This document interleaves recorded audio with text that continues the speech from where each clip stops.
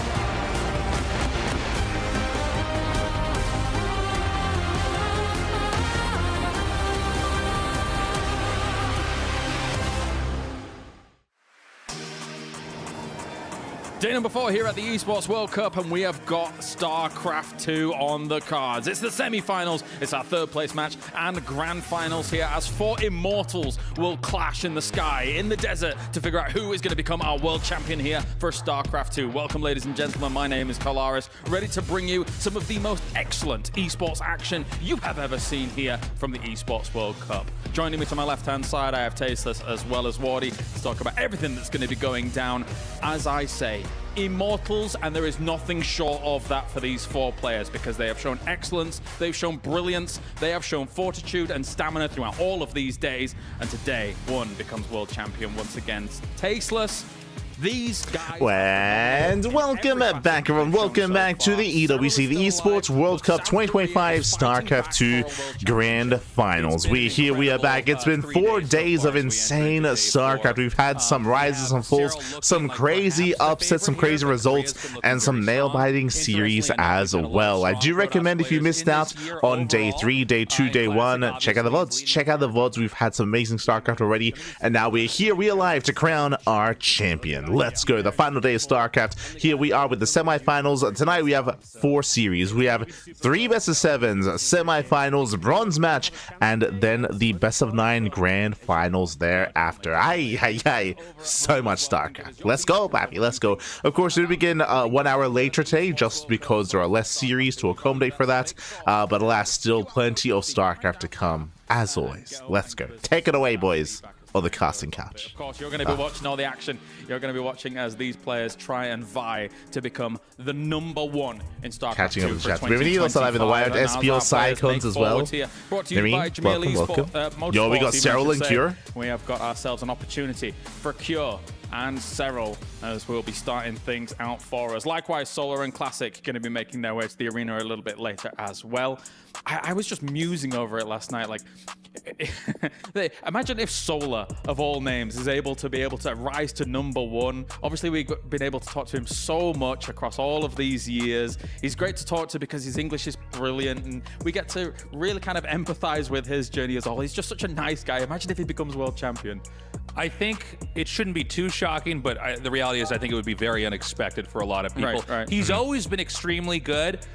Korea obviously has had a lot of great players throughout the history of StarCraft. Yeah. He's been a little bit overshadowed, not just as a Zerg player, but just in general. I mean, we have people like Maro, we've had people like Rogue for the race Zerg, who've been very strong, but he's consistently improved. I think the same can be said for Cure as well. Each year, he's brought a better iteration of himself, and that's certainly no exception here. I think this is the best I've ever seen him play. Well, let's head over to the destination that one of our players it's an interesting thing to bring up now, of all things. I feel like we got to talk about Solo later, but I said this last night, I'll say it again. The former world champion Clem was eliminated yesterday, which means we will continue the tradition of no back-to-back StarCraft 2 champions. going back to the bigger picture and the team championship, Vitality, the leading team, has already been eliminated from the StarCraft 2 tournament, so they won't get very many points from that. However, Falcons, the leading team from last year, still has Solar, who could get him a lot of points, and Team Liquid, who made a resurgence last year via StarCraft 2 and Clem, still has a player. It won't be Clem, but Cure could do wonders for them. This is the Esports World Cup Club Championship, the ultimate cross-game competition that will crown the best esports club. Oh no. Hello? It works. Clubs will be able to compete at the Esports World Cup and as many titles as they can qualify for. The clubs will then earn points based on their placement in each title. To qualify for the club championship, a club will need a top 8 placement in at least 2 competitions. But to win the championship, a club must place first in at least 1 competition. At the end of the Esports World Cup, the 24 clubs with the highest number of points will earn a share of the 27 million, with the winner taking home a staggering $7 million. And of course, the title of the best esports club in the world. Who will rise above and write their place in history? Watch it all here at the Esports World Cup. But it's interesting that they bring up Solar, just because we said this yesterday, actually, how Solar currently, I would say that he probably has the best chance to actually beat Serral. Like I might even favor Solar versus Serral. Like that would be a really intense and really crazy series. But like they were alluding to, I don't know if they'll ever face off is the problem. Like Solar, he had a really strong showing against Hero, but Hero is a very particular kind of player when it comes to PvZ. Classic is very different. Right now it does feel like Hero and Classic are almost 2 different ends of the Protoss spectrum in PvZ. One being more aggressive, the other being more hyper defensive instead. I do favor Classic's defensive style against Solar, but we'll get more into that later on in the other semis. For now though, it's going to be all about Serral and Cure. On the board, you are sitting pretty, but let's take a look at how all of these players were able to sit pretty here in the Gadia plays of the day from across what was going on, trying to qualify into that round of 4. We had this ZVZ was one so of the crazy. most insane Zerg versus Zergs I have ever seen, Tasteless. And this was maybe the biggest comeback inside of a game that we had out of all the games that we've had here for StarCraft 2 in the Esports World Cup. This was a moment where Raynor looked like he was going to crush Serral, and Serral would have been knocked out for the 2nd time in a row in the Esports World Cup, but Serral really clutched it out, a gross overextension, and we had Serral winning that final match. It was comeback after comeback for the start of the quarterfinals, because Cure in this game number 4 as well. Yeah, this game is all true. Ridiculous position, and then he brings it back. He gets it done. He brought it back with Yolin. This was also a crazy game. Goats of TVT right against Maru. We knew he could beat him, but coming back from positions like that, man, like Cure was on fire yesterday. Yeah, losing Raynor and Maru in the matches that we did, absolute agony for them. And then we lost our world champion, Tasteless. Yeah, we saw a little bit of this in RSL before we got to the Esports World Cup, and the reality is it just seems like Classic has, on some level, solved the matchup, at least for now. He seems to be invulnerable. Maybe the biggest comeback in SSG history. Like the Cure game was crazy. It's hard to say whether it was Cure versus Maru or Serral versus Raynor. I mean, Raynor, he mentioned himself, right? Like he did mess up, like he did make mistakes, he did overextend, he didn't wait for his reinforcements, so that was like really heartbreaking. Like that was a series that Raynor should have won, and it slipped through his fingers. Likewise, we could have seen like an ace match between Maru and Cure as well. It was crazy. Trophy, awarded to the one club that rose above the rest and reigned supreme across all EWC games. The Game Trophy. When a competitor closes their eyes, it's all they see. And it's not complete until it's sealed with a champion's key. Every participant earns a key engraved with their name. That's their right to compete. This year, returning champions hold a key unlike any other. Only one can place their key into the Game Trophy and become an EWC champion. The frame of the champion's key is embedded into the totem, a stone marker of legacy displaying every champion of the year. The keys of the eliminated will be crushed. The champions select 3 broken keys as a personal token, a reminder of who they have humbled. Beneath the totem, a resin block holds the remaining keys, a graveyard of fallen contenders. Will your dreams be broken or your name carved in gold and stone? At EWC, nothing is granted. Everything is earned. And with that, as I say, 14 keys already gone here in StarCraft 2. And last year, 15. I mean, I saw Wardy's in there. Wardy had a key in the... So all of these reactions are all so awesome. But Wardy, yeah, your key crushed as well. I can't believe it. My key got crushed? Yeah. I didn't know I had a key, James. No. Lie. Apparently, it makes a huge sound when they finally finish the compression. As you can see, the little edges pop out here. And so we're seeing reactions of each of the players as they crush their opponent's keys. I was on stage yesterday when the crushed were on, and it does ricochet around the arena, man. Like, it is loud. These guys have all the right to be flinching. Yeah, I get it. And who is Keyman? We will never know, apparently. We don't know with him with his iconic white gloves. No, but I do love the carnage of this. I'm curious, now that we're getting into the final day here, if we have a different stage. I mentioned this previously, and it's still something that's that is stuck in my mind. I don't know if it's too late when it comes to feedback. We were talking a lot about the Illusions interviews, of course, but the other big thing is lack of caster cam, right? Like, from my understanding, I think the casters are in a different venue than the players. I say venue, like different building even. So if that's the case, like that's, I don't know, just like without being able to see the casters, it's like a weird disconnect that I've been feeling throughout the course of these games. So hopefully, like what I'm getting at, I guess, is if it is like at a different stage, then maybe we get to have the casters involved as well, but maybe not. We'll see.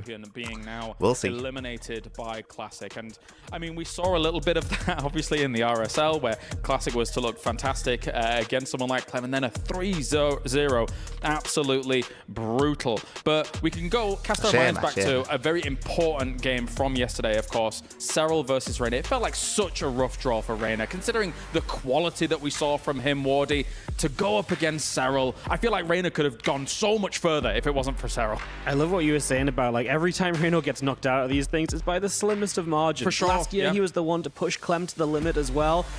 It's just like, but that's just how good he is. Like, to beat him, you've got to just about beat him. Yeah. And I mean, Serral shouldn't be in the top 4 right now. Like, Reno had so many opportunities across these games. Serral clutched it out. Reno made a couple mistakes in the biggest of moments, unfortunately, at this level, and especially in ZVZ. Those tiny little things become the big factors. There's two ways to look at it, right, Tasteless? Like, either, yes, Serral either shouldn't be here because Reno looked amazing. On the opposite side of it, Serral being able to keep his calm, keep his composure in a series like this when he's down and out almost, it's insane. Well, the funny thing, too, is that we have the heart rate hooked up here. For each player, and normally these guys, they go up to like 150, 160 when the game gets crazy. When Serral was down in the game, his heart rate was 89. It's insane. It never went up. It was like a resting heart rate there. Raynor had the edge, but this shows you just how strong of a player and how clutch of a player Serral is even when you have what is a very obvious lead that you should be able to win the game out with. Even one of the greatest Zergs of all time can slip up and lose to Serral. It reinforces my idea of always, like, our pro gamers are the very best in any esport, when you can keep your cool in that kind of insane scenario. And we move on to our next series, of course, which was an important one. Classic is able to topple our title defender here at the Esports World Cup. I mean, just what a display as well, because he played some great games. 3-0 doesn't do this scoreline justice because it was very back and forth. These were competitive games, crazy fights, lots of action. This really was like peak TVP. Yeah, it would have been great to see Clem take a couple of maps to make the series a bit longer, but man, what a show from Classic, and to keep it going during those moments, very impressive. And Clem, I think he really recalibrated well in each game and came up with new ideas. The problem is that Classic just is able to kind of bob and weave through the game and get to the late game where he's got all that tech, and then it just doesn't seem like there's a whole lot that Clem can do. Classic has a real shot here, a real shot at becoming a world. Yeah, as they mentioned already in the Lucid interview as well, as we had observed, it was just really rough early game and really rough early to mid game for Clem. So Classic would often get a lead in game 1, game 2, game 3, and that would extend into just a snowball effect, essentially, in favor of Classic. We speak all the time how TVP is very momentum based. Clem did have a crazy comeback. It was on Persephone, I think, right? Game 3. Game 3 was a crazy comeback from Clem where he was able to make, I think it was either Persephone or Meteor Pylon, where he had a crazy comeback. He was able to make a game out of it and actually have a lot of strong moments himself, but still wasn't enough, which was impressive to see the 3-0 for sure. High for some of these players, Wardy, and some of them riding low because some of these players have gone out in brutal fashion. Yeah, I mean, Shin was a highlight for me yesterday. It was on the B stream, but he looked devastated because he was down 0-2. I really do want to watch that Shin versus Solar series. Wasn't looking good, and then he had all the hype of bringing it back just to fall in Game 5. And he knows as well, like, he's got as good a chance to go out there against Hero and kind of throw some crazy stuff at him and maybe do what Solar got done. So, yeah, heartbreak for some, but elation for others, and, well, that will continue today. Did they just gloss over the road to the Esports? Did they just gloss over Hero versus Solar? Is that what just happened? I don't think they really spoke on them too much. Solar, Classic. I would say that was maybe the most lackluster series of yesterday's broadcast, just because even with one of the more one-sided series like Clem versus Classic, you actually got to see a back and forth, and you got to see Clem show off his skill as well, whereas I feel like Solar versus Hero, I said this at the time, it felt like he didn't really get a chance to play his game.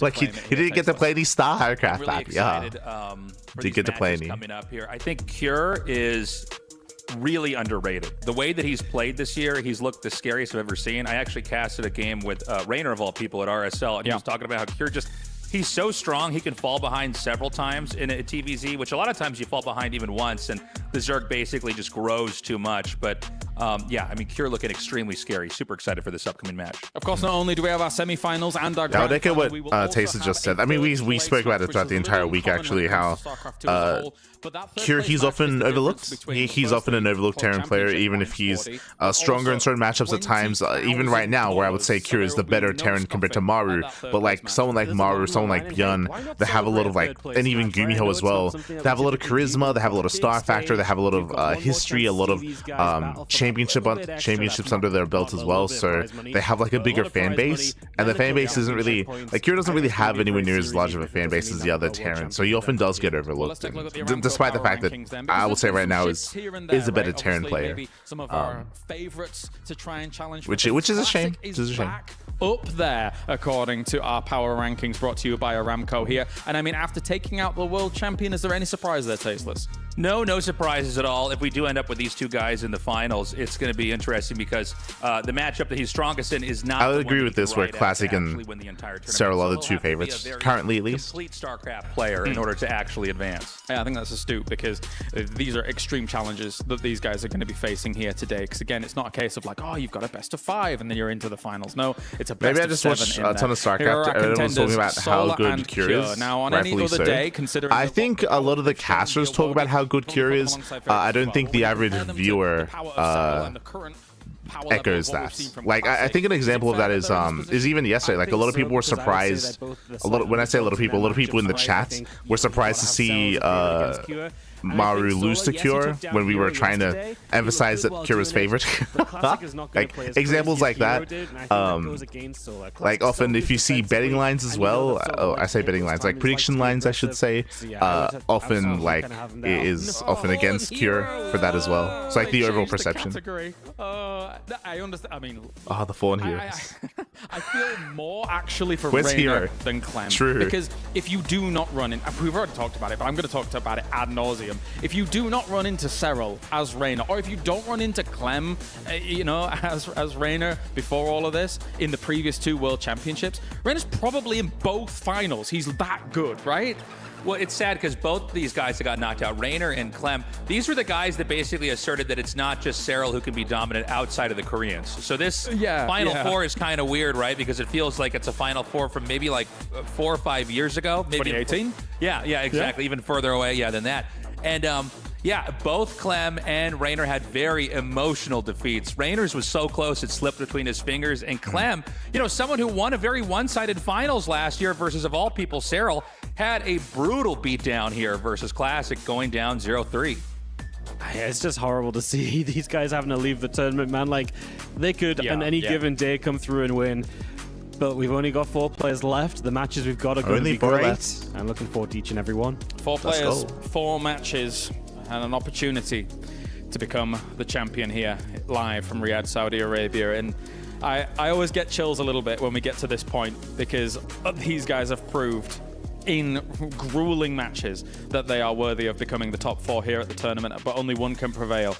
Now, we move on to our first match of the day here. It's the semi-finals, and we are going to have our 2-time world champion, the GOAT. They're coming out. 1.4 million in prize pool, going up against Cure, who for a long time, for me, was the cyborg. He was injured for some of his best runs in all of StarCraft 2, and he has continuously prevailed. But can he topple the Finnish Phenom? It is our best of 7 between Serral and Cure. Tasteless.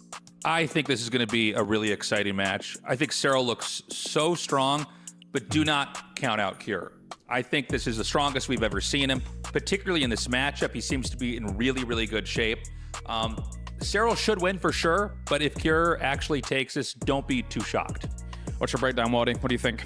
I think it's going to be difficult for Cure, but over the best of 7, he's going to have a lot of chance to mix up the builds. And if he gets in with a couple cheeky mech builds, I could see it. If he gets the 8 racks to work one game, you know, I think it's possible. Yes, to me, he is the underdog, but you know what he keeps doing here in Riyadh? He keeps stepping up, right? He was in the finals at Gamers 8. Yes. He was the 5th place finisher last year at EWC as well. So, like, he is right there up here. Every time we're in this tournament or here in Riyadh, he's really good. So why stop now? I can only agree. He's got one of the best track records when it comes to playing here in the desert, in the heat, when the spotlight is on him. But his opponent on the other side of things, it is Serral. Let's hear from him before coming into this match. Let's go. Interviews. I'm here with the greatest StarCraft 2 player of all time, Serral. Yuna, all your nemesis are gone. Are they? Are all your nemesis gone? Yeah, I don't know if any of those exist, you know. Fair enough. Well, I mean, Battle of Heart Rate's coming up. Both of you and Cure have very low heart rates, apparently, True. and it seems to be that that's a good thing in this tournament. Do you have any comments on that? Yeah, I was watching the heart rates closely yesterday, and it seemed the guy with lower one won always pretty much. So this is more of just a battle who can keep the calm now. It's a battle of who can keep the calm. And of course, Cure, not known to be a particularly fast player. Is he, in your mind, still a very strong threat? Or how confident are you feeling in the matchup? He also isn't known to play a lot of mech. Maybe I'm speaking out of turn there. But yeah, outside of mech and Terran, do you have like any concerns with the Terrans? I think Cure is looking dangerous. I think for a long time his TVC was lacking, but it feels like for this tournament and even a little bit before, he has kind of fixed it a little bit, and he's a very dangerous opponent. But I'm still confident in CBT. It's one of the matchups I usually do pretty well in. Besides against Claim, it's always a little bit harder, but against everyone else, I'm pretty consistently win. So I'm always very confident. And I know you never look past any opponent, of course, and Cure is a very strong one. But if you were to get past Cure, who would you rather not see at the finals for your own sake? Solar. I think I would rather face Classic. Yeah. I think the previous CVC I played was already so hectic that I don't want anything like that anymore. I think the CVP is a little bit more slower pace, and obviously Classic's very strong, but I already beat him, and I think he's probably gonna bring a little bit more of a challenge next time. But I think if I play my best, I should be still able to do it. Thank you, Yuna. Yeah, as we said, like, I think the biggest threat to Serral is Solar in this tournament, but I don't think they're going to play.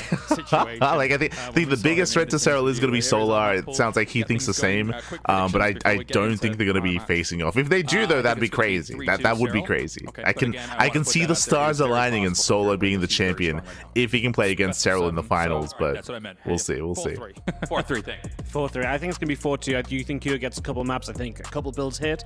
It's Serral, man. How can you ever go against Serral? I think I'm in line with Wardy here. It is the World 4-2. Championship here. When you have the king, you need to send elite assassins to try and take him out. But it is time here for day number 4 of the Esports World Cup. It's semi-finals day.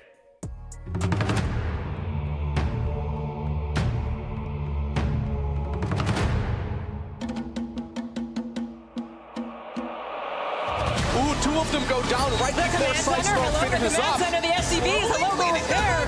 Okay, so he's driving on the wall. There's a Nidus as well to deal with the orbital back as there's just so many main base under attack, and it feels like everything is falling off right now. Yeah, look at that. Who edited this audio together? Kira pulls it off from a really tough position. He makes it happen. 이게 사우디 대회에 초점을 정말 많이 맞췄고 그만큼 더 완벽한 경기를 하려고 항상 생각하고 좀 말로 표현할 수 없을 정도로 간절했던 것 같아요.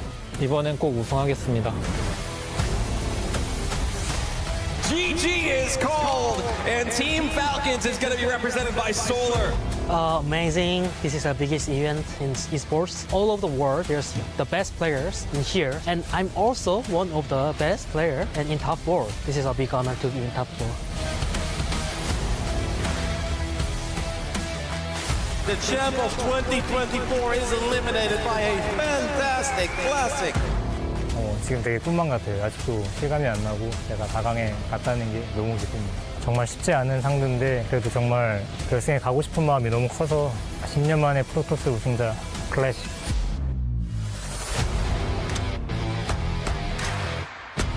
Serral obtains the win in spectacular fashion. Everyone is very good at this tournament. Everyone is a threat, but I usually tend to do pretty well against the Korean players.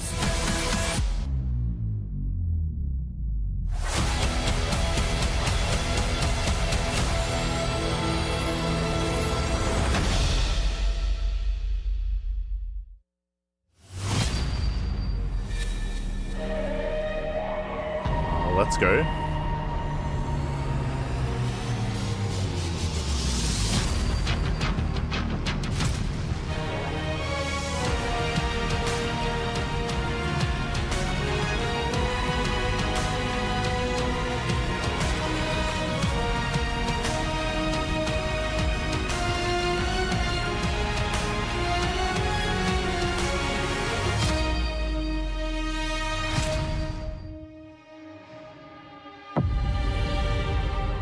Four players stand on the edge of greatness.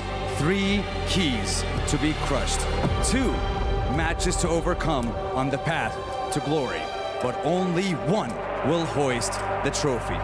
Rien n'est acquis, tout se mérite. Ladies and gentlemen, welcome to Finals Friday.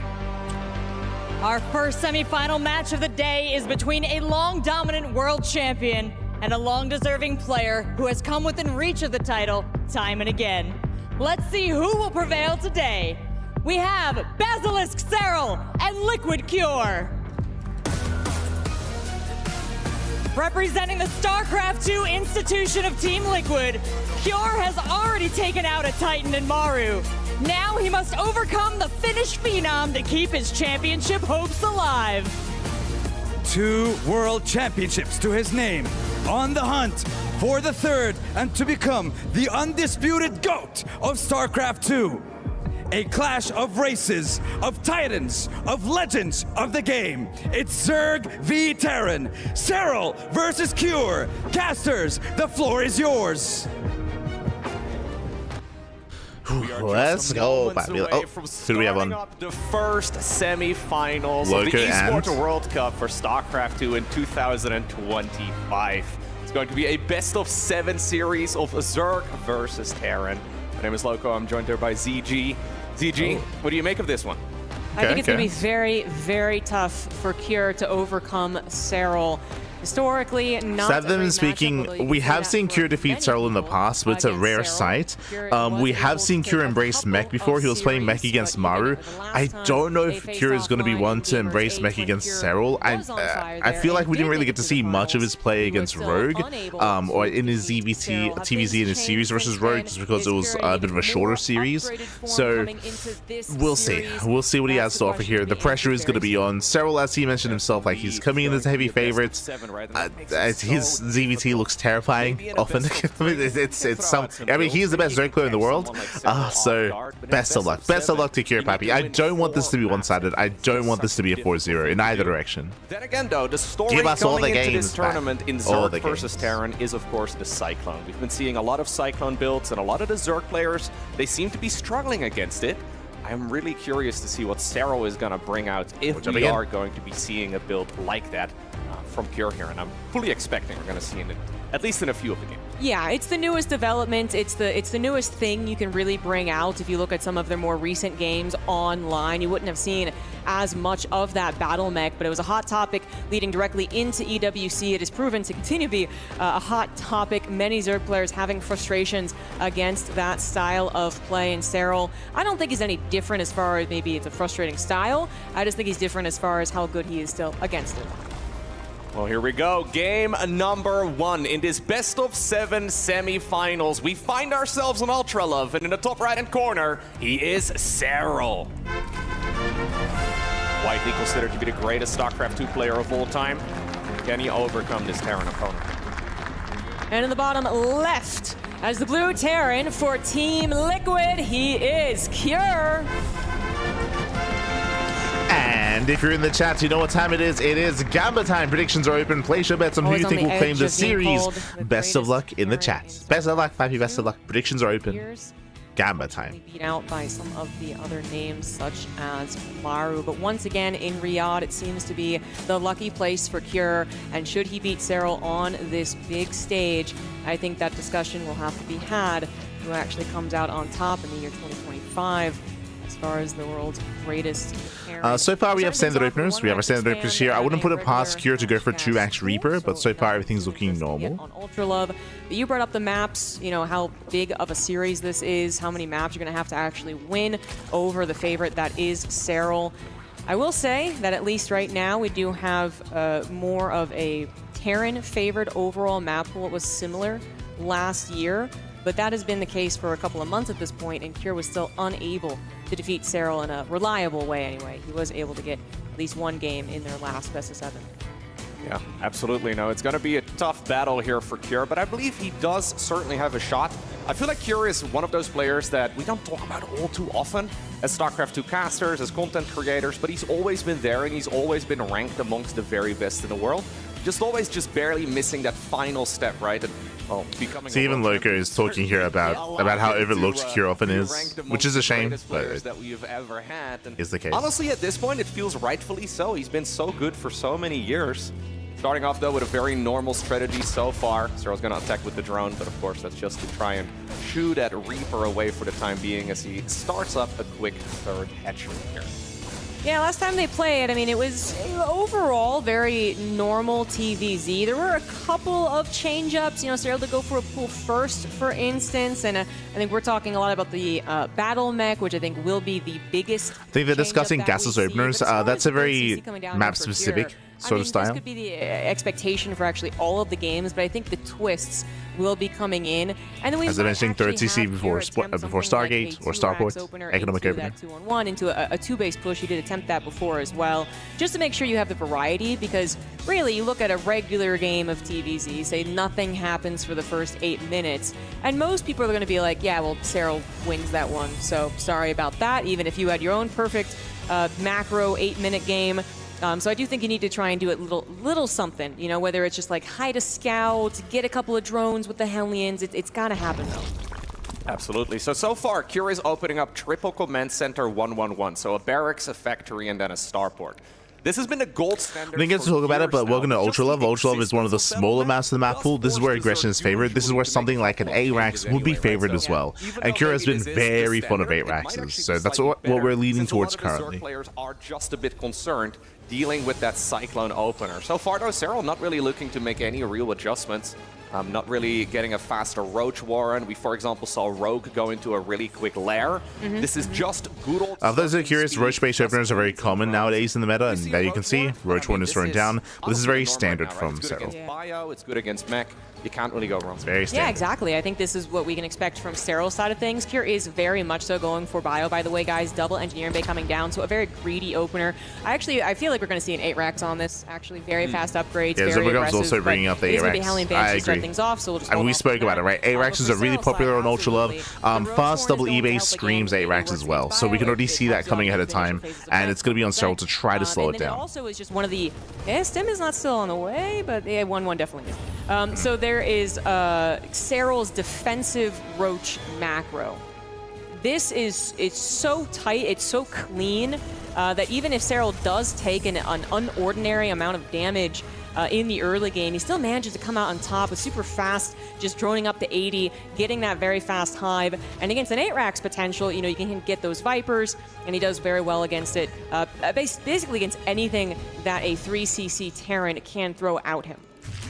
Absolutely. The reasoning why an 8-Rax is so powerful on this map is because of the base layouts. So the 4th hatchery for Serral will probably be taken to the right, and it's in a direct line to the 3rd base of the Terran. Serral, though, okay, opting to go for the one in the corner. That is a little unorthodox on the map. It's interesting to see because it is a relatively easy position for the Terran to attack into, but Serral apparently not too concerned. Maybe he's expecting the build that you were talking about as well, right? Maybe he's putting his opponent also on an 8-Rax. Yeah, well, if there's an 8-Rax, generally you want to direct yourself not just to a 4th base, any which way that it is, right? To a 4th base that kind of is centralized to the Zerg, right? That's why you expand that way. It's still central to your production line. And if you defend that, then you defend every other base.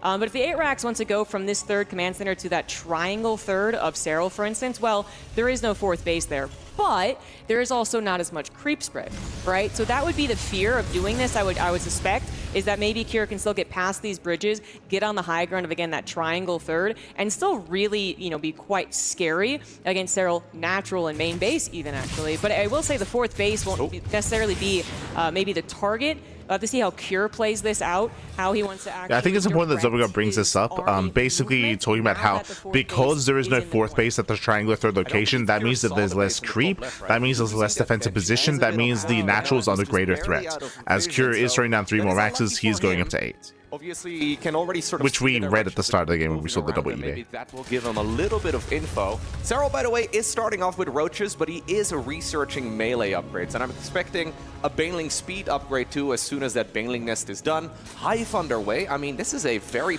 As I mentioned, this is Roach Opener, Roach into Lingbane, Roach Ravager into Ultra Tech. This is very trendy as of late. We saw this at a Shin. We're seeing this at a Serral. On a knife's edge. Like, I feel like they kind of understand each other's goals here. This is not something where you're trying to get a lot of damage with the first Hellions or the first 16 Marines, or you're afraid of the Roaches coming across the map. Kira does take his gases. On the Terran side, you're thinking about this 8-Rax attack and how the Terran player is going to be able to deliver the killing blow, and how the Zerg player obviously is going to try and deny that. So yeah, a little bit of action against the creep spread right now, but really eyes are set on that main push. Serral having the time to get there, but still having to squeeze everything in this very limited amount of time. The drones, the upgrades, the technology, the positioning, the creep spread. It is difficult, but he is one of the best at it. I'm honestly really impressed by Serral's droning here.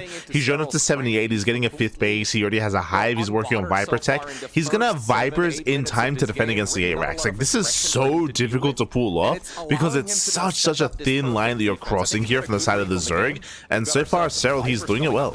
Blinding clouds are big. You're not yet in a position ready to be losing. Very glad that again, Cure is all in. Clear out some of that creep here from the opponent.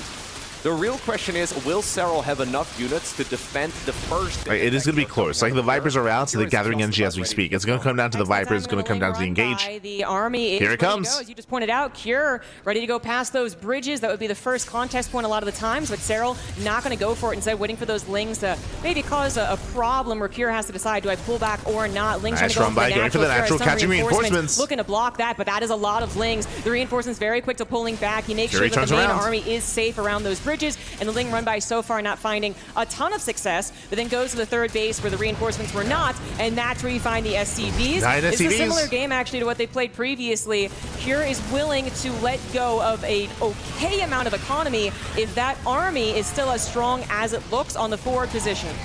Keep in mind that this base that Cure is attacking in the meantime on the other side of the map is really not that important for Serral. This is not his fort. Okay, this 5th base is just to buy some time. He's building a Molding Bane. Where are the Vipers? A little bit of larva generation, but that's about it. He is going to roll in with some of the Banelings, though. Cure not quite paying attention. Very nice Blinding clouds do go down on top of the siege tanks, too. Banelings are starting to roll through. And Serral so far is making this look very straightforward.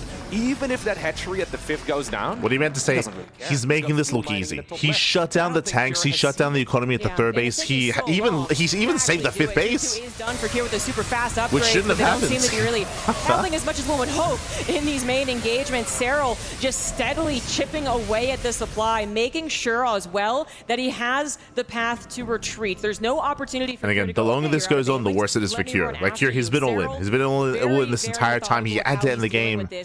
He had to kill. Back entirely is a terrible sign. I wonder if Serral's going to go into like an Ultra Cavern from here. That's been quite popular over the last few months. Roaches yes, it's standard to see Ultras from here. That's why we have melee choice. upgrades. For now, though, he's just sitting around on the units that he's got and trying to build up his economy even more. He knows fully well that Cure's eco is not nearly as big as his, so he's really not in a rush. Creep spread still looking really solid here as well in the top left. Okay, finally we're running in. He wants to get a kill on the hatch, but can't get the job done. Yeah, I mean, it's tempting, isn't it? Yeah. So low like that. Just a couple of Marauder shots would have gotten. There's the Ultra Cavern that we did Serral mention. is in position, even finding this drop. Again, Cure, he has still no setup here. He's going to be able to build up and get ready for another wave. True. Guys, this is very difficult to come out of, especially if you really did almost 0 damage. I mean, Serral didn't lose the hatchery, as you were pointing out, wasn't the most important one. He didn't lose drones. He didn't lose a significant amount of army. He has the technology. He has the expansions. He's going to have the map control. There's the Ultra Cavern as well. Here basically has one more shot, I would say, which is that it is the max out 3-3 timing. Maybe he does add on a 4th commander. Yep, there you go. Just because you are going to get maxed out, you do have those minerals. But there's other problems of trying to play this type of game out for the Terran. A little bit of an engagement on the left side. It looks like this is going to be forced back. Here, not really finding any wiggle room. Nope, and so far Serral has firm control on it. Now he realizes that indeed this is where the 4th base was located. Maybe he was hoping that the worker count over at the 5th that he did see was the only amount of workers there that Serral had, but nope. This is a Zerg player at... Yeah, the creep is lacking when it comes to the center of the map just because of Cure's pushes, but that's really the only thing that's lacking here for Serral, is that creep in the center. Like, he has 3-3 on the way, kindness plating, more ultras in production as well.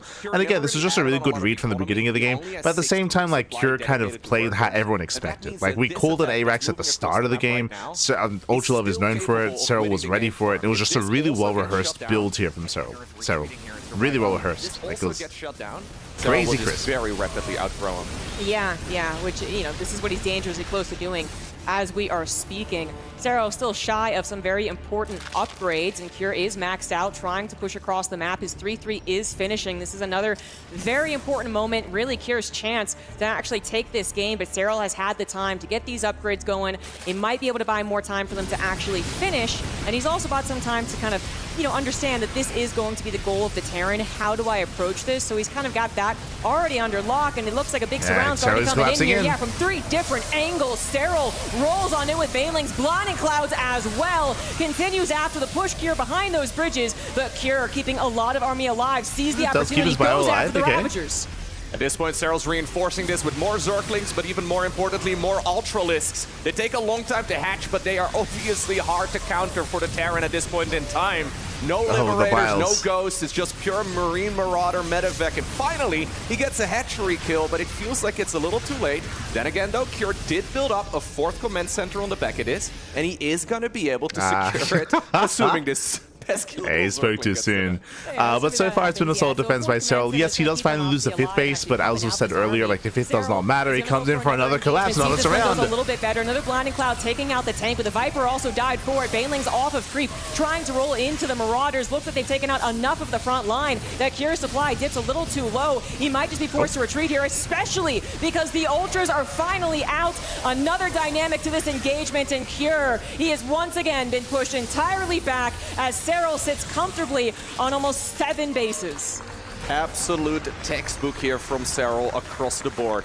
Liberators are now out. Yo, we're getting cam shots. Sorry, audience shots. He still has corrosive balls available, but Serral has an. We didn't really get them over the past couple of days, so I appreciate that we're getting a glimpse of them here. I think it's important though for Serral to not let Cure mine too much more. I mean, he needs to start getting at least a little bit of damage done across the board. Planetary Fortress didn't start up yet. I mean, Cure. I see in the chat, Cure should just expand after the first push failed. IMO. If you weren't here for the beginning of the game, if I didn't make it clear, I do apologize. An 8 Rax isn't all in. When we say all in, it means that, like, again, you have to do critical damage with it, otherwise you fall behind. So it's difficult. It's very, very difficult to try to transition out of an all in, out of an 8 Rax, into a more macro game. I say difficult. It's almost impossible to do so if you don't do critical damage early on. If we didn't make that clear earlier, do apologize. Clearly in a desperate position. Let me just max out and then have another rematch. But that's why the game state is as it is here, and that's why the first push was as important as it was. Right now, Planetary not going to help out. Fungal coming in on the top side as well. It looks like this will be a little bit too much to actually kill the army, but the Planetary would be Planetary does go down.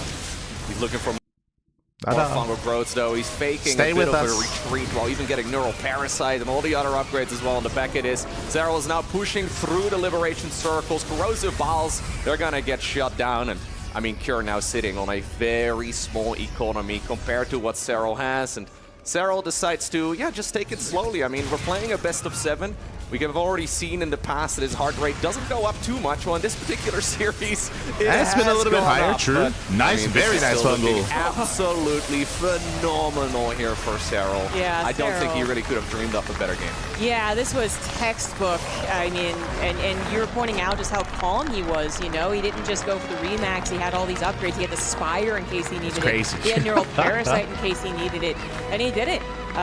Cure just not able to really deliver any damage with the first 8 racks push. The second one had a little bit of promise, but then that was kind of an illusion. The Remax came through, and Serral... But yeah, coming into game 1, unfortunately, like, this was just a little bit too predictable, I will say. Serral, he didn't even scout, by the way. He didn't even scout the main base. He didn't even confirm the 8 racks was coming.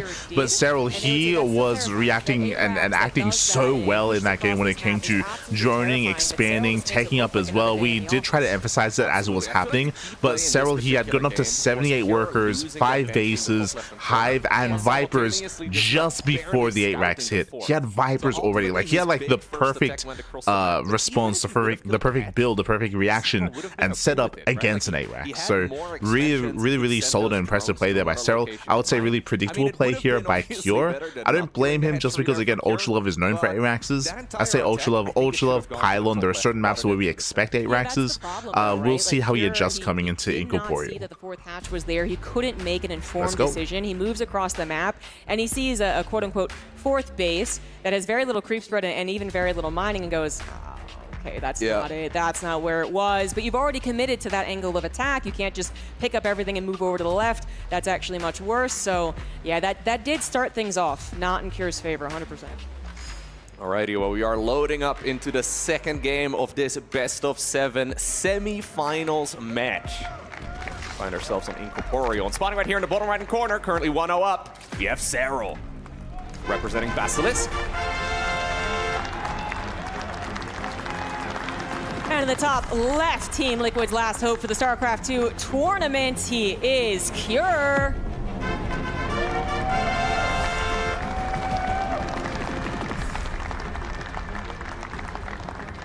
A lot of eyes were on Clem for Team Liquid for this particular tournament. Now coming into game 2, now I don't expect that to be the last 8 racks that we see in this series, but again, there are certain maps that favor it, maps like Ultralove, maps like Pylon. Here coming into Incorporeal, the map is much larger. If we were to see mech, this would be a map for battle mech. I don't know if Cure is really one to embrace battle mech too much. I don't know if he's been playing it too much. We have seen Cure already play mech in this tournament. He's already done it once. Will he do it again? If he were to, this wouldn't be a bad map for it. Kind of feels like a lot of StarCraft players like to play against like the very easy AI as they're just playing the macro runs, and that was a macro game and a half right there for Serral. In like the first 10 minutes, he got to do whatever you liked, and it worked out perfectly for him. Obviously, people can take that in a very negative way, like you're calling Cure easy AI or something. No, but I compare it all the time. You know, it's just if you want to learn a build order and you want to do it as perfectly as you possibly can, you do it against someone who doesn't really retaliate. And even though Cure was doing a bunch of other, you know, he was doing his own amazing macro, and Serral wasn't retaliating against him. It's kind of this idea that, like, well, at the end of the day, you know, Serral is the scarier player in a game where nothing happens pre-8 minutes, even against something that every other Zerg player would be like, oh, I'm terrified, like I mess up against it, I don't nearly have like the right drones before it comes over. You know, he makes it look easy, but many other Zerg players would say that Cure had a good chance right there. Yeah. But you're right, he's got to change things up, I think. You know, one thing that I've already seen in this best of 7 compared to the last one, which was online, is that Cure has been able to get different maps. So, you know, these are actually, like, I guess 2 out of the 6. I'm doing my math correctly. Have a look. Well, 9 overall. That he hasn't actually played against Serral in a while. That didn't affect it positively. So the vetoes of Magnatha and Lost Maybe Fantasy. Interesting. It will affect Cure positively because he hasn't lost on this map against Serral in a while. Curious is what Cure's exact build is going to be. 3 CC to start things off, sure, but what else beyond that? I feel like in general in this matchup, it is also very much so up to the So as they're saying, behind this, we're waiting to see the timings of the double E base. We're waiting to see the timings of a second factory even as well. How he takes a third base, his rack setup for the time being. We'll see if he does go into Banshee play, just like last time. We don't see it all too often anymore, where the SCV actually patrols around and tries to block the third for a long time. Kira bringing it back here, going SCV scout into a Reaper. In the meantime, though, we also have a group of Zerglings on the right side of the map. Serral eventually secures the third. It's a little bit annoying for him, but obviously this is something he will have practiced against many times. Yeah. It's not the most common, opener for the Terran to actually SCV scout, but I do love when they keep the SCV there. Like sometimes they really are scared. It's a map that could be. Once again, early Roach Warren out of Serral. We expect to see a Roach Warren every game. If there ever isn't a Roach Warren, then we'll point it out. Roach Warren once again. We'll be like he's crazy. This is like that was 3:30. He usually puts it down at 4 minutes for that. True, this is early. Macro opener. So I do wonder what this could lead into. Hellion Banshee for Cure. Yep, nothing out of the ordinary here for Kira. No second factory. Serral does get an SCV here with that small group of Zerglings. Gets an SCV. Not bad whatsoever for him. This is a map as well where taking the alternative third base just doesn't feel quite right, so I quite like that Kira decided to be here, getting into quick Banshee.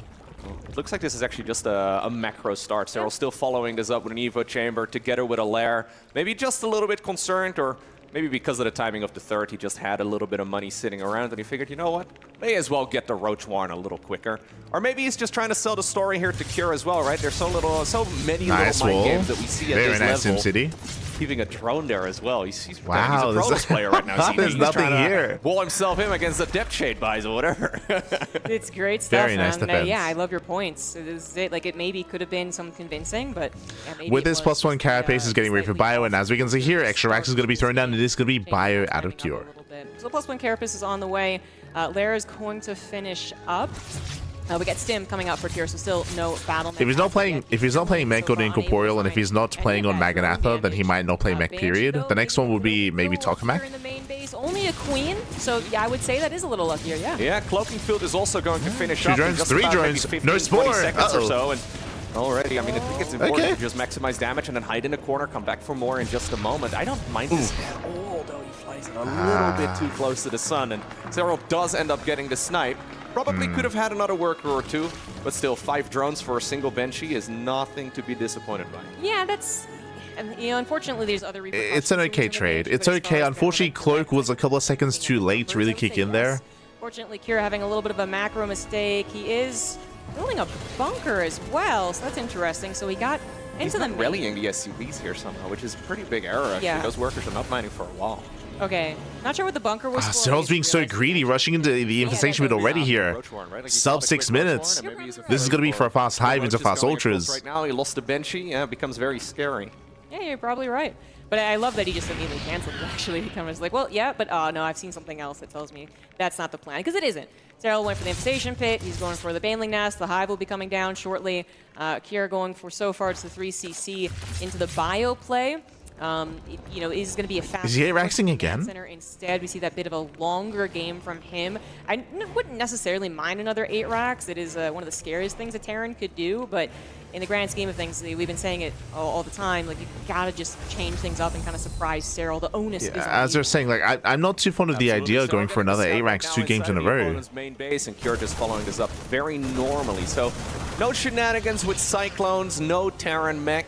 This is all looking like we're not there yet. We're still waiting for 3 extra racks. At least as far as the StarCraft that we've been seeing over the years goes, I don't mind the idea of an 8 Rex again, but I think Incorporeal is much worse for it than Ultra Low. It is. In general, it just doesn't have an easy base to attack into. Serral, again, picking an expansion He's doing all it the way in the bottom left-hand corner. That is just yeah, we got an 8 racks every game? No shot. But yeah, so he's going for the same build. Same build 2 games in a row. He's going for the 8 racks. When it comes to Incorporeal, the rush distance by ground is longer. The bases are less accessible. You can already see here, for example, the creep is looking much better here for Serral already. It's nearing the halfway mark. The bases are almost secure because of the creep. So this is a bold move here by Cure. The hope would be that maybe Serral's too greedy. Potential in this, I think Cure is going to. Fourth command center as well. Oh, okay. Oh, So okay. this is- all right. So I mean, you can play around with Fourth it. CC. You know, as we saw Okay. the first game, that fourth was very much delayed, way after it was kind of clear the Arex wasn't really working anyway. This is kind of like the in between. I mean, you still don't have a fast second factory, for instance, for more of that factory unit production. It isn't the fastest, I should say, fourth command center, but that was a great scout from the Changeling because if Pure, was able to successfully hide that, maybe the only thing that Serral saw was the 8 racks in the main base. So as they're pointing out, there's a 4th CC here for Cure, which means he's macroing, which means this is still an A-Rax, but it is less committed than the last one, which means he is more willing to expand, get a 4th base, and start taking out of this in towards Ghost, in towards a second factory, in towards a longer later game. So I don't believe he's actually misreading this at all, but he hasn't seen the additional barracks, so that could work out in Cure's favor. Also, we have a Hydrogen, not a Lurker, sorry, not an Ultra Cavern, so we are going into Hydra Lurker play, not Ultras. Going into Lurkers here eventually. Either way, Serral's still fully expecting an attack, it seems like, and once more, attack is nice coming. Macro game here in the second match. Yeah. Pure, I mean, he did go up to 73 SCVs. This wasn't some, like, ultimate fake, which would be very, very dangerous to do. He will be getting into the macro stages. He needs to play primarily bio. Okay, Banshee does go down. That's nice just to scout around. Big attack on the right side. We'll talk about the repercussions of the builds in a second because this is still a scary push. He does have a 4th round behind it. Here come the Vipers. You got to take this seriously. Serral already moving in. Monica coming down. Bailing's looking for connections. And they are going to find it in the bottom right and break up that ramp and take down all of the tanks. I didn't even see the Vipers moving in, ZG. I think they moved in through the center from the watchtower or something along those lines. But Serral getting the perfect blinding clouds once again on top of some very important Terran units. Pure micro. What's scary is that Serral, that fight went so well, he can counterattack. He can counterattack, he can hit the 4th base. And he's aware that it's there, but the planetary is halfway done. Right next to that new expansion that Serral built. He holds it, but this time around, Cure does have a stellar economy on the back of it too. Not the fastest possible. Here comes the second wave for Cure. But he still has enough. At the same time, you can see Serral getting ready for the counterattack. But the planetary is going to finish. A little bit of micro on the Widowmine. Serral taking that's a little pain. Oh, God. And my fear is that he was pushed he just back. Didn't get he once again went all the way home, so he's losing a lot of that aggression and just constant action that a Terran would want. Then he does move out again, and then his planetary explodes. Like Serral, it's like he's seeing these things 2 minutes in the future and is already prepared for them, including another defense back at home. Cure back down to a 3cc Terran, perhaps even less, as the Banelings are looking for big shots on the SCVs. Not quite going to find them, but Cure is in some trouble. They can't get the counter damage done. Fight as well in the meantime in the bottom left-hand corner. Is Pure achieving anything in that section of the map? In the picture-in-picture, it does not look like it. What about the main army over here? Can he break through the base? Finally strike back and get some real damage He's doing it. I don't believe there's enough Zork to actually, shut this down for now. He does decide to use the blinding cloud, though, and even though the hatchery falls, quite a few of the Terran units also pay the price. Still, though, Serral committed to killing a command center, right? And that was quite expensive. By no means a cost-effective trade for him. Likewise, fighting with that Banelings. Pure to be very active out on the map. Serral attacking too soon. Getting some damage done. Yeah, I would actually say that was the damage that he needed to do. Yeah. Exactly that. He got the hatchery without sacrificing a large chunk of bio units, once again going for all of these cancels, while mainly basically Cure, he's forced all in, but he is pulling Serral apart. Because Serral spends so much Ling Bane to kill the planetary, that means he has that much less to defend against the push. This particular moment needs more time, needs the Bane nice split, very nice split. Out, and another hatchery is going to fall. That's really good right here for Cure. Indeed, snipes another base here too. And keep in mind, he did save the workers when the 4th base went down. Only like 2 of them ended up falling, and it's allowing Cure to continue playing a macro game. He's also sniping the Hive right now inside of the main base of Serral. It's running dangerously low, and you can see that Serral is starting to get overwhelmed. The Hive indeed does end up going down. The Terran bio army is now arrived over at the 3rd base. That's where the Bailing Nest is located. We have a series. Say goodbye to that structure. Cure looking very dangerous. Yeah, very, very dangerous. The supplies are even right now, but Cure is going to reestablish his... Yeah, the soup is lying, Pappy. The soup is lying. Just been sent down to a 3-hatch, no lair, double hatch. Zerg player. That does feel awfully, a little unideal, awfully scary, especially as Cure did manage to get up those upgrades, still working on his 3-3 maxed out bio. Serral has to triple expand to try and catch up. and I guess one's a macro hatchery, but still, this is not the steady Serral. So because Serral just lost 3 bases at once, Serral, he has no production, he has no economy either. Cure, he's going to be the first to rebuild, to remax, and to push. So, but the next time Cure pushes, he should be able to overwhelm, should be able to break the bases again, and he should be able to break through, even potentially into the natural. For the next, I want to say 3-4 minutes, maybe Serral can do like an attack with. And Serral, he never got into lunkers, never got there. This is going to be Cure's game right now. If he has an opportunity to snipe another base, that would be big. It would likely force Serral into almost like an all-in. Still though, this army here from the Zerg is not to be underestimated. We have Infestors, we've got Vipers. We have 4 more Infestors on the way. These are like safety Infestors designed to buy time. And he can actually get additional gas, and he can back up to a hive. He should be able to get the lurkers out. Yeah, that hive snipe is just so it's so good for Cure. I mean, getting 2 hatcheries plus that, but yeah, it is a triple expand because he's expanding back into his main, which also, by the way, the lair wasn't available, so what they're referencing here is that if Cure gives Serral time to build up lurkers, Serral can turtle and buy time, right? He can buy time, he can slow the game down and try to claw his way back into this. Nice fungals. Fungal on the left side is going to need a little bit more follow-up, so a second fungal is there. That might just do the trick, but Cure having a very large army over to the right side. By the way, Cure going up to his 5th command center, and extra starports coming down, Fusion Core as well, so Liberators will eventually become a problem. That is absolutely set back Serral so much in this game. He is absolutely on the road to recovery, but he's missed out on a lot of the aggression, the run buys, the comforts of having the map control that it looked like he was going to have before Cure typed 3 bases. You're still struggling though, trying to see if he can actually close this game out. It's so difficult to kill a Zerg with Infestor, Viper, and then all of these other units on the ground. Serral's just trying to play survival, and one thing he does still have, as we do see a nice engagement over here, is the creep spread. The creep spread hasn't really been hurt that much. It's quite common for us at this stage in a TVZ to see the creep pushed all the way back to like the 3rd, but Serral has been diligently just replacing it, and it's Do we have any Banelings on the right? Like it's making at least the defense possible. Without it, I think it'd be super hard, and there's finally Seismic Spines coming up. I think it's only 2 lurkers. Nearly 15 minutes into it, but I love that Cure decided to go for additional starports, and we have another fungal growth. Also the ranged upgrade for those Liberators. Yeah.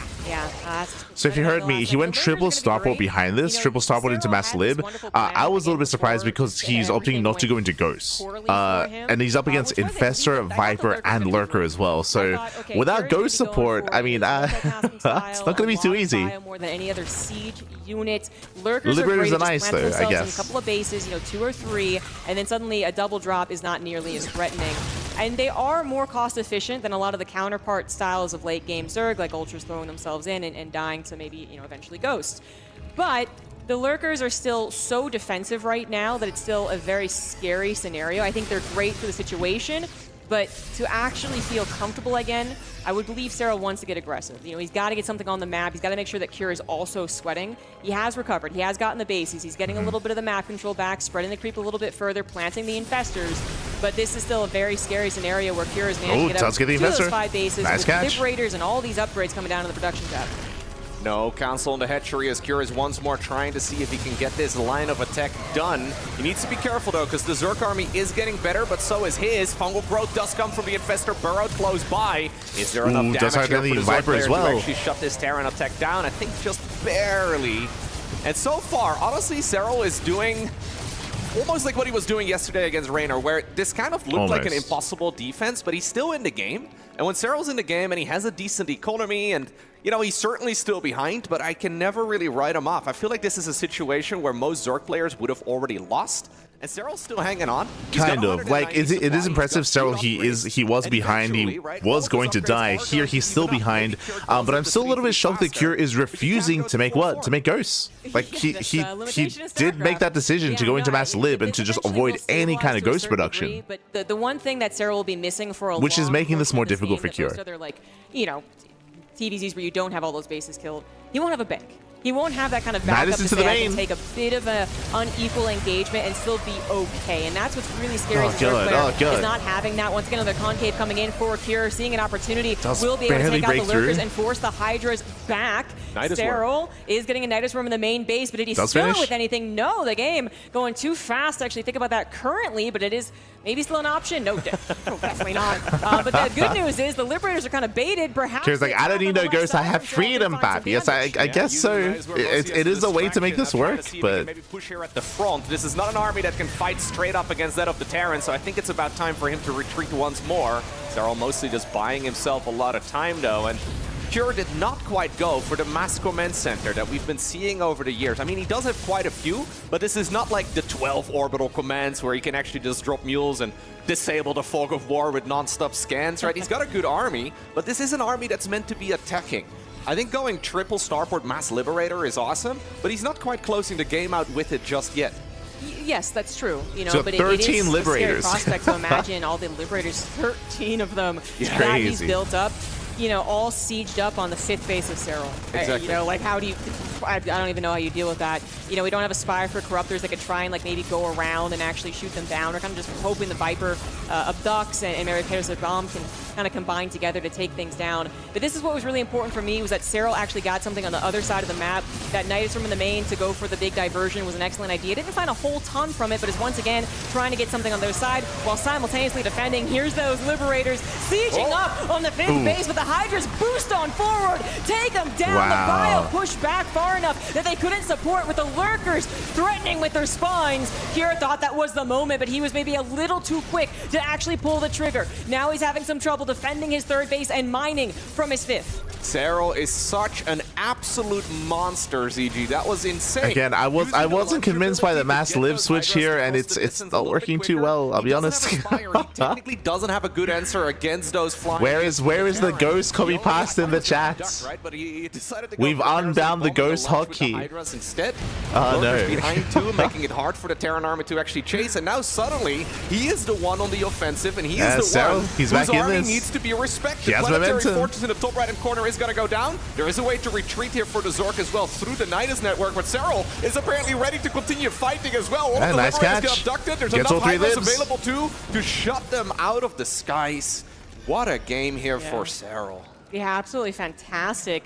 Cure thinking that he had, you know, a potential with the Liberator count to, again, siege up and a choke, but the dynamic isn't really working, perhaps. You know, when you envision that dynamic as a Terran, you're like, it's going to be beautiful, they're going to just run into the Liberator zones, and they're going to die. But what's actually happening is that his bio army can't protect his Liberators because the Lurkers are there, as opposed to hoping the Liberators push the Lurkers away. So this is really completely 180 flipped for Cure. The Liberators are going to be nice for protecting bases, but only if they're there in time. That command center went down way too quick. Not able to save that one. Cure, once again, a little bit on the ropes, trying to get on Serral's side of the map, and then fumble from behind. Serral, parasitic bomb on the medevacs as well. Good last-second split, but Cure, he's lost so much of the ground he gained. This Liberator not doing enough counter damage. Serral's just a beast. Absolute beast indeed. Now we're 20 minutes into the game, and Kira's trying to re-establish the top right-hand corner. At the 20-minute mark, your 4th base is going to start running low, right? Even though you don't have the fastest possible 4th. He needs income, and he needs it now. Now, the top right-hand corner, maybe his saving grace. If he can actually mine it and drop the mules there, that would be amazing for him. But Serral does not really let his foot off the gas. Still using these Nidus worms to go all around the map. He can obviously just send a few units as well to the top right, and I think he's accidentally going to stumble upon that command center here in just a moment. And that is going to show him where the income of the Terran is currently coming from. In the meantime, the Nidus worm in the main base was not addressed. Oh no, this time it was absolutely real. Yeah. Lurkers actually popped out of that one. And Cure, you just... Can't even afford a scan easily here. That's true. He hardly can. He's incredibly supply blocked. He sees the incoming Zerg army. Yeah, once again, the hidden fungals, the flanking infestors. Serral, he can wait a little bit. He can be patient, but he is ahead. 30 army supply, taking down every last Liberator with the Vipers. And this game is so heartbreaking for Cure as well. I mean, I say heartbreaking. This game is also on Cure in the sense that he was ahead. He was in a really strong position. He was in a commanding position. And with that lead, he did make a choice, right? He made a choice. He made a choice to go triple starport. He went to the choice to go mass liberator instead, which can work for sure. Like, it has its place, but it doesn't scale anywhere near as well as going for an academy and as going for a ghost-based army instead. And he made that choice. He made that choice. And now Serral is smelling blood. He is looking to see if he can even... And that gave Serral the opportunity to bounce back. GG gets cold. And Serral may be shaking his head. He's not really too happy with that win, but I can imagine if you are in Cure's shoes right now, how do you feel? Like, that is not a spot that you want to be losing for. No, there's definitely a moment where it was scary for the Zerg, 100%. But, you know, we do have to remember that the game started off with Cure also being in a difficult spot, I suppose, or, you know, also taking his lumps. Yeah, as they're alluding to, like, again, Cure, he was winning this game. Remember, he killed 3 hatcheries. He killed the 2 fringe bases, and he killed the main base. There was a time in this game where Cure had a 4-base economy against a 2-basing Zerg. Like, that, like, it was an insane lead that Cure had. But it's about what he made. It's about the choices that he made after that, right? It's about what he did with that lead. That's what this came down to. Hopefully, swiftly enough that he could capitalize on Serral still recovering and still depending heavily on unupgraded lurkers. But the timing didn't really work out, and I think the positioning was a little too eager as well, just in that first Liberator move out. But you gotta imagine if that was a more typical game, greeted by Serral in early mid. If you're referring to how Cure was able to get momentum and take that lead, a lot of it came down to the Lingbane run by. If you remember, Serral, after he... So winding it back, because they're talking about the Liberator attack, and we're getting into our next game, we're going to be on Pylon. When it came to the 8 racks that Cure had gone for, Serral shut it down really well. Like, it was a really strong start from Serral. So winding it back, he shut down the 8 racks. If you remember what happened after that, Serral, he peeled off a lot of Lingbane to do what? To kill the 4th. Remember, to kill the 4th base. And unfortunately, what that meant was that he actually had very little to defend after that. So after he killed the 4th planetary with his Lingbane, it meant that he was vulnerable to a push, and Cure immediately counterattacked. And that's why he did so much damage, because Serral spent so much supply to kill the 4th, to kill the planetary, and he was punished for that. So it was a risk from Serral there, and that's kind of what how everything unfolded. Bottom right, he is Serral.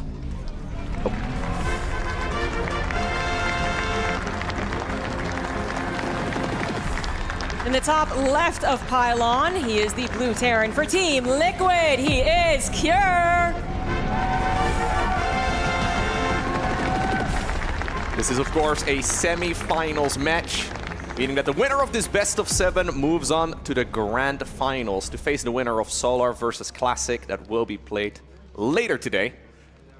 So far, Serral is looking very, very scary, but Cure, of course, has created opportunities for Liberator to the himself. Hydra Even Blink. though I that would game push. did slip out of his hands at some point. I would push back against that. I was not fond of the idea of going mass lib to begin with, which is why we brought it up. Moments that, yeah, Cure really had an opportunity to potentially go in for the kill. He was maybe a little bit hesitant, maybe also just a little bit too careful. But I highly doubt that this is going to be it. I don't think so, or at the very least, some of these games, you know, they're going to be like, yeah, it was a 4-0, but all of them are worth watching kind of situation. Right. But it is tough, you know, and as Loco said here, you could make an argument as well that maybe Cure should have been more aggressive after he had taken his lead. I also really wanted to shout out just how quickly he got that lunge. You know, like this can sometimes feel like not so much like a miscellaneous upgrade. It's like a luxury upgrade, right? It's like building armor, high-sec auto tracking. Yes, I love that term. Yeah, exactly. Especially when you consider the position of which he was getting to it. Again, wasn't a like I'm on 5 bases, I've been mining this entire time. He had to make the tough choices, and he did that. And that was actually a really important addition to taking out those Liberators. So I wonder if he's even had games that were similar to that. There was more Liberator base than anything else, and he saw that that was an effective treatment for it. So just really cool stuff. As we're getting into Pylon, they're just discussing the previous game. This is a map where I do actually like the idea of an 8 racks. I wasn't fond of the 8 racks on Incorporeal. It worked out anyway. It did work out on Incorporeal. But I'm not too fond of it. Sorry, I should say I am more fond of it here on Pylon because of how exposed the bases are. So we'll see if Cure goes for another 8 racks. You know, you get the moments, they don't work out. You get them, and we'll see if he's more committed this time, because last game he went for a faster 4th CC. I mean, it just feels like an even bigger uphill climb than usual. Serral, by the way, taking now the 3rd base in the direction of the opponent. Usually that's considered a little bit aggressive. I wonder if that means that he is the one looking to maybe put on a bit of pressure. Either way, Cure for now opening up quick triple command center, quick 1-1-1. So again, we have a factory and a starport out. No second factory yet, and even though he can obviously follow it up with additional factories from here, the early game won't be too much different. I'm fully expecting that this is going to be Hellion Banshee once more. He can also go Hellion Liberator if he really wants to, but with a tech lab coming up already on that barracks, I highly doubt it. I think this is just going to be good old Hellion Banshee. Yeah. I'm trying to think of other things that he can do to mix up this, 3rd CC not quite settled. plan of action. Yeah, I don't And there are a couple of other builds you can fit into an opener like this. You can add on a faster armory, so your first. So we're looking for 2 more eBays from here. You can, I mean, that's kind of the main one I'm thinking of. But Last game he went for 2 more Raxes, then 2 more eBays. That you could include in this opener from Cure, and I'm like, well, Roach's kind of handled a lot of it, and it's almost guaranteed. Meanwhile, we should be seeing a Roach Horn soon out of Serral. That Roach Horn, which would usually be around now, so that almost guaranteed. Yeah, Zombigo was bringing it up, like, the Roach Horn is another missing. one of those maps where an 8-Rex can be really powerful. I know we keep bringing up the 8-Rex, but it is a map where you can certainly go for that push. Yeah, now the casters are bringing in the 8-Rex, and I echo what I guess what they're saying now. Like, this is a really strong map for it. Well for him, he's decided to skip the Roach Lair Horn and go first. for a Lair instead. I'm expecting to see a Baneling Nest and double Evolution Chamber in just a moment, but we'll have to see a single Evo for now, maybe just prioritizing the armor upgrade. But this is certainly interesting. Yeah, I'm really... Concussive Shell? Oh, wait, no. Fake stim, by the way. Cancels? Marauder Slow is on Fake the tab, stim? not because you want that first. Second factory! He was He's trying to making it fake up. out the Overlord. That really is okay. real close. Didn't even need to fake him out, obviously. He's making it up. Mech. Finally, we are going to see this arrive. I do think you got to throw it in, you know, certainly before the last map here, and that is going to be something Serral needs to get the skill Yeah, again, we on. were expecting this at some point. If you remember, I was expecting this on Incorporeal, to be honest, but okay. Okay, we're going into mech. More Hellions than Serral predicts. Only having Lings, and then if Queens are in position, I suppose them too, but still, against, you know, 10, 12 Hellions, would be a very big issue with the Battle Mech following it up. Here is also going to add on double armory, so... Should I go and try Battle Mech at least once of these games? Will this be a time? If you remember, we brought it up on Incorporeal, but I'm doing actually it very here excited for on this. Pylon. Going into the tournament, a lot of Zerg players have been vocal about not liking the Battle Mech army from Terran very much. They say that the Cyclone is too powerful, and you always got to put a little asterisk right next to it because you haven't actually seen the very best Zerg versus Terran player in the world deal with it all too much. And in this game, Serral is going to have to address it, right? What is he going to do against the Battle Mech army? So far, it's just going to be Ling Bane, but is he going to go into Infestors? Is he going to go into Vipers? Will we see a very quick Hive? So something that's really important about this game right now is that, remember, Serral, he doesn't know what's happening. He scattered earlier and he scattered fake stim. He's going into Ling Bane. This is the first time this series where Serral is not opening up Roach, so he is going to be actually vulnerable, more vulnerable against mech this game than the others. There you go. But the double armor, you know, you don't really need that attack upgrade as a priority for the Cyclone style, as that's the lock-on that does what you needed to do. But yeah, double upgrades going into tank mech. So we're actually kind of going back. Not battle mech, okay. Going into tanks. Topic. It is a different way of playing, however, and maybe still Her, is that Serral's you? not sure that it's mech. I believe he's seen his factories. I don't know about the gas timings he was able to see. And then if he did, he would maybe also be thinking what we're talking about, battle mech first and foremost, but it's not. He does see a tank, you know, and a lot of Hellions, so that was enough. But it's funny, right? Like, this is a build that is technically... As they're pointing out, this is the first time that Serral gets an idea what's happening. So this is the first scout here for Serral. Could also be thinking, okay, this is going to be Battle Mech. He decides to overreact. I mean, he will be extremely diligent with scouting. He will be seeing the units that pop out of those factories, and that will be a big tell. He does decide to... And again, there's a 7-minute Roach Horn, when typically we see it at 4 minutes. Those two structures on the production tab at the same time. So really late Roach Horn. Yeah, indeed. But it is going to be good old-fashioned mech. So with the goal of this, you know, battle mech, it can, in a way, play almost like bio, which is that it's very active. It really wants to re-engage and hit over there and hit over here. Battle mech is fun that way. But good old-fashioned mech, we call it the old school mech, the vintage mech, it's going to be way more about getting to that perfect army, right? Around 180 supply, you can kind of push out, max out. If that's your goal, to push out. Now, what's scary about this like traditional form of mech on Pylon, and the reason why we were talking so much about 8 ranks on Pylon is because the rush distance by ground on Pylon is really short, so it doesn't take long at all to get across the map. And because of that, and they're just now talking about it here, about how the size of the map, I should say, it doesn't take long at all for this mech tank army to move out, to just walk across and then bam, you're in the bases. That can be scary. At this point, as I said, Serral knows it's mech, he knows it's tank mech, and it is up to him now to kind of figure out, how do I want to keep this down? How do I want to make sure it doesn't get to that perfect final form? Yeah, I'm curious to see what he decides to go for. Is this going to be Brute Lord? Is it going to be Hive Tech? Do we go Swarm Host? I mean, there's technically quite a few options available to the Zerg player once more. They're talking about further tech. It's going to be Ling Bane Roach Ravager. But again, the Roach Ravager is delayed. Go away. But the main bottleneck for Terran when playing this army is gas.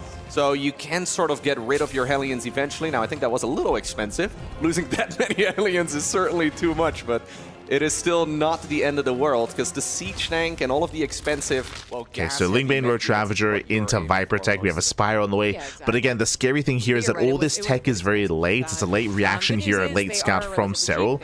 And Cure, we'll see when he maxes out. That's what we're waiting for. Waiting for, as they mentioned, around 180 supply. Accumulate here, protect those tanks, maybe the Ling Swells, for instance. Serral has also time. necessary True. as we look forward to the future. He has some Spire. time. You're wondering what Serral was going to do to kind of react to this, and it does look like a greater Spire with Broodlords is the option. A mech player, you know, they're going to be primarily concerned about the mid-game bust to begin with. Then when that doesn't happen, they're going to start worrying about that higher technology. And if it's Bearing in mind, the Broodlords, first they push is wanna going to turn happen off the Thors. pre-Broodlords. They're gonna be really well upgraded Thors too, but you know what the reaction to that is for the Zerg player is Neural Parasite, and that is started very quickly. Yep, Serral is just preparing to play a long, drawn-out game. I wonder if he's going to allow the Terran a 5th base. Here comes the so far, Unsiege. He's not really addressing the 4 bases that Cure has. He's saying, I Here will comes just give Cure. you whatever you like on your side of the map. This, though, is the scary moment. That is an terrifying army Like, right this is here. the whole point of this Cure build from moving across Cure Serral. is I mean, this that's max out move out. Again, pre-Hive, pre-Broodlords, pre-all of that. Dropping Banelings up on top of his army? Ooh, There's very little anti-air. We haven't seen drops against a mech in it feels like a very long time. That could be very interesting, but this is actual push mech. You know, you're not just completely turtling. You are pushing, and Serral was trying to fit a lot of things in a short time span then, up until about 10 And again, minutes, you trying can to get see, everything done before that because this map is so small, he's already here. Like, he's already pushing into the third. Serral does have a maxed out army himself and a couple of Vipers, but let's nice see Banelings. how this engagement goes. It's going to be through a few chokes, and that's a very deep tank line. Zerglings in the meantime going in for the counter-attack, but there's still some reinforcing units available. Yeah, I don't Ling's know if cleaned Serral up. can push in that. Look at the amount of siege tanks there are, and look how well spread they are. 19? Yeah, Blinding Clouds alone, I mean, there's 2 Vipers. I don't think they're going to be able to cut it. And now we even have the reinforcements kind of helping out against those Serral's potential going future for run-bys. And now the engagement Goes to the will dive. happen. Banelings There's rolling so on the many right side tanks. into the Hellbats, hoping for something a little bit better. Blinding Clouds taking out the frontline tanks, but it is a depth of tanks Jesus. through those bridges on the left side. Doesn't work There's out so for the many secondary tanks. army movement. The tanks will stay put, meaning that Cure, with what was probably 7 factories, is going to be able to reinforce that point. He is going to stay there. He's going to continue on. Unsieging your tanks, very dangerous. 21 SCV kills True. Nice run by. On the front lines as well, because Lings can be a problem for tank only. And Cure did lose 21 SCVs during that time. So it looks like, all said and done, Serral basically did enough to the mech army to kind of get a breath and a little bit to the economy to say that this is still a game that I can control. The scary thing here is that I believe the Viper count was reset, so this time there won't be any Blinding Clouds, at least not for some time. With so many units, Pure Siege Tank makes it super hard to actually push. I think Serral may have to give up on this base. I don't think he's really going to be able to hold on, but he's still going in for the counterattacks. run by. These counterattacks are really hurting Cure. He wants to send all of the units that he's got towards the other side. Serral does decide to commit corrosive piles again too. Gets Decides to to back up as the siege tanks are slowly shelling away at that hatchery and Gets whatever 2 else tanks they with can the hit. wilds. Still though, I don't mind this position too much here for Cure at all. He's still out there. This is a super scary Oh, spot. God. This is Jesus. very scary for Serral. He's continuing to bleed out. gets 3 more tanks. Reinforcements trying to protect this hatchery. He does grab quite a few tanks right there. That was good corrosive bile combination. that was 3 tanks going down. The Not bad. Ravagers to do so. So this is he's making kind of a final stand here, and it's not quite. The Vipers have now gathered energy. I believe there's 2 Vipers. Pushed back entirely. He will get the hatchery. When he gets that, he's going to move forward onto the high ground and start attacking into Serral's natural, also cutting off reinforcements from this 5th base over to the right. So this is a very important moment I don't for know where the Serral. Vipers It's a are. linchpin, Ooh, nice really, snipe. to the defensive mech overall, is keeping the base alive and actually pushing mech back right here, right now. There are still Vipers up though somewhere, and if they can get a Blinding Cloud on these armies, I mean, the siege tanks are looking extremely clumped up now.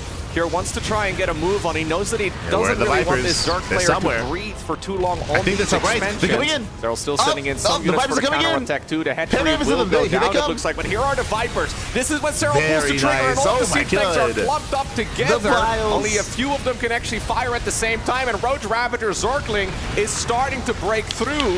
The Vikings do hunt down the Vipers, but this position has been broken by Serral. Yeah, very important that happened there. the Vipers had to take the long way around because Cure's Viking count had actually grown quite to a scary point. So if they were and again, that was on Cure not splitting up his tanks as well as he did previously, and the Vikings not being in position to deny those Vipers. He didn't see the Vipers coming. We barely saw them on the minimap in time. But the Vikings, they had to zone away. They failed to. At this point, and he's trying to get back to that maxed out army. Serral, though, he sees his moment. He was able to defend the base. He's going to actually get maxed out again. He's going to start using his army to try and pick away at the lower tank count while Cure basically licks his wounds and prepares for the second attack. The entire left side of the map is completely... And the problem with preparing for a second attack here is that Cure, it took him so long to kill the base. The base should have gone down much sooner, but it took him so long to break through. So did such a great job at sniping 1, 2, 3 tanks at a time, slowing down the push, going for these run-bys, getting the 21 SCVs, getting 2 more tanks, getting more SCV kills here as well, just slowing down Cure, buying time, remaxing. I mean, you could do that with a matter of fact full of Marines, but with a mass siege tank, it's difficult to pull it off. So really impressive counterattacks here by Serral. Despite, like, again, being up against the wall. Many units in this angle. I mean, in this area, he's going to be in trouble in the natural, in the third base. He can't easily hold on. Yeah, you're absolutely right, and I'm in agreement. I love that Serral keeps hammering this point so that it never gets to a situation where there's, like, 2 command centers providing SimCity. There's not 5 tanks and Liberators and Hellions available. Just making sure that's an open opportunity for later, while also continuing to harass again the main army as well as this base. Serral has a lot of his army off to the left side, but Cure decides I'm maxed out. It's ready to go. Round number 2, now hitting into Serral's 5th. Yeah, and Serral needs to be careful with this particular fight. I love this engagement here for Cure. I think he's going to be able to just get this base at this rate. I mean, if Serral wants to push into the much stronger push here from Cure. Dangerous call, so he decides to evacuate and go in for the counterattack instead. He also built an additional hatchery in the bottom left, so those drones are going to be able to continue mining quite easily. These are, by the way, very well upgraded Zerglings. They don't quite have full armor, but they do certainly pack a punch. I like that Serral decides to give up on the base, but that's a good win, of course, for Cure, who does clump a few of those flying units together. And that means that Vipers with Blinding Clouds are once more of... And you can see once again, Serral, he finds 3 tanks. Only 1 Viper at this point. Serral, he's been on a knife's edge for a very long time, has barely been scraping by. Starting to accumulate a little bit of a bank, and here's what's important. I think here's what you really wanted to get to in the first place, but now you really want to get to be that safety unit. The Broodlord, there are no Thors. There's very little anti-air, especially now that the 6 or whatever Vikings it was have been mostly destroyed. This is the time where Broodlords can save you long enough to hopefully, again, reestablish some of those bases.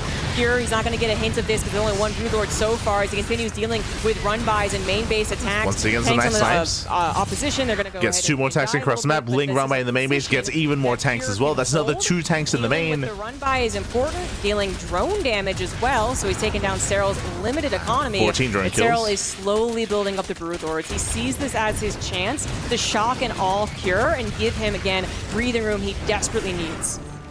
I do feel that over the last few minutes, we've seen about a dozen siege tanks going down to just pure Zerglings. Classic run by the There's a lot of Zerglings all over the map, once again, they stack. shutting down those random tanks, and Cure having a hard time managing all of the action that Serral's throwing out there. Serral kills the mineral line, and more tanks should be brought down. Cannot counter Broodlords, right? Neither can, well, the Hellions. I mean, there's a few Vikings up in the air, but they would take forever. I think as soon as the Broodlords are revealed, we need to see Thor production. Well, there we go. He does show them right now to Cure, and immediately, indeed, Thors begin.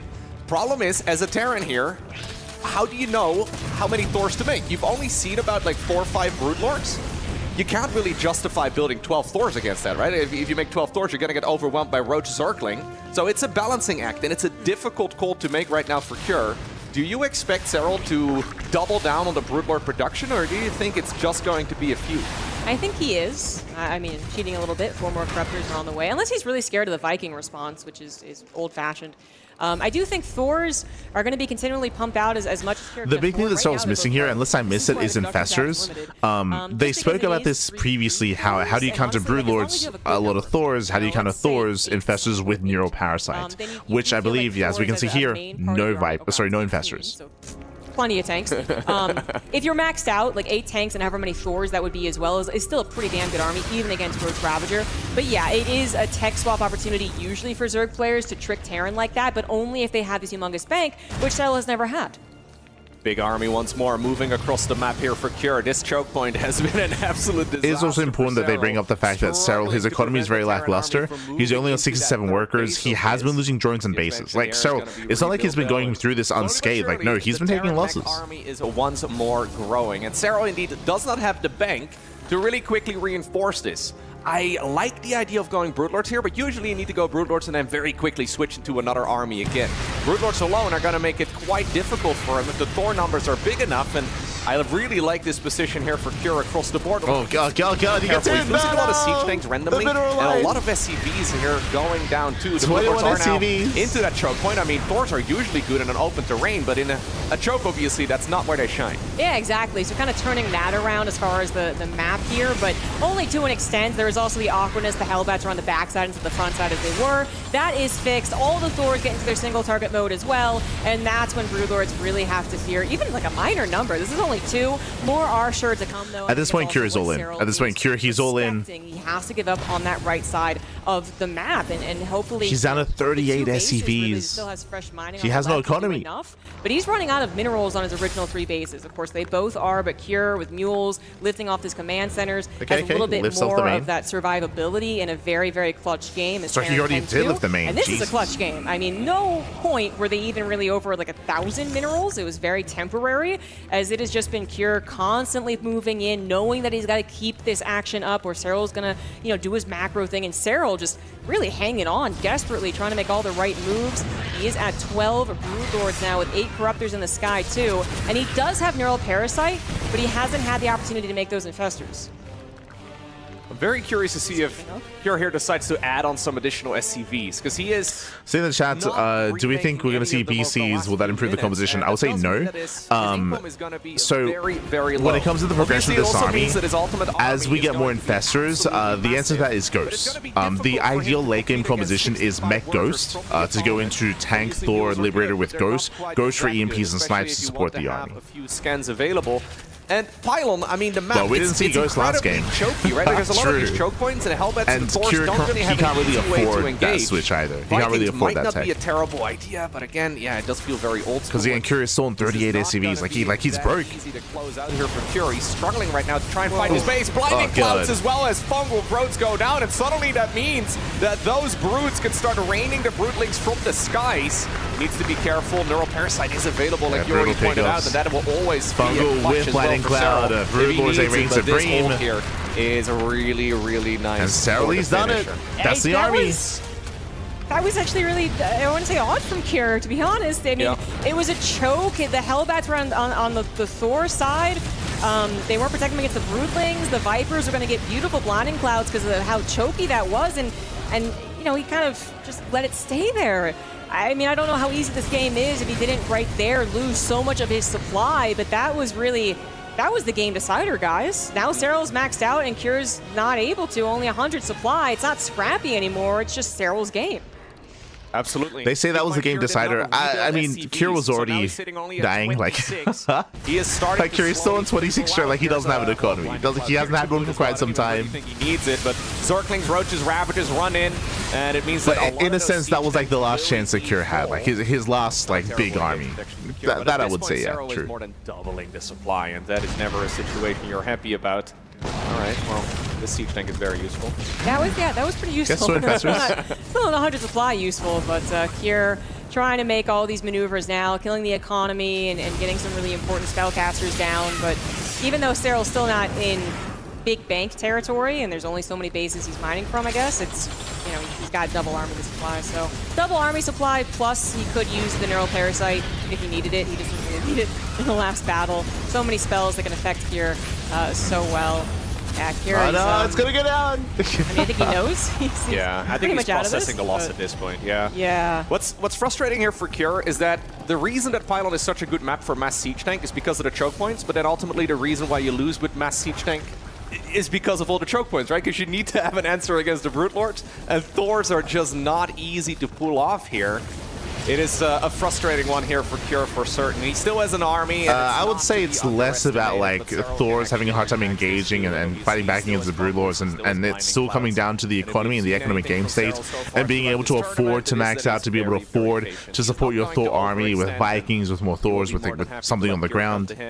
Like that's like the real deciding factor here between these two players. At this point, only getting a few hundred minerals. Which, I mean, as you can see, like, so he's maxed. Mule mining, but I mean, this one Ravager, is that the same Ravager the entire game long? Because there's been one Ravager. And when I say the economy, I mean props to Serral and his run buys, right? Like the MVPs here for this game for Serral was the run buys, the counterattacks, the non-stop drops into the main. Remember the drop lords into the main base, the Ling Roach counterattacks as well. Like that was crazy in the face of these big tank pushes, right? These big mech pushes on the right-hand side. Despite those pushes, like just non-stop counterattacks, and it was crazy. Crazy. And Serral has so much supply, he can take a few lumps himself. Here, as I said, you said, is just processing the loss. I mean, the game was very scrappy. Even the Ravager harass on the right. This was clearly a game where for 20 minutes there was not going to be that big Zerg rematch. You think you won, but then there's big rematch. It has been scrappy. Cure recognized that. It's with the overwhelming supply lead that ended up happening towards the last couple of minutes. It's not the same game. Cure might think there's some hope into this main attack, and you can see that Serral's respecting him. But again, I think Serral is just really big on crossing the eyes, not letting this one go. Even here in this kind of game state, Serral is still going for Ling round buys, still going for counterattack, still has a Ravager behind that mineral line as well, just to make sure there is no mining. Can it just take the entirety of Cure's army with no pressure? Yeah, it's like Serral, he's so like counterattack grained here against mech. Despite being up like how many supply. Struggling right now, right? And you're maybe very frustrated about the situation. Cure's down to 12 SCVs, and so he's still going for counterattacks. Like to rub some salt in the wound. You had that upgrade for a long time already. Didn't really use it until just now. But yeah, Serral looking very scary. But again, not an easy win for him at all. This is, I mean, if you look at the scoreboard alone, it looks like it's been... Yeah, winding it back before the run buys, before the counterattacks. Remember, Cure, he got away with his hidden builds. Remember, Serral, it was a late scout, a late realization, a late tech choice, late transition. Everything was late for Serral in the face of the massive mech army. And Cure successfully maxed out. Remember, he got up to 200 supply, he pushed across the map, he shut down the first couple of run buys, he was able to force his way across in towards the third base. We were exclaiming, like, look at him go, like, he's already across the map, he's already pushing in. But something that we try to emphasize is it took him a long time to actually break the expansion. It took him a long time to actually push in, to close that distance, and to do any meaningful damage. He was posturing outside of that third for, I want to say, like 4 minutes. I was like 4 minutes there. He was just stuck outside the bases. He just could not actually go for the kill, could not push in. And in that time, that's when Serral was able to go for the run buys, the counterattacks. That's when Serral was able to build up his Vipers, of course. That's when he had his big... Oh, they're going for a break. But that's when we had the big surround, or I say surround, the flanking Vipers when they came in from behind. And we spoke about it, right? It's like, it wasn't just the flanking Vipers. The Vikings, they missed the Vipers, so the Vikings didn't send them away. And the tanks were all clumped. Remember, the tanks that were all clumped in that final fight, in the deciding fight when Serral kind of broke the main army for the first time. When they were all clumped up, they all got blinding clouded. Impressive setup, impressive play, Pappy, impressive. GG all played. With that, we are going to be getting into our next game. We're going to be going on a break, so we'll see you guys soon in 3 minutes time. Take this time to get some snacks, get some food, get some water, drain your disruptors, hydrate all of your hydras, massage your marines, and we'll be back soon with the remainder of our first semifinals match. See you soon, Pappy, see you soon.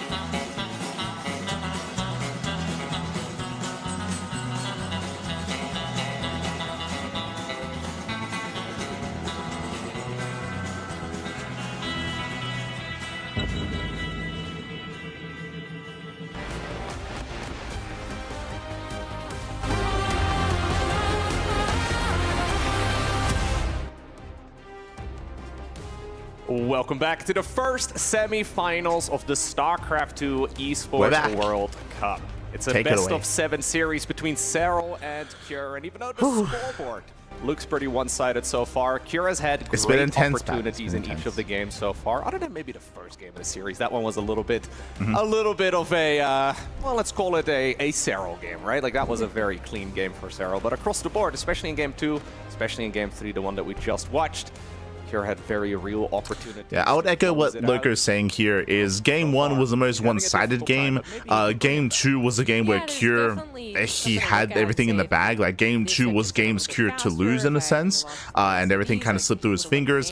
Game 3 was a lot more back and forth. Cure also had some good opportunities. But yeah, I do agree in the sense that the score so far, 3-0, is not reflective of how close a lot of these games have been. Because they've been really close games, and there's a world out there where Cure would have a point on the board by now, at least one, maybe even two.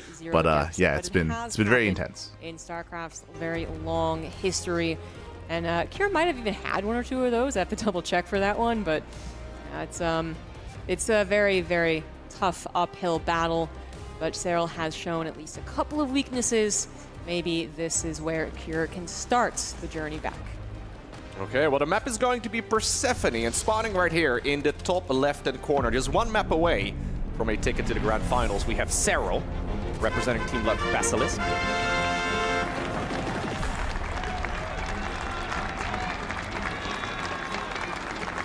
You got the Basilisk boys in the crowd. Down to the bottom left, as the last hope for Team Liquid, he is Cure.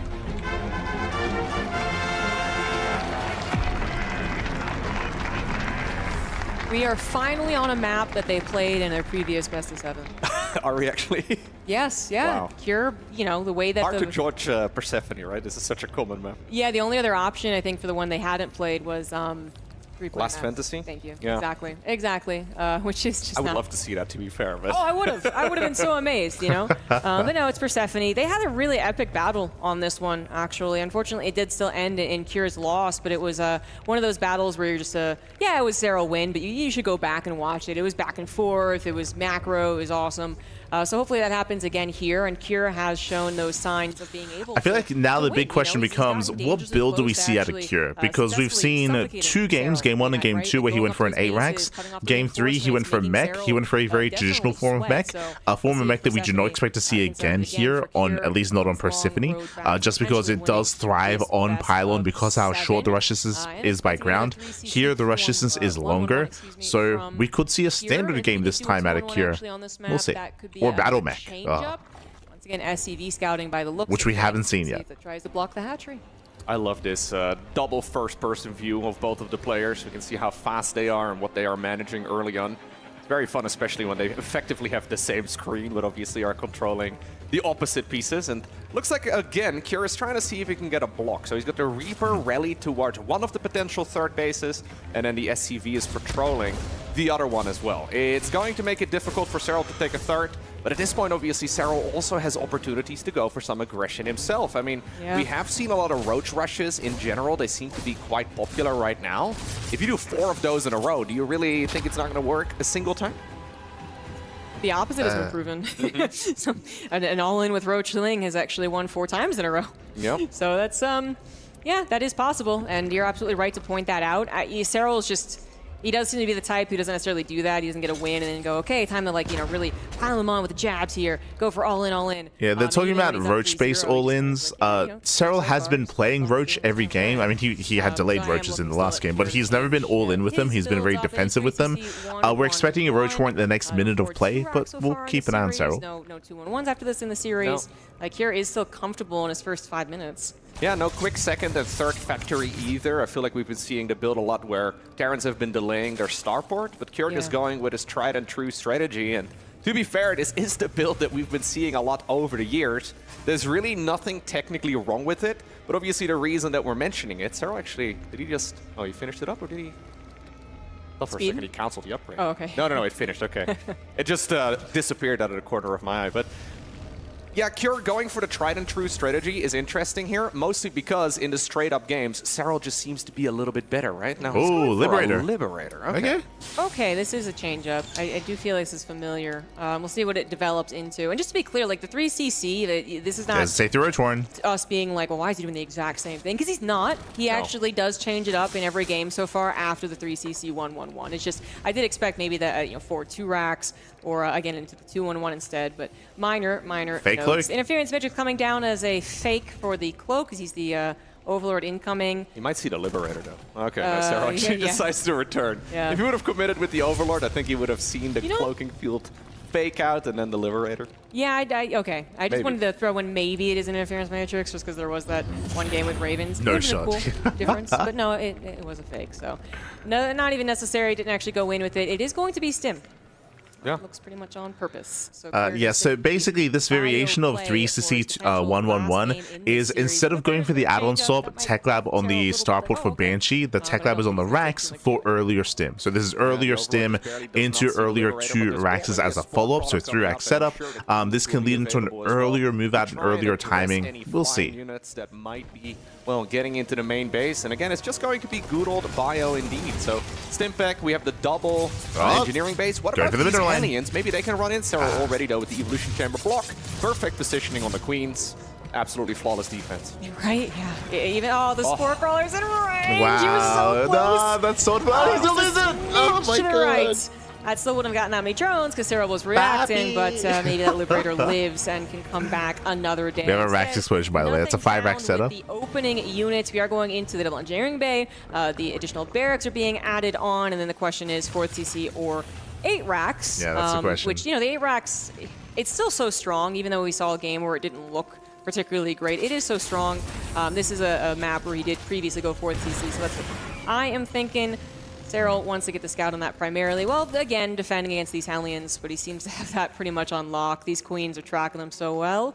Maybe an opportunity over here. Yeah, he's going to go for it. He's playing this very He's safely. sharking around looking for an opportunity. I agree with what they're saying. I don't like the idea of an 8 racks here on Persephone. Right now he's on 5, and we're waiting for gases. We're waiting for a 4th CC from the side of Cure. Waiting for him to get the surrounded and the Queens blocking off the retreat path. Maybe a little Hive bit on the too way. much 620 respect Hive given right there, timing. Cure, right? We Jeez. have a super fast Hive on the back of this too. 620, that's Yeah. that's something. Most of us wouldn't even be able to afford it at 620. 81 workers, 4 bases done. So this 620 Hive timing is something that we've seen from Shin. Shin and Solar were doing this a lot in their respective matchups as well. This is to rush into Ultras, to rush from Ling, Roach, Ravager into Ultra. There's a safety Baneling Nest here, which is often skipped, but we can see Serral's going for the safety Baneling Nest. Or whatever it was that the tech did. Oh yeah, 2 Zergling. Okay. To be fair, Cure also hasn't lost very much. Yeah, absolutely. But, they're just waiting on the decision of the barracks. Lings once again 7 and a push out setting of Cure. up. Seems very well practiced here for Serral. There is going to be a move out, long before we have that decision on the 4th command. This is a standard move out timing here out of Cure. He can morph in Hellbats to protect his This is going tanks to go over to a difficult into a area 4CC. for some Zerg players to tackle. The acceleration zones can help you get us around, but it is such a choky place.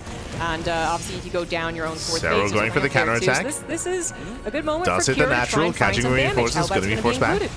Yeah, those speed circles definitely help him out. I do think he needs to go, though. If he waits here, okay, at this point, Serral's going to be well prepared. Apparently, Cure a little indecisive. He believes that Serral already has him countered, and he might very well be right. Vipers, though, are coming right now, and that's going to make any defense here for Serral so much easier. He's going into the Adrenal Glands. Baneling's only just now morphing in. Because of when any Baneling's ready, I think that was an opportunity for Cure. I think that Do, by the way, have a was an 4th opportunity command for him. center again, so it's not going to be a complete all-in. No. 4th Command Center came down. Cure is going to be playing into the later stages of the game. I did kind of like the pullback, actually. I think he knew the Lings were going to come in for a surround on him. Unfortunately, sometimes in TVZ we say, well, the Zerg had to stop droning.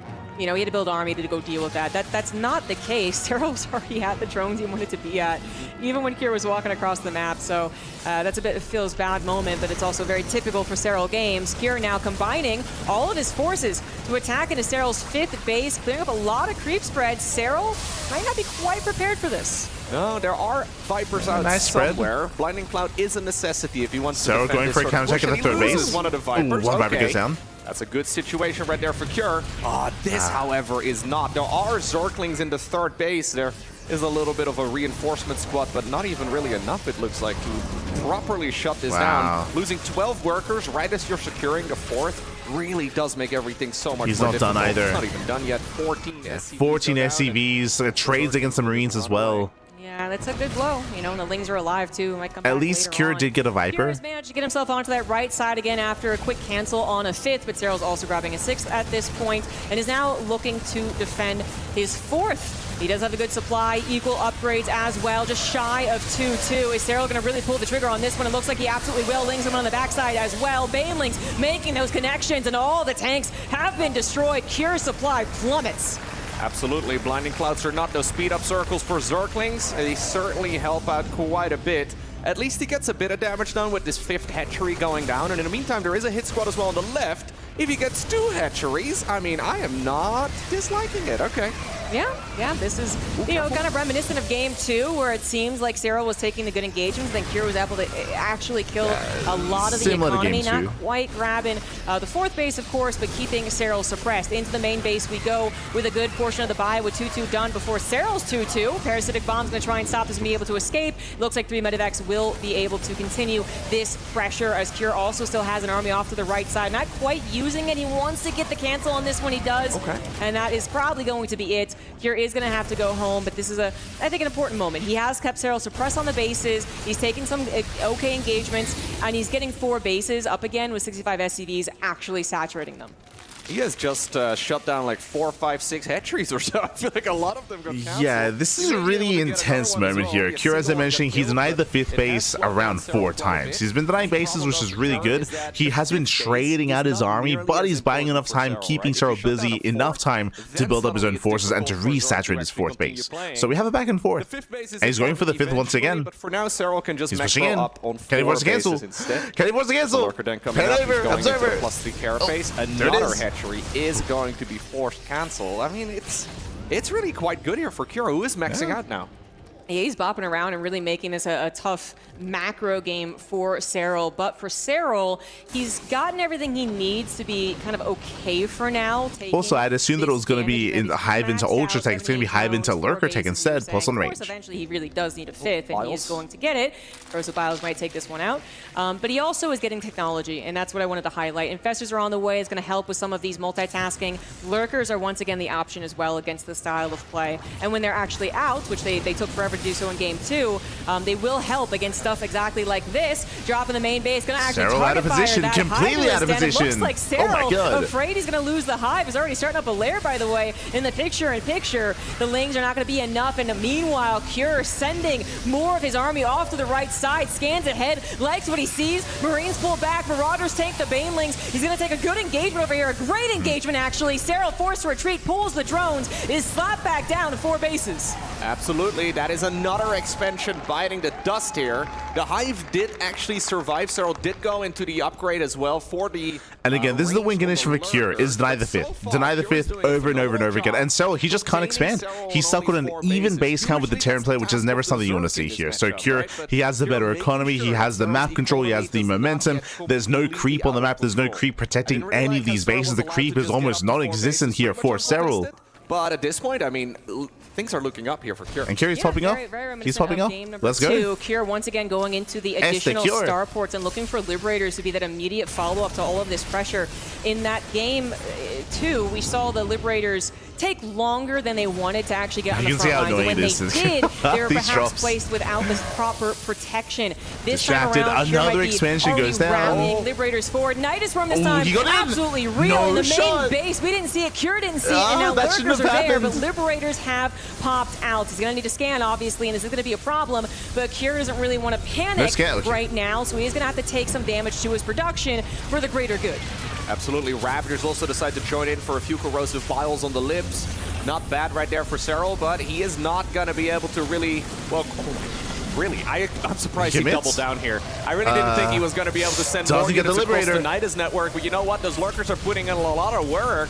Widowmines are out as well, though, but somehow, some way, 1 Lurker survived until now. Yeah, another scan was necessary, but that was a lot of high-tech units for Serral to give away there, even though Cure also didn't clean that up. That's a lot of dead lurkers. So now that it has been cleaned up, he can focus back on the front. There was no secondary attack that Serral was able to do to catch Cure, not multitasking. Cure had his army on the front lines, ready to go in a moment's notice. Now he's back to controlling it, right side as well, finding the drones, trying to reestablish that 5th base. This will be cleaned up on the right, but Cure is maxed out. He does have Liberators. He has settled on his now 5 bases again, actually, as the Nidus room was cleaned up. He's even getting Caduceus Reactor, which I think is great. And I'm still very afraid for Serral if 6 Liberators show up where that left side army is. How does he really break that comfortably is a big question. He did so with a lunge in the previous version of this game, but can he do it again? Lurkers finding another opportunity outside of the main, this time at the 5th, but quick reaction from Cure. I just realized Cure, he's doing it again. So he's going to be able to push those lurkers away for the time being. If you know what I'm getting at here, remember Incorporeal, how Cure had momentum? Cure, he had momentum, he had a lead, he had map control, he was doing well for himself, and as his opponent was going to lurker attack Cure, he did not, and he avoided ghosts. He didn't make a scene. I don't think he's made a single ghost in the entire series, actually. And he went into Mass Liberator instead. His command centers and his planetaries, but so far, I mean, that one was really good. Oh my god, the powerbomb! Jesus! Hurts a ton, but so far, Cure really is keeping up the pressure. Yeah, barely saving that planetary off the left side as well. Liberator is able to take care of it with a couple of extra scans. We now have the... But yeah, just like on Incorporeal, he's going into Mass Lib to as a response, as a reaction to this, not going into Ghost production. Good feeling for the Terran. It's like, okay, which at least I have 30 seconds. I'm still very much so on the fence about, if not, knowing I how important it is that he has the ability to get across the map. He can't just be on the defense. It can work, don't get me wrong, it can work, but it feels like it doesn't really scale too well into a longer game. Guarantee that happens again. He's got to keep secure, also defending while trying to attack, controlling the perfect army against these siege units, these AoE units that are lurkers. It looks like Cure is on top of things, though. He can go for a little bit of a split, gonna try and take out 3 lurkers, a very limited number of bio, little boxer right now going on.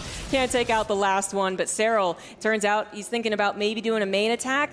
Decides against it. Maybe he was hoping the army was out, not being paid attention to, but Cure has really settled on his 5 bases. Bio Liberator, very much his choice at this point. There's like he could afford a Ghost Academy. He is not going for it. Zombergov's actually bringing it up here. She didn't bring it up in Incorporeal, but she's bringing it up here, which I'm glad about. I'm happy. It is very easy it deserves to be talked about but he needs to and see that discussed. it's there. If Serral is left to his own there for a while, I mean, the income is not to be underestimated, and he is really trying to force the attention of the Terran player away as far as possible from that particular That's a lot of freedom. Okay, not enough here for the Zerg to really fight it, although a parasitic bomb there on those you just walk away. Liberators is really going to hurt quite a bit. We also have a Nidus network again on the left side of the map, a Nidus network in the bottom right-hand corner. Serral trying to get this Terran army to slow down. Yeah, Liberators were heavily injured due to that. Are you allowed to post the Ghost Copy Pasta? You can, yes. Dying, but Hydras will also do the trick. It's literally one corrosive bile, but it's helping.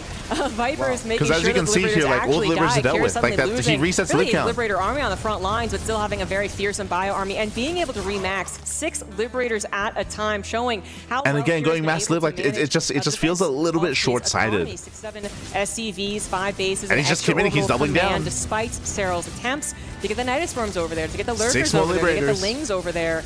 Serral really needs this to open up the opportunities to get bases. He is. I don't think finds it. Yeah, the gold base has really been quite nice for him to have this entire time, unscouted and unpressured. I'm getting a flashback to the second game of this series now. It's Lurker's usually got there very now. difficult for Zerg to stabilize from this particular Lurker, he got there too. He got there. But yes, this has been screaming Incorporeal for quite some time. Now that Cure knows about this gold base, he's going to be able to shut it down relatively quickly, or at the very least contest the mining here. Okay, we'll see this drop getting cleaned up. There's a Liberator in the meantime too, going to town on the other side of the map. A little Zergling bailing run by. These run bys are expensive though. Looks like Serral wants to go after the SCVs and the Planetary Fortress too. He is still at a maxed out state, but that was not cheap. No, it isn't. Cure is going to be on 5 bases with the middle right base too, and maybe he does just try and take the left one with an orbital, which is obviously not going to be well defended, but sometimes when the game gets really hectic, you can get away with it. Wouldn't mind splinting around, getting a little bit of scouting is also nice. Liberator army once again being rebuilt, and here it is. I think it's got like 15 Liberators? No, 10? Liberators with more to come. Lurkers have to get the heck out of there. Serral plants down a Spire, but it's going to be a long while before we can actually add on Corruptors. Absolutely, that's a lot of freedom. There are some I Hydras, but look at the suppose. spread right now. Those Liberators, they now have their ranged upgrade, and suddenly it becomes incredibly difficult for the Zerg to engage here. I do like that Logo just brought it up. This is the first time that we have a really nice spread of Liberators, whereas typically they've been clumped up. Here for Kira that he can snipe that base, and indeed he does force the cancel in the picture-in-picture. Great work right there by the South Korean Terran player who's going to continuously be aggressive. Yeah, lives to defend at home. Units into the main base. Okay. Nice reaction with Liberators once again. Lurker is not able to find some free damage there. Can we Medevac's will be make this taken work? down, but this drop's still going to be very annoying. Serral not able to take on the Liberator army is, continuing to just have to defend. He is grabbing Lunge once again, and that Spire is close to completion. Looks like the spawning pool was targeted, so he remade that or prepared for it to be targeted. Not sure which one. 2 dead infestors for free. Okay, so he's going to have 2. All right, fair enough. No, he's going to have 3? He's getting Wait. a third, yeah, he's getting a third. Liberators, though, are setting up a giant spot on the middle of the map, and Serral cannot engage there until Corruptors are out or until maybe the Lunge ability. So, Serral, he just threw away 2 infestors. He just had a really rough fight in the center of the map as well. Kira, he's gaining momentum. Did in the previous game. And Serral no longer has the gold. He can sort of do that right now as well with Liberators. Needs to be careful, though, that he does not get overwhelmed once more, because Liberators are constantly under threat, especially of the Vipers. The Vipers can keep fishing away as many units as possible. Little hit spot on the left does get cleaned up by Serral, who's gonna now go in for the counterattack once again. Yeah, I also want to mention Kira only on 3-3, which is great for his bio, obviously, but never went into any of the ship weapon or the armor. I wonder if that's something he is purposely doing, or just, the game has been too action-packed. Either way, making sure to replace the Medivacs, which sometimes, Terran players, you start building other stuff. Medivac count gets a little too low. Love that he's paying attention to that with the Fusion Reactor, making sure that they have plenty of energy, because this is a sustained damage, actually, army from Serral with Lurkers, right? So mining at the center base. Go, okay, very nice Lurker counterattacks. Unlike Baymans, which are kind of like, if they connect, you're dead. So love that he's paying attention to the appropriate air balance. 9 Medivacs, down to 12 Liberators, 25 Marauders, really tanky army here. But in the last 30 seconds, Serral has managed to find some bit of map control. He's taking the left side of the map actually with the base there, but that is now where Kira is directing his engagement. Not going to tackle this when his Liberators are not sieged up. Does split that off. Nice use of the rocks as well to buy himself a little more time. But the siege hop will happen eventually when Kira has the time to do it. He's now actually going for a big old bio push, and that is going to be a killed hatchery. And the bio's like, yeah, that's good enough. We're okay with that. And it's going to run away. Might even get this one on the gold base again. I wonder if the game is getting really scrappy here for both players. Like, both players are lacking in economy. We just saw one base killed, now the goal base. That's another kill, another cancel on another hatchery. Serral, he's on 63 workers with a limited economy. Same with Kira, 41 SVs, also with a limited economy. Time and time again that he's incredibly good at holding such attacks. Still, though, this Terran army is not to be underestimated. Liberators are indeed setting themselves up. Viper goes down. If he could get the second Viper, that would be amazing. Gets a mineral line. Still has a lot of energy though on others available. He does give up on the hatchery on the left side of the map, but does clean up the army on the right. Okay, Serral's economy now also plummets down. A couple Lurkers in for the counterattack. That's sweet, but how do you deal with those Liberators? Those Liberators are so powerful. You either need time to steadily abduct one after another, yeah, and you no need Lurkers. that one moment, like in game 2, where you can can just overwhelm in the blink of an eye. Where are the Lurkers? Sure 29 drone kills. Are injured. They have been reduced Serral, in he has no He's just economy. taken down 2 pretty important mining bases. Serral's out of mining on his original 4. He doesn't have a 5th reestablished. Kira not in a terribly better situation, by the way, as his 5th base has been denied mining many a times. This base off to the left side has only just been planted. And yes, he never really remade those SCVs. The planetary, in fact, does go down to the Cracklings, so that is very, very efficient. This orbital can lift, but the SCVs cannot. They're in a lot of trouble. We see that we are at a very similar supply. Serral down about 10 army supply. But the spellcaster usage, which unfortunately the missile turret was there, the spellcaster usage from Serral could really change this game around. Serral desperately trying to get a new base up and running, where you can see that he is feeling the heat in this game so far. Kira is doing a good job defending most of these outer angles, but still, every time the Lurkers find something, right? They just annoy the Terran, and if anything, it's a very no one can mine. Both Serral and Kira, they just want to mine for their bases, Pat. Both players now rebuilding, though, and neither of them brave enough to really add on additional workers. They just want an economy. So we're going to get into a situation where, even though there are still a lot of minerals available on the map, we're going to see massive armies. Both players aiming for about 160, 170 total army supply. Serral makes one drone, but immediately thinks better of it and goes back to Hydras. Yeah, this is obviously much worse for the Zerg. Kira does still have orbital command slapping down mules. True. Where Serral, True. I mean, even if he does have bases that can actually saturate, which he only just recently got base. with the 5th base, that's where the minerals are. It's only 36 drones, so a second base, not going to be fully saturated. Well, I guess technically, depending on the gases, I suppose. But anyway, Serral is just not going to have a lot of money. All right, so the spellcaster usage is going to have to be absolutely fantastic. It is an army that can take a very good trades in ideal situations. This time Lurkers are ready. Oh, here extends. Killer! A lot of Marauders being torn down is a nice start to that fight, but Serral is going to need more as a drop gets into the main base. Threatens a lot of technology there. Liberators are injured from earlier battles. A couple of parasitic bombs actually even taking them down. Serral has to whittle away. Well, Cure maybe could go for more reinforcements. That's actually disappearing as well as 2 of his bases are under attack. 17 SCVs going down. Lurkers finding that the damage. economy once again Cure crippled. Yes, also in his last army pushing through here. Thinks he has an opportunity. Goes for a couple of Lurkers. 3 of them do go down despite the blinding cloud, and he still has 3 lib zones that are really helping in this choke. Absolutely, the Bio Army is trying to close in on that expansion. I don't think he has any left. Complete the job as the Okay, final mining base, at least on the right side of the map, does end up falling. There's another one here on the left. Every Lurker is so precious here for Serral. This drop from dealing additional damage. The Lurker goes down. Here, though, is that while all of this was going on, Cure has taken a ton of damage on the other side of the map. He's now down to only 9 SCVs. This orbital command is slowly burning down too. He needs to catch that before it completely disappears. And I mean, look at the amount of health it's losing in the bottom right-hand corner of your screen. It is, okay, getting repaired. This Cure does spot it in time. Yeah, you know, when it's 30 SCVs versus 30 drones, we all give Terran the credit there. But 9 SCVs even with mules, and you need the scans for the Lurkers, that's a very different story. Serral has managed to whittle down the army and eventually deliver a real killing blow to Cure's economy. And he might just be taking this game despite how back and forth it was, despite how close it was to Serral the final Liberators are being going down. broken. He got to the cost and efficient type of army and has used it very, very well. This might not be the moment to win, but Serral, you can tell, he sees the opportunity. Those Marauders are low, the Medivacs are low, the Fungal is fantastic, and that is going to be it. Serral takes the 4-0 and will advance on to the grand finals. What a phenomenal set of games right there from Serral. None of these games have been easy. Honestly, every match in this entire tournament has been one he needs to fight for, but he is not somebody who will ever give up. Even if the opponent is ahead, he will still try to find a way to navigate his way back into a match, and this entire series is a proof of that once more.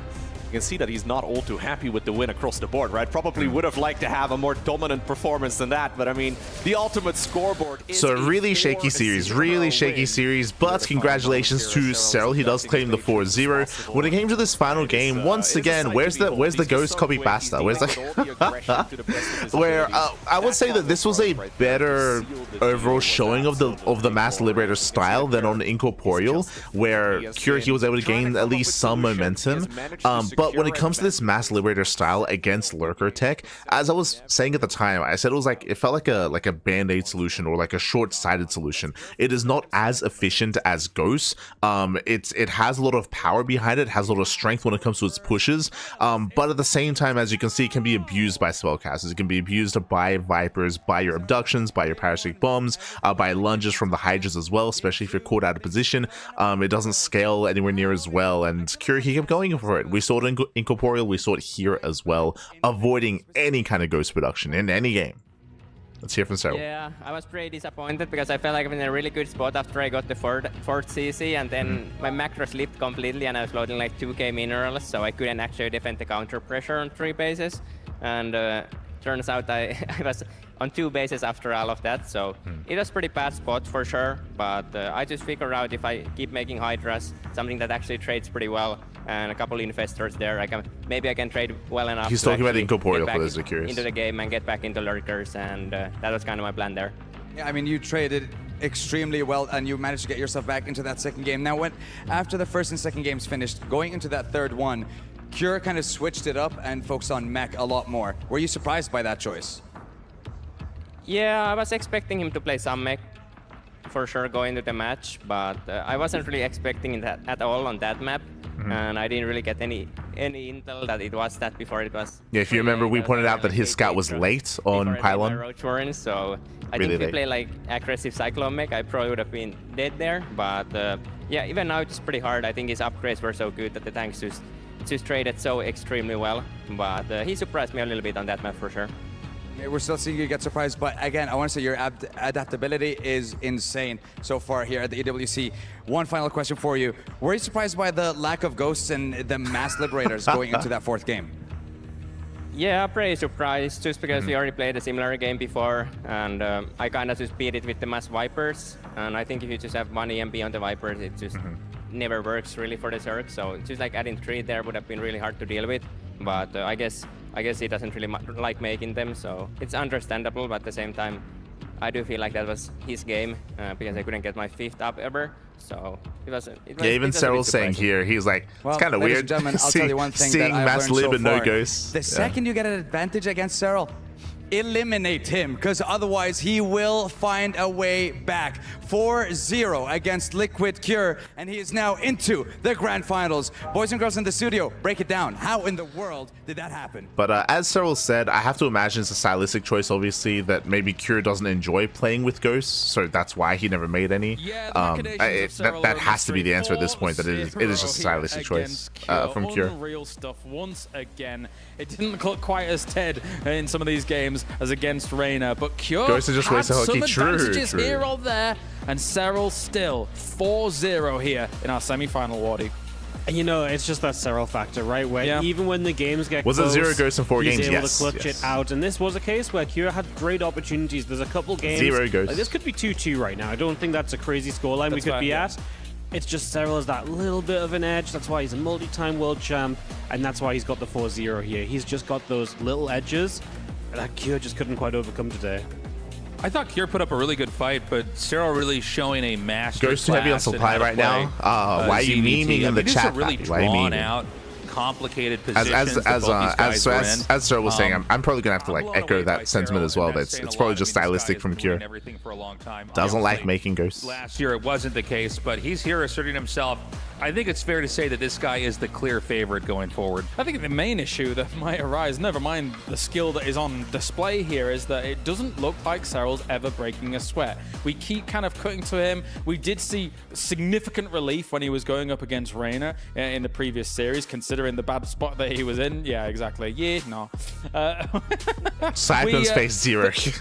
How can you somehow try Always and make fun him stats, stumble, fun try stats. and make him sweat? Because it feels like that might be the only way to defeat him on a stage like this. But how do you find that avenue? Clearly, he's protesting the ghost nerf. They say bench until morale improves. But I will say, I should also emphasize as well, just to you know, just to make sure there's no crazy takeaway from that series, is that every other Terran player does go ghosts. Clem, Maru, Bjorn, everyone else. So this is specifically like a Cure thing, which I find interesting. I was not definitely something that I wasn't expecting out of Cure to see Mass Liberator instead. So it's really cool to see something different. It's cool to see. You know, it's funny because... But this feels very, very Cure. Is a huge factor, That's what I will say. right? I mean, a Very best of Cure. 7 is exhausting. Less so Terran. Even if you 4-0 and win like this.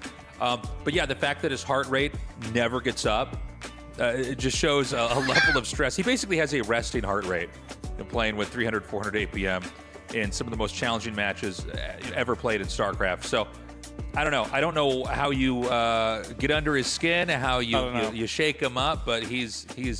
But yeah, when it comes to the overall series, so GG will play, and a shout out to Cure, because once again we spoke about it after Game 3, but to reiterate it here after Game 4, like it was a really, really close series. It was 4-0 on paper, and I feel like people that maybe didn't watch the games are going to be missing out, because there were some really close games, and there were a lot of those games where Cure was ahead, where he was in a winning and a commanding position, and it slid slipped through his fingers. It did fall by the wayside, and Serral had some crazy comebacks. So it was one-sided in score only, not one-sided at all when it comes to the games themselves. Even in game number 4, like that came down to the wire. That was very brutal, very back and forth. Even Serral was saying that, like, he's like, hey, like if he had like just gone into Ghost after killing like my 5th base time and time again, like I'd probably just die. Like, again, I was feeling the same way. Like that was crazy. It was a crazy setup and really impressive play there by Cure. Very impressive.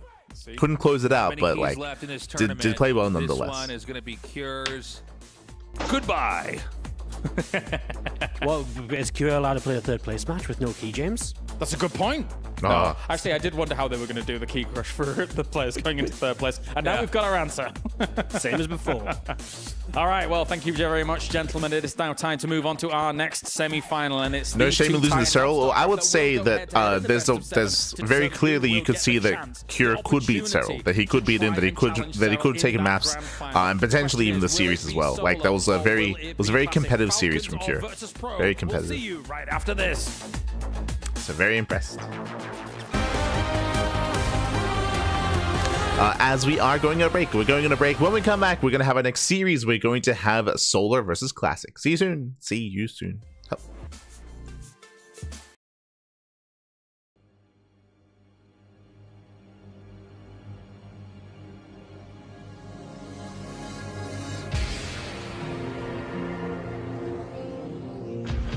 Classic, there hasn't been a Protoss World Champion, I should say, in 10 years more or less since SOS. Are you ready to break that streak?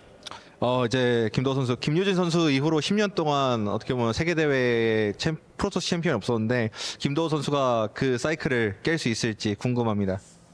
10년이면 충분히 이제 우승자가 나올 거라고 생각하고 굉장히 오래 기다려왔기 때문에 지금 제가 프로토스의 우승자가 되어서 그 기록을 깨겠습니다.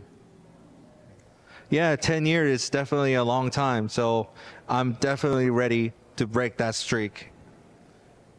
More immediately, you have Solar. If you defeat him, you will likely have the winner of Serral and Cure. I believe Serral is already leading that series. So how do you feel about your chances against both Solar and the potential matchup against Serral, and is going up against one Zerg and then another bothersome for you? Is that detriment to your chances? 일단 지금 현재 스코어로는 세란 선수가 리드를 가져가고 있기 때문에 지금 상황이라면 이제 두 저거 선수들이 연달아 만날 가능성이 높은데 이렇게 저거를 연달아 만나는 게 좀 부담스럽지는 않는지 좀 궁금합니다. 네, 매우 부담스럽고요.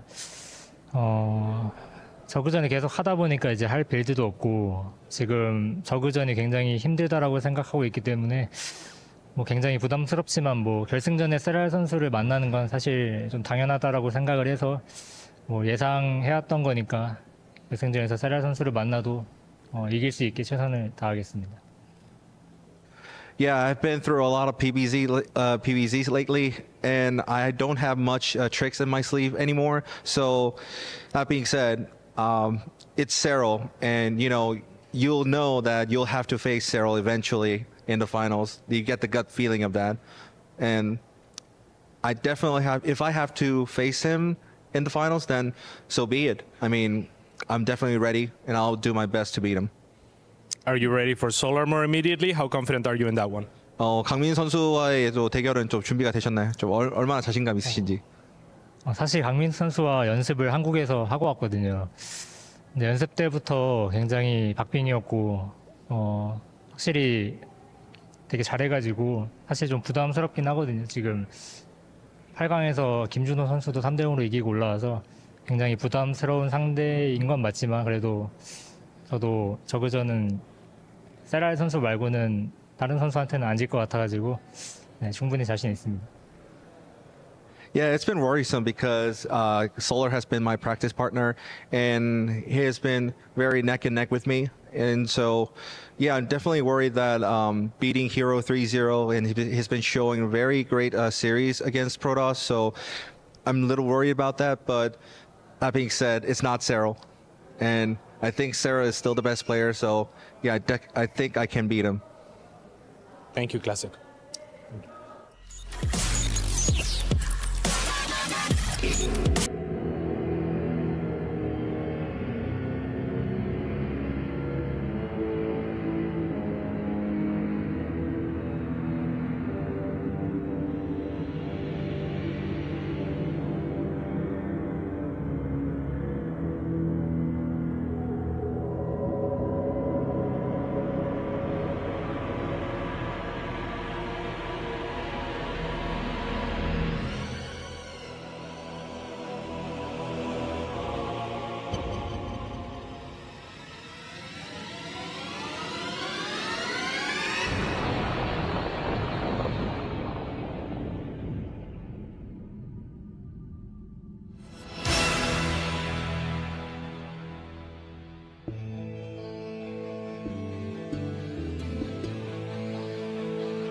How are you feeling going up against Classic in your next match? He's one of your practice partners, so...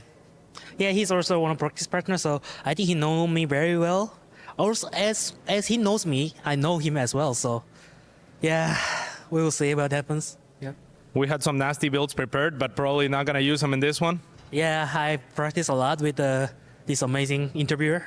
He gave me some good ideas, but I practiced with him, so I cannot use it. So yeah, well, it's still fine. It's actually maybe. Yeah. He didn't have the best response, but you 3-0'd Hero. I mean, that was amazing. I think most people weren't expecting that. So how are you feeling overall in the matchup? How did your practice leading up to this go in the matchup? And if you should go to the finals, who do you expect to face there? And are you ready to win the whole thing? Yeah, ZVP is fine because I practice a lot with ZVP because I felt my ZVP is really bad in like 2 or 3 months ago. So I just focus on the practicing ZVPs. Also, if I go to final, I think I'm gonna play against Serral probably. But I think Serral is the only one. I'm the only one guy who beats Serral more than he beats me on Korean ladder. So I'm pretty confident if I get him. I think on the League as well, you might be the only person that's like pretty close or even win stats against Serral. So that would be very exciting. Thank you, Minsu. Thank you.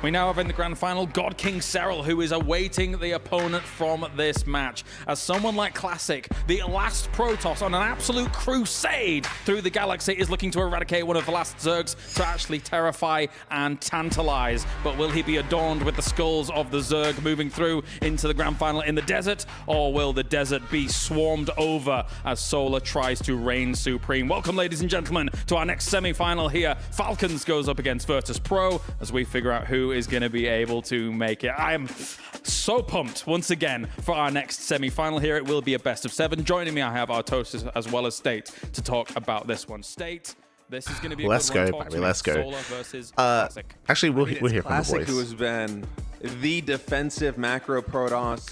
So something I'm really looking forward to when it comes to this series, I said this before, and we'll just reiterate it once again, and then we can even, I guess, echo Solar's sentiments. If anyone's going to be Serral in this tournament, in my mind, it's Solar. Solar, he has a winning record against Serral. Solar, he has some killer ZVZ. I do favor Solar over Serral more so than Classic, but I don't know if he can get there is the thing.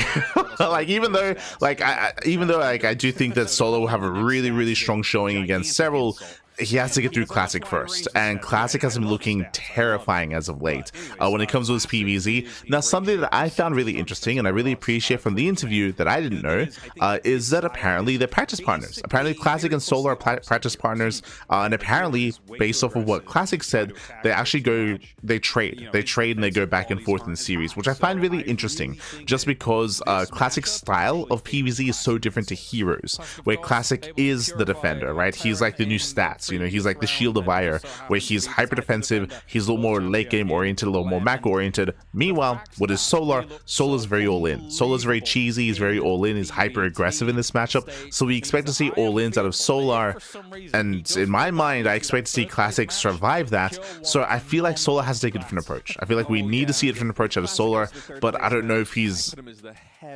has that much like depth to his builds in this matchup. That I'm not so sure about.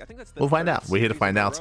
Hearing from Classic that they trade, though, that they do go back and forth, at least instills in me a good feeling of a series, of a back and forth, of not something one-sided. Hopefully, you know, Game 5, Game 6, Game 7. We'll see. Probably would not have pegged to potentially become the world champion. However, Artosis, when I look at this, if he's able to somehow get past Classic, I think he's actually got a really crazy chance of being able to defeat Serral. We heard it in the interview just then as well. He believes that he has a good chance against Serral in that Zerg versus Zerg dogfight.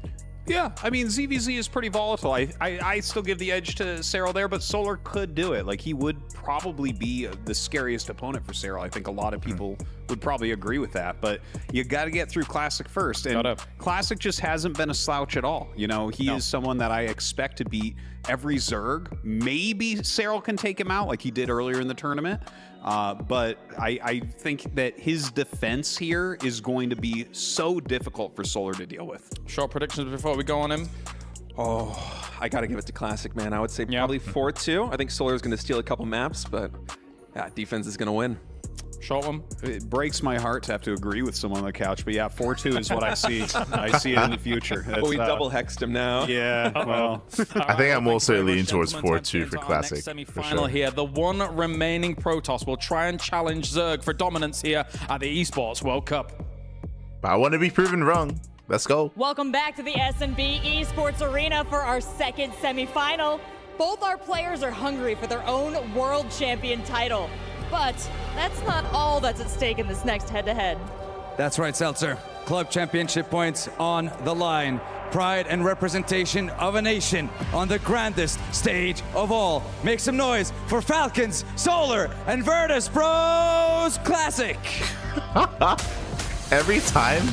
A veteran of the stars, the final flame of Protoss. While others have fallen, he stands alone. The last hope of Ire. Experience forged in war. Legacy carved in time. Can he carry the weight of a race on his shoulder? And Falcon Solar, acquired for this year by Team Falcons, Solar represents their best chance for an essential first place finish thus far in the EWC Club Championship. But Solar has his own goal to strive for here. Let's see who comes out on top. Casters, take it away.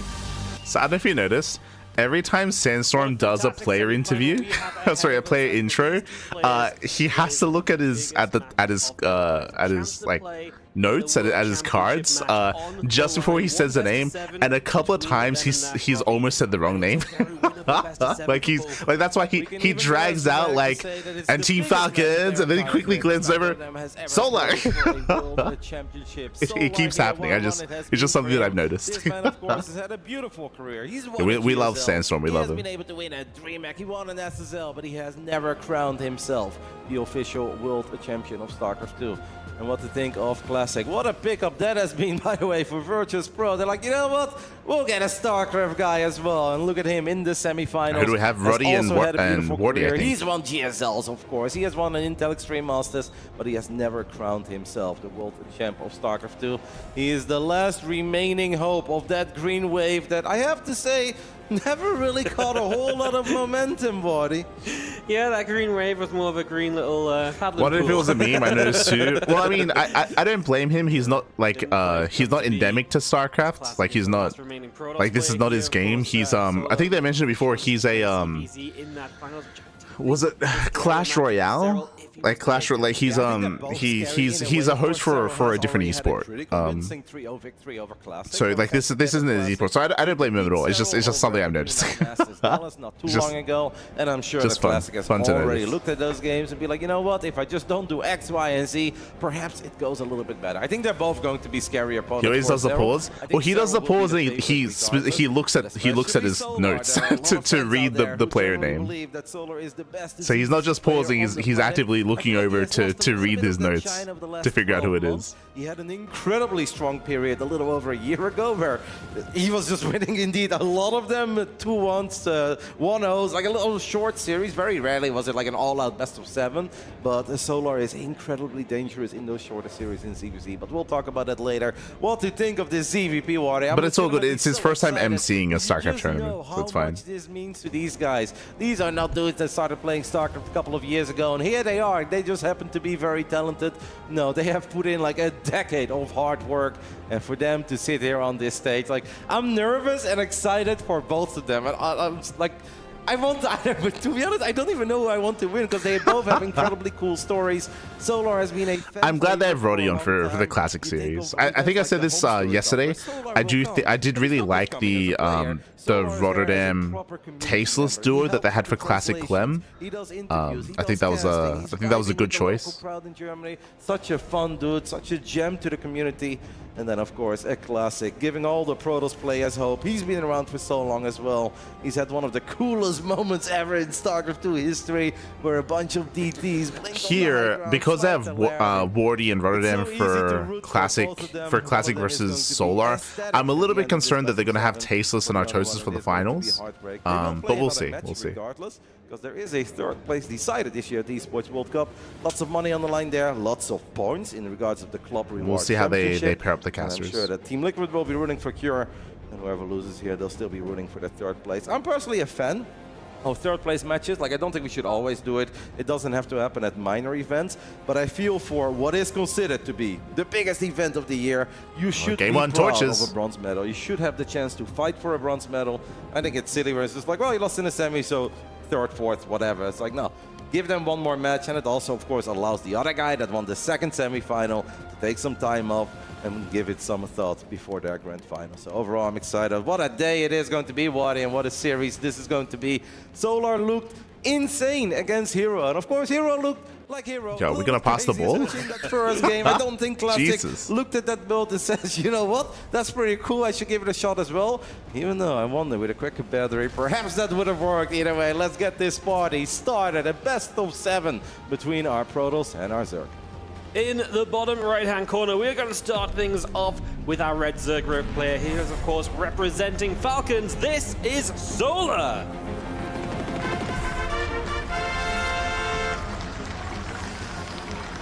Let's go. He's got a cheerful. Energy is big. In the top right side of Torches, I'm already a little bit surprised. We'll talk about that soon. We are looking at the main base of our Korean Protoss representing Virtuous Pro. It's Classic.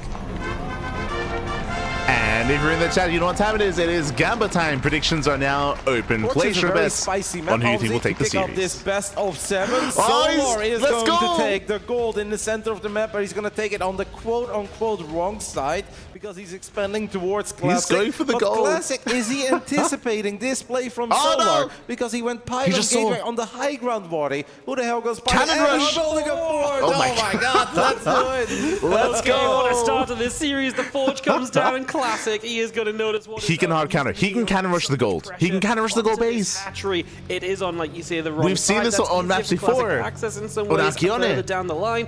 In some ways, it's easier for Solar to defend if this got to a point of mining. The hard read as well. So this base is in trouble right from the very get-go. Cannon's going to be coming up soon, and the Zealot is already out. So again, if you've been watching StarCraft, if you watched, I think it was 2 seasons ago, Alkione was a gold base, also a very similar setup on the map with the golden wall with the gold base as well. And we would often see cannon rushes to punish gold bases. Can we walk it in? Oh my yes, God. we can. That is an incredibly well protected cannon with very little surface area. It is, however, just a single cannon. True. How much can a single cannon get done? A very good question here. The drones get a few mines up with the gold, and then he get a second cannon. He's going for it. They could mine to the top side and mine out the gold minerals on Classic side and open that Does get the second cannon. Classic going to double down a cannon on the other mineral He's line all as well. in. Ling's coming up. Ling's He's running past. What can we do as a Zealot enters the main base and nothing here to play defense? Nope, there is nothing. How good is that drone micro? Great job there by Classic. Immediately putting that Zealot between the mineral patch and that gas to make sure there is very little surface area for the drones and the Zerglings to do their thing. No queen on the production. Defensive cannons back at home. Going to be very annoying. I do think, by the way, that Classic quickly needs to either wall this off or get a cannon on top of his ramp. Because I have the feeling that Solar is going to ignore this, and he's just going to try to get into the main base of Classic. And right now, Classic has nothing there. Wadi, this could get Where are the close cannons? because that's a lot of Zerglings. Where are the cannons? Classic is going to try to adapt 50%. Late cannons. I guess it is going to work out for Classic, but this is still going to be a bit scary. I thought the third cannon was back at home. We'll start to deal some damage. The third cannon's not doing anything here across the map. As the cannons take down this hatchery. This is a massive investment, but Solar has so little follow-up. Okay. Still in trouble. We need to wall off again, and we so far have successfully done it. If I was Classic, by the way, I really wouldn't hate a single cannon on top of this ramp. You know, I guess it's a big investment. I kind of wish he would have cancelled the third cannon, by the way, below those. Yeah, you can see Ruddy, he's along the same lines. Like, I'm shocked that there was a third cannon across the map, and it wasn't back at home instead. Because that third cannon, it's not really achieving too much. Showed up at the bottom side of that mineral line, got a backup cannon. The third one, though, massive overkill. It really didn't add anything. Yeah, absolutely unnecessary. I'm with you. I don't think those Lings were ever going to try and what is there as well? save that base because you already invested so much there. As a Zerg, it's better just to let that go down most of the time. And that's exactly what Solo went for as well. So I'm with you. Maybe that cannon didn't need to come through. Now we're in this weird state where the game kind of normalizes a little bit, but of course Classic has to wait a while before he can expand. So Solo gets his own expansion down, and at the end of the day, this is a big investment. Normalizes is a funny term when we have a bunch of cannons randomly in the center of the map. Classic is still on the high ground. It's got a bunch of adepts sitting here, one base setup, a temporary third gateway on the way, and a Stargate, all of one base. Like if Classic had a second base, or at least the opportunity to quickly... Okay, who do we... Oh, he's going! Let's go! I love that. That is so smart. This is really smart. I was like, man, it's this is is so good. Annoying for Classic to expand, actually. He's going for the goal. Solar is going to check it. He's going to see it now. He turns around immediately, but that's going to be hard to break. That is such a clever base for Classic to take here. I love it. It has a static defense on it already. I mean, crazy play, but it's a lovely play. And now he will have some adepts that can move from there. He's crashing into the flash. He's down as well as we He's just going for the Tempest. On torches. Oracle coming through, wants some drones, gets a couple into the main base. It goes. Sporkroller is around, and the Oracle doesn't want to take too many more shots. Already low on the HP bars. Classic. Get out, as of course you want to keep that alive as throughout this game. It helps a lot. But that fleet beacon Roddy is taking. But yeah, winding it back, we were criticizing his third cannon here that was proxied across the map at the gold, but to finally actually make use of this position to take that third base for his own is really smart. It's a really good way to make use of these cannons already. From here, going into a fleet beacon, going into Tempest production is wild as well. But specifically on this map, the rush distance by air is short. Short rush distance by air. So what people often do is buy some time with queens and stuff, but Solar just has very little to work with. Does see the recall go down. It's very important for Solar that he gets this scout, and he will see the fleet beacon. Big scout. We don't even have a lair yet, so he's going to fire that lair up immediately. This is going to be annoying. I guess the only nice thing for Solar is that Tempests are not exactly known for their speed. They're not the quickest units in the game, so a Tempest being built in the main base of Protoss, it's going to take a little while before it reaches the bottom of the map, and it can actually start attacking those drones. Kind of like he's talking about like the length the time it takes to get across the map. But as you were mentioning, torches, the rush distance by air is really short rush distance by air. So even if there wasn't the goal base here, it wouldn't take long at all to get across the map. The goal base is going to allow for an outpost, a staging ground for the Tempest to push in towards the main base as well, as you can push forward and even expand even further towards the Zerg. I'd love to see it in the bottom left side of the natural, basically where the observers are looking at right now. I would love that Solar is spreading a lot of creep towards this goal. Love the Classic was taking more extreme cheese builds. I would push back against that. As a reminder, the build that Classic went for was a hard counter to the gold base. This is why I was making reference to Alcyone previously. We have seen this similar or this same dynamic on Alcyone in seasons past, with players like Classic and Hero up against Zerg players that rush into the gold. I like that call. So this is just a hard read of what Solo was going for. The only reason why he went for the cannon rush was because he was expecting Solo to rush into the gold. The Tempest still nearby can definitely get some shots on that as we kind of play this game of just. Basically, like he just read Solo like a book. It's crazy. Don't want to take too many Tempest shots. We'll lose a Ravager there, but the transfusion is good. And that will keep said Ravager alive. As a few Lings poke the other side, that's still a funky position for Classic to be playing from. Extra gates coming down, of course, we're now not that far from the Spire being up and running for Solar to get those crosses on route. What a beautiful wall, by the way, for Classic on top of the ramp, entering his main base. This creep makes it so scary, by the way, for these Tempests to go deep. Solar has done a really good job in just making it a bit uncomfortable for Classic, giving Classic a lot of things to worry about. His probes, his so cannons, got 3 Tempests. His wall at the top of the ramp. Sorry, 4 Tempests. Classic knows that Solar is just doing this to buy a whole bunch of time. This is where at least a few of these queens should go down. The first one has gone down. The second one will fall. Classic spots another low HP one. That one has not quite done yet. Actually, he did get it in the end, so that's -3 queens. Very quick, but 7 Corruptors on the way. You know, it'd actually be, I want to say, kind of a cool place, maybe Void Rays here as support. When we look at the work account, Wardy, 50 drones against 33 probes, and yes, there is a gold, but that's really those 8 Corruptors is going to be huge. Massive. Solar needs more time. I'm a tiny bit worried for Almost Classic. there. He doesn't have a...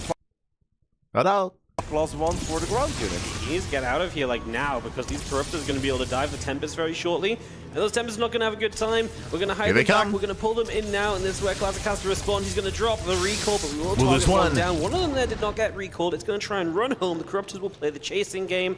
As Roach Speed finishes, we got 9 drones in the end here. That helps with the work count, but of course it's not going to fully solve the issue. That's a lot of Stalkers. Yeah, I guess that's going to be the main play here for Classic. Just a lot of Stalkers. Yeah, the ground he does switch. not have Blink, but what he does have just like on Alkione, true. We've got a Sentry in the mix. Going for the ground switch. Lost a lot of his basic units, so he made a big investment in getting out all these Corruptors. He was forced, of course, to build those Corruptors, but right now the real threat is not in the skies, but it's on the ground. Yes, it is. The drones are going to pull a few Lings, a handful of Roaches. It's really not a lot for Solar. The Corruptors that didn't shoot down. To deal with this, it is an upgraded gateway unit, so you don't have the efficiency of the Blink. The drones are doing a great job tanking him for now. It is looking as though we are getting this pushback. Classic is having to step away, and Solar is defending. Creep making all the difference here. These Zerg units are so much better on creep than they are off creep. It just allows them to get in range, get on top of these basic gateway units, and Classic, of course, not having the luxury to blink those units back. It allowed Solar to take a pretty decent fight. The only downside for Solar, they are losing all the Corruptors. I still think most of the threat is obviously on the ground, not in the sky, but it is kind of annoying that we don't really have an answer anymore for these Tempests. But look lack at of Blink these is hurting. Go. Getting on top of the Stalkers. Thinking, man, if I want to make something of this game, I'm going to need to get a Twilight Council. I think you should drop it immediately, Wadi. I don't believe you can win this game anymore without Blink. He has no longevity in this game without a Twilight Council, and there it is coming down right now. Blink is going to be the efficiency in the way. Yeah, as I mentioning, this Twilight Council is late here from, I mean, the second Stargate does hurt. That's one of the reasons why there was no Twilight Council. Now, and there's still an opportunity for Solar to break through onto this gold base, perhaps. So that's going to be Classic's woe for the next few minutes here as that Twilight Council finishes, Blink starts, and gets Chrono boosted the heck out. No shield battery there, right? Because that Tempest was flying. I was wondering if it was going to get healed up, but it's just cannon. Yeah, there's one battery. It's so far back, so it helps you on the north side, but not very much on the south side. I'm very worried for Classic, his position. It's just, it doesn't look very hot. He has not done a... Yeah, as I mentioning, like, Classic is just not scaling well into the mid-game. Like, coming into the mid-game here, he has no Blink, he only has +1. Forced to cancel the third. Oh, God. He would attack with 10 Stalkers. Brutal. A couple of adepts as the doors are open. Solar didn't quite go for it. That would have been a great play, by the way. Now he sees it, but he knows that the Stalkers are nearby. Went behind. Dark Shrine. This is actually a good old went behind, go Dark Shrine. You know, there's a lot of Dark Shrines these days that you just get for a bit of map control, a little bit of harass, some vision. Sometimes it can help you to push something back. This truly is a I am behind and I need a miraculous comeback. Why not try to get it done with the We all have the same lines. What's happening? What's the trouble that he's in? These probes are very near to having to give up on this gold base. That Nexus here has not been finished. It got cancelled once already, and we are just in a world of trouble. These pylons are going down, and Solar's army's looking great. 92 to 44 army supply. The gateway units are nowhere near what they're meant to be. Roddy's listening to the stream.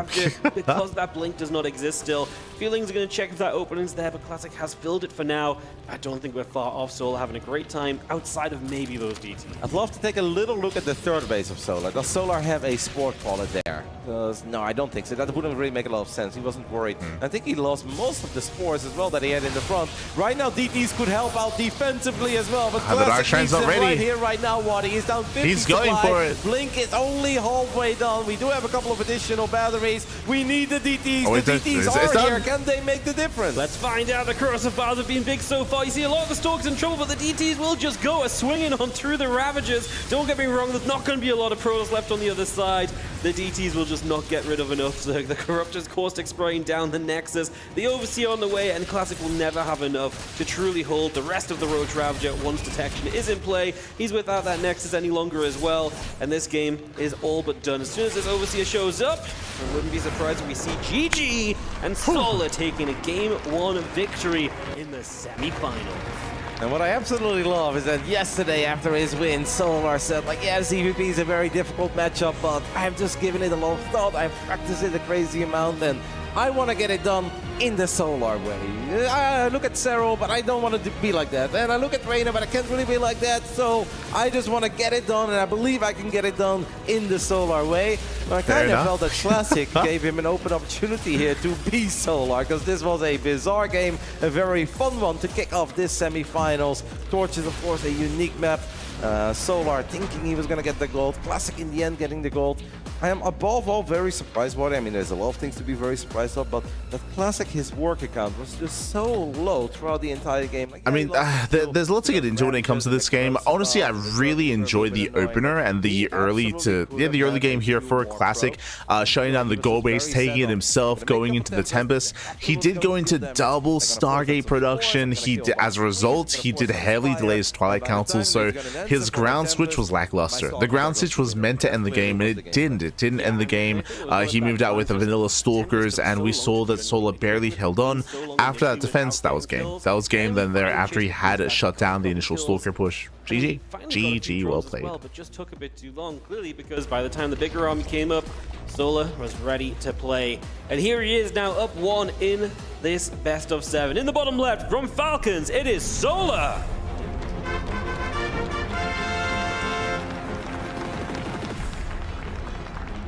In the top left side of Persephone, we are looking at the main base of our Korean Protoss. He is down 0-1, but that was a very weird and unique game. Let's see if this one is going to be a bit more standard. To give it up for Classic.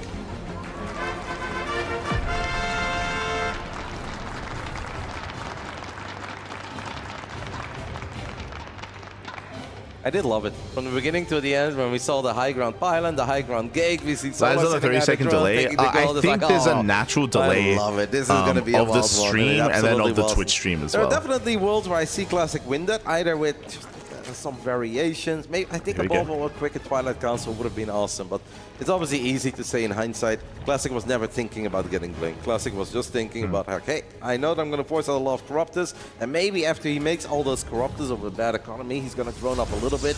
That's when I'll surprise him with a whole bunch of Stalkers. The series already more entertaining than the other one. Did you not watch the previous series?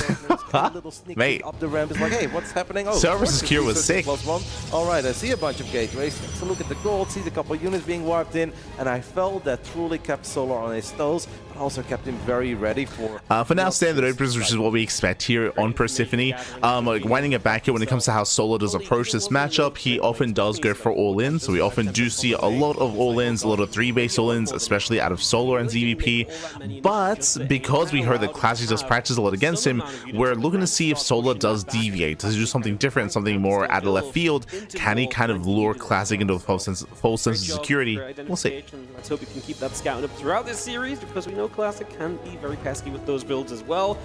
Stargate opener. Definitely want to mix it up a little bit. Standard opener out of Classic. In the build-up to this event, but in the bigger matches, he will do so. A couple of Zerglings on the way already. Was the Gold Rush actually a bait? No. Try to sneak a few links to the other side of the map the moment that first. So the intention of taking the gold wasn't to lose it and to force out Tempest and to shut the Tempest down. What we actually expect in this best of 7, because it was thrown to us. We were hyping up the guys, and it got crazy and wild immediately in game 1. But historically, Solar does his best work of lair tech. Like, he's an incredibly good late game player as well. So now they're getting into like the lair tech and the 3-base all-ins. He loves his Hydras, Lings, Roaches, Ravages, and Banelings. He is less of a spellcaster enjoyer. Classic, of course, is known for his defensive playstyle, is incredibly good in controlling the late game Protoss army with those Archons, Tempest, the Mothership. So I do feel that it's going to be a perfect clash of styles, where I feel throughout the series, Solar is going to be that battering ram, just trying to get Classic out of the games, and Classic is going to warp in a lot of cannons, a lot of batteries, infinite amount of High Templars with storms until the grand finals. And then the big question is, can Solar find that damage in the mid game that he will be looking for? Because I have a hard time believing we'll see a single game coming out of Solar where he just sits back, rushes up to 95 drones, takes the entire map, and never attacks. Like, no, Solar loves to attack, Solar loves to trade and battle, set up surrounds, and kill probes. Yeah, now from here, I would just echo what Roddy said, where like I don't expect to see standard macro play out of Solar at all in this series. It's just not how he approaches this matchup. That's just not how he plays PvZ or ZVP even. But what we can say, especially when it comes to a series versus Hero, is he does have some cheeky Roach all-ins and Roach builds as well, as he's coming for a cancel. That's a cancel on the third Nexus. Nicely done. It always scares me when they wait so long. Game 2, semi-finals. Ooh, early Twilight Council, classic. I get it. You want to get a few more links, but if we lose that, not gonna say it's game over, but losing 400 minerals in minutes. That Twilight Council was early enough that could be Glaive Adepts. We'll keep an eye open for gateways, and we'll see if he pulls out a gas. I say that 2 extra gases at the natural. We'll have that coming up. No Forge or anything along with it. No Forge. Late Forge. This is looking fairly normal for Classic. Okay. Blink into +1. So the Queens do push these Oracles back. But As what he just mentioned, because a Forge just now gets thrown down, it looks more like +1 and Blink, less like Glaive Adepts. Not as clean in his early game defense. There it is. Blink is on the way. The other elite Zergs out there. Curious about this probe, by the way. Is there a world where Classic will actually get a pilot and gateway on the other side of the map just to follow this up with some pressure? Solar will often lose a couple drones and he will just immediately rebuild more drones once he's happy with his drone count.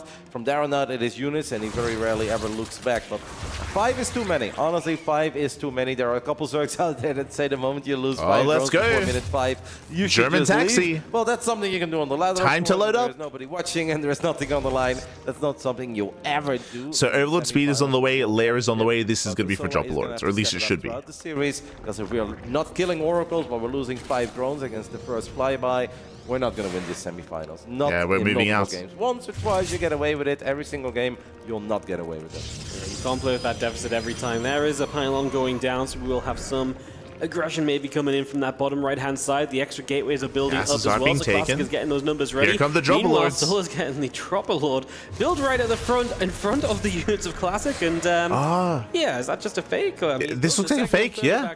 He's droning.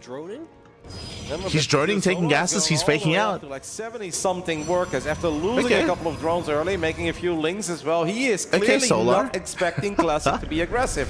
And I do love this from Classic, because we are talking about how strong he is defensively and how scary his late game is. And I'm sure that Solar is thinking of that as well. And it's like, all right, before I start attacking, let's make sure that I'm very rich. As a couple of the queens do hop out of that Dropper Lord. But Solar's kind of faking this, right? He's like, Classic, I'm going to attack you, Roach Ravager Ling. Yeah, as you mentioned, so he's faking an all-in and he's droning heavily behind us instead. He's going up over 80. If Classic actually commits to the attack that he was planning, Classic will be cooking. But at this point, Classic is probably thinking like, hey, in case he's pushing 40 Zerglings and 20 Roaches, is he going to be dragged back? Does he recall? Out, but he should probably just go for it. That cannon is not Does he recall? Yet, so we should be able to warp in a couple of units. I love the mind games here. Solar's in trouble. Solar, but I'm afraid for Solar, he catches the queens. Because those stalkers did go to the center of the map. They gone down that Dropper Lord. They're going to pick off each and every single queen here as well. Now Solar is immediately hammering out as many roaches as possible. But this is going to be tough, especially with a 5th hatchery on the way, Wardy. He's doing nothing but setting up for the later stage. He does have +1 missiles and roach speed. That's a kill, not a cancel. He has a proxy gateway across the way.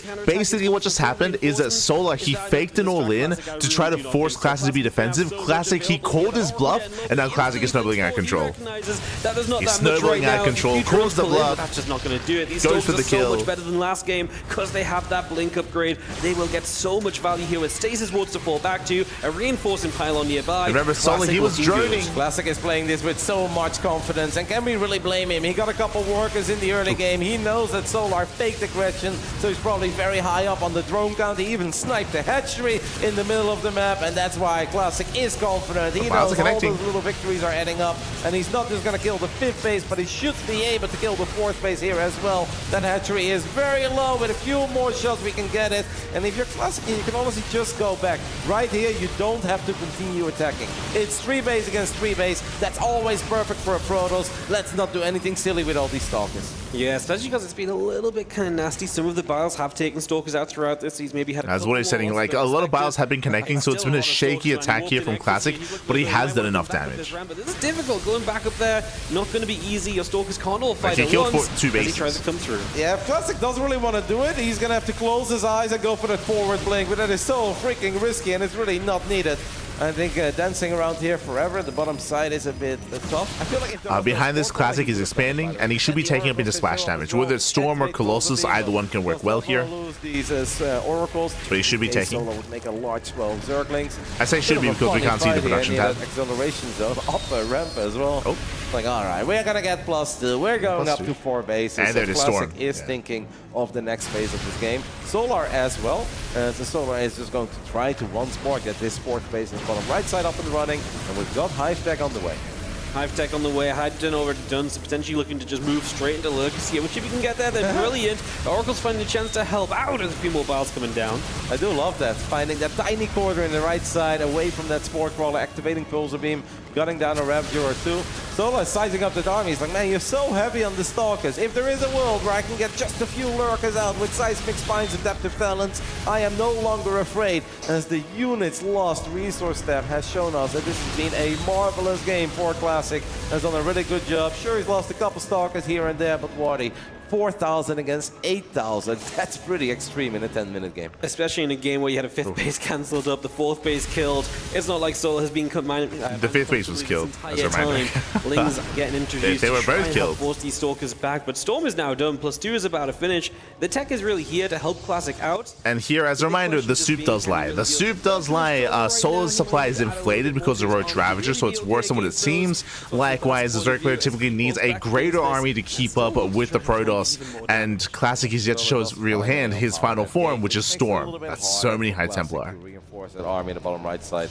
But I think that army has been very, very successful. And I think that Classic got everything done that he was looking for. And now he can just enjoy the 4 base Protoss life. We saw all those High Templars, and we can use energy, recharge a few times, continue to upgrade these units. It's looking fantastic for Classic. Just needs to make sure he's ready for the Lurkers. Like, there is a world where it still goes wrong if he is on 40 Stalkers and a couple of Storms. If Solar shows up with 10 Lurkers and we don't have a proper answer for Lurkers, we don't have any Archons, we don't have any Immortals, it could still get a little scary. Absolutely, right? It's kind of the one way which I really see Classic having a big weakness right now. If Solar gets in position, especially, look at that. You can just get those Lurkers in a spot. It's not here. Well, you kind of have to fight them as Classic or give up a base. It's crazy. That's why it can be really scary. Right now, these Lurkers will try and set up defensively, try and protect this base, as Solar will come storming through. Has a lot of Hydras in this army as well, but remember, there's a lot of Storms available. It's just the High Temple haven't caught up yet. It's incredibly important for Classic that he stays a little bit active with his army now. Not because he necessarily wants to find the game-ending fight, but just push back the creep and make it difficult for Solar to move across the map. The longer this game goes on, the better it will be for Classic, as Classic has been rich. He's got a 3rd Stargate, I believe, even on the way. The Fleet Beacon is done. We're going to need a couple Tempests eventually, as Tempests are a very reliable answer dealing with those Lurkers. This is where Classic needs to be, and anytime Solar wants to come forward, that's where you storm him. There's really no need for Classic to run into those Lurkers. Absolutely not necessary, but he does need to stay busy. Yeah, as Roddy's saying, like, there's no reason to push into the bases. All he has to do is just posture. Just posture, just keep the creep at bay, poke in, get a storm here and there, and just excel and get into Tempest, get into Skytoss, and outscale Solar. And it makes it so difficult for Solar to get into those one Lurker goes down. We're talking about Storms here will be great if we come up. Oh, There's a random another storm. He tries to fight forward. He is getting rid of a few of the High Templar getting caught out. They are dying off, so if nothing else, that's a big win for Solar. Lurkers on the left side do not get close enough overall. That was 5 High Templar overextending. Some breathing room. Imagine if those Lurkers would have moved a little bit further forward. That could have been a disaster for Classic. Nice job there by Solar, because Solar knows that he can't play this game forever. The longer it goes on, the more likely it is that Classic is going to have a perfect answer for those Lurkers. Probe's not necessarily good enough. Tempest and Stalkers and a Zealot is good enough to shut down the first Nidus attempt. The beautiful thing about Nidus though is that it's not always about can the Nidus come online or not. It's about keeping your opponent busy. And while your opponent is busy, they might mess up a little bit with that Stalker micro in the center of the map. Or reinforcing High Templar. Templars unattended. Classic is Lurkers do punish. Job in making sure any of those crucial arrows. And we're making 3 Tempests at a time. That's a lot of Tempests. We're making this many Tempests. Where the hell is +1 air weapons? We should have been at +2 by now. Yeah, that's a very good point. Get some of those upgrades. Oh, it gets an expansion. Has helped out. Do you lose a hatchery in the bottom right-hand side, unfortunately. The Prism will go down, but the hatch going down is an even better trade. And just have Classic eating a couple of Lurker shots, but overall has been doing very well against this. And again, with the hatchery going down bottom right, like Solar's never been comfortable in this game. He's constantly being pressured. Yeah, that's the one thing that we're missing that they did point out is no +1. +1 air attack specifically for Classic. The upgrades have been missing, have been lacking. Even though he can't afford it, he has the money. He's max, he has the money for it, but he is lacking those upgrades. Classic in this game, not just by the build or the choice and the execution, but especially the last 2 minutes. Knowing that this has been a pretty sweet game, but it could have gone wrong. If he just goes AFK there thinking like, I've got time, I'm just going to slowly transition.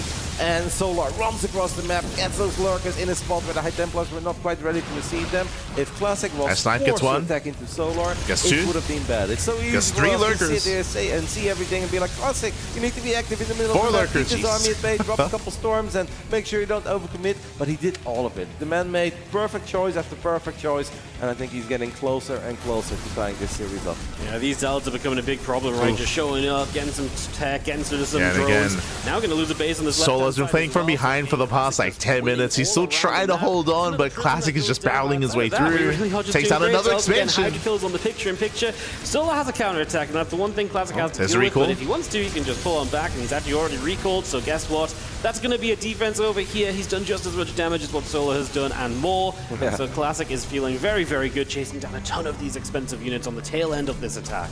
Solar is going to try once more to get his hands on that gold base on the right side of the map. Yeah, some rough losses there for Solo. Solo, he lost lurkers back at home. He lost his Hydras across the map. He just lost another 2 bases and a mineral line. He does have the gold, and that will keep him in this. Left side, kind of forgetting about it. The moment he picks up on it, though, we can just click a few zealots towards that gold. And I think Classic has done enough, buddy. We are very, very close to looking at a tied-up series.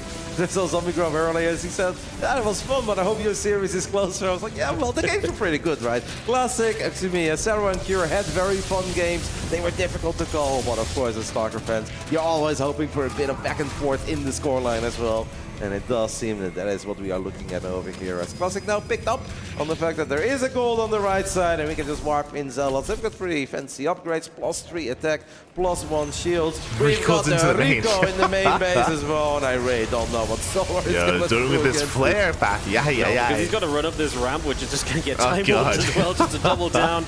And Classic, he's been enjoying killing Zerg main bases this tournament. He's going to get this one here. We are Solo going gonna to try to go through the He basically ramp. has no choice. It's Oh, not like he has God. the freedom to play elsewhere on the map overall. The Zerg Storms players have been look beautiful. away. They are going to go off on the Corruptors, the Hydras, the Lurkers are not really in range. Classic just keeps pulling back, and Solar will exit this game with the GG, giving Classic game 2. And we are tied up in the semi-finals of EWC this year. Love it. GG, well played. Again, a very intense game number 2. As a reminder, this all began with a fake all-in. Remember, it was Solar. It was Solar going for a fake Drop Lord all-in, and he was joining up to 80 workers behind it. And if you remember what happened in the aftermath of that, or I should say as a response to that, Classic pushed. Classic, he did read that, read it quite well, read Solar beautifully, recognizing that it was a fake all-in, that his opponent was being vulnerable, was vulnerable, was joining, and that is why straight away, bam, Classic moved out. He killed the 5th and he killed the 4th base, and he traded with the army as well. He out traded. I think they pointed out, I think he had like double the efficiency of Solar in that early game, and Solar, he never quite recovered from that. Yes, Solar, he did get a 4th and a 5th eventually. Yes, he got into lurker tech, but Classic was one step ahead the entire game. It was crazy. GG. It just worked out a lot better for Classic. Classic was decisive. GG, well played. And picked up very quickly on what Solar was trying to sell him, which obviously wasn't really what was happening. Yeah, as they mentioned towards the end a there. really good job of just not overreacting. Like, he never threw down like loads of batteries or anything. He didn't do what Solo wanted, and if he did that, that would have taken the wind out of the sails of his attack. And Solo, in one of the rare occurrences that he doesn't actually just kind of hit in the So it's like, come on, man. Like, if I would have done this, you would have been so dead. Like, what are you doing? True. Yeah, it really is one of those funny moments where just like Solo actually did just draw it up. He goes against his image a little bit, and he uses his image to try and fake it out, and it just doesn't. Classic doesn't bite at all. And a little frustration there for Solar, for sure, as we enter. But this time we do it for real. 51 True. German taxi. Queens, Roaches, Ravages, warning. Queens, Roaches, and Ravages. Let's see as we start off on Incorporeal with the Red Zerg player representing Falcons. In the bottom right, it is Solar. A 3-0 victory in the quarterfinals for that man over Hero. The top left side, and man who also got a 3-0 victory in the quarterfinals over the previous EWC champion, that was Clem. Can it be this man this year? It is Virtuous Pro Classic.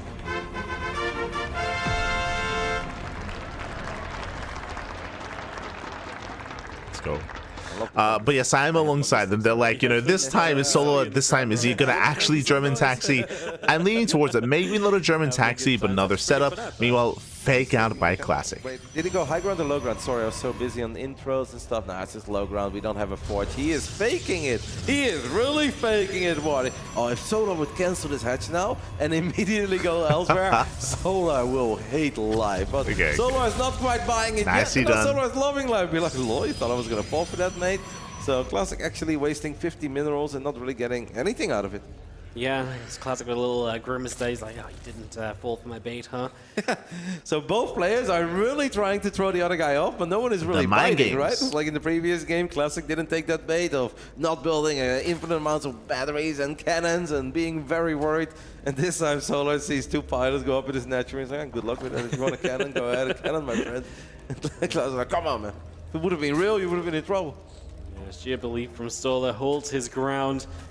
And we get ourselves set up on this game at 3. Prober nibbling, Overlord is scouting, Cybercore finishing as well. So we will start to see Classic choosing his tech options, which 9 times out of 10. So debate message report. Yeah, yes. If you didn't quite hear, we were emphasizing that it was a bait out there. It was a bait from Classic. He was hoping to force an overreaction, Well, and that's something which Classic has shown us a fair amount. So that is a possibility. We could keep our eyes open for down the line.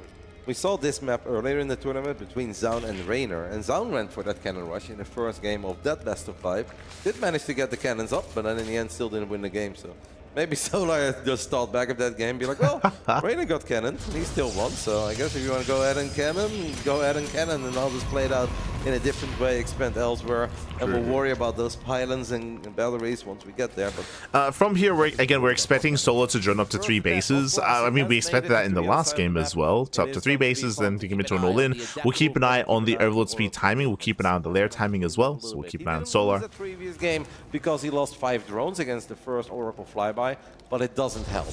And throughout this best of 7, we are really gonna have to limit that damage. A build that I really did like from Solar, if you remember, was in his series against Hero on Incorporeal, he went for a Roach all-in. He went for a Roach all-in with a German taxi, and it was able to punish Hero that was trying to rush into Storm. That's way too many, Wadi. No, absolutely. But I don't know if Classics really want to do that. It's like every now and then it doesn't matter. You win the game. Early anyway, Twilight right? Council. Like, if you're just having that before happen third every base. game in a best of 7, the odds just stack up against you. So Glaives? Yeah, definitely try and tidy it up. Let's definitely try and be a little bit cleaner overall. That Twilight Council comes in nice and quickly here. Yeah, it's really fast. Oracle's popping and walking across the map. Are you feeling Glaives? We have that one Oracle. That Twilight Council is going to get put to use real soon. Second Oracle is on the production up now, as Classic is also sending out a worker. No forge. He does drop in a third Nexus at 3 minutes and 55 seconds. Which is Does he pull out of gas? I don't see a Queen here. Queen is. If he pulls out of gas, he can go into charge. If he stays in gas, he can go into Glaives. Oracle could still find a few workers. It's just one. There it is. Glaive Adepts. Let's go. But it's completely fine. Resonating Glaive Adept already on the production tab, but that Overlord is just chilling in the main base. It is right there. Can True. Solar, does he see? Yeah, like Glaives is going to be coming straight on through. I think he did. Question mark. Solar just has the chance to come by and see he what's did. up. Already saw the Twilight and so has a rough Nice idea scout. when everything went down.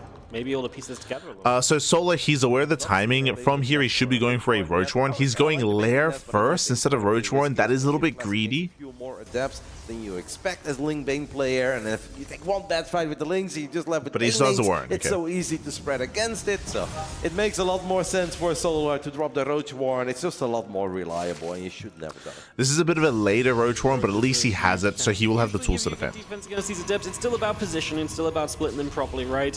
Making sure that you do not get overwhelmed in one position or out-positioned by the speed of those adept shades or the trickery of the cancel. Hey, did he see all of them there? Because we saw those 2 adepts, but I wonder if he saw the other 2 as well. As we warp in 3 additional adepts. This is quite early. It seems that the Oracle also protected this one adept that was in the center of the map. I was about to point out that that was a nice catch for Solar, because reducing the adept numbers with just a few links is amazing. The man needs to stop building drones, and he needs to start building a lot of roaches and links. And this could turn very well into one of these classic Solar games, where he's going to make a lot of roaches and links early on. He's going to lose a bunch of drones, but he won't be replacing those. Oh, he's going for it. He will just go full speed, pedal to the metal, nothing like metal units from here on out. He's going for the German taxi. How clean this defense is. Yeah, it definitely feels like he's got that aggressive follow because that Overlord speed's coming in. That will give him the drop lords across the map, right? So definitely feeling good. He does get a couple of adepts killed here early. The drones pull and there's roaches in position. So yes, we're losing units, but we are shaving that depth count down neatly. Now, there are going to be more depth showing up on the left-hand side shortly. Let's see how well we can do. A lot of these adepts are going to be dying, Roddy. Yeah, I'm a bit worried for Classic, also because this is not going on for that much longer. I have the feeling that Solar is about to end this party once and for all. 5 extra gateways on the production tab, but we don't have double charge, we don't have blink, we don't have a lot of cannons at home. I don't even know we have a forge yet. He is starting to produce immortals, but the queen count is high as well. That is a ridiculously important pylon, powering 4 gateways and the robo. I think Classic is in a lot of trouble. Solar's army supply right now is already 63, and he is indeed never looking back. He has lost 12 drones. He has not replaced a single one of them. Nothing but battle units coming out of Solar, and I have a lot of belief in this Solar push, because very few people in the business execute these kinds of attacks better than Solar. Yeah, absolutely. It's very sentry heavy, so we will have some force fields to work with, but the Ravagers are there, and this really is right now a sentry army. I mean, with one immortal. it's going to be crazy if Classic can survive this all in. It'll be insane. So he's giving up a few units already. The Oracle very narrowly goes down. And that is going to give maybe Soul a little bit more opportunity as finally the Roaches are here and it's time for him to hit into this main force. Let's see if he can get it done. That pylon is so ridiculously juicy. If I was Solar, we'll go for it. I don't know how many Ravages we have, but it'd be an absolutely amazing pylon to take out. So far, it hasn't gone too bad yet for Classic, because he does end up losing the Oracle there, water in. That does sting a little bit, but I do love all the additional depths that he has warped in. The links of Solar are getting incredibly little get the queens. And this Protoss army is actually holding its ground. Man, this is amazing. The Roaches and the Ravagers are having a very tough time getting in range of the battle. Feels like Solar just lost 40 or 50 links without killing anything. Yeah, and the links really are the problem. Like, the Roach Ravager doesn't really die to the Adepts, but that was very well done by Classic. That's He's gonna crazy. chase this army down a little bit now. Force field's coming down. Solar just didn't really have the oomph with this push we were expecting it to really go with. Maybe he lost just a few too many drones at the end, didn't quite have the reinforcements. The Lings were trying to force some force fields, and Classic didn't bite there either, so... Was Roach Speed the big problem? Like, I feel like if we would have started that a bit earlier, and I know he lost some drones to the Adepts, but I feel like if we want to go for this specific attack, we should have probably had Roach Speed done at that point. And I guess Roaches without speed just suck off creep against Sentries and Immortals. They'll have a very difficult time getting in range of the fight. This is a lovely little Ling drop, though, coming out of Falcon Solar, and Classic decides to just battle with probes, which I'd say is ill-advised. That's the tiniest recall ever as well. I almost think maybe we could have wiped in a unit if we didn't have to use recall there. 5 probes against a couple lanes. Solar will take that. But the previous fight, I'm shocked by how bad that went. Perhaps without Zergling, without Roach Speed, it's just impossible to go for a committed attack like that. Yeah, just going back on what they're saying here. I mean, Solar, he was 4 soul in, he was down in workers, down 20 workers for so long. Now Solar, he's re-droned, that is true, but Classic has had more mining for longer. He's had a better economy for longer here. Classic not getting a 4th base as well. Classic is getting further ahead. And he's just going to go for a round 2, it would seem. Yeah, second all in. There is no future in this game for him. There's no attack upgrades on the way, right? Evo Chambers aren't active. Just the Roach Speed finished, and we're just going to go with a larger army. But Classic's only like 15, 20 army supply behind that. Really isn't much. Went to Roach-focused army from the Zerg. Adepts are showing up here, and that's a distraction that Solar has to contend with, and that's only going to weaken the push and the timing across the map that he's potentially looking for. You're absolutely right, but I do think if we have massive Roach Ravager and we're no longer relying on Zerglings, a lot of these Adepts will start falling off seriously, and even all those Sentries are not going to be dead rate anymore, because Solar should have Corrosive Balls for days. We don't really have any Archons yet. The Stalkers are Wave 2 of the all-in. He's maxed out on Ling Roach Ravager. Still will, I think, where Solar can get something done, but it all comes down to the concave and the positioning. Ideally, a bit of creep for Solar to work with as well. Yeah, he's done a great job trying to push this creep up the map as best as possible. A few Lings there going to be a distraction. He's actually going to get the chance to get up to this high ground that's here. bad for Classic, I think. That's really bad. That army should not be in this spot already, because Classic's army is very strong defensively, but it's not the kind of army that runs into a Zerg army. Oh my god, the force field! The force fields are very good though, and those Roaches struggling to get away. Corrosive Bars not quite coming in time to help there.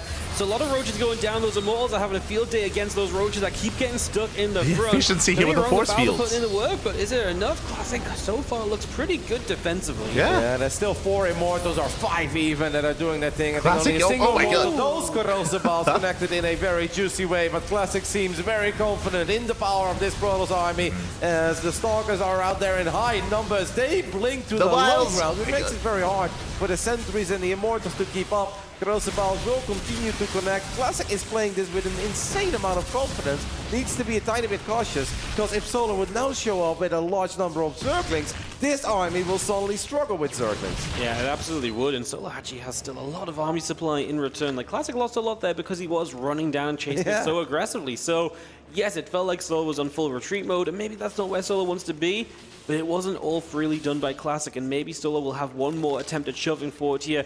Obviously, as Storm comes up, it gets even more difficult for Solar to end this game. He still does not have a plan to play this a super long kind of... Yeah, as I mentioned, the longer the game goes on, the worse it is for Solar. Like, he has no longevity here. He has to end the game here, and now he will get onto the fourth base. Evolution Chamber, there is no... Actually, there is one, and he's starting +1 missile attacks now, but... Okay. You know, that's not really an invitation. We're not rushing into Hive anytime soon. He is adding in the Bailing Nest now. It seems that Solar said, all right, either I get an all-out brawl, and we'll see if we can win this game, or at the bare minimum, we're going to knock the Protoss back to 3 bases. That is what he got done in the end.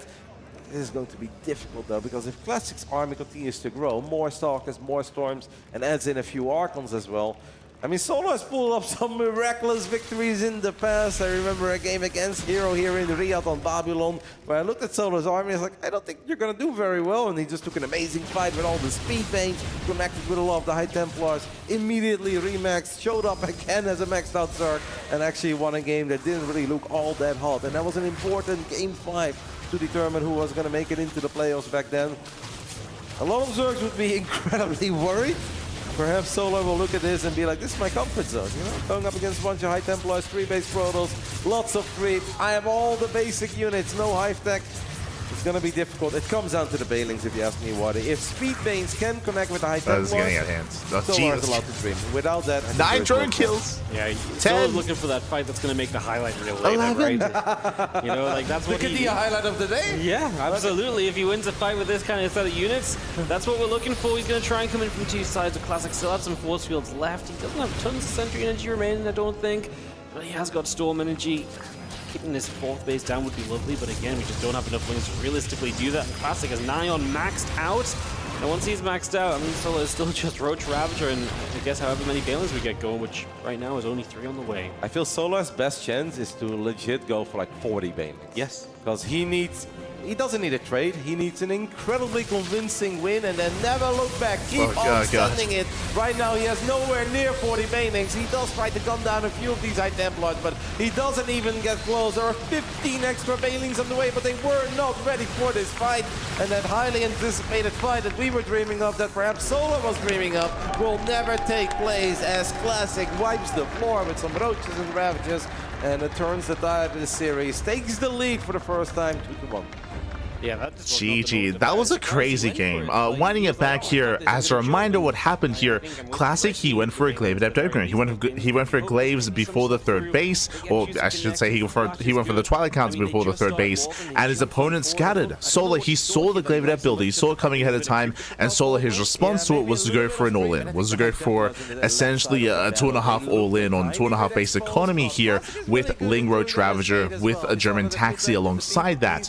What happened? The Adepts, they got damaged. The Adepts, they killed 12 drones. It was insane damage that the Adepts dealt, and the all-in was weakened because of that. Rotterdam was bringing up the fact that there was no roach speed, no upgrades, lack of reinforcements because of the deterred economy, because of the crippled economy, and I was so impressed by Classic's defense, because he should have been punished. He should have gone down. They're asking for a break. He should have gone down 2 set all-in. Things are looking better there. If you remember, Solar was even the first to max out, but what do we always say? The soup does lie. The soup does lie. Zerg player can be up 30, 40, 50 army supply, but the Protoss army is more efficient with force fields, with better positioning, with better army placement on top of the ramp with the concave as well. The force fields were insane. We were also trying to point that out as well. The force fields completely sliced up the army of Solar, and Classic had an incredible defense. You could argue that he overextended. True, he took a little biles to the face after that, but he was far enough ahead where it didn't matter. Didn't matter. Again, Solar, he had no longevity in that game. GG. GG well played. With that, Classic does take a lead, and now we are getting into a break. Going to be going on a short break here. When we come back, we'll have our next game. We'll see you soon after the break. Oh, see you soon. Bye. See you soon.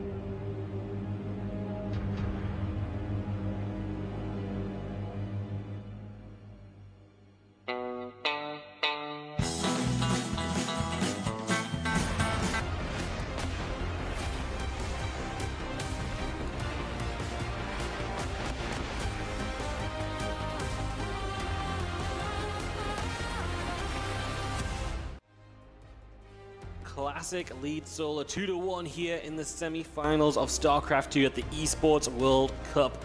He's 2 maps away from a grand final against Serral. Solar, though, has got those dangerous tendencies already and has got a chance to make this up in these coming maps. It's been a very funny series in that regard, where I don't think in a single game Solo was truly able to just play his game and go for the kind of game that he had in mind and show us what he has planned. It's all been a little, okay, something crazy happened and now my hand is forced and I'll do X, Y, Z, and it worked out in the first game. Didn't quite work out in the third game. I guess he really just did not want to wait for roach speed, and he's like, you know what, if you make that many adepts at home, you're going to have 1 Immortal and a couple of basic gateway units. It won't get a lot done. But kudos to Classic Man for immediately warping in all those sentries, buying a lot of time, slowing that push the MVP down. sentries. And of course, having a lot of adepts still at first, at home as well, just making it so much easier for Classic to deal with the Zerglings. And the Zerglings were so much faster than those Roaches without their upgrade, that what should have been a very difficult hold turned out to be a rather easy hold. And from there on out, Solar, of course, tried to make some stuff happen, but he was in so much trouble that he could not turn things around. No, he could not. So we will get ourselves into this game number 4. And in the top right-hand side, we're going to be starting off with the Red Zerg looking for the comeback. It is Solar. Trying to get it done the Solar way, as he said yesterday. In the bottom left side, we are looking at the main base of the last Protoss in the tournament, representing Virtus Pro. It is Classic.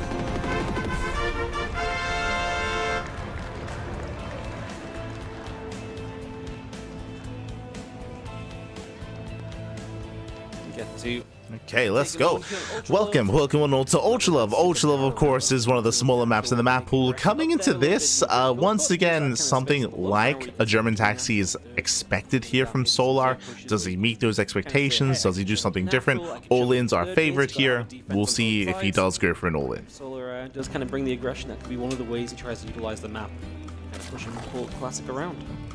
Yeah, I think at this point it's important for Solar to not really overthink it and just do what you do best. Let's take back of this quarterfinals against Nero. Quick Hydras, links, Banes, non-stop aggression. Don't worry too much. Of course, make sure that the first 4 or 5 minutes are clean. Let's not bleed out too many drones. But from there on out, send it. Play whatever you want to play with a lot of heart and commitment. No second guessing. And I feel like he did try to do that in the third game. I love like the ambition to immediately counter. I feel like a lot of Protoss players have been on the wrong side of a game 3. Like we just saw, where you make a few adepts and you shade them to the other side of the map. You're like, oh, I did decent, you know, killed 10, 12 drones. It wasn't even crazy, right? It wasn't like we killed 20 drones or something. I don't think that Classic was mega thrilled about the amount of damage that he got done. And in hindsight, perhaps if Solar would have just rebuilt those workers that he lost, we would have actually been in a pretty good spot. Because it's not like Classic can make a follow-up attack with 1 Immortal, maybe with like 2 or 3 and a War Prism. But that would still take a little while, and I think Solar would have been absolutely capable dealing with an army like that defensively. But I totally understand the excitement that Solar had, where he's like, hey, you made a lot of basic units.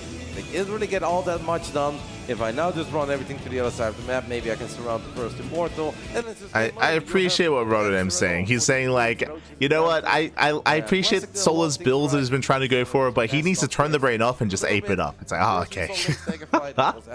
just commit to the all-ins that you know and love. It's, fair enough, fair enough. Just happy, in your opinion, who has a better chance of beating Serral in the finals? We did mention it already quite often at the start of the broadcast, at the start of the series as well.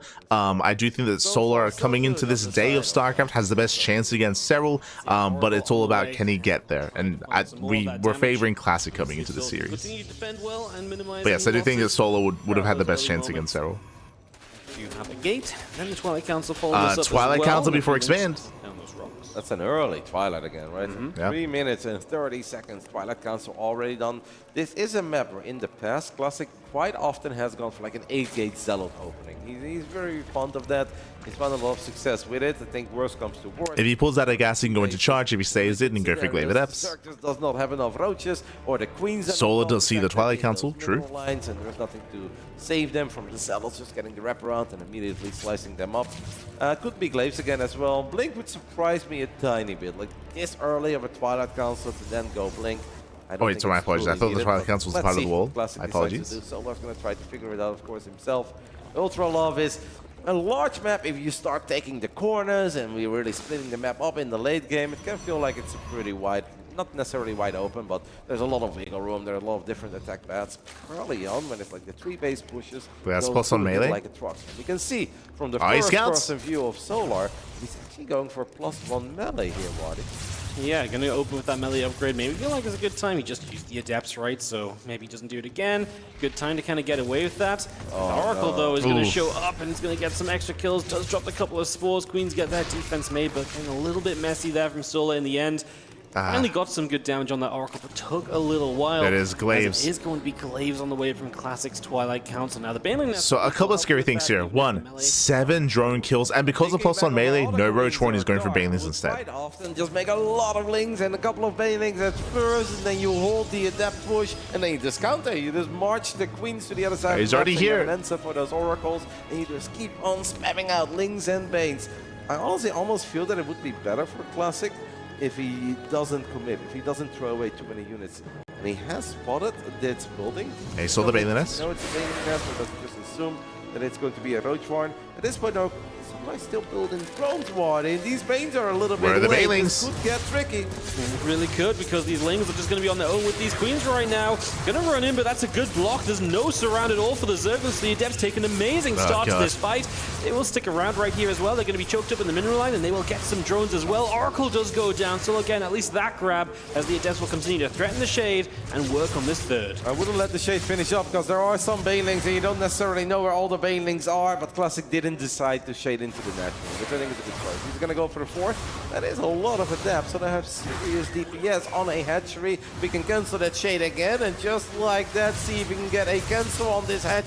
That's going to be a close call. Good job by Solar, splitting off a single Zergling to activate this stasis trap. Oh, the Queens Baneling speed. gets It is one. hard for these Banelings to connect. Shade gets cancelled again. Classic is doing as Oh, well God. as more Adepts have shown up in the triangle. Classic is all over Solar at this point, and Solar needs to end this right here. We need to keep this hatch alive. I don't even know where we go from here. Now he's dropping a Roach Horn as well, which I'm a little bit surprised by. Oh man, this has been beautiful by Classic. Absolutely really well done. As he does just minimize some of the damage taken here as well. 10 drones have fallen. It's taken a very long time to clean up as well, which is always a factor. Blink is almost done, and Soul is just going to try and drone on out of this one. Classic also has a Templar Archives down, so Storm can begin as well. And I really think a lot of this just comes from the fact that he lost 7 drones to the harassment, because then everything else is just that little bit delayed. That's the kind of damage you can't take when the follow-up is something like this from Classic. He's not done. We were watching Solar's first Gets person view another at that drone. moment when those first 2 oracles showed up, and I gotta say, I don't even know how that oracle showed up again, right behind the hatchery. Where the hell did it came from? Solar lost track. Yeah, as they're pointing out, the Oracles got 7 drone kills at the start of the game, then into the Glaive Adepts, getting another 12 drone kills as well, trading against the Lings, trading against the Queens, denying mining time. The Oracle goes back in, there's no sport at the 3rd base, more drones going to be going down, and Classic is pulling Solar apart. This is a tough one at this point for Solar, who is 28 firing up drones! 12 Oh, roaches at this God. point. +1 missile attacks on the way. Roach speed halfway 28. done. Perhaps the Solar's best chance in this game, Waddy. It's just slowly max out with a lot of bangs and hope for a dream fight. Similar to what was our last chance in that previous game. I don't really want to see him go earlier, though. I really don't believe in that. Yeah, it's just rough because we already have Blink Stalkers out, right? So going any sooner just kind of gives the Stalkers a chance to be aggressive already. He is just building Roach Ravager though, and I imagine it's as soon as that +1 missiles and Roach speed is finished up, I think that's just when he's going to send it. But there's already going to be storms to soften the Roaches up. The Stalkers should be able to trade well. Unless Classic starts getting mega greedy, I don't think what Soul's currently going for has much hope. He, again, needs something of a miraculous fight, or for Classic to come fighting into him, and he's just spamming units, right? And that could be the opening to take a good fight and then go launch himself across the map after. Especially because we do still have that +1 melee, so the Lings are kind of cool. The Lings are also trying to As I backstab. mentioned, They right now, cannot get- Classic is miles ahead. He's miles ahead, but if he attacks too soon, I mean, Solar's all in. He's all in. Solar, he wants to take a fight, so if he can take a fight on his side of the map, that'll be ideal. Still just building unit Waddy. A second robo on the way for Classic. Classic, his forces right now a little disoriented. They're all over the place. That means one of these Oracles is going to get picked off immediately. Oracle's low on energy. That's a crazy blink. Will it work though? Oh, we will see, because he just went straight on in there. He had some good storms, but the Stalkers taking a lot of damage as well. Now they're going to have to pull back a little bit. It does look like he's weathered the storm elsewhere, and with extra Stalkers showing up, that Roach Ravager force is looking a little bit lonely on the map. Do we have any reinforcements? Yeah, Feeling's just going to keep running away, and Classic is chasing hard after those Ravagers. He's got a Prism here as well. Don't think that's going to come into play too much. He's also so close to finishing charge. That should be a major part of playing defense. Classic is just so aggressive in this series, man. He's making forward blinks. He's always in the face of Solar. He is not living up to all that praise of being the super strong defensive Protoss. He is willing to battle. He is just brawling, and he's fighting so much damage early on. He's kind of getting away with it. He's got some good storms, nice blinks, of course. I think the one was a little bit adventurous down the ramp, but it worked out. And the longer this goes, the better it is for Classic. Classic knows that Solar should have time, though, to max out the next time they're battling Wadi. We're not just looking at a couple Stalkers anymore. The Immortal count is rising, and I'm very certain that Classic has already rebuilt all those High Templars that he lost. Yeah, as I mentioned, like, there is still a chance here for Solar where he can maybe have one really strong fight. Speaking of, he does get on top of the High Templar, and he looks like he may get one up. Not even. Effort, but we didn't get a single one in the end. You don't get the idea, though. It did seem like an opportunity. We're just in the same place, right? 6 drones, a bunch of Language Ravager, an Oracle taunting the Queens almost. And this time we even got Zealots up in the main base causing trouble that Solar is going to have to send, honestly, a fair bit to come and deal with. As Classic really does just continue to take control. 2 Immortals producing at a time to really buffer this army up and just make it to the point where, realistically, is there a fight Solar can take anymore? He needs the Dream Surround, he needs the Dream Engagement. This is a spot that a lot of Zerg players will absolutely hate, and a lot of the pros will say, you're just dead, but Solar is gonna try, and I've seen him pull out some miraculous comebacks. He really is excellent in getting value out of these armies. He's dead to the storm. It landed for the full duration in the heart of this Roach Ravager army. He is gonna try to get one of these Immortals. This is an expensive army to lose for Solar, so I really hope for him that he gets a lot in return. Does get a bunch of the Stalkers, now turns around, even comes down a High Templar. Obviously not everything he was looking for, but you can't say that he lost it all for nothing. No, he did honestly get some pretty reasonable trades there, but I mean, this is now Classic just running across. He's got Zealot on the other side too, so it's not like Solar is taking no damage himself. He is so committed right now, and those Immortals are going to absolutely power their way through this. GG Classic is going to be up 3-1, and he is a map away from the World Championship match. And he's playing like a man on fire. GG, well played. Again, just a really strong start there from Classic. I do really like what they brought up in the fact that Classic is known for being really defensive and really turtley. At least that's where he can lead a lot of games, but that is not how this series has played out. Every single game, Classic, he has been the aggressor in his own way. We've seen a lot of Glaive Depths. I mean, that adds to it, right? We've seen a lot of Glaive Depths here twice now so far in this series. We, of course, saw the Corki build in game number 1 as well, but Classic has been finding damage. He's been crippling Solar early and punishing him early and maintaining that momentum. Unless you're working with strong, well-upgraded Hive-Tech units, but that's not the case. Solar is trying to live up to what he has done best, and that is be aggressive as a Lair-Tech Zerg with a lot of those basic Roaches, Lings, Ravagers, and a few Bailings. Not finding the openings that he's looking for, and he doesn't really have the numbers. Normally with those pushes, Solar should show up. We saw that yesterday in his quarterfinals. Heroes at like 38, 40 army supply, and that's where Solar shows up with 90 or 100, and he just has these crazy swarmy numbers. Classic is not letting it happen. No, he's not. Classic is also just playing in ways which we're not super used to seeing Classic playing, right? He's not just playing for the fast storm and playing the big defensive style. He's like, hey, I'm going to keep it aggressive. I'm going to keep you on your toes. I'm going to take it away from you, maybe, you know, what you maybe have prepped for me, because you might know that some of your builds are really good if I'm being a little bit greedier. So I love that from Classic as well. Like I said, coming in, I felt like he might mix it up a bit from what we've been seeing from him in the build up to this event too. So fun stuff. Let's get into the top left-hand side as we have got the last life for this man in the top. Can he save his tournament here? This is Falcon Solar. In the bottom right side, the man that all the gamers were talking about, he's just gonna sit back, get Blink Stalkers, get a couple Storms, make a lot of cannons and batteries. Well, in this semi-finals, he's showing us that he's capable of a whole lot more. It's Virtuous Pro Classic.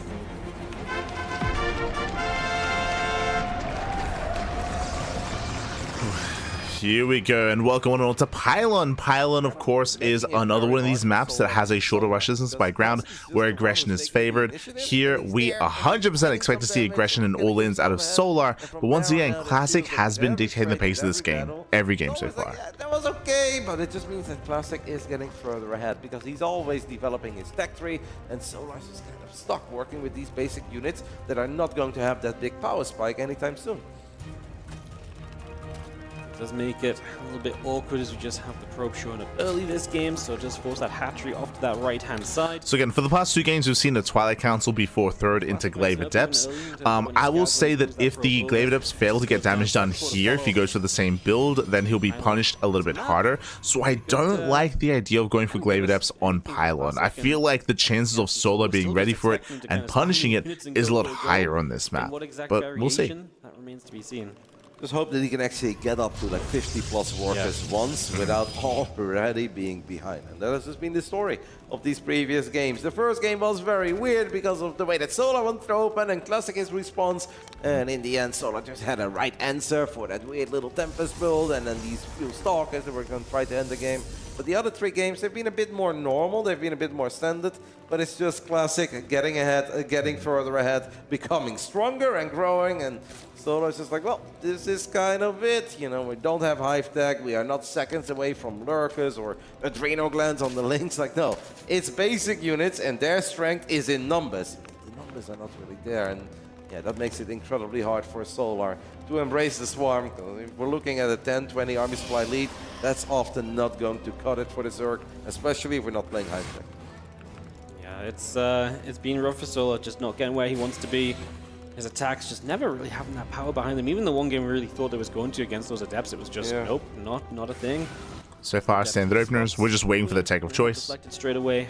We're waiting for the Twilight Council, or we're waiting for an early Evo chamber. Come down because the last couple of games, it has been fast.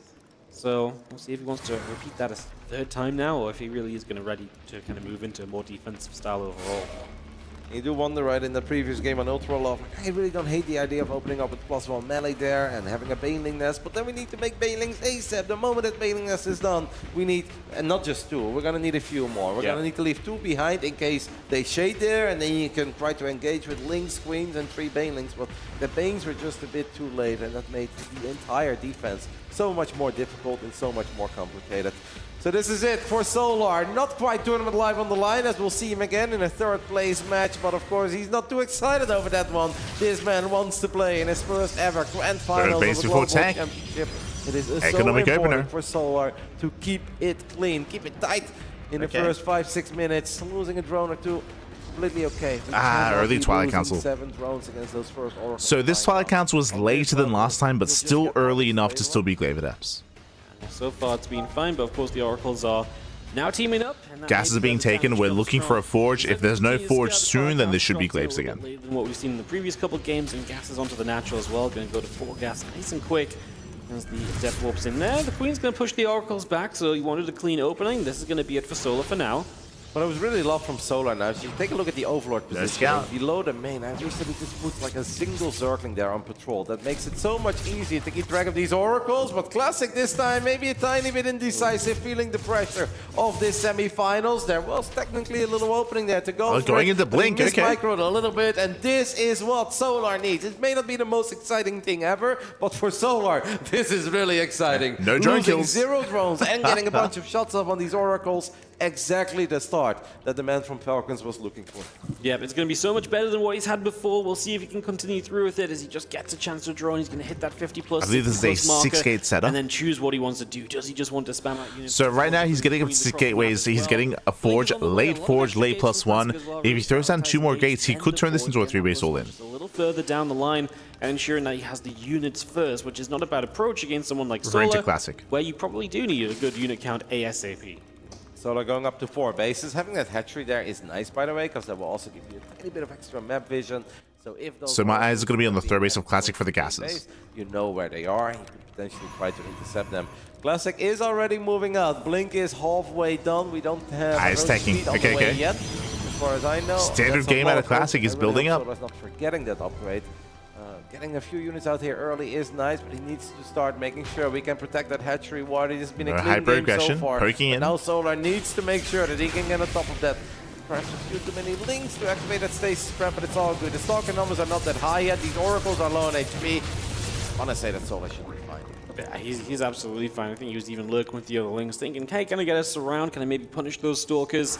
Not going to be the case. They checked across the map as well, but nothing there. They're going to run out, and that's going to give the Lings an access point, so in they go, and an opportunity here for Solar as Classic realizes the mistake that was made. Yeah, that was not a whole position, and I love that Solar saw it, right? That means that he's sharp, he's dialed in, he sees the adept leave its spot, and actually forces a recall, I believe. It's still fine. And do you see what I see? Solo's not joining. Solo, he's not joining. He's going for the all-in. German taxi. From any pressure, Classic was thinking of applying. And this is the best setup for a German taxi that Solo has had the entire series. We've seen this fail throughout the course of the series. I hope for Solar that we're going to send it in typical. But this time, like, he has a solid economy. With a 50-60 army supply lead, because that's what he's going to need for if he wants to win this game. Yes, he really is. I mean, it's going to be time to just go, go, go. He's already about the 40 army supply lead, so looking for a bit more. Rogue speed finishing, Overlord speed finishing. It's go time in the next few moments. Storm is going to be done though, Roddy. So we are going to have some Storm to soften things up on the way in. Does Classic have enough support for that? He'll also have +1. Yep, now Classic definitely has the tools to potentially defend it, but it's still going to be a monstrous Zerg army. And There then we it go. comes Cannons down on to the way, shield batteries on the way. Where are the batteries? And Classic will We're about to test the defensive prowess here of Classic. He's known for his defense. He's known for turtling up. Known for his defense, his late game, his shield of fire, if you will. The new stats. Can he hold on though? Pretty weak. There is a lot. I love to see a couple Storm is down. Zerglings in there. Great blink by Classic. The initial storms are quite good, but Solar has a lot of units. He's looking to get through that stalk and does get through it. Yes, we got the Ling Road Ravager trying to come through. He do still protect the natural wall for the moment. The Stalkers keep on fighting the High Templar. A couple go down, but we are continuing to trade well with the Stalkers. Lings do drop by, so that's going to be something Classic has to deal with while defending at the front. But he has so many Stalkers, and with good blink control, he should not be losing too many of these. The Road Ravager will try and do what it can, but it's mostly Ravagers left, and they are going to be low HP, low armor units that go down very quickly. Classic only lost 3 probes defending against the Ling, and he is pushing Solar away. There was a cannon in the main base mineral line as well, so that little link drop didn't get a whole lot done. The Oracles are still alive as well, despite the fact that Solar had a lot of screens. It looked promising for Solar, it looked good, but Solar tried a few too many things. Bust open the natural, fight the main army, and Classic in the end had an answer for all of it. The Storm's connecting with so many Zerglings. Classic may need to be a tiny bit careful on trip linking forward. That is a hold, that is an incredibly successful hold for Classic.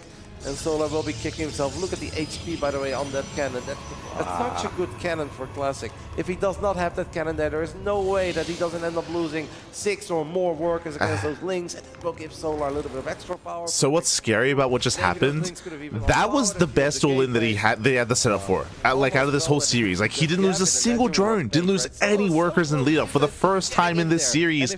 And this hit as hard as it could have. And despite that, Classic holds, and now Classic's running away with it. That Classic has a greater economy, he has a better army, plus tools on the way, Storm is on, of course, more models building up as well. Pushing forward here, so we're going to go for another wave of this attack. Solar, I mean, here comes that second wave. Trying to protect this location. First Storm goes dead center on the Roaches. That's a good amount of splash done already. Might want to use the next Storms if the Lings try and force their way onto that army. We have to cancel the base, but Solar's, 59 drones still. Classic doesn't need to rush to base 4. No, that's not something that Classic knows. If Classic would see what we see, he'd be omega relaxed. He'd be like, well, here we go, up 12 workers, I've got an upgrade. You don't even have a single upgrade on the production tab.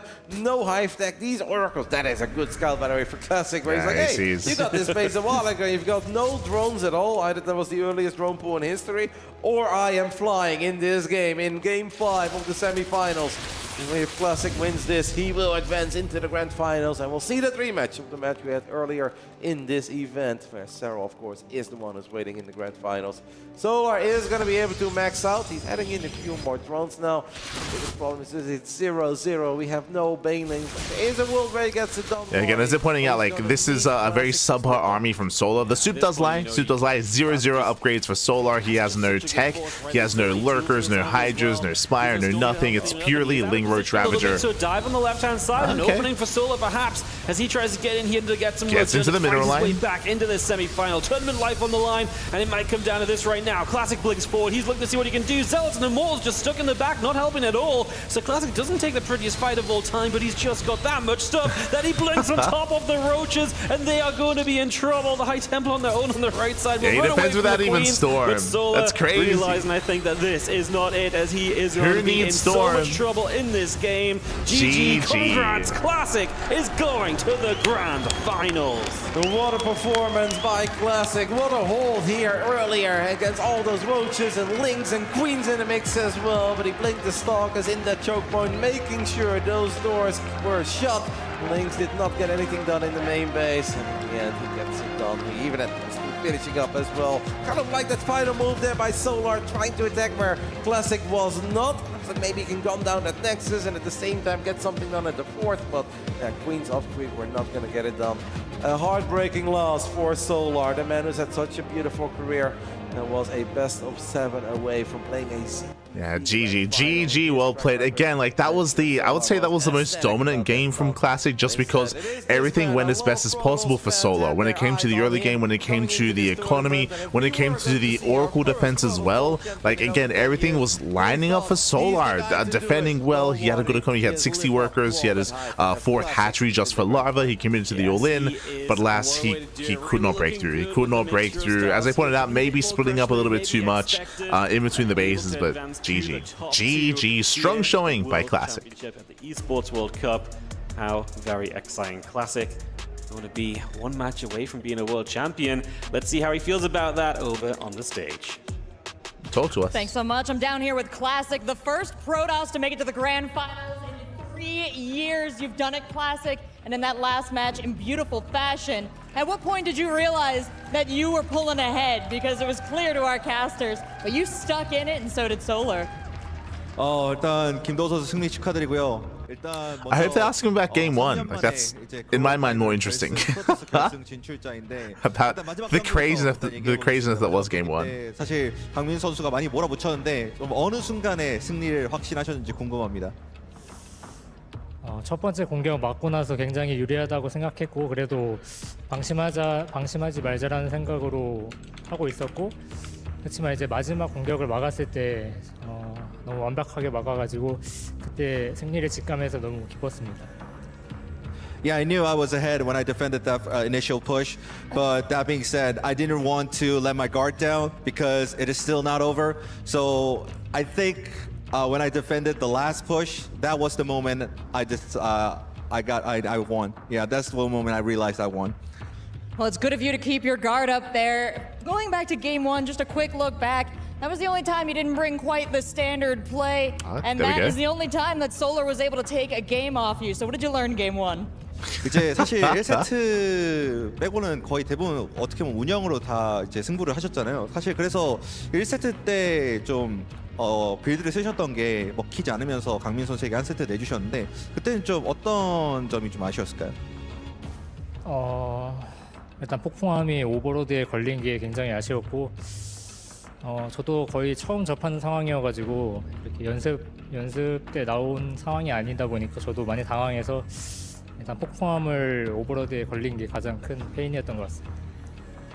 Yeah, I think Overlord spotting the Tempest was the breaking point for me because I haven't experienced that situation, so that rattled me a lot. So I think that one, that's the point that I fell off the wagon. Well, your exceptional play taking you to the grand finals now. Tell us how hard you have worked for this. 이제 결승전에 드디어 진출하시게 됐는데 정말 이 결승에 오기까지 정말 얼마나 노력을 하셨는지 말씀해 주시죠.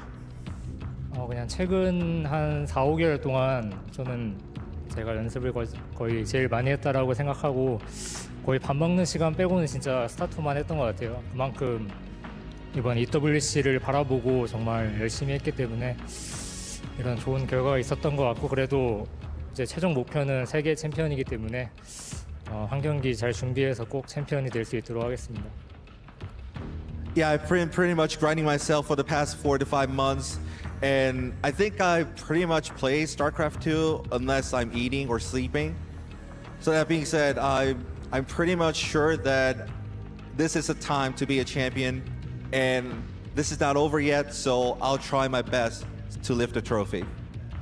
Well, you've certainly got a tough match ahead. You'll be facing off against Serral in the grand finals, but by eliminating a Falcons player, you get the perks of the EWC Heroes Club for a day, so you get to enjoy some VIP treatment in between.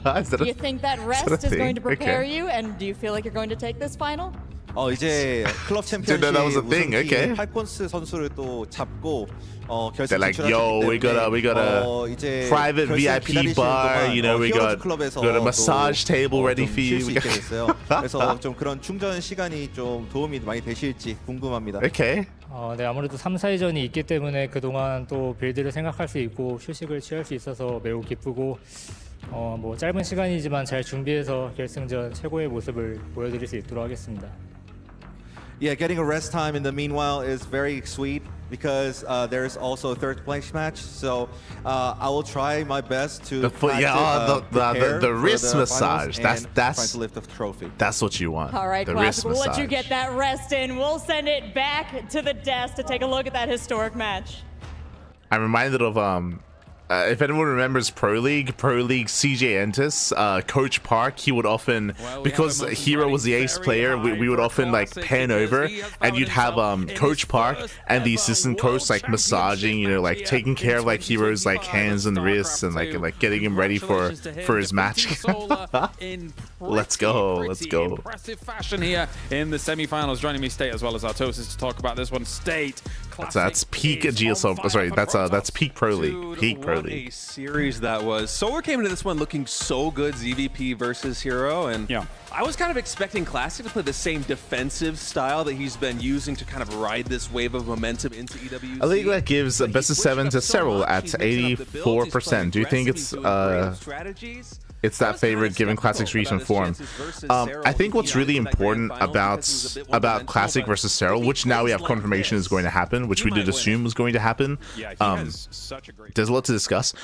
Is that if you were here during the group stage, you would have heard Serral's interview. I think it was a really insightful interview, not just Serral's interview, but also Lambo's insights coming into Serral series versus Classic. They already played. They already played in the group stage. Serral already beat Classic. And if you were here for the interviews and here for Lambo's thoughts, he spoke about how Serral has been grinding and practicing a lot after DreamHack Dallas. Basically, Classic beat Serral in the late game in DreamHack Dallas. After Classic beat Serral, Serral got in a lot of custom games with who was Showtime. It was Serral and Showtime. Showtime was doing a lot of customs with Serral and working on Serral's late game and working on his PvZ. And we saw that come into play in the group stage with Classic going for that more defensive style, embracing more of that late game, and Serral shutting him down. Now, Serral was being aggressive. Serral was cutting corners. He was seeing when and where he could get away with droning, hyper droning, maxing out, and then punishing Classic. It was a really terrifying series from Serral, is what I will say. So we spoke about it after the group stage, that after that series, Classic would have to adjust, would have to change things up a little bit, because clearly going into the late game is not going to work the same way as it did in DreamHack Dallas. And we saw that here, which is my concern a little bit, but here we saw that Classic was really aggressive against Solar, except for that last game, right?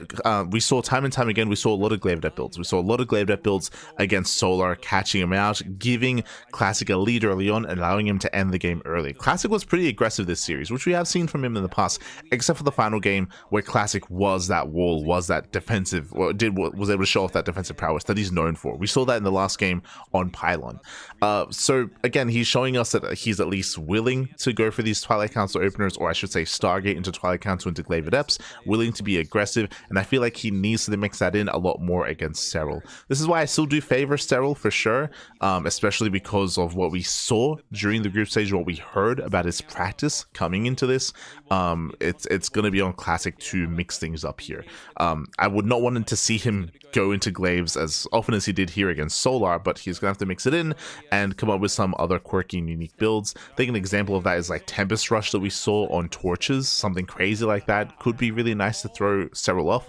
But being more defensive, and turtly and relying on your late game, I don't think that is going to be something that Classic can rely upon against Serral. Not anymore. Not after what we saw during that group stage as well. But we'll see. We'll see. Best of luck. In that series where he was in a Bearing in mind that we're going to be covering Cure versus Solar in first. top form, just barely getting edged out by the best Protoss player in the world. I think it's going to be a superb third place match. How about yourself, Artos? What do you think? I'm having a hard time figuring out who I even think is going to end up winning that one. That is a very close match. It's an excellent match. Can't wait for it. Maybe it'll end up being a very important one in terms of the club championship points as well, because obviously Team Liquid is in the hunt for big points. Falcons are previous club championship winners. So as we take a look now, though, at the Key Crush, Classic will be crushing yet another one. I think you're right, Dan. I want the orientation a little different, so we could see like different, like kind of crushes. Like we only get that little bit kind of crushing each time. Yeah, I would like some different types of hydraulic presses. I'd like to grind it into dust. You know, we should have several different ways. Oh, look at that! No flinch. Oh no, Sarah's in trouble. That was the least flinch I've seen. That was the entire least week. flinch. Yeah, I thought Serral's prior was the least flinch. But now, Classic's just one-upped him. What do you make of that? You know, I was kind of torn between Solar versus Classic when I saw the handshake leading into the match. I was kind of like, okay, Classic, he's probably got this one. He's looking a little more confident. After that press, maybe, man. Maybe. A best of 9 is a funny beast, right? Because we just don't do them in StarCraft 2. Yeah. So, I mean, yes, like we did it last year, and obviously it was a bit one-sided in favor of Clem. He's not here anymore. Serral is now the return back-to-back grand finalist here at the Esports World Cup. So he has some experience in best of 9. yeah, and he has some experience in World Championship finals as well. Oh, yeah. He's pretty experienced at this point. But the thing is, Classic's been around forever. He does have some very prestigious tournament wins under his belt. Yeah. So I don't think he's going to be like panic or anything. He's been a pro gamer a lot longer than Serral. But the one thing that is for sure, after this best of 9, we are going to see who is better at this matchup. 100%, yeah. I mean, if somehow Classic can overcome what we saw in the previous series versus Serral, because I was a little bit blown away that Serral was going to be able to take that 3-0 against a Classic that looks really in form. You look at that RSL, you look at that GSL, right? Like, that should give you credence enough to say he's going to be able to hang, but that 3-0 kind of stung. Yeah, it was a painful loss there to Serral, but I have to say, Classic, he came into EWC looking really strong, and somehow, miraculously, over the course of this tournament, I just keep getting more and more confident in his gameplay. Yeah. People were saying that he's probably the favorite to win coming into this one, and I'm not sure I completely bought it, even though he did look like the best Protoss player. So right now, they're talking about Serral versus Classic in the group stage. They're talking about how strong Serral was looking. Can't wait to watch it. I think I should also emphasize as well that series was 3-0 in favor of Serral, and Serral was looking like it was not a close 3-0. Like we spoke earlier about Cure versus Serral, how Cure versus Serral it was a 4-0, but those are really close games. And Cure was often ahead against Serral. Again, when it came to the Serral versus Classic series, it was nowhere near as close. It was nowhere near as close. Like Serral was looking very informed and very in control of that series, which is what was scary about it for sure. Now that he's here against Serral, I give him at least 50% to win. Either he wins or he high. Doesn't. Jesus. 50%. 50%. That's how it goes.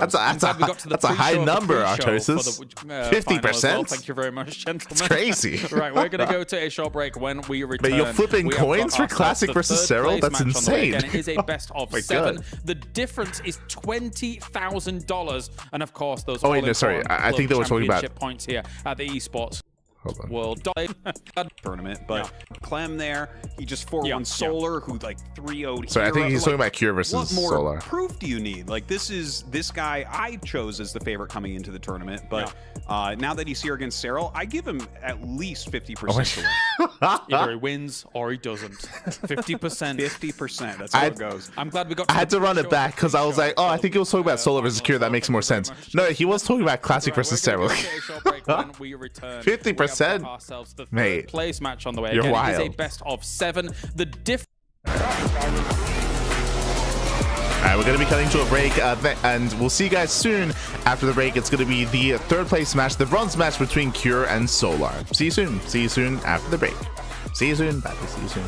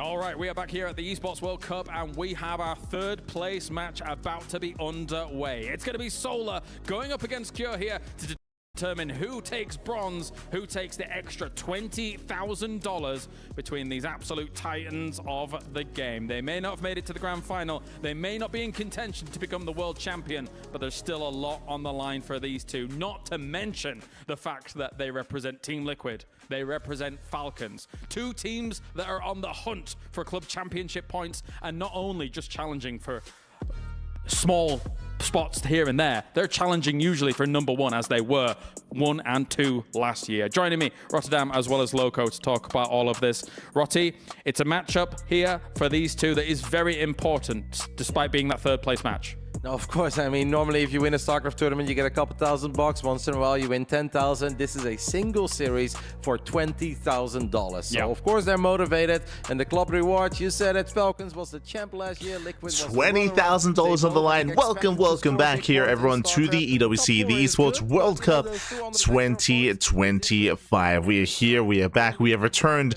with a third place match. Again, this is a rare sight. It's a rare sight. Typically, tournaments don't actually have a bronze match, but specifically this year for EWC, we have one. As you're mentioning, unfortunately, the players cannot advance further in the tournament, but there's still a lot of prize money on the line to determine who is third and who is fourth best in StarCraft 2 in the year of 2025. Oh boy. Spicy. Let's see what he wants. Let's see what he's got. What does he have for us? Listen, I didn't know that the opinion was so controversial, but I don't care how long he's been chasing me for. It's been days, okay? But still, my opinion stands on its own. Protoss, perfect.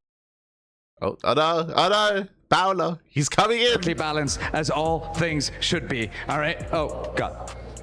Wait. Habib, let me tell you something. Please. No, let me tell you something, Habibi. Okay. What? I agree with you. Protoss is not OP. For ire, brother. For ire. All right, well, you know, okay. You know what? I'm glad they've made up for the Dr. Zulman Al Habib hot takes for the doctor's notes. I guess, you know. Is that how the story ends between Paolo and Sandstorm? Oh, no. Exact same hot take. Look, I see a lot of people complaining about late game Protoss versus Zerg, and then we actually see some PvZs featuring, for example, Serral. We're probably going to see some of that later. And Serral actually makes the late game look pretty easy. So even though maybe some people are complaining about Zerg versus Protoss late game, I think Protoss is totally fine.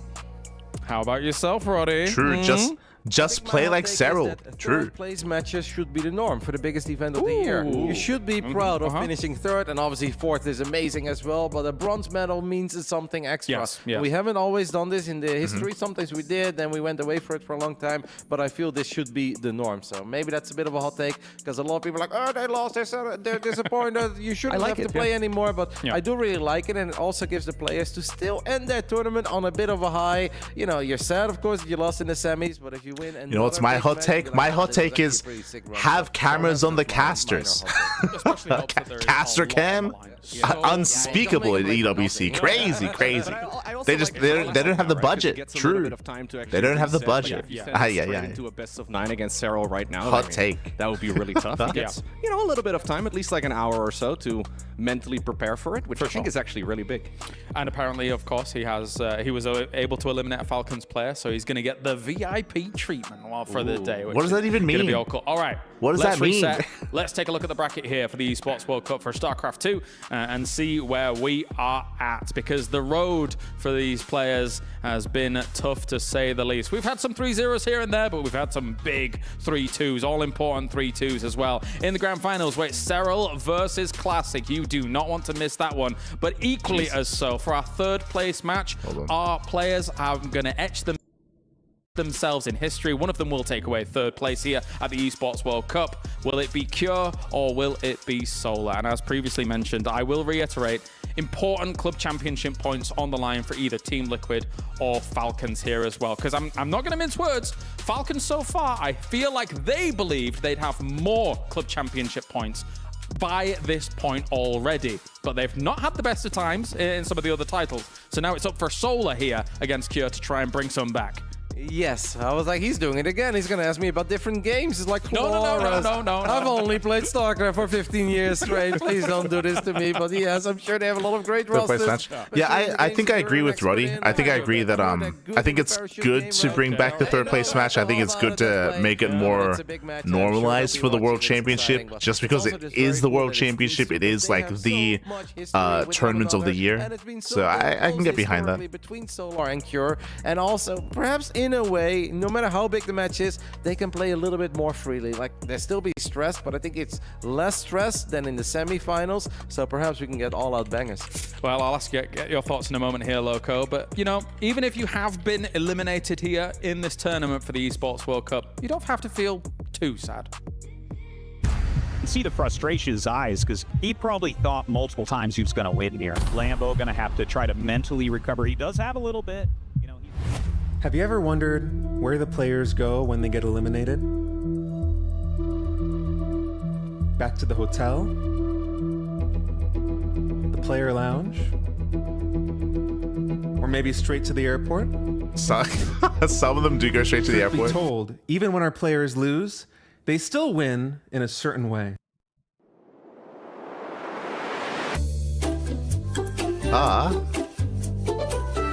You have doggos at EWC? Why have we not been showing them off? Because everyone deserves love and appreciation.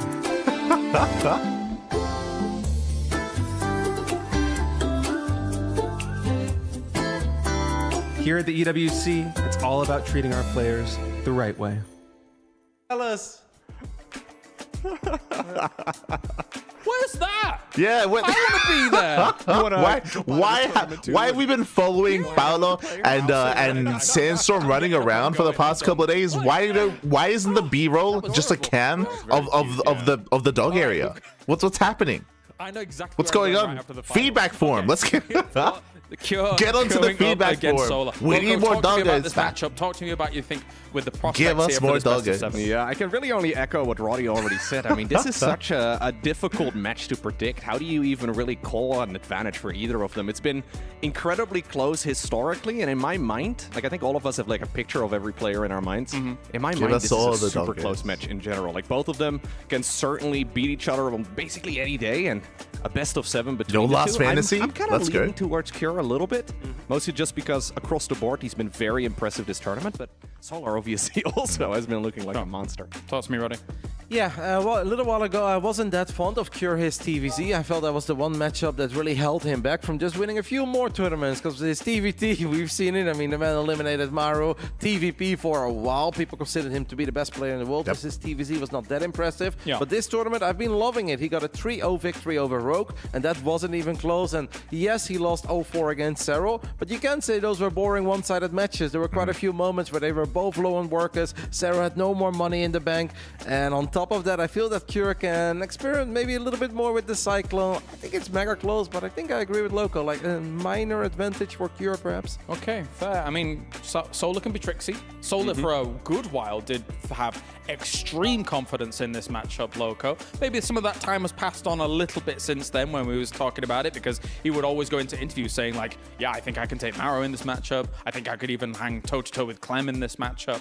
But going up against Cure here, maybe those days are gone, and who knows? Yeah, I know that Solar in general has been quite vocal about not enjoying the Cyclone builds all too much. True. I feel like ever since he has been vocal about it, everybody's been playing Cyclones against him. Weird, I don't know if they're just, you know, rubbing it in a little bit, but yeah, there's no denying that in general he's really good in this matchup, but I am going to give the slight edge to Cure overall. Okay. How about yourself, Roddy? I mean, obviously you've talked about, you know, giving... in general, I also give the edge to Cure. I do think that Cure's TVZ is his weakest matchup, but that doesn't mean it's bad. Like, his TVZ is actually really strong and really on point. I know that Solar did impress me during GSL. For those of you that don't remember, Solar, he was one of the reasons why Maru was knocked out early in GSL Season 2. Solar had some really strong builds and really hard counters against 8-Raxes, but as we saw from Cure in his series against Serral, doesn't have to just 8-Rax. He did 8-Rax twice in that series. series. True. 2 games did go for the ARAX. 1 game went mech, and the other game did play standard, more standard than previously. So he's shown us quite a wide array of builds, and I still lean towards Kira. But best of luck to Solar. I hope for a series. Hope there's not one-sided. It's my hope, at least, because so far the semis have been, at least score-wise, one-sided. 2-3 different squads of units, because then he can perhaps find enough openings to pick Kira apart. Yeah, and again, if the dreaded Cyclones come out here, I guess it's like try and keep their numbers. We haven't seen Kira go battle mech. We've seen him go for a more traditional form of mech, but we haven't seen battle mech yet at a Kira, at least not at EWC. Tried to play Cyclones, but in the series against Serral, he really didn't, right? And he did give Serral at least a lot of time to macro and to just sort of build up his bases. If he gives Solar similar opportunities, I think Solar really does have a shot, because he's really strong when it comes to the multitasking, and I think in general his late game is good as well, so yeah, we'll see. All right, well, thank you very much, Roddy. Thank you very much, Loco. It's time to head into our 3rd place match now here on the stage. These 2 players know what it means for their clubs, what it means for their wallets here, what it means for 3rd place. Where were the doggos? Here at the S&B Esports Arena, we're heading into the decider match. $20,000 on the line between 3rd and 4th means there's 20,000 reasons for these 2 to pick themselves up and charge back into battle. Rivals last year in the club championship, and the story continues this year here at the Saudi National Bank Esports Arena. Ladies and gentlemen, one more time, Team Liquid take on Team Falcons. It's Cure versus Solar. Solar power may have been eclipsed in the last series, but you can always count on the sun to rise again. And for Cure, hot off a semifinal versus Serral, Cure has a Zerg punching bag lined up to take his frustrations out on, but this one hits back and hard. Everything is in its place now for this placement match, so let's roll out. Casters? Take it away. All right, it's going to be another best of 7 before heading into those grand finals, this time between Cure and Solar. Their TVZ remarkably close to each other. They've played tons of games over their storied careers over in Korea, and they remain dead set at 50% in both matches and series. You don't get any closer than that. I am so excited to be casting this series with you, Zombie Grub. $20,000 and, of course, 200 club points. For a moment, I was like, and who is that?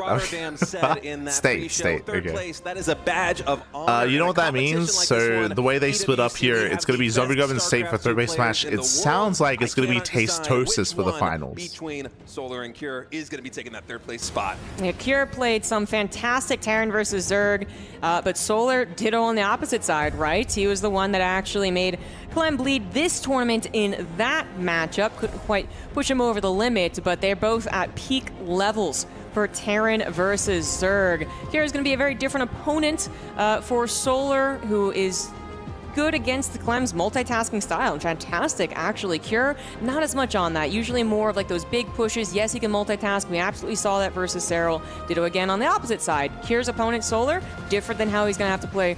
He did play versus Serral. So really cool to have 2 TVZs happen here, and we get to see basically all the angles of the matchup. Yeah, Solar has said heading into AWC that he feels very confident in his ZVT. He said he thinks he can take down Clem, he thinks he can take down Maru. Well, Cure, among those players, is just so good at TVZ. Just as you said, he might not have quite the multitasking skill. So I don't think it was Tastosis for last year's finals. I don't think, if I'm not mistaken. I think Zombie was in the finals, right? He is so calm, collected, and controlled. He runs a clinic on how to play TVZ at a high level. It has been a pleasure to watch him really debut that at GSL this year. I feel like he's been revitalized in the TVZ matchup. I think this is going to be a really close series, as here we are loading in on Ultra Love for map number 1. Spawning in the top right, the Red Zerg representing Team Falcons. It is Solar.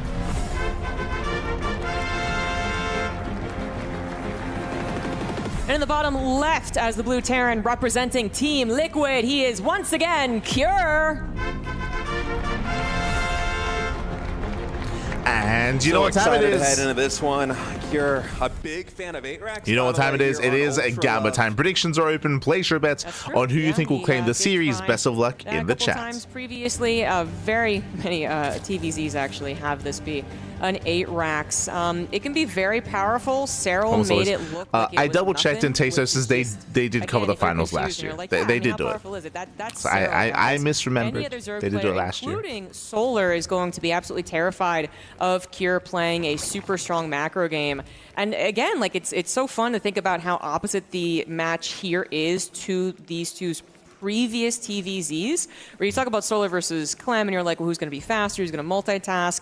You know, in Serral versus Cure, it was, okay, well, who's going to have the better macro, get to that point in the most efficient way to really start dealing blows to each other. And now I actually feel like what we're going to have is Solar being the multitasker, being the aggressor, running around every which way, things that he's perfected in his many matches versus Clem. And Cure is going to be the one that we're like, oh, if he gets to macro and get to his 8-Racks, fast engineering base, and push on a map like this with no interference, then he's going to be the scariest player.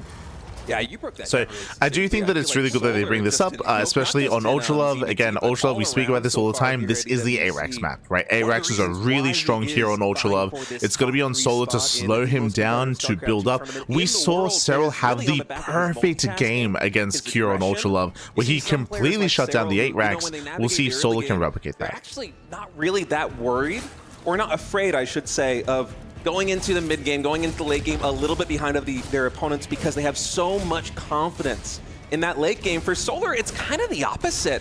He wants to bring the fight to you early. You saw that versus Hero. You saw that versus Classic is actually Cure. Usually we don't commentary the first Reaper because usually not a lot gets done, but some fancy micro able to take down one drone. Going back to my previous point, yeah, I think you're absolutely right. Cure, he is a little bit more conservative. He likes to focus and kind of narrow the game into specific moments, right? Like a big 8-Racks push, a mech train just kind of moving all the way across the map with siege tanks lined up from the center of Ultra Love into a third base, something like this, whereas Solar, yeah, he's going to be trying to pull Cure apart. Yeah, even with the Liberator style of play that he was showing, right? It was kind of this interesting mix of something that we consider very multitasking heavy, splitting heavy, which is the mass bio play, but Liberators they're literally siege units. And he was able to kind of mix it so that, yes, it was about the 1-2 on opposite sides of the map, but it was also about getting that slow push of the Liberators with siege. So just really fascinating stuff coming out from the styles, the multiple styles that we can see in TVZ. And yes, of course, we will have to talk about Battle Mech eventually, but I'm just not thinking about this map right now. I absolutely think that Cure's going to try and get away with an 8-Racks once again. Solar is going to keep a keen eye out for that one. He's going to see that it is a factory third CC with a starport, presumably. You didn't quite see that it was a starport. Technically, that could be a barracks. Again, I do like that they do keep bringing it back to the 8-Racks, just to keep in everyone's mind, assuming that's what's going to happen. And then how fast was engineering bay is going to come down. Yeah, it's just a nice, safe opening here with that Banshee, kind of fulfilling the same role that, say, an Oracle would in a PvZ, where it makes it kind of tough for Zerg to get a lot done early game, because unless you come with Queens cross map, you know, Roaches and Lings, those guys don't shoot up. Ravagers, you're pretty lucky to get a bile on that Banshee, and in fact will be Cloak coming in here for Cure. And yeah, I was speaking actually with Rainer a couple of weeks ago, and he was talking about the frustration of playing versus Cure, especially on a map like Ultra Love, because you know the 8-Racks is coming, and even then, it is so difficult to stop. I think that we're probably going to be seeing quite a wide range of builds from Cure over the course of this best of 7. We will be seeing 8-Racks play. We will be seeing Battle Mech. And I was going to say that I am fully expecting him to send the 8-Racks again in Ultra Love, as he has repeatedly over the past couple of weeks. But look at Cure kind of flipping the script right now, man. He wants to go into double factory. As you said, even with you acknowledging the 8-Racks is on the way and getting all the world in the time to prepare, most Zergs are still very afraid of it. But Cure, he wants to really change things up. It is obviously the precedent that has been set in his TVZ and a lot of TVZs.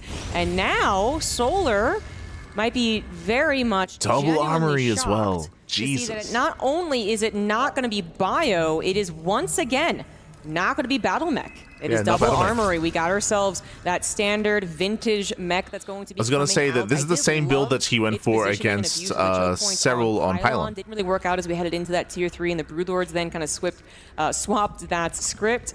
But I am curious to see how Kier plays this one. Is he going to actually go for the attack once he's maxed out on tanks again on Ultra Love, or does he even change it up further and go for some turtling? Banshees have been trying to find damage here and there. Solar, as of yet, does not know exactly what his opponent is doing. So a couple things to bear in mind here is to compare this to that series versus Serral. If you remember, one of the strengths of going for this more slow traditional mech style on Pylon against Serral was how small the map was, which is why we had assumed that we were going to be seeing an 8-Rax on Pylon, and why we also assumed that we would be seeing an 8-Rax here on Ultra Love as well. So the same strength is also applicable here, where the rush distance by ground is actually quite short on this map. So really the goal should be for Kier to build up, get into 1-1, 2-2 upgrades, max out on mass tank, and then push with one maxed out army. It's going to be on Solar to try to stop him. And Kier really try to play that exhaust style of TVZ. You know what's also interesting is that I did note that Solar banned out Pylon in the map vetoes. True. So I feel like he was actually very scared of that style of play when he saw it in Serral. And even though this isn't going to be abused the same way as Pylon was, I feel like maybe Solar was really just hoping not to have to deal with that in general. And again, it's going to be a bit of a surprise, more so because it's a typical 8-Rax. But this might be very frustrating for Solar to see, thinking, oh, I got rid of the map that would have this, and oh my god, there's like 50 tanks on my doorstep, which, you know, Solar, when's the last time he actually got a scout? We're on like a high tank count now. It's very obviously not, at this point, it's obviously not going to be bio because we haven't had any drops, but he doesn't, and I guess it's not battle mech because we haven't had any pressure too, but Solar, I mean, just is comfortable, just macroing up, not going to try and find any damage or any, you know, attempt to block out the What they're getting at, Solar hasn't scattered. He hasn't scattered, he doesn't know for certain, which is why there's no Roach one, and he needs Roaches. Yeah, it's kind of tough to say exactly what the answer is going to be here from Solar. He is stuck on Ling continuing to tech up, as you mentioned, as that extra hatchery does get canceled. He sees all the Hellions. Left, and I think that you That's a probably tell. fully expect There it this is, is going to Hydras. be mech. And as you said, there is no pressure, so it's not going to be battle mech.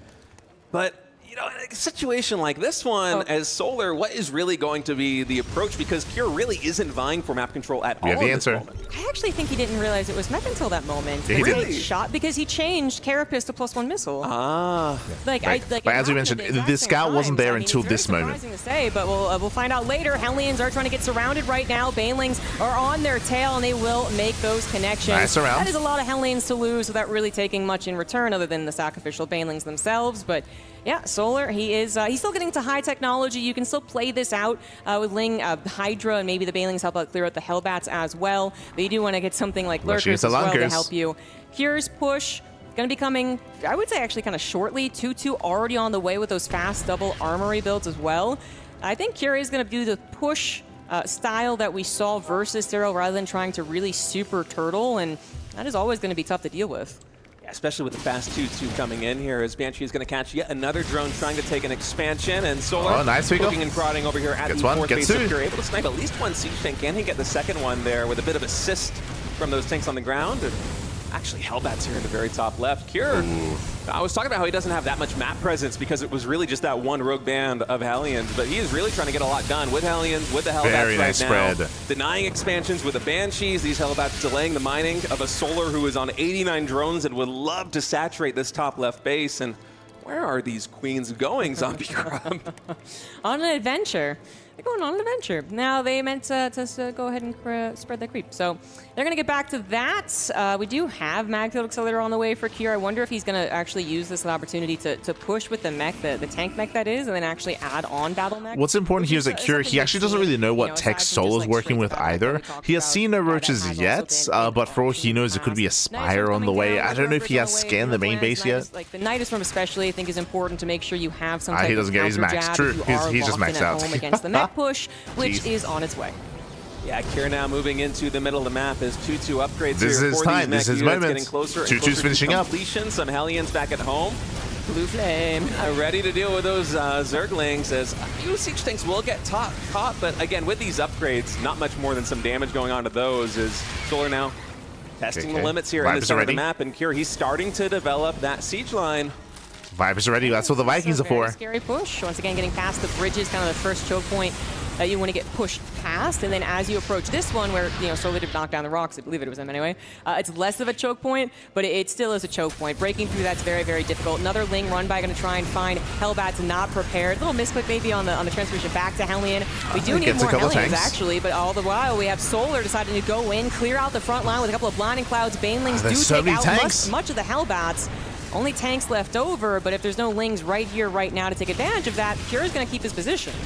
Yeah, Cure is losing a lot of SCVs back at home to these Zerglings. 18, in fact, in total going down right now. But you know, in a situation like this one, where you're going for this tank-style push in the center of the map, I wouldn't even mind. Of course, he is rebuilding those SCVs, but I wouldn't mind him just fully investing back in the That's army. 19 SCV kills to the Ling run by. Nicely done here by Solar. Yes, with those blinding clouds, he was able to get some damage in against the siege tank line, and he comes in yet again from the west side right now, trying to find an angle of attack that's going to get a little bit more damage done. But only one siege tank falling, and actually, that's just ZG. GG is called here in game number 1. A bit of a rug pull moment right there, as I guess Solar, maybe, as you mentioned, a little bit of a misread there in the initial stages of the game, excuse me, not catching that it was going to be mech. Yeah. He had to cancel the upgrades. He had to switch the tech a little bit. I think we had, what, 1 Viper, maybe 2 in total in the initial engagement. And when you're low on energy like that, you really need the abducts, the blinding clouds to break through a siege line like that one. Unfortunately for Solar, game 1 going in the favor of Cure. It is such an oddity to think that he didn't scout the mech, and it's not, you know, we're getting... So, winding it back here, as we mentioned, and as they caught on to, again, there was no scout of the mech until all the Hellions had been revealed across the map, so it was a late scout as to what was going on, and unfortunately, because of that, there was no Roach production. There was no Roach setup. Without Roaches, without Ravagers, it's so difficult to slow down that kind of army, and here you could see what Cure wanted to do against Serral on Pylon, where he wanted to max out and then push and bully his way forward towards the bases. Here, again, we spoke about the strength or the reason why that would work a little bit better on Pylon. Same here on Ultralove, both maps are really short by ground, so short rush distances means that it takes even less time for the tanks to get into those bases. So really assertive play there by Cure, and again, just a really shaky setup there from Solar. Really shaky. And either way, I think the mech that was actually being shown did throw him off. Hellions were causing more troubles than they should because you don't have those dependable Roaches to take care of it. And yeah, it might look like the foundation is set to a degree because he's on the drones, he's on the bases, he's on some good technology. But like the mental preparation for handling those different styles of play is very, very different. Perhaps that is a reason that Solar ended up losing that game. Maybe he can get back on the scouting this time around, not make that same mistake. We are into game 2 on Tokamak, and in the bottom left, losing game number 1 of this best of 7, he is Solar.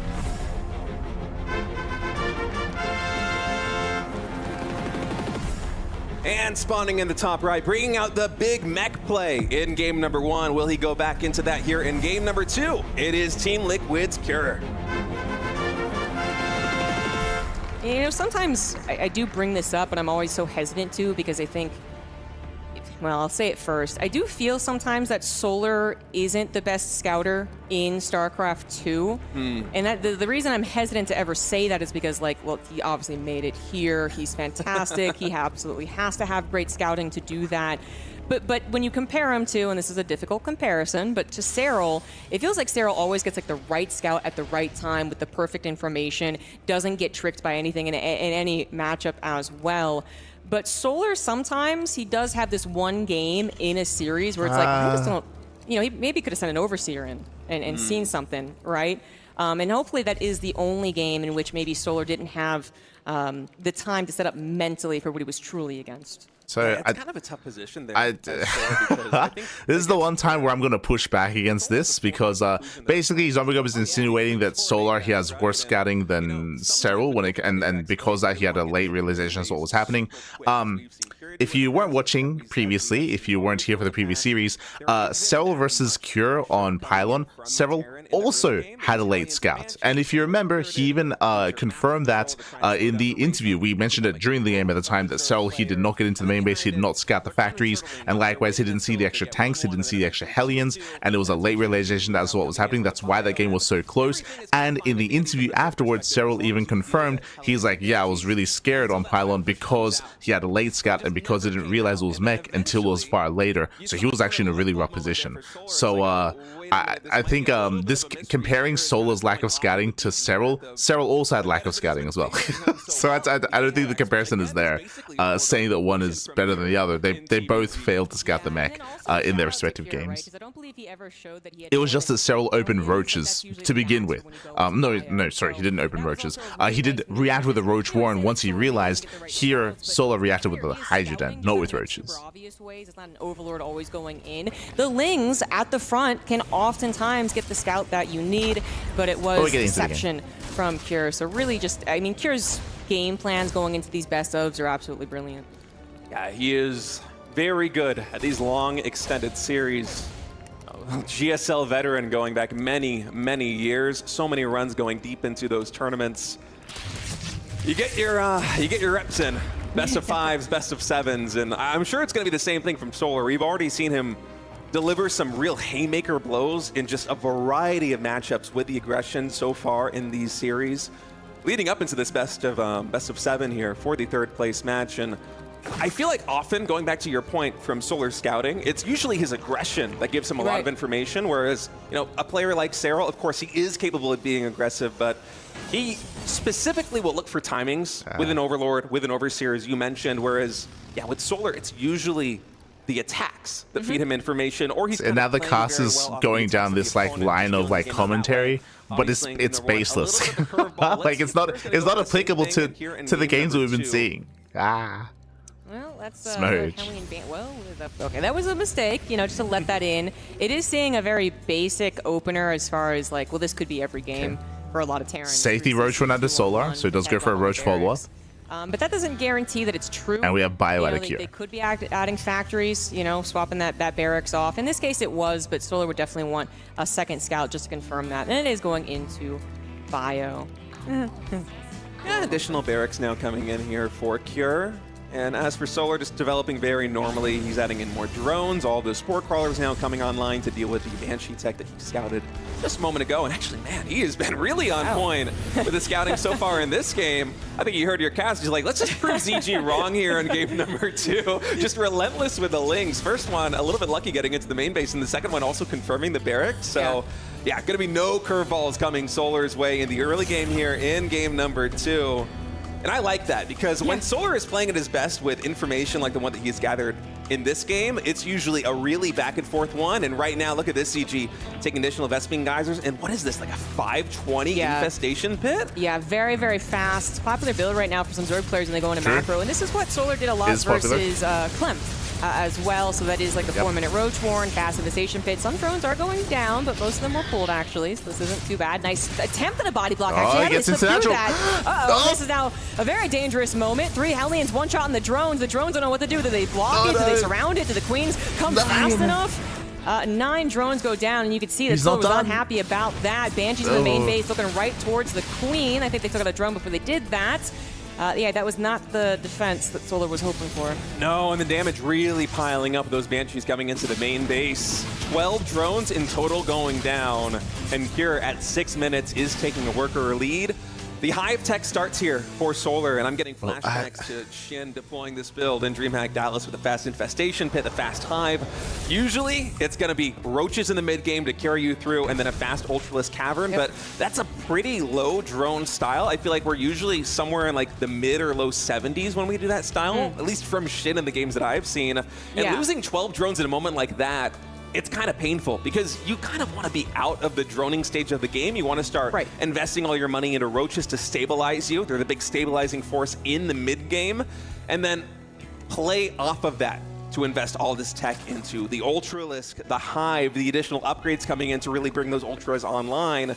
In this case, Solar losing a lot of momentum in the mid game from what seemed to be a small moment. 12 plus workers going down. It's very painful. What's brutal about this position here? The domino effect of having to build those 14 extra drones as opposed to just being like, well, now back in the army, right? I'm going to be perfectly prepared for any push that he has on the way.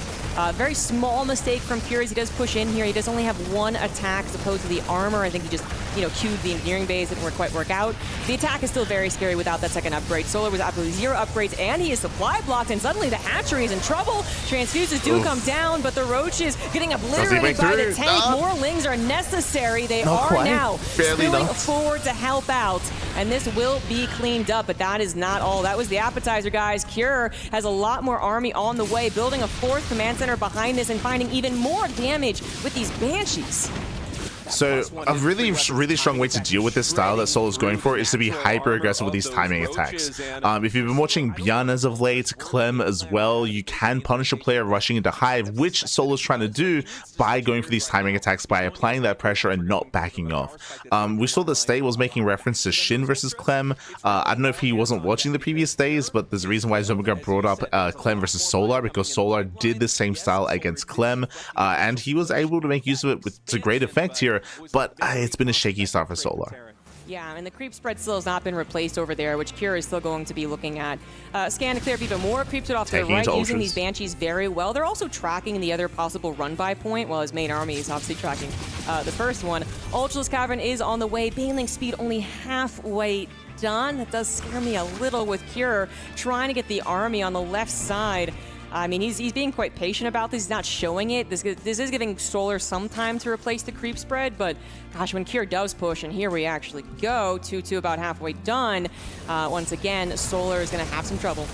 Yeah, a lot of resources invested on getting those Ultras. The first 2 Vipers should have enough energy to come in right now. You can see them posturing, trying to find an angle for a Blinding Cloud or maybe a Keen of Duct, even a counterattack over here in the third. But so far, Cure with the positioning right here as an answer for everything. As Solar coming in from 2 angles, these Queens actually a little bit on move command right there. They do get caught out. That's the initial volley from Solar is good, but man, Cure, he's getting so much value with those links. Okay, the Blinding Clouds, though, they are so clutch. That is going to force Cure back. It was a scary moment there for Solar, but the jabs, they're not stopping ZG. No, it's going to be 1-2 Haymaker. It feels like very soon. Solar just trying to keep his head above water, trying to get this 5th base up, which is being denied by Cure's secondary army, the same one that denied his own run-by attempt. But Cure, I think, might be feeling, well, he's already getting Marauders. I wonder if he's going to add on those Liberators. We still haven't seen the decision for the late game. But this is around the time that those Ultras would show up with the build that Solar is doing. They do not have Chitinous he gets a Queens, though. And Solar, perhaps misplacing his army for a hot second. Cure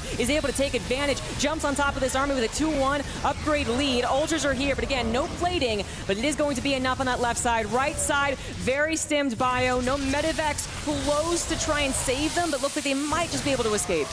Yeah, those Banshees doing work a few minutes ago. Clearing the creep is going to allow these units to actually get out of here, mostly unscathed, although Solar, he's hot in pursuit right now. 2 Medivacs are going to be joining in, so this bio could lift up and retreat, but instead Solar getting some good damage done. There's more army coming on the right side. The Medivac's trying to pick up and get out of here. They know that once they actually come together, the entire Bara army comes together, it's going to be 2-2 versus 1-1, and Chitinous plating wasn't done. That could have been a mistake in another universe where Cure had a bit more collection of his units. Instead, Solar chooses the appropriate moment. He pushed the army back, gives himself some breathing room. He'll finish up the Carapace upgrade, he'll finish up plating, and he's going to try once again to get a 5th base up and running. And for Solar, it's been a really scary past couple of minutes, but so this is where this build that Solar's going for can actually really work beautifully against Cure, because if you remember, if you were here for Cure versus Serral, Cure, he didn't make a single ghost despite the lurkers and despite the ultra tech. Here, ultras are amassing, and once again, there's no academy, we're going into mass liberator. Once again, it looks like Cure is avoiding ghost production. This is a position that you could absolutely play with. He has stabilized here in the mid game. You can see him mousing over there in the top right for a moment, just checking the drone count, being like, okay, you know what, my economy, it's in about the right place that I want it to be. Let's try and get in control of this game. Yep. Once start building a bank, which is going to be a bit troublesome. Cure is once again on the offense. These Banshees have just been a nuisance and a half. Vipers coming in with some blinding clouds. Fungals also being looked for. They are going to grab a good portion of the Marines. Parasitic Bomb also affecting these Medivacs. Fusion Cure Core, another is going to be starport. forced to disengage. Couple of weak ultras he wants to get before he's fully forced back to his base. Reinforcements covering a Ling run by to a certain extent, but Cure now on the ropes needs that planetary to hold. Yeah, the Marauder count right now for Cure on the front lines, very thin. You can see now he finally has 5 tech labs on those barracks, so he's able to pump them out 5 at a time. And the first Liberator's also coming in. Of course, the Ravagers on the field are going to complicate matters a little bit. And it might look very good for Cure if you just purely glance at the army supply, but we have so many medevacs right now. It's 11 medevacs, 2 Banshees, 2 Liberators, so much in the air, and really not all that much on the ground, although when the forces converge, this should be a better angle of attack for Cure. Yeah, he still wants to go for it. It's going to be off creep yet again. Widowmine's getting some attacks. Those fungals looking awfully scary, but one less to worry about. The second one couldn't quite grab it. Liberator now taking control of the choke as well. Solar rethinking if he wants to take this engagement, is deciding to go for it. God, the mine coming shots. in. Let's see how effective they are. Parasitic bombs once again, Okay, but nice the one, spread of Marauders when it is down to just those Ultras is too good. The fungals are necessary. Link surrounds are necessary. There's a fungal right there. The Ultras getting nice, close, and comfortable, but there's still a lot of bio that is looking to kill the remnants of this Zerg army. The standing army here for Cure is just continuing to micro back and forth. These Widowmines getting so much value on the Lings. One of the last Ultras is going to fall. Finally, the Ultras are clear. Cure, has he broken through? He's breaking. He's charging forward right now with 3-3 bio. The Hydras no longer do they have a tanky front line to support them. Instead, the glass cannons getting quickly dispatched as Cure sets his eyes on another expansion. I think he's going to grab it. There's not much left over for Solar. He chose the moments, and unfortunately, it wasn't quite it. Now down 50 supply, losing his Infestors, losing his Vipers, and losing this game. Cure with a super strong performance, a 2-0 start to this best of 7.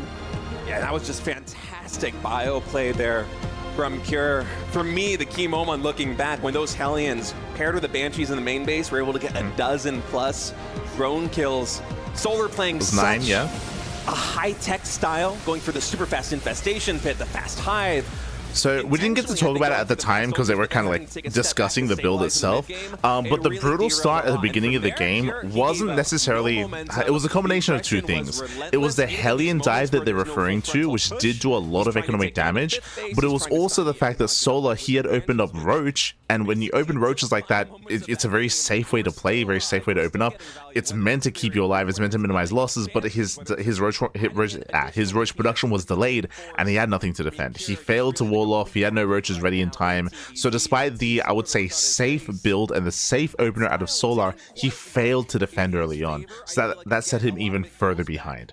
So a really strong start at a Cure, then he just maintained the momentum, knocked down base after base. I would say that Solar, it looked like he was stabilizing when he got into his Ultras, and he was stabilizing, but still not enough, man. Not enough. Well, to be fair, the first one didn't work out because he just didn't know exactly what he was up against. But yeah, that Roach style is not going to be a guaranteed path to the Ultras. Cure obviously able to find that damage, and then it's not so much like the multitasking. He did have 2 attacks. The multitasking was good, but it's really just how confident Cure is in keeping his army in place on the offensive, even if he's being attacked back at home, that I found really impressive about that game. We are going into a very interesting map for map number 3. It's going to be Last Fantasy in the bottom left for Team Falcons. He is Solar.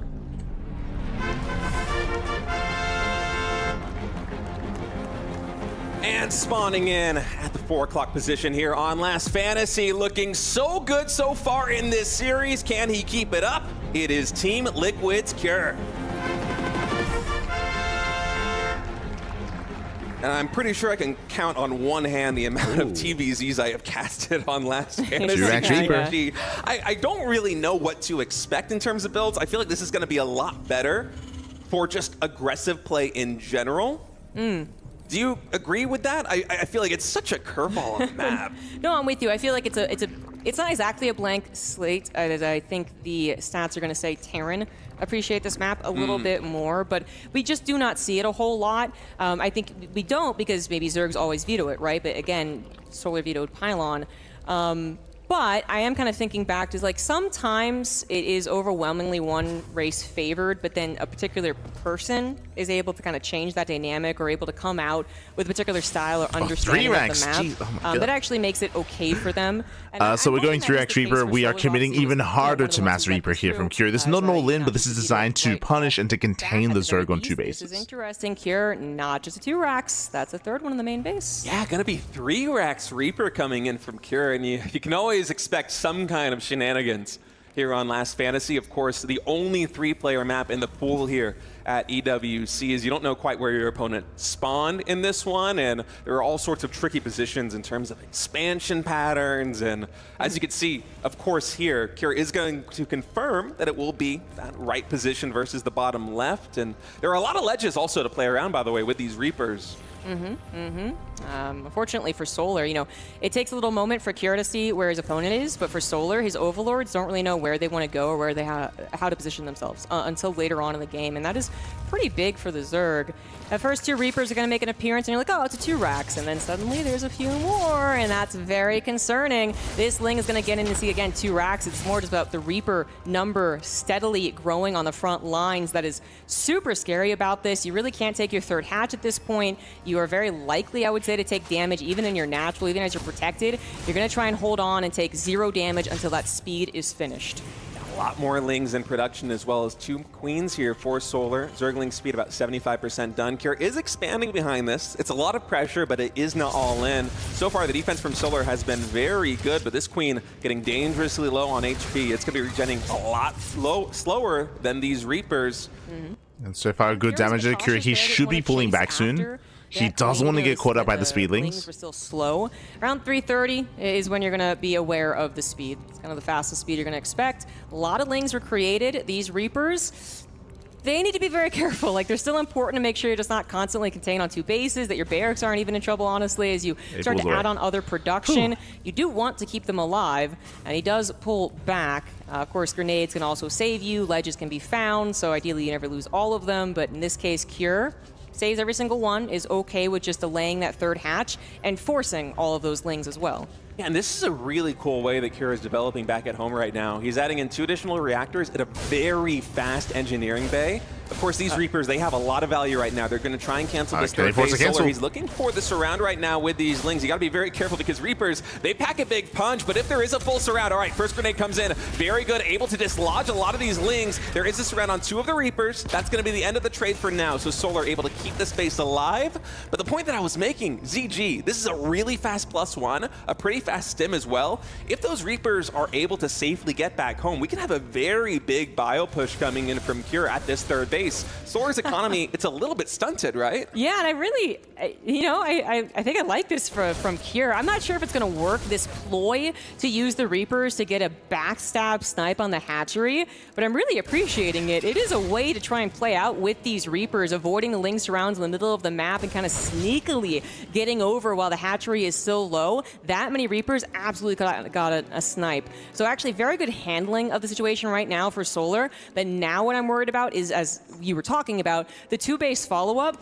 Solar, he has to play the Zerg game, right? He has to make the army to make sure he doesn't lose any more to the Reapers. He also has to make sure he has enough drones to actually play out the rest of this game, and that's where information is critical, and he hasn't really gotten that follow-up information yet.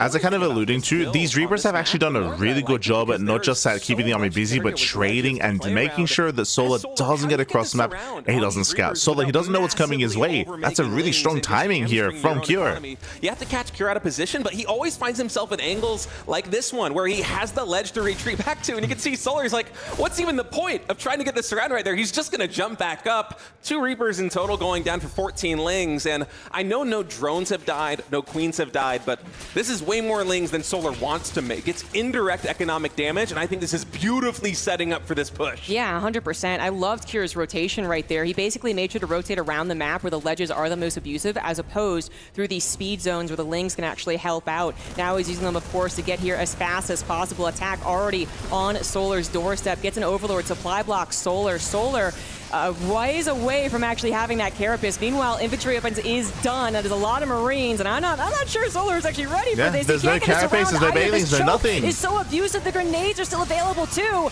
and Solar is having a heck of a time against Cure. This is such a cool build coming out from Cure. Solar is trying to hang on right now. This bio solo on HP, not just from the Queen hits, but also from the stims, and you can see a look of frustration there on Solar's face. GG is called. What a cool build on Last Fantasy. Cure just played that absolutely brilliantly. I was skeptical about the 3 Barracks Reaper at first because we see this quite often on more standard maps. It doesn't really get all that much done unless the Zerg typically misplays it, and Solar with how well he's been playing at this EWC, you're not expecting him to misplay it. But on Last Fantasy, the build just makes so much sense. Kira is able to get so much value out of it with the ledges and stunting the economic growth of the opponent, and it just culminates perfectly in this 2-base push with +1 stim, 2 medevacs.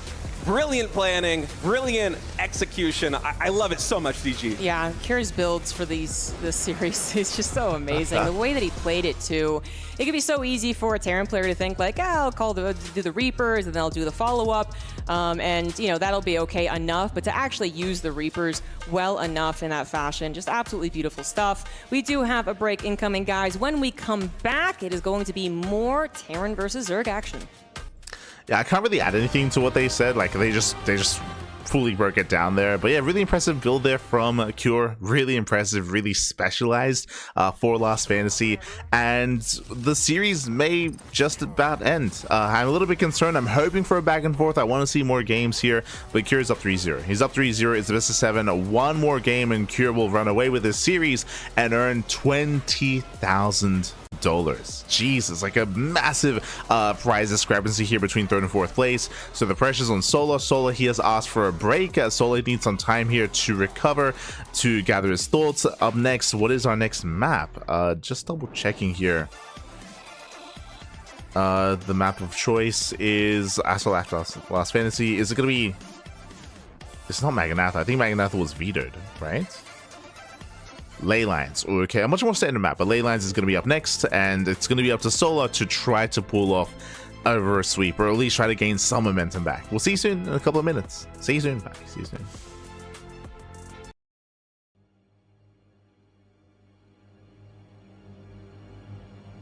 Here again with my best friend this weekend, Hero Marine.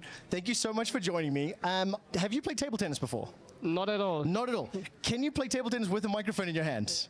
Well, we'll see. We're gonna find, I think this is going to be awful. I think this is going to be awful. But what we're going to do is we're going to predict the 3rd place and the finals matches. I'm going to serve. You're only allowed to answer after I serve, okay? All right. Cure versus Solar. Who will win and what will the score be?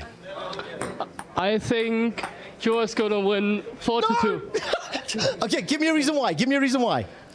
I think Cure is looking pretty good at the moment, like in this tournament. I know he lost to Serral, but everybody loses to Serral. Okay, fair enough, fair enough. Let's get a serve, Yes, okay, next question. Serral versus Classic. Who's going to win and why? I think the only person favored against... Oh, no! Well, the only person favored against Serral is like Clem. Okay. And since Clem is out, I think Serral's going to win. So Serral wins. The ball's gone. The ball's gone. You know what? Here, I'm coming back this way. 5-1. 5-1. Yeah. This was awful. I suck at table tennis. You beat me here, and your predictions were correct yesterday. So there you have it, Serral. 5-1.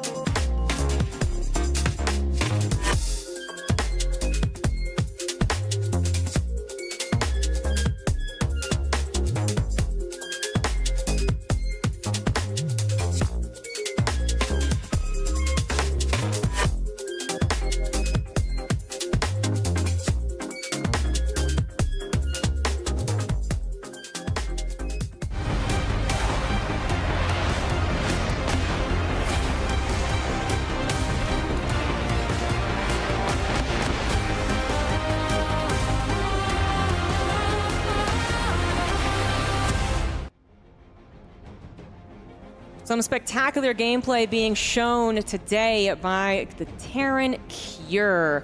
He is now leading this series 3-0. Solar, absolutely no slouch when it comes to the ZVT. He went toe-to-toe with Clem earlier on in this tournament.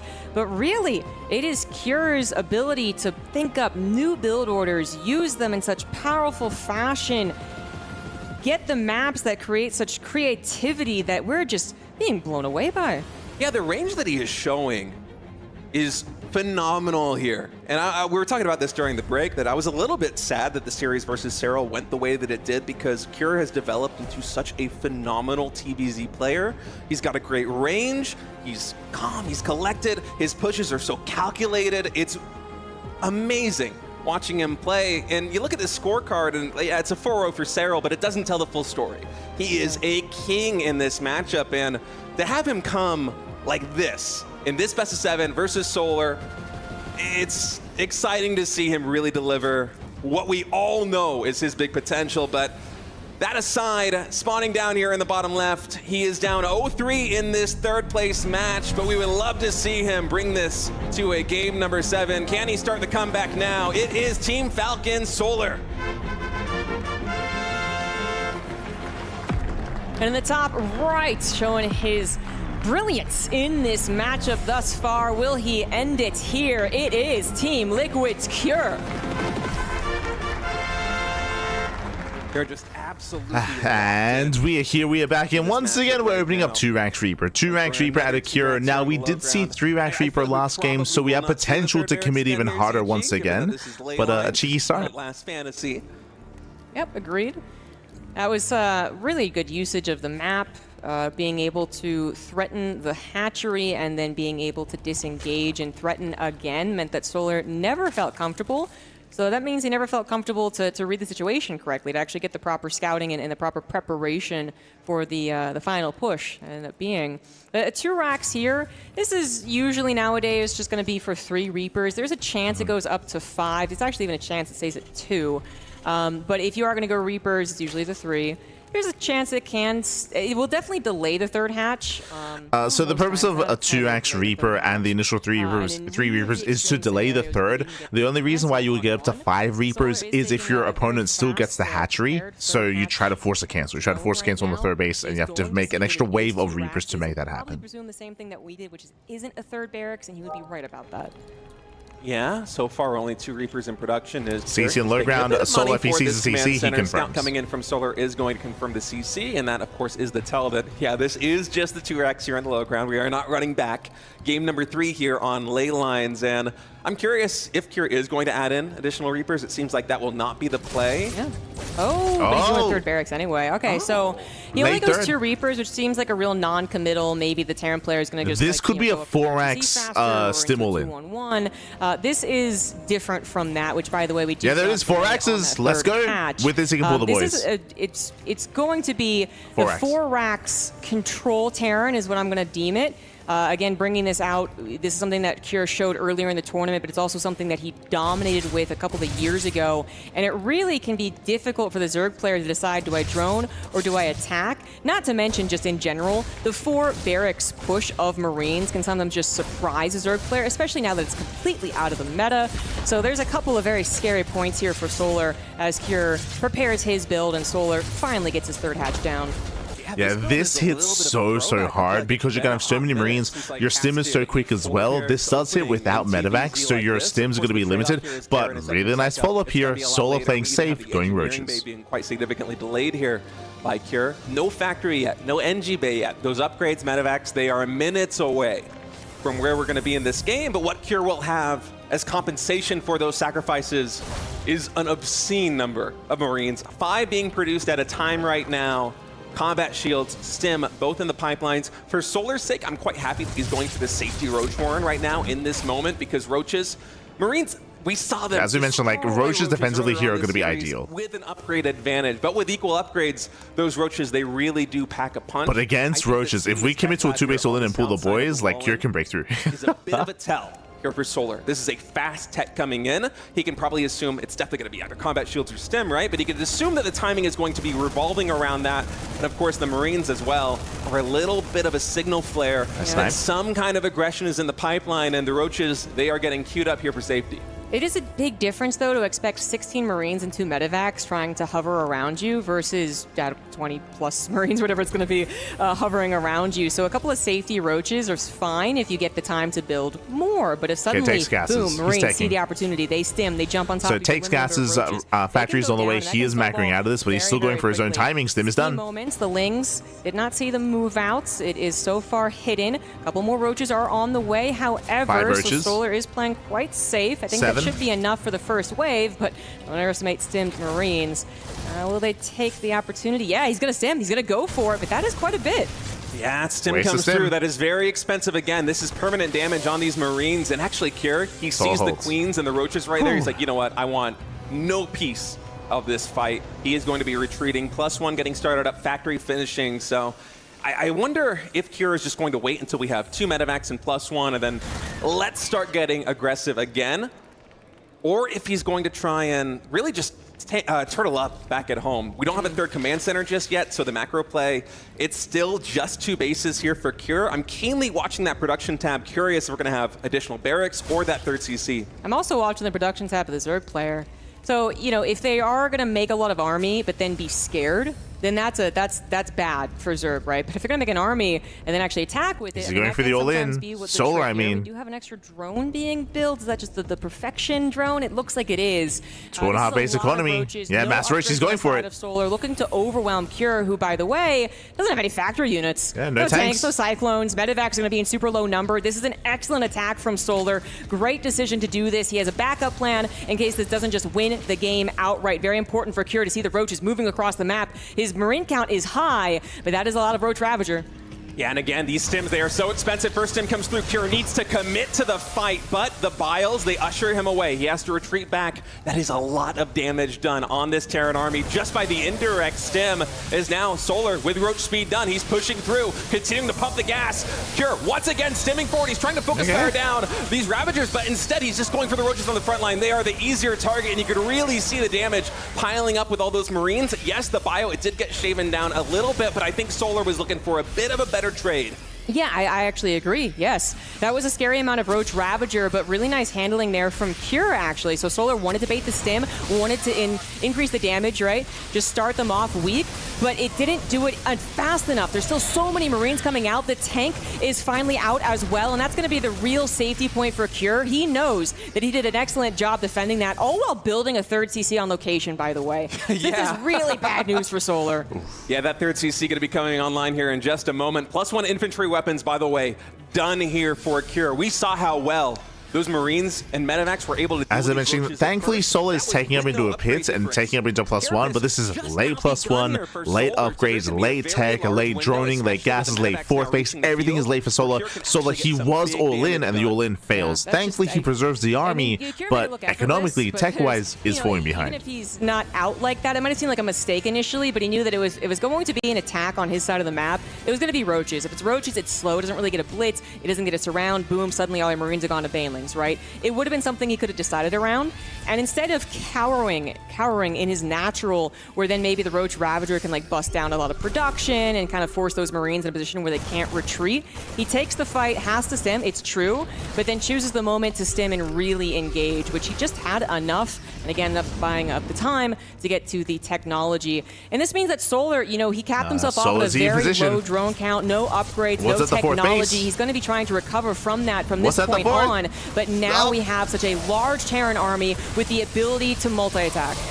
Yeah, Cure going for that double drop in the natural expansion, and it's really a diversion to allow him to take down this base at the 6 o'clock position. Medevac drop now going into the main base here of Solar, even though he anticipated that earlier attack with the upgrade difference and so much bio on the field. Cure able to get that hatchery taken down, and he is not done just yet. This is a lot of Marines here in the main base of Solar. +1 Carapace only just now finishing up. Marines also in the natural expansion getting a lot of damage done. The moment the trade starts going in advantage of Solar, Cure just pieces out completely. Yeah, he's just and look pulling at him how many apart. throws are going down. Zombie Grub. We were hoping This for a might be Cure series. for zeroing state. This is an excellent Yeah. position for the Terran. He can just always move away. Solar's trying to catch up on upgrades. He's trying to catch up on technology. He's trying to catch up on economy. So much has to be done here for Solar to bring this game back. And Cure is just going to be relentless, always hitting the main base, preparing a bigger push back at home as well. It's going to come steamrolling He's gonna across get the the map hive. and just show up to Solar and probably get that GG. No shot. The Hive is suddenly a target now, and he's going to go for it. He thinks he can get it. He doesn't He care if he gets loses it. the Marines. The Hive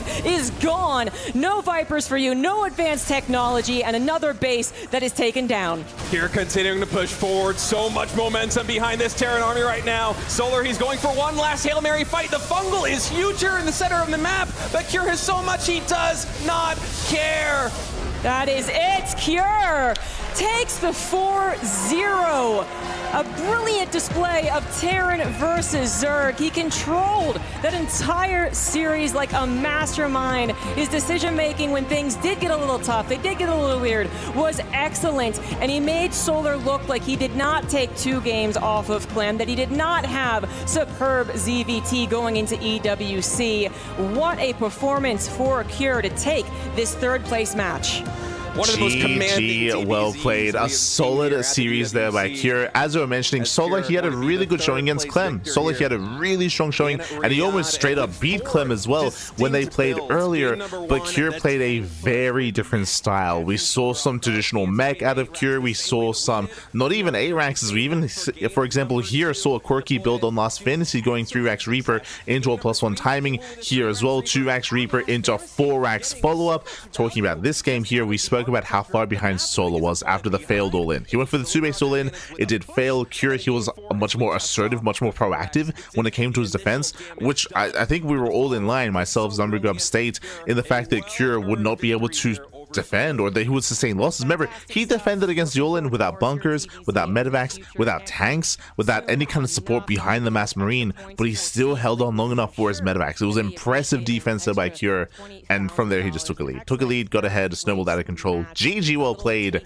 Very impressive play there by Cure. Very impressive. In just a second, which is going to be, of course, the best of 9 Ooh. grand finals between Serral and Classic. We do have an interview prepared, so let's head to it. Interview. Send it. Thank you very much, boys and girls. The 3rd match decider has been wrapped up, and Cure will be claiming a spot on the podium.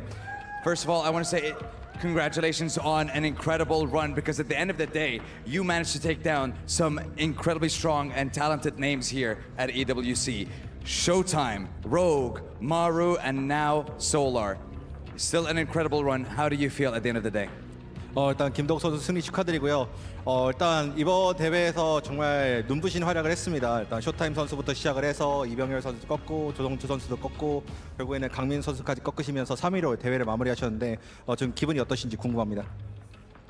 솔직히 아직 아쉬움이 가시지 않는데 그래도 마지막에 최선을 다해서 유종의 미를 거둔 것 같아서 다행인 것 같습니다. Yeah, I mean, sadness still not goes away because I've not been in the grand finals. But that being said, finishing with the win actually gives me a great consolation. A great consolation, and 20,000 plus added to the bank. That's nothing to snuff at, ladies and gentlemen. And at the end of the day as well, you managed to secure some valuable points for your organization in Team Liquid when it comes to the club championship as well. I want to give you this opportunity to say, is there anything that you'd like to say to your fans, your family, anyone? The floor is yours, Cure. 이제 또 3위를 획득하신 만큼 또 개인 상금뿐만 아니라 이제 또 클럽 챔피언십 포인트에서도 이제 팀 리퀴드에게 500점을 또 선물하게 됐어요. 그래서 이 기회를 빌어서 지금까지 김덕 선수의 경기를 시청해주셨던 모든 시청자분들과 팬분들, 그리고 여기 와서 응원해주셨던 모든 이제 팀 리퀴드 팬분들께 한번 얘기를 해주시된다면요. 사실 경기장 와서 좀 경기력이 처음부터 마음에 안 들었었는데 지금 팀 리퀴드 멤버들이 와가지고 계속 기세를 복돋아 줘가지고 경기력에 많이 도움이 돼서 8강부터 그때 기세를 끌어올려서 여기까지 올 수 있었던 것 같아서 고맙다고 말해주고 싶어요. Yeah, coming here, I wasn't satisfied with my performance initially, but all the Team Liquid fans coming here cheering for me, actually, it made me perform a lot better. So I want to thank all the fans who came here cheering for me. And thank you so much.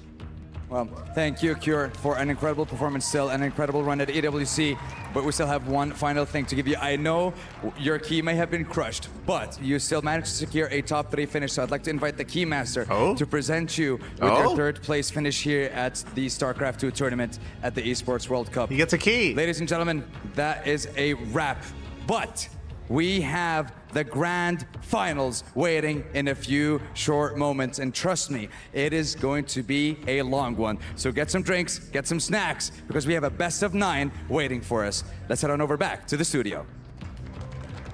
He gets a key back. GG.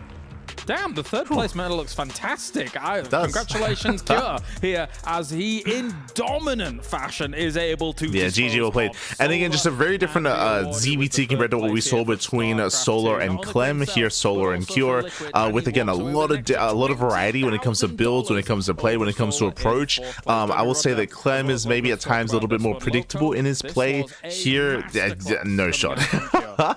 You can even hear when we were speaking, when the cast was speaking, we were like, oh, no, yeah, we expect like Araxes here and there. We expect like maybe even Battle Mech at times. But Cure, he was defying expectations with his approaches to these games, and yeah, catching Solar off guard, catching even the casters off guard as well. GG. GG well played. Impressive play there by Cure. Get as much damage in against the Ultras, never let them close the gap, not let those fungals land. I thought the patience coming out from Cure in some of these fights was brilliant here, Roddy. Also the variety and the flexibility in all of his builds. Yeah, now they bring it up as well. Starts. Cure looked so freaking good. I mean, he 3-0'd Rogue, he 4-0 Solar. It's spectacular what he has done to his own TVZ, because this is a matchup that in the past he truly struggled in, and we felt it was a little bit better, he would have won more championships.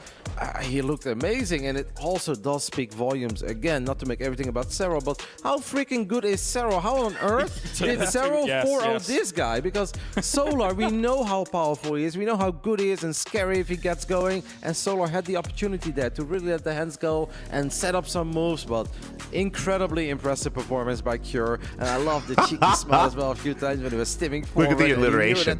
Cannon Cure, skill Cure, name Cure, points secure. That's all me, but awesome performance by Cure. Yeah, production team has fun. Congratulations to him. 3rd place will be going his way, and 3rd place for Team Liquid here for those club championship points, all important across Esports World Cup as a whole. But Loco, again, just it's a brilliant performance by Cure. He doesn't get to go into that grand final, of course, doesn't get the chance to call himself a potential world champion, but still, 3rd place, very commendable. Yeah, he performs really well over here in Riyadh, right? Like, we've seen his performance over the years, and he's always here, and he's always amongst the very best. I mean, we always talk about Maru, we always talk about Clem, but Cure really is an absolute monster. And what I really like about this series is just the amount of variety, right? So many different strategies. He did the same thing as well against Serral.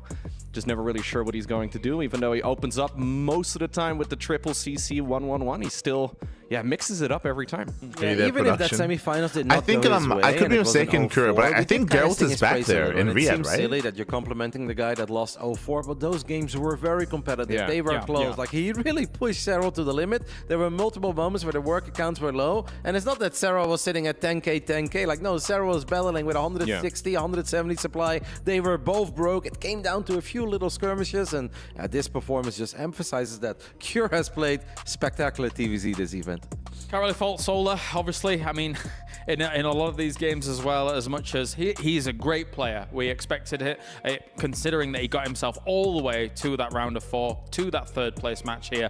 But he did look a little bit outclassed when it came to this series overall. Yeah, certainly for him, for sure. I can imagine he woke up this morning thinking he might just become the world champion, maybe even believing it. It's a very respectable result, right? Getting top 4 at an event of this level is extremely impressive, even though it's like probably the worst case scenario for him for at least today's performance. Sure. I mean, across the board, he can still be proud of it. A great run overall by Solar. Of course, he also made it to the finals of DreamHack Dallas, which was a qualification for this event. So he has a couple of months that he can be very proud of, but I'm sure it stings going out like this, especially because Solar often has this, right? The first day, the second day, the third day of a world championship, we're like, okay, we know he's good, he's always a dark horse, he's always a contender, but this might be the time. And with that bracket he had today, Classic first, after he took down Hero yesterday, so convincingly, and then maybe that ZVZ final, Solar had all the reasons to dream dream, unfortunately, turned into a bit of a nightmare today. Well, let's take a look at the bracket then here as we will confirm the result that we got here from this third place, as well as we know what is to come. You don't need any reminder of that. I'm hoping they have a special ceremanomy for the grand finals, not gonna lie. After taking down Like they had the band like with their drum sets playing the players in for day one, like they had like a mini opening ceremony. I hope they have something special for the grand finals as well. Very similar to last year, Loco. What are you suggesting for the grand finals, James? I'll wince in pain just a little bit and twitch. Let's hope it's not gonna be a 5-0 again. That would be very unfortunate. But I feel like the Serral games, though, even though it's a 4-0 win, I mean, it wasn't a one-sided series. I feel like Kira really put up a phenomenal fight. Well, regardless, we are getting ready for the big one. It is going to be Serral, the two-time world champion, going up against Classic, the man who does not only not have a world championship to his name, but he doesn't even have a world championship placement to his name in terms of being in one of those grand finals. We're going to be right back after this break where we have the grand finals here for StarCraft 2. Okay, there we go. We're going on that break. So when we come back, we'll have those grand finals here. Best of 9 between Serral and Classic. This is going to be a rematch. Serral and Classic, they already played. They already played in the group stage. It was already 3-0 in favor of Serral. Serral had a very strong, very dominant performance previously, so I'm hoping that Classic has learned from that, has grown from that. I'm hoping that Classic has a different approach than what we saw previously. There's a lot to get into in discussion when it comes to the previous series, what worked, what didn't work, and how Classic will adjust. For now, though, going on a break. We'll see you guys soon for the finals of the EWC Esports World Cup 2025. We'll see you soon after the break. See you soon.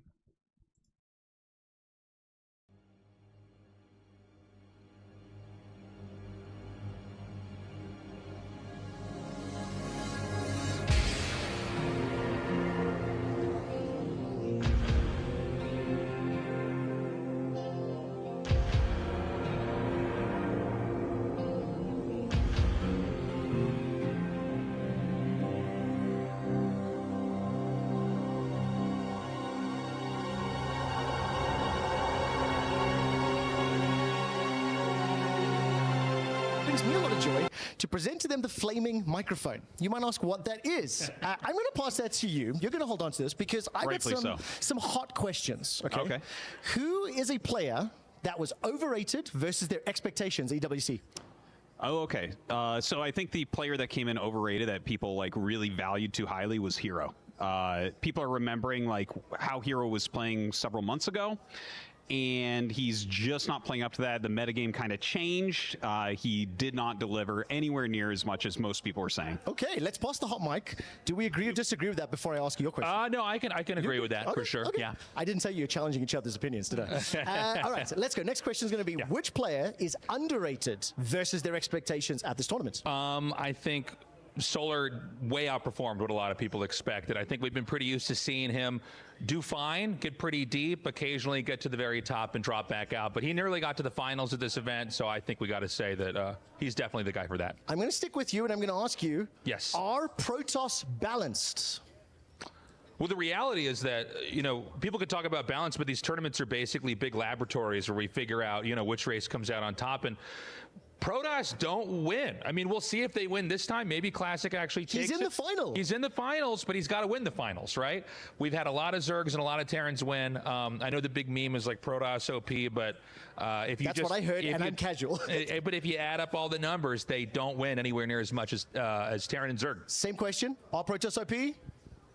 I don't think you can say that. You know, like Taso said, like they haven't won the World Championship in like 10 years. They've won very few tournaments. Okay, they had some success in GSL this year, but it's not like all the best players chose to play Zerg. Not all the best players chose to play Terran. And we have the best Protoss in the world making it to the finals and no other Protoss in round of 4. You can't call them OP. Okay, let's go. Another question. This year's EWC is less competitive than 2024. Less competitive than 2024. Okay, that's actually a hard one. I have to actually think about that. I would actually say the state of the game and the maps and the balance and everything is actually better this year. Last year was a bit Terran favored. Terran was kind of dominant. I mean, 5-0 against Serral. What are we even talking about? That's not a real result. That's like, well, the thing is, Clem obviously played out of his mind, but the maps were kind of Terran favored. The ghosts were really strong, and like Clem was literally unbeatable. What I'm hearing is blame the balance team. Same question. Yeah, absolutely. Okay. Absolutely blame that balance team. You guys, come on. I would agree with everything Artos has said. I think that this is a more interesting finals we've got. The game is definitely in a better state. You know, Serral, it was a weird finals, right? 0 and 5. I mean, we kind of thought we were going to be in for like hours and hours and hours of casting, and it ended pretty quickly. This one should be closer. This is also, you know, on one side, a very predictable finalist with Serral. No shockers there. Classic, and again, the Protoss too, that's very cool. So I think this finals is fundamentally more interesting. And I think it's also less likely to be a 5-0. I have one last question for both of you. Yes. Now, I come from a different game where East versus West is the biggest talking point. The gap is closing. The gap is closing. That's the meme. If we assume StarCraft 1 was very clearly ruled by the East, by South Korea, StarCraft 2 is ruled by the West. True or false? Sort of true some years. It's a yes or no. It's a binary. True or false? Last year, yes. This year, we don't know. We're going to find out. We're going to find out. Pass the mic. I fire you. Pass the mic. I want a binary. True or false? No, it is not. It is not ruled by the West. We're not. I'm not doing. No. Look. I tried. I tried. Serral came in and usurped the Korean Kings for a while, but they come back and it's kind of back and forth between them. Fine. I'll accept it. I know it's true in my heart. I was just hoping to get one of you to say otherwise. Thank you so much. That was the Spicy Mike. We'll see you later.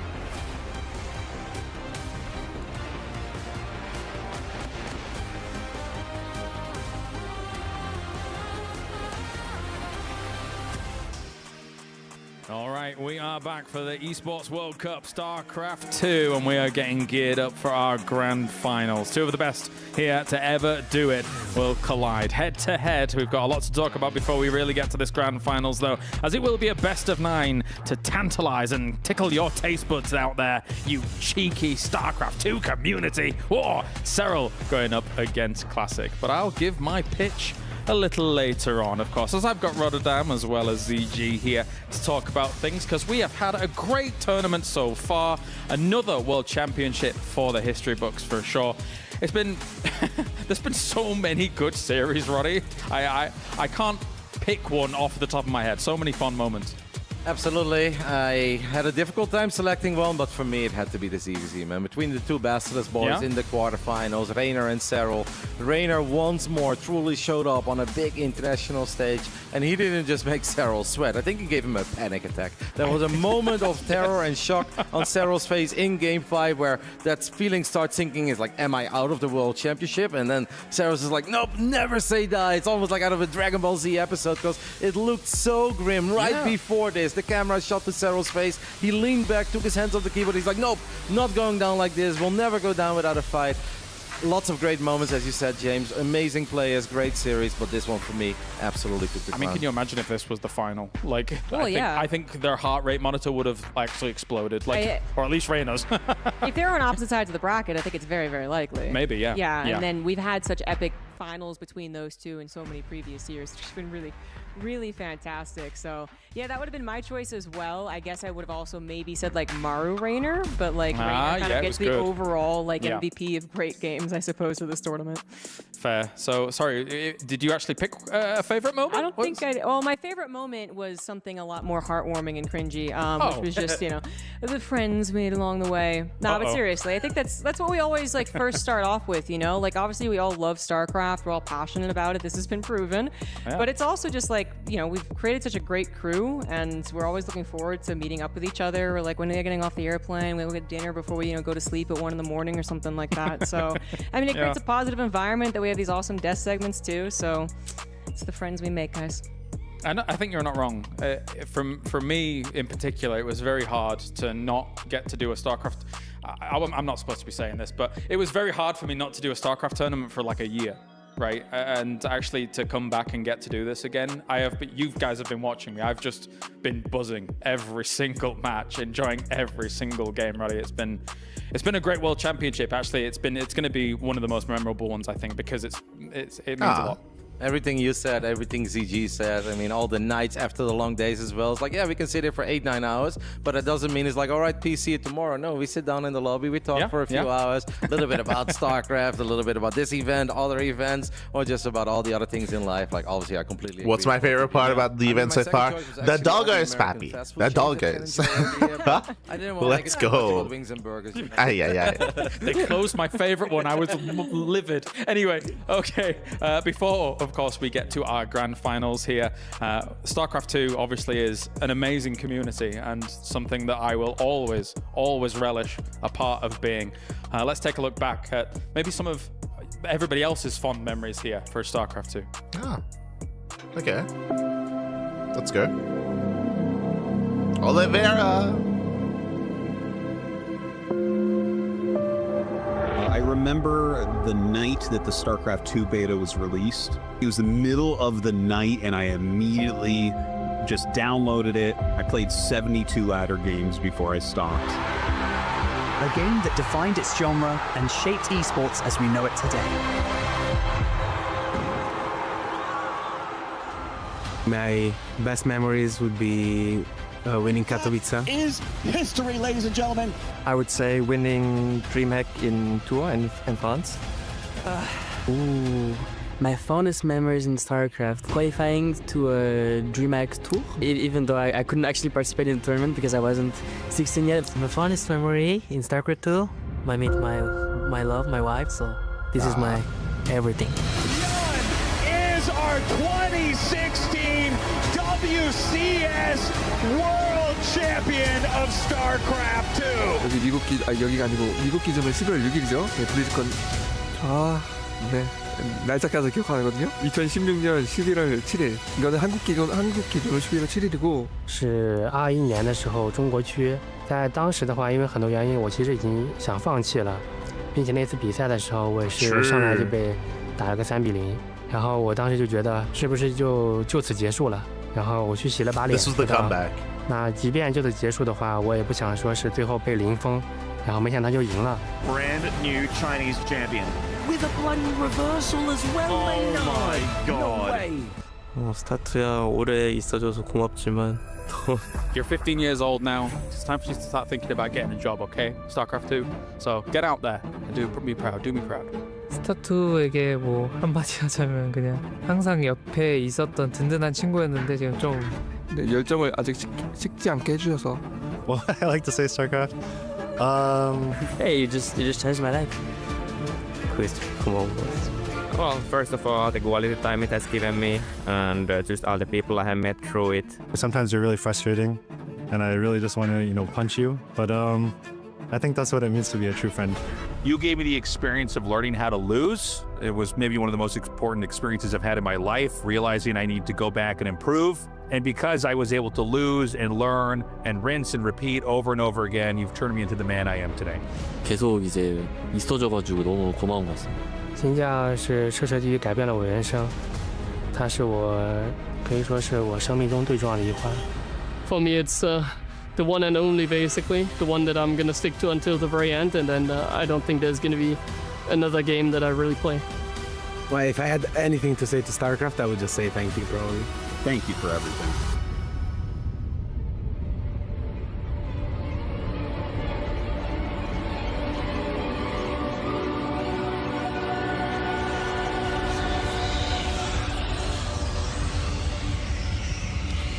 This was a nice little send-off piece. It was nice.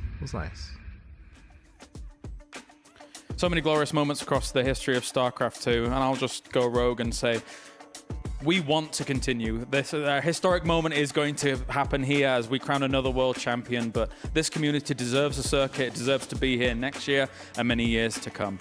So, without further ado, let's talk about our grand final here for StarCraft 2 for the World Championship for the Esports World Cup. Let's get it going, because this man is going to have to answer a very important question. How do you kill that which cannot be killed in Serral? A two-time world champion in Serral will go head-to-head against Classic, a Protoss, where we have never had a Protoss champion in the last 10 years in terms of a world champion. We have not had Classic ever reach a world championship match, and now he has to answer the question I posed earlier. Rotterdam, Zombie Grub joining me to talk about this grand finals. Rotti, talk to me, because we've already seen Serral look dominant against what Classic was able to pose. How does he answer the Serral problem? I think more of what he has shown already today, being willing to switch it up, not always being that strong defensive Protoss and willing to go to the late game. Yeah, Ruddy is echoing what we said in the lead up to this. For those that are curious, we were speaking on how in the first time that Serral played against Classic, you're seeing the highlight reel here, Serral was looking dominant. He was looking dominant again against a much more defensive Classic, and Classic really did struggle in that series. But what did we see today at a Classic against a series versus Solar is hyper aggression. I say hyper aggression. We saw so much more aggressive tendencies. We saw so much more glaive up openers, for example, glaive up follow-ups, a lot more timing attacks, a lot more of an assertive nature out of Classic, very much so in the face of Solar. And as Rotterdam is saying, we were saying that as well, is we do want to see more of that against Serral. We want to see more of that, being more laid back, being more defensive, and letting Serral do what he wants. Clearly, it's not going to work. Not going to work. Not anymore. This is not DreamHack Dallas. This is EWC. So we need to take a different approach against Serral here from the side of Classic. He can be the best controller in the world, and he can show it on a big stage, but it's going to be very tough against Serral. Definitely so. As we take a look back at the series that they played things out, Serral, of course, able to win that 3-0. Again, for me, the question marks are around those long games, right? Slowly, the battle of attrition wins out for Serral. The abducts, the Viper abduct on things like carriers will slowly break you down to the point where you somehow have to negate it. But how do you negate that as Classic? I mean, it's ridiculously hard to beat Serral at his own game in the late game, but there are so many different ways to get there. Very often, people look at a maxed out game and big armies, and they both have a bit of a bank. It's like, this is it. They're both entering the late game and they're ready. But there's a night and day difference between Serral being red a poor or as a Protoss already having cannons and batteries far out, depending on the map play. Like, imagine you play ley lines and Classic is at least matching the bases of Serral, or even has one more. Then those Tempests will look 10 times better than when they're just sitting at home, keeping the bases that we currently have safe. But we need to be out and about on the map, and we need to utilize recalls. I think recalls are incredibly important. Split up that mothership, like go left, go right, go to a nexus somewhere, and then take advantage of all the tools that Protoss does have to work with in the late game, and be incredibly on top of your upgrades. It's so important to have an upgrade lead entering the late game rather than being even Best of or 9. being behind. Because if we're behind, we're not beating Serral in the late game. No, I don't think we are. I mean, Classic has a road ahead of them. We do have the maps up on screen. I mean, they're gonna have to play every single one potentially, which would be very fun. Decider, Last Fantasy. Yeah, Last Fantasy as the Decider would be amazing. But yeah, I mean, we're gonna really talk a lot about Classic because he is the underdog coming into this. Like that has to be said. And then just to really touch on Serral for his accomplishments to get here. I mean, imagine just 10 years ago, actually, to think back on StarCraft 2, it being, this Finnish Zerg player who's constantly coming out on top in literally everything. No matter how often the Koreans come back, they're in the top 4, once again, dominating that spread. It's Serral who's the consistent one. And again, he's the only one in the semifinals. Yeah, thank you so much. Thank you so much, 007, for the gifted subs in the chat. Yeah, thank you so much. Thank you so much for 5 gifted subs to Wing It, to Supreme Death, Jagan, Highlith the Nerd, and Rudan Atlas. Thank you. Do appreciate it. We're getting ready for the finals. But imagine you become the world setting champ up. by taking out Also, Serral. I was concerned that it was going to be Rotterdam and Zombie on the casting couch. That's who we have. So it looks like it is going to be Tastosis for the finals. Serral, the Finnish phenom, to be able to do it, or is able to do it here on the EWC stage, or Serral becomes the 3-time world champion. There is no disputing that he is the GOAT here, and may he be here for a 3rd time. It is time to get this going here for the StarCraft 2 Grand Finals. Serral goes up against Classic. Take it away. Let's go. Hello, StarCraft 2 fans, and welcome to Riyadh.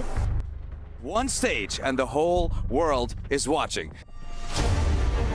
And GG, well played. Serral obtains the win. Serral takes the 4-0 and will advance on to the grand finals.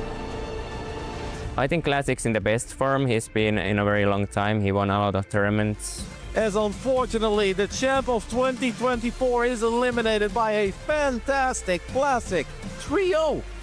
확실히 결승전에 어울리는 상대라고 생각을 해서 결승전에 세랄 선수와 붙지만 일단 놀랐던 거는 그 심장 박동수가 굉장히 적게 나오더라고요. GG, Serral defeats Classic 3-0. 뭐 제가 이번엔 지긴 했지만 또 달라스에서는 이겼으니까 1대1이라고 생각하고 Classic will complete the series 3-2. GG, congrats, Classic is going to the grand finals.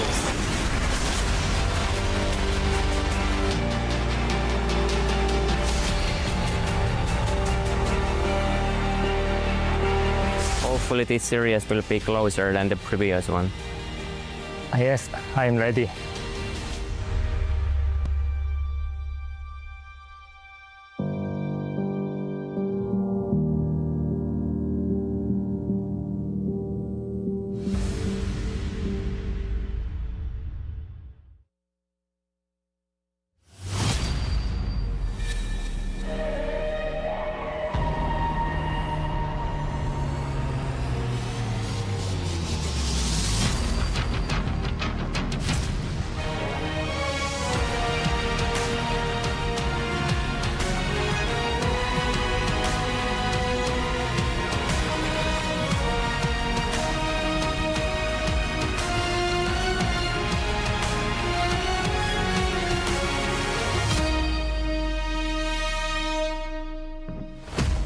Yo, we got the boys. We got the band.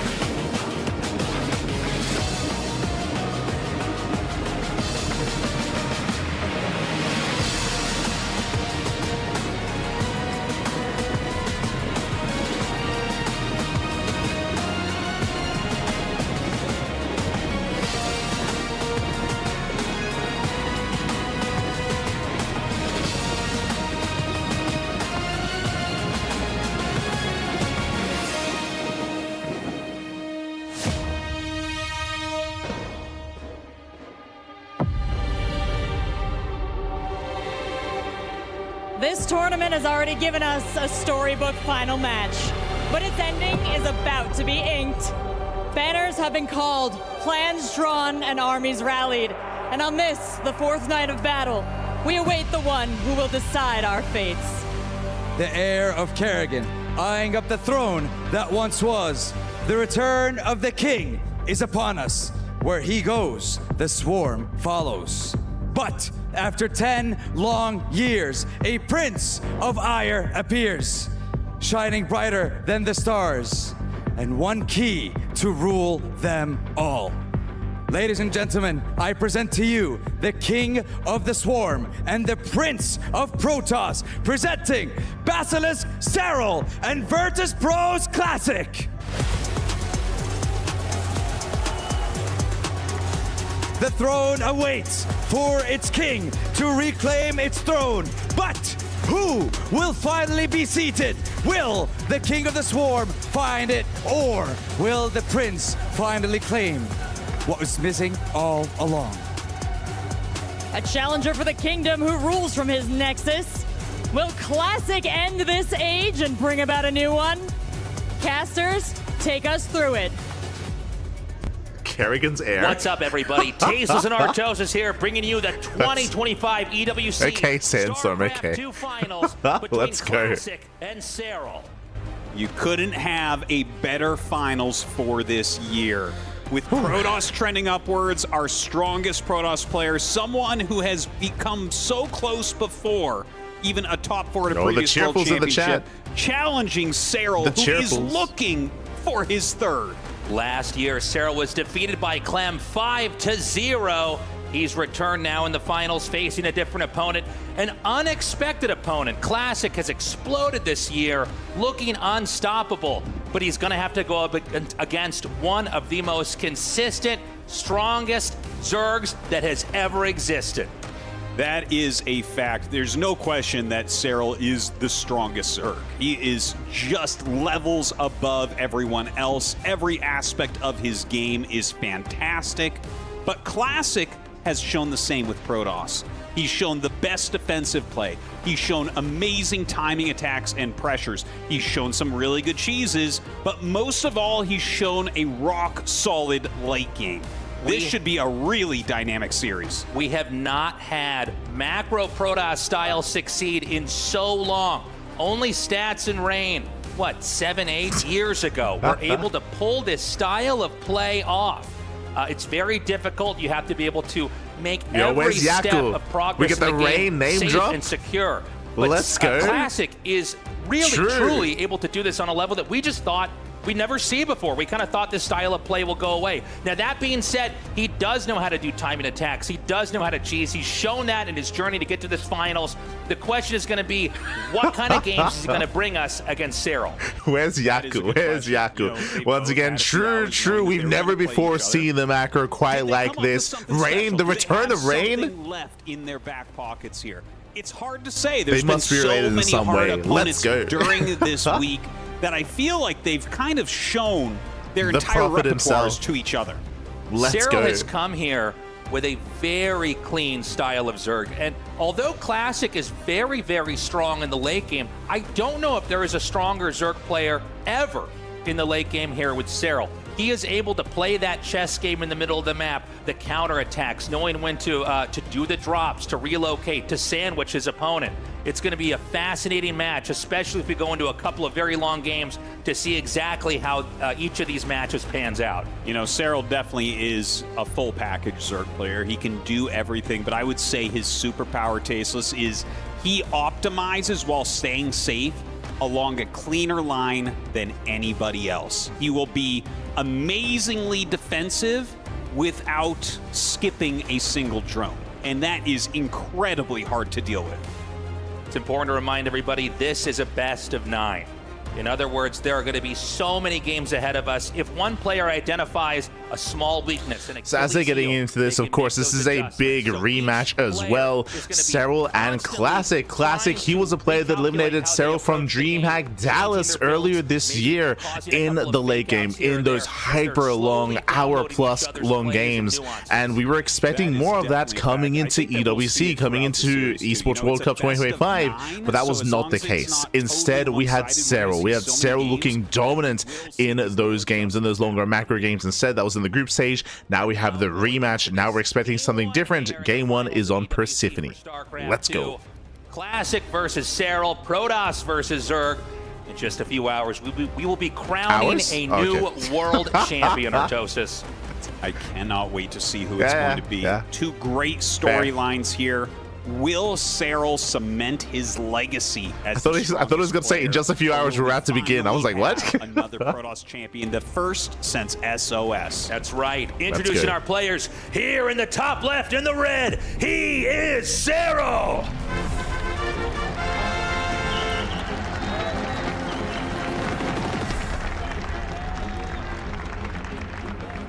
And his opponent down here in the bottom left in the blue, he is Classic. And if you're in the chat, you know what time it is. It is Gamba time. Predictions are now open. Place your bets on who you think will claim the series, who you think will be this year's EWC World Champion. We'll go the way of Serral, we'll go the way of Classic. Coming into this, Serral is favored. Classic is the underdog, but he has brought Serral down before. Can he do it again? We need to see a different style, though, against Serral. The pressure is on. And I don't think you could have a world-class Protoss player with a bigger challenge here than going up against Serral, who seems to be just impeccable. There's no obvious weakness. There's no quirk in his playstyle that I feel can easily be exploited. That's a fact. That's a fact. He's too strong in each way, but Classic has shown that as well. You know, yeah, Serral beat him at this event, but in DreamHack Dallas, which I would say was the second most prestigious tournament of the year, everyone played in it, and it was a live tournament. Classic did end up beating him there, so they're kind of 1-1 on the year for big, important LAN matches, but this is the one that matters.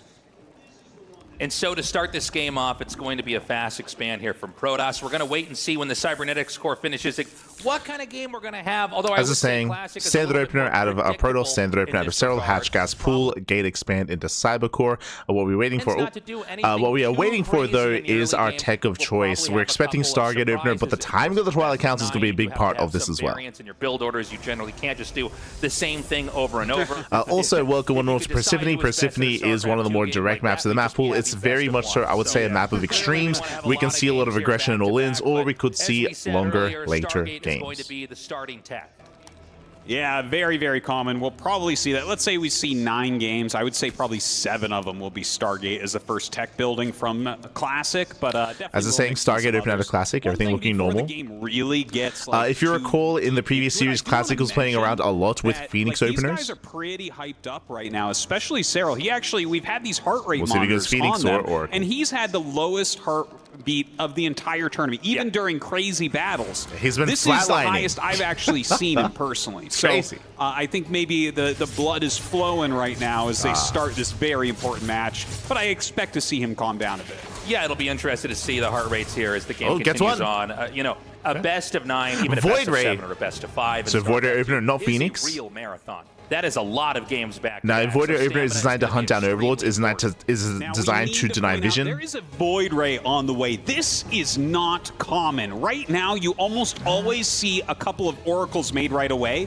But Classic historically has liked the Void Ray mixed in more than any other player in the world. He loves to make a single Void Ray from time to time, but he hasn't really been doing it in this tournament. So to bring it back right now against Serral is very interesting indeed. Well, you have to imagine. I would push back against that. Again, saying that if you're watching his matches during the previous days, he was going for Phoenix openers, but that's why here we see something similar, also designed to hunt down vision, hunt down overlords. Boss who is Serral. When you get the Void Ray, it's an extremely safe opening. You basically can't die to any rushes. It's then used later on to clear the overlords on the map. But if you look at the minimap, there are no overlords anywhere. Yeah, there was one, I think, that he got already, and then nothing else with the Void Ray. He is kind of scanning for it at the moment. Like the Void Ray is moving up the side of the map, and we'll see if he can Rushing get Tempest. else. Occasionally, you'll bring it in and like poke a queen. Waiting for the Fleet Beacon, unless we go into Mass Oracle. At the same time. You never know. He might be able to get Serral to make a little mistake and get a bit of damage. Okay, he's going to come up here and try to target down the queen. Also, we'll see when they notice there's a second Stargate, because that is huge. Hold on, a little bit of a misstep here. He does get the kill, trading about half the health here on the Void Ray. The Oracle is going to escape as well. No Fleet Beacon. Are we going Mass Oracle? Definitely going to mess up the rhythm of Zerg. Also, are they going to notice what's happening? But, you know, the Zerg, early on, it's a very mechanical race. You really have to hit all of your larva injections, what you got. Spread. So taking out Let's go, he's going Mass Oracle! Quite a bit. Let's go! Yeah, you can't really deny that. So a nice little pick off, and he does keep the Void Ray alive. Oh, whoa! Stargate Oracle! Oh my God! This is crazy. Okay, they just realized. Okay, so I think he's going to dive into the main with this. You might be right about that, So that, taking out that initial queen, this is super unusual. By the way, from Serral's perspective, this looks like every other game that Classic's ever played. However, what Classic's about to do, we have not seen before here. Yeah, it's certainly not this week. It's been a long time since we've seen a Hero would often do this. opener. This is going to catch him off guard. This should be a typically what Hero does this is a charge follow with +1 and Zealot legs. He brings 4 Oracles jumping on top of these queens. He's going to pop one right away. 4 more queens starting to come up. He's going to go ahead and attack that Spore, but actually decides to turn around. And it seems like so far he's lost 1 Oracle. Hasn't really killed that much. He kind of Blink follow up, not charge. Didn't quite work out. That, I would say that was a great defense from Serral. Yeah, I thought that was going to do a little bit more. It almost seemed like Classic wasn't sure what to do with the Void Ray. He kind of attacked the Spore, and then he pulled off of that. And, well, he's got to be careful not to lose too many of these. The problem is you can always sort of get some value with an Oracle. Trying to get value with a bunch of Oracles, like 3 is also kind of a funny number, right? It is. It is. I'm not sure what he can do with that. So I would say this is actually not terrible for Serral. Serral's going to come in here. He already knows it's I would say that Serral's ahead. When you go for double Stargate like this, you're delaying your Twilight Council, you're delaying your Blink, you're delaying your +1, you're delaying your tech in favor of getting damage done. He got 2 queens. He didn't get any workers, and now we're getting away with Mutatech, which I believe is unscattered, by the way. The Spire is done, Mutas are on the way, Classic is in trouble. It certainly does. Blink is only about halfway done, and Serral made a Spire, so he's actually going to go for Mutalisks. Another thing we really don't see very much right now in the metagame. So this is a little bit tricky, a little bit surprising. But the thing is, you have 2 Stargates. You could make Phoenixes to counter these, but they're going to show up as a surprise, just like the Oracles did. It's almost counterintuitive, but I think it's a perfect response he sees. to this. Now, he sees the Mutas. You only need to see 1 or 2 to know that there's a lot more coming. Yeah. Now, the Mutas can not quite reach these Oracles, but they're going to be... Phoenix Productions is on the way. Blink is almost done. Good reaction so far by Classic. Here in the main as well. The question is, how much damage can these Mutalisks do before the Protoss has the counter and could drive them back out? I don't know that they're going to do that much, honestly. Already some Phoenix is coming out. Oh, he does have these high tumblers. Maybe he can pick those off. He tries to snipe some nice micro there, trying to keep these alive. Might want to form an Archon. You definitely don't want to lose them, but he wants the Side Storms. He allows a couple of them to get picked off, but will force back these Mutalisks. So I would say, you know, honestly, on both sides, they play very tricky and surprise each other a little bit, but not as much damage. You see what I see? I see Overlord Speed. I see Overlord Speed. We're going for an all-in. We're loading up the taxi. There it is. The Oracle German taxi. Hold on a second. We're going to have a big timing attack here. So, on some sense, maybe you force out more Phoenixes. By the way, not being made. But it's not a timing. There's no tech. There's no infestation. There's no hydrogen. While he's maxed out, he's hoping there's no +2. Just pure all-in here from Serral. This is a lot of units incoming. He's he going does for have it. some Psy Storms, but against this many Roaches, it can be a little bit tricky. Okay, 3 Psy Storms going down so far. He does have a few more in here as well. Those Stalkers have Blink at this point, so they do blink backwards to avoid some of these corrosive vials. He's going to come in right now. The Oracle's dealing I assumed it was a German taxi. We're just spreading creep. We're not loading up. Driving these so no away a little bit. You know, the creep tumors are not quite here to where the Queens can be that handy here. The Stalker arc is pretty nice, blinking back. Nice a beautiful storm there on the Roaches and the Ravagers. Oh man, he's still pushing forward though. The Queen's marching forward. Sorry, 2 more storms Ravagers left. coming in right now. The shield battery plus cannons trying to help out with these Stalkers. Oracles come back in. A couple lifts from those Phoenixes as well. Serral just has so many units here. He's going to do another warp in here at the Stalkers. Serral has a lot. Most of it is being produced back and going to rally up here. It's important that Classic... Yeah, Serral, he's rallying across the map. He's breaking through the main army. That was the final storm, by the way. Now there's no more storms, and the 3rd base is being broken. The main army is being broken. I don't think this 3rd base can last, Artosis. No, it does not look that way. In fact, it's looking like Serral might take map number 1 here against Classic. He goes ahead and recalls out what he can. He's going to give up this base, but... Just a really strong, really decisive follow-up here by Serral. Remember, so he went Muta, he made 9 Mutas and only 9 Mutas, and bam, he switched into 76 workers, and went purely Roaches, Ravagers, and Queens. The Cybernetics core, a lot of times you take that out, and just that can really kind of decisive cost you the here game, at the because then you're Serral. only making Zealots. And so for this time being, I mean, if Classic can't hold this off in the next minute or 2, he's going to lose this game. Well, he's warping in Stalkers. He's trying to utilize his wall as a helpful defense, but it's not enough. GG. Serral going to take a very dynamic game number 1. Interesting how it started. We had an opening that looked to be pretty conservative, and Classic turned it on its head with perhaps the most unusual of all possible techs, the double Stargate. I basically never cast competitive games with that. Not in a long time. Yeah. And so he did that. It didn't do a whole lot. And, you know, whenever you... for those that are curious, this is a build that Hero does like to mix in. I say like to mix in. I think last time I saw him do it was at the start of the year. But typically he goes Mass Oracle into charge, Mass Oracle into a ground follow-up as well to support the army, with getting up to, what, like 8, 9, 10 Oracles, something crazy like that. It has been a couple of months, though.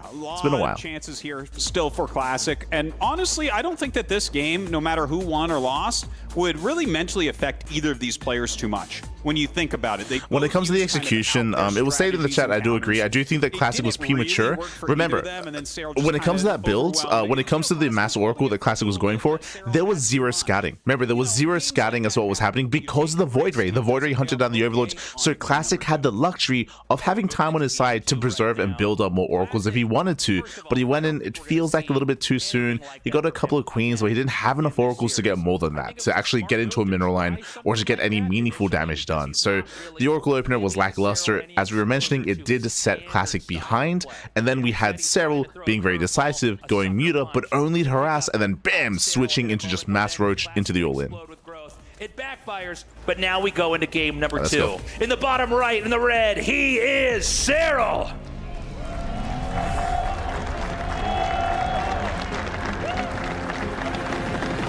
And his opponent here in the top left, in the blue, he is Classic. Show Sujio Classic. I appreciated it in game 1. I did appreciate the build. Are we going to have any other wild strategies coming out? The double Stargate Oracle after a Void Ray was super, super neat. The Mutalisks, we just really don't see too many Mutas. You know, I think I remember one game this week that we saw Mutas fielded against Protoss in that kind of early portion of the game. It's easy to forget they're even in the matchup at all. Really. You only watch PVZs, you don't see them very often. We see Muta play quite often currently in the meta. Muta play is really map dependent, but we do see it on maps like Tokamak, on maps like Maganatha, and I would say those are the two most common, and on Persephone as well. True. Which the best players in the world with the biggest prize on the line. So Muta play is, I wouldn't say standard, but it is seen pretty frequently. Just as a heads up. This game actually should probably be a little bit more standard. I know we've been talking a lot about how Classic players like Shin, players like Rogue, they do enjoy playing Muta when they can. Moves. I do think that the timing attack from Serral in game 1 was really more prompted by shutting down the double Stargate. I think so. Although we very well could see him do something similar to that, depending on how the rest of these games go as well. Well, it was a big investment from Classic. It cost a lot of money to make that second Stargate. You know, the Void Ray popping that out, and then 4 Oracles, and you don't really. So far, standard opener, nothing crazy. Just makes sense as Serral to do a little bit of a counter. Now, personally, I do like the idea of Classic opening Stargate and Void Ray again, not to go into the same build, but to make it look like the same build and do something different, but also keep Serral in the dark. So I like the idea of going into Void Ray for a second time, but we'll see. We'll see.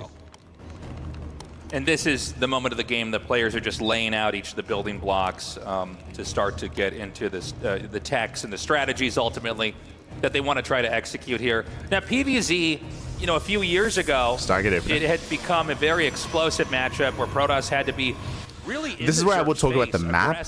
Just talking about Incorporeal, it's one of the larger maps in the map pool. I think it's also important to talk about the maps just because there are no vetoes in the best of 9 either. The Zerg got out of control. And now that Classic is the leader in Protoss thought, it's taken a very interesting turn. The matchup, especially the early parts of it, slows down quite a bit. The Protoss, especially with Classic, more so than any other player in the world, is very withdrawn, staying back, powering up, and then the Observer is really focusing on trying to show that to the casters. Carriers at times used. We have the mothership. But remember, no third base, Twilight Council. This looks like Glaive Adepts, or we could even pull out a gas and go into charge. Suddenly you have this wrecking ball that can maneuver through the map, destroying but leading more towards bases. And the Zerg also has a hard time counterattacking. Templars are handy in defending, but also the recall can be utilized as well. Yeah, and, you know, he's been very successful with that. But that being said, again, this is very dedicated. He is once again deviating from that path. He knows that he's known for that. So here, he's actually gone for his Stargate and his Twilight around the same time, which is not a common play that you're going to see. So he's going to have the Oracle out quickly, but he's also going to have one of the quicker Glaive upgrades. No Stalker. No denial of the Scouts. Really an interesting way to try to play this. But the Overlord is going to come in and scout that Twilight right away. What a scout by Serral. Yeah, and you can see Classic watching the Overlord come in here. Adept Glaives is, you know, as so old as this Legacy of the Overlord Void. Scout is relatively standard. Usually, how do you deny this Overlord Scout? Either Void Ray Opener, which we didn't go for this time, or an early Stalker, which we didn't go either. And Serral wants to deny. We have, I think it's 16 or more Oracle's out of Zerglings position, coming up just here wants to to this cancel. Nexus, and this is going to be denied. So this is a catastrophic start here for Classic. It's pretty bad at the moment. He's going to have to get a lot of damage done with his Adepts to have to cancel that out. And remember, Serral, he knows. He saw everything. Oh, man. Roach he one's on the way. canceled the Glaives and went into Blink. Oh, God. That doesn't look good either.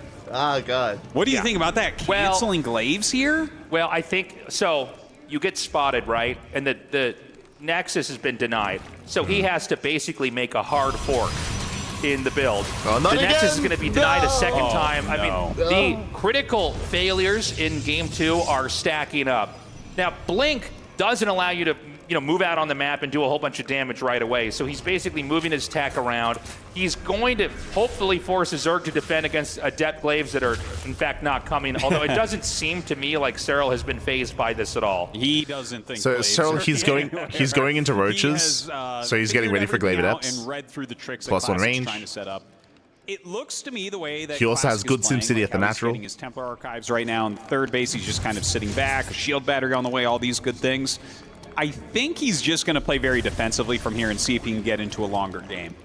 And I don't blame him because, like, you try to do an early Glaives attack and then you had to cancel. Well, you're never going to have an attack timing now. It's just not going to happen against Serral. Of all people, the best defending optimizer that there is. So yeah, it's not a couple of things are happening here. The problem with Classic setup, one, he's behind, right? Classic is behind. Classic is rushing into Storm, and that would be ideal if there was a Ling Hydra attack coming his way, but it's a Roach-based attack because of the Glaive Adepts earlier. You can see here, plus on range, Roach speed, we're massing up Ling Roach. Roaches, they can tank Storm, so even with defensive Storm, it's going to be a tough hold. Lay this up into a big timing attack, assuming that Classic has tripped up enough in his build, has been hiccuped enough in his progress, maybe he can shut him down that way. Maybe. A lot of gateways on the way here. Psystorm is almost done. Roach Ravager in production for Serral. Infestation Pit coming up as well. So you can see, it's like, never mind. Yeah, he's making up. a few units. He's making sure he has enough units that he can't really be attacked. But he's also continuing his tech and building his economy. So I assumed that Serral was going to be hitting a time with +1. That is not the case. When we see the pit, now he's droning, teching into Hydras into a longer game. And getting himself ready for the next stage of the game. That's right. The Lings are going to come up here, and he sees the Stalkers. Protoss is going to try to fill in all the parts of the tech tree. So the Forge, the Robo, and the same is true right now for Serral. It's going to be a quiet game for the next minute or two here. The Overseer is going to glide through and see if there is any kind of surprise tech for the time being. But this is a moment in RTS games that we would refer to as powering. Both sides are trying to get as much tech, as many expansions and workers, Are we pushing with and the as Queens? much of an army as they can, that they can Let's start speed. to make their moves later on in the game. And with that, as you're saying it, Classic takes his additional base. That fourth base going up. Serral just with a little poke, still scouting, like you said, just kind of checking everything So for out. those that didn't watch the group stage, this game is looking very similar to what we saw between Serral and Classic earlier, where Serral takes a really strong lead early on, doesn't kill Classic, instead backs off, maxes out, drones up, gets into Hydra Lurker first, and then dominates the mid to late game from ahead. So for now, we're going to go to that Lurker Den. Lurkers, by the way, extremely popular. Pretty much, the most common thing you see in the end game here in ZVP. They're great for defending, but they're also great if you can outposition the Protoss. They're incredible for pushing. They really are. It's so hard for ground units to actually engage upon them. Yeah. Like, whenever you see Lurkers... And again, you can see Fleet Beacon, Stargate, Classic is also gearing up into Skytoss, and you might look at this setup and be like, oh, are we going to the late game? Are we going into like an hour-long game? Well, I mean, as you can see, Serral's going to max. Serral's about to max, he's about to push before Classic can actually stabilize and build up. You're not going to be able to hit it any other way than with air units, and we see the Fleet Beacon on the way for said air units. Serral is maxed out, or about to be maxed out, and he's gone for Hydra Lurker Hydra Ling with Lurker tech. There's a possibility he tries to flatten the fourth base coming up here. Yeah, not a bad idea. If he can kill the fourth base, the game will become a lot easier for him. Protoss really needs 4 bases. Protoss on 4 base can make basically everything they want for a really long time, a really cost-efficient army, but when they lose that, they really become inhibited. Okay, we've got a big Serral coming in here, and it looks like the Stalkers aren't quite back to the safety of the cannons in an unusual maneuver. Classic blinks to the other side, causing Serral to try to chase him. However, he's separated. It looks like this maneuver is actually going to work. He loops back around, goes back to his defensive. I didn't expect that interaction to look quite like that. Back at home for Protoss, we have the Tempest teching. The Mothership is on the way here as well. And it does look like Classic is not going to be thwarted here on this 4th base. No, not as of yet. He did lose some High Templars, so that is a little bit painful. But that was a lot of Templar going down. Additional Tempests out, it's going to be a lot easier to push back this army. But of course, Serral is preparing for the next stage of this game. He has into the main, way for those Zerglings, so he can start hitting multiple locations. And of course, the Spire coming up, so he can get some Corruptors, get the upgrades going, and possibly later on some Broodlords. We've got a small drop coming in here. This is just to keep Serral occupied. A big attack here on the right. He sets off the trap. The Lurkers burrow. There's no units other than the Zealots that are warping in. That can't help hold this fight off. Instead, they're going to get fished in and wiped out immediately. We need to see Classic come over here. Here come those Tempests now. It's important he keeps this Nexus alive, by the way. If the Nexus is sniped, that's going to be huge. The Stalkers will come up, and it looks like Serral's not going to go much further into this. Now, just to go big picture for a second here, this map, top and bottom, it's very easy to see which player gets what, right? However, through the middle, all the expansions are contestable on either side. So as we go into a late game, this is going to be a very fascinating positional game to watch. Yeah, you know, they definitely are defendable, but they're so far out there that it's something you don't want your opponent to take. Like, if they take them, you kind of have to go attack. And you can see Serral's taking one right now. Classic kind of chases him all the way back there. He sees that hatchery's on the way, and I think he'll follow up with another attack after he refills his army a little bit. We've got the War Prison moving around again. Serral has a little bit of pressure on Classic. Classic's still trying to build up. He's not maxed out yet. You can see Serral's in the phase where he's already getting into the mineral huge line. amount of income here banked up. And I don't see anything defending this expansion. I mean, the Tempest can fire on the Lurkers, but that doesn't mean these probes are going to survive. In fact, 24 probes are wiped out as this Nexus is going to be killed. Yeah, there's also a Nidus that's going up in the main base. Not sure if that's anything going to happen with that, but he will end up clearing out this Nexus, but losing a few Lurkers here at least. But that is definitely a good move for Serral. During this time, he's gotten his 6th base up. Oh, man, over here with more Lurkers. And again, you can see, as we mentioned, like, because Serral's lead early on was so big, like, this is what it leads into. Greater economy, greater army, larger army, and he's just pulling Classic apart. Probably still stay in this game. It's just a numbers game. Like, the supply just isn't there to split up and defend both locations at once. Far ahead right now. Yeah, I thought Classic was viable for a little while, and then the last minute happened. And so he lost the 4th base. The 3rd base lost a lot of workers. It's 48 probes to 83 drones. And Serral is already on, what, 4, 5, 6 bases for the time being, and is probably going to have access to more for a little bit. And because Classic is in such a defensive posture, he can't do anything to punish that new base in the middle of the map that Serral has. Look at this. The Lings coming up. That Adrenal upgrade really paying off now. Very, very tough position. You know, right now, Classic is rotating back and forth. He's trying to clear things. It's funny, Niduses are going up that nothing's coming out of. Serral is just taxing the multitasking here of Classic. And honestly, he doesn't even have enough units, even if he has the multitasking to clear it. It does seem like things are really it's good that they just, that Artosis just brought it up again, because the early game, because of how well the early to mid game went for Serral. That's why Classic just doesn't have the supply here to defend his bases. He could not hold on to his 4th and his 3rd base. Juggle all these tasks back at home, putting out fires, stopping counterattacks, and it's just getting worse and worse. Some Corruptors coming up, and they will go after this Mothership.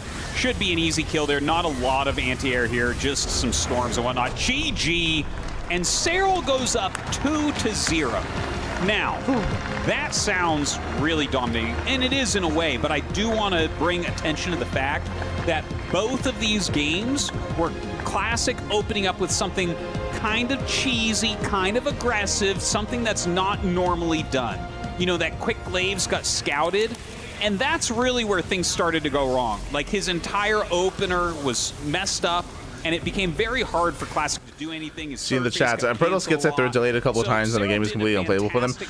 Bearing in mind not to let things cloud your judgment, as a reminder, it was a Twilight Council opener before third base, so it was a delayed third from Classic, so it was already a later third, which made it more difficult to defend. Likewise, I mean, obviously, he got scouted, he got shut down. The Oracle was across the map, so he couldn't save his third base back at home because the Oracle was out of position. The Adepts were not in position to defend the base either. I think there was only one Adept at that third base, so it was a really shaky start from Classic. He got completely shut down at the early game. That's why he went, he cancelled Glaives, went into Blink, so again, it was just a really, really rough start for a Classic. It was quirky, it was unusual, it was a bit, I mean, he tried to do something different to catch Serral off guard, but he got punished for it. Got punished quite hard.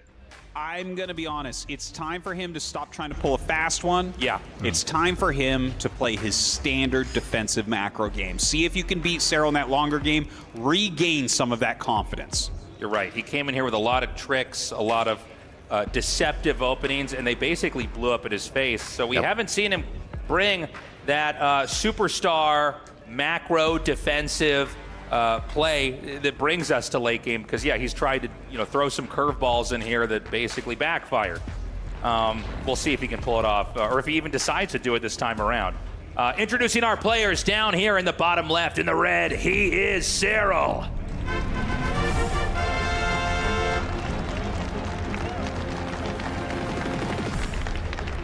And his opponent in the top right in the blue, he is Classic. Okay.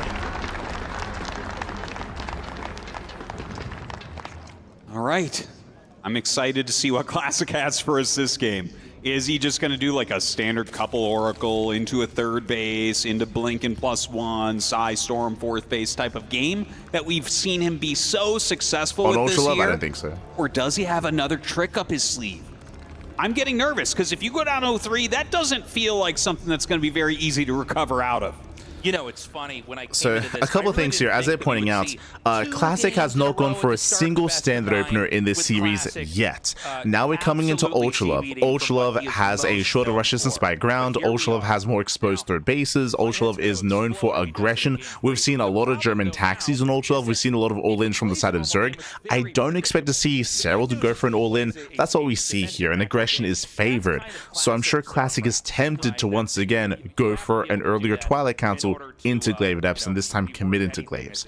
I'm sure he's tempted. We'll see. Our eyes have to be on Classic here, though. Probably the only player that can go toe-to-toe in that late game macro. So if Classic's going to come back and start to win this best of 9, I think it really needs to start with this game 3. Pylon placement looks like Stargate. Yeah, I definitely do agree with you. You know, 3-0 is pretty bad. 2-1? Well, it was always going to be 2-1 at some point. Right. So hopefully Classic cleans up some of these early game shenanigans. You know, I think he will. Like, I would be really surprised. I was already very surprised when he went for the very fast Glaives. Like, the first game, Double Oracle, I'm like, okay, I can respect kind of trying to pull off a quick win in game I think so as well. That kind of makes sense to me in a best of 9. But when you try it twice and an Overlord simply floats in and ruins your plans, yeah, that's no good. You know, it's important. I'm glad you brought that up, Artosis, because it's not even like he tried the Adept Glaives and it didn't work. It got scouted. Yes. So clearly Serral knew a scouting path that Classic wasn't prepared for. And it's not very often in a World Finals the Overlord Scout shuts down the build. No, not too often. No, especially not As a reminder, another reason why the Overlord Scout worked so well was because last game there was no Void Ray opener or Stalker either to deny the Scout. And then ditched it for Oracle a pretty first. uncomfortable mid-game where he lost his Nexus twice. And so it was just a bad set of openings here for Classic. So we're really watching here in game 3. Does he play normal? By the way, Oracle here, this looks pretty standard for Classic for what we've seen for most of this EWC. Can he get that third base up? And if he does, what exactly does the Classic versus Serral match look like now? This all looks so completely normal. He's getting, you know, this There it second is. gateway. Okay, Twilight Council before third. Probe comes out. Are we going to see that Nexus? Twilight Council before See the third. moment. The Zergling Twilight is waiting Council for that. before It really wants to third. see, okay, are you Notice it. going to go for That's this a very fast fast third council. base that is so He's standard? crazy. He's being aggressive again. And there's the Nexus. Okay, third Nexus starting over here. And This is the game that I don't know if Classic is known for I don't know if they playing. noticed. So with this fast fire council, this looks like Glaives. Technically, we could rush into really fast blink, but I'm leaning more towards Glaives here. Yeah, gateway explosion, no forward. Show us the Glaive Adepts. Serral's going to go for. So we've got more gateways coming here, and we're going to begin to see the Protoss tech build up, as we will see Serral's tech build up as well for Zerg.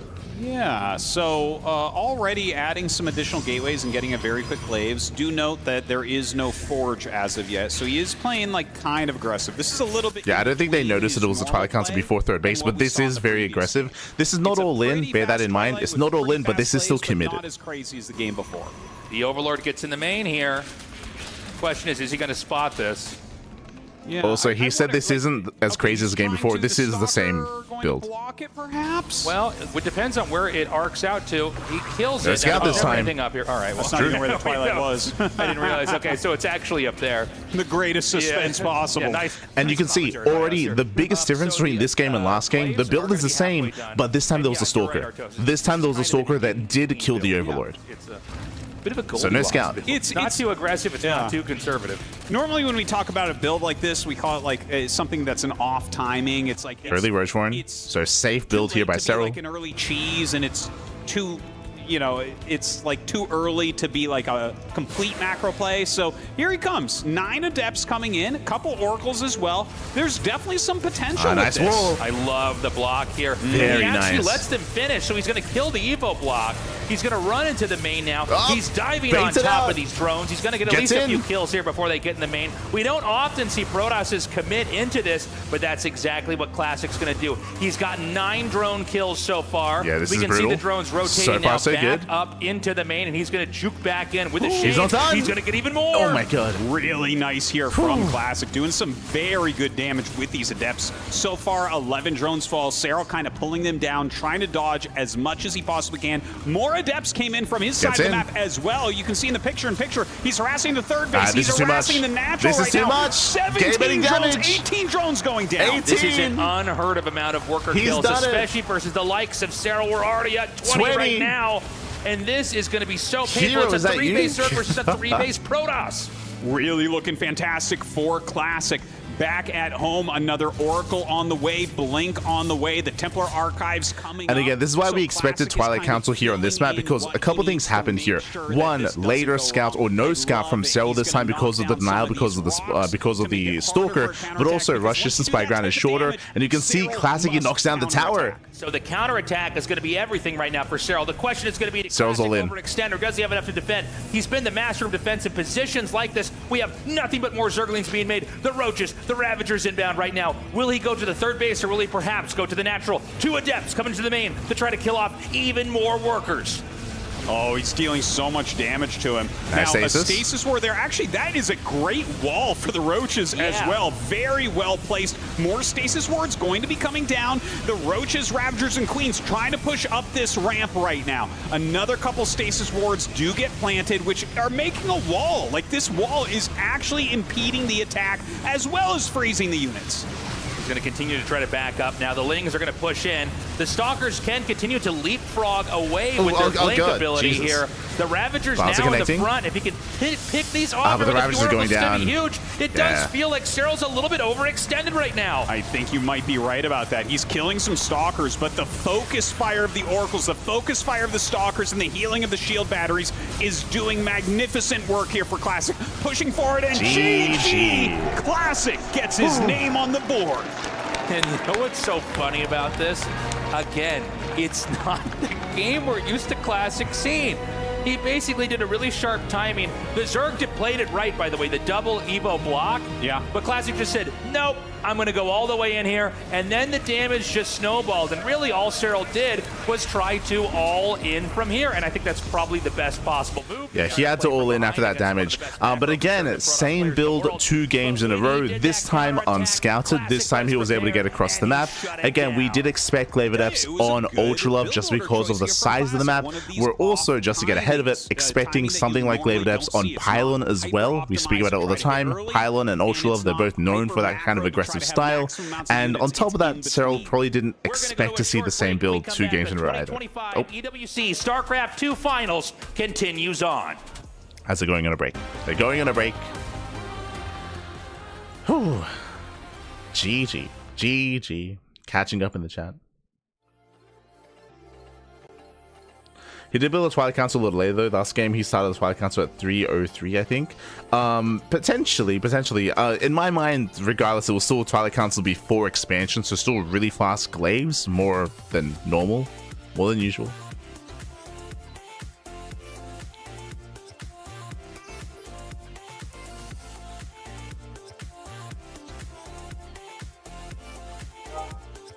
Could you mute the casting cast? It's okay. Let him cast, Pappy. Let him cast. I did do full casting for the group stage, but for the playoffs, we'll have our react stream. It's okay. It's all good. It's all good. It's all good.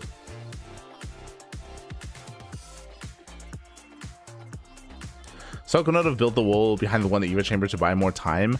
That would have been difficult to pull off. Unfortunately, this game Serral had less time to react. Basically, he had less time to react to what was happening, just because it was a later scout of what was going on. So that was brutal. Not just because of the later scout, but also because of it takes less time to get from one side of the map to the other on Ultra Love as well. So it was just a really rough, basically scout or reaction from Serral. At least in my mind.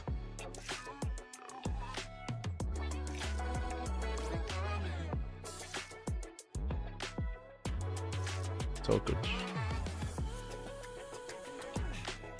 Alright, we're good. Short break. Gonna be going on a short break. When we come back, we'll have the rest of the series. We'll have the rest of the best of 9.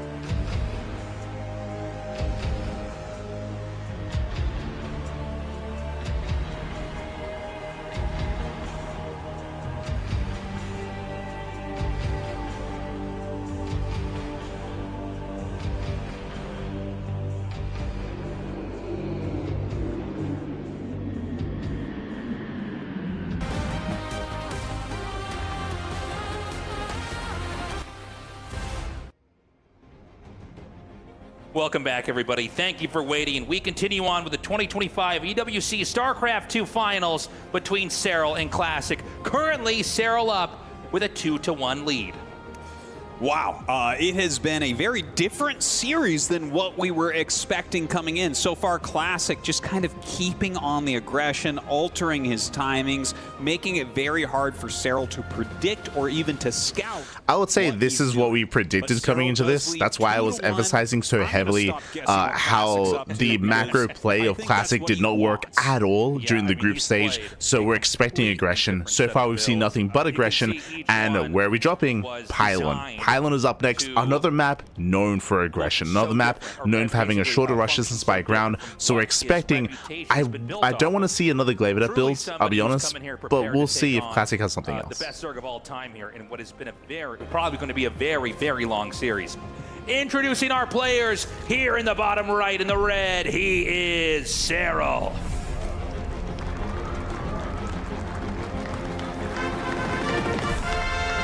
his opponent up here in the top left. In the blue, he is Classic. Here we go. Right. Now, when it comes to where do we expect Classic to play more defensive, to play more macro, and to play more for a longer game, I would say maps like Maganatha, maps like Tokamak, maps like Incorporeal, which we didn't get to see on Incorporeal, but those larger maps are what I kind of expect to see that on. Looking like it's going to be a normal macro game, and then the hard fork comes in. Yes. And he deviates from that. A very unusual timing there from Serral, from Classic in that last game. That's one that's not intended to kill the Zerg, but to snowball the death of the drones so much that they're really not viable. They can't compete with a 3-base Protoss. And that's why we saw Serral do that counter all-in. Both of the all-ins that we've seen in this best of 9 so far, I think, have been basically prompted by the moves that Classic went for. It kind of makes sense when you think about the races in general, right? Like you look at Terran and Zerg, So and fast they're and kind of openers. tiered as far as their tech goes. With Protoss, once that Cybernetics core finishes, you have 3 distinct choices of tech trees that you can go down. So a lot of Protoss's power can be in switching it up a little bit, deciding to go down a different road than what your opponent might expect and try to get some damage with that. But with that being said, I'm looking at it, I'm thinking, is there any chance to see the third route that we really don't see anymore? Do you think Classic might have a robotics build planned for tonight as well? I was thinking about that, actually. Yeah. We're in some ways a little bit deterministic. Why? In the matchup with Classic that he will go for Stargate. It's going to be a Stargate again, but just to finish the thought, I think a robo build would not be a bad move here. I mean, you've got so many games, best of 9. In the history of StarCraft, and the best of 9, by the way, fairly new, introduced by EWC. So there are 2 quote-unquote viable robo builds that you can go for. Not even viable. The 2 quote-unquote builds you can go for. It's been actual years since Robo Opener into Disruptor Drop has been a thing. I think that was last seen like in 2022 or something, maybe 2023, but I'm thinking 2022. That was a thing back then. In more recent times, we have seen some Robo all-ins going for slow lots. That's it, going for an Immortal solo all-in, which we haven't seen from Classic before. So that could be seen at some point, maybe, but that's a very niche build. Very niche. Keep it going how he wants. Incredibly niche. Going for a slow lot Immortal all-in. Of course, the Oracle for some harassment and scouting as well.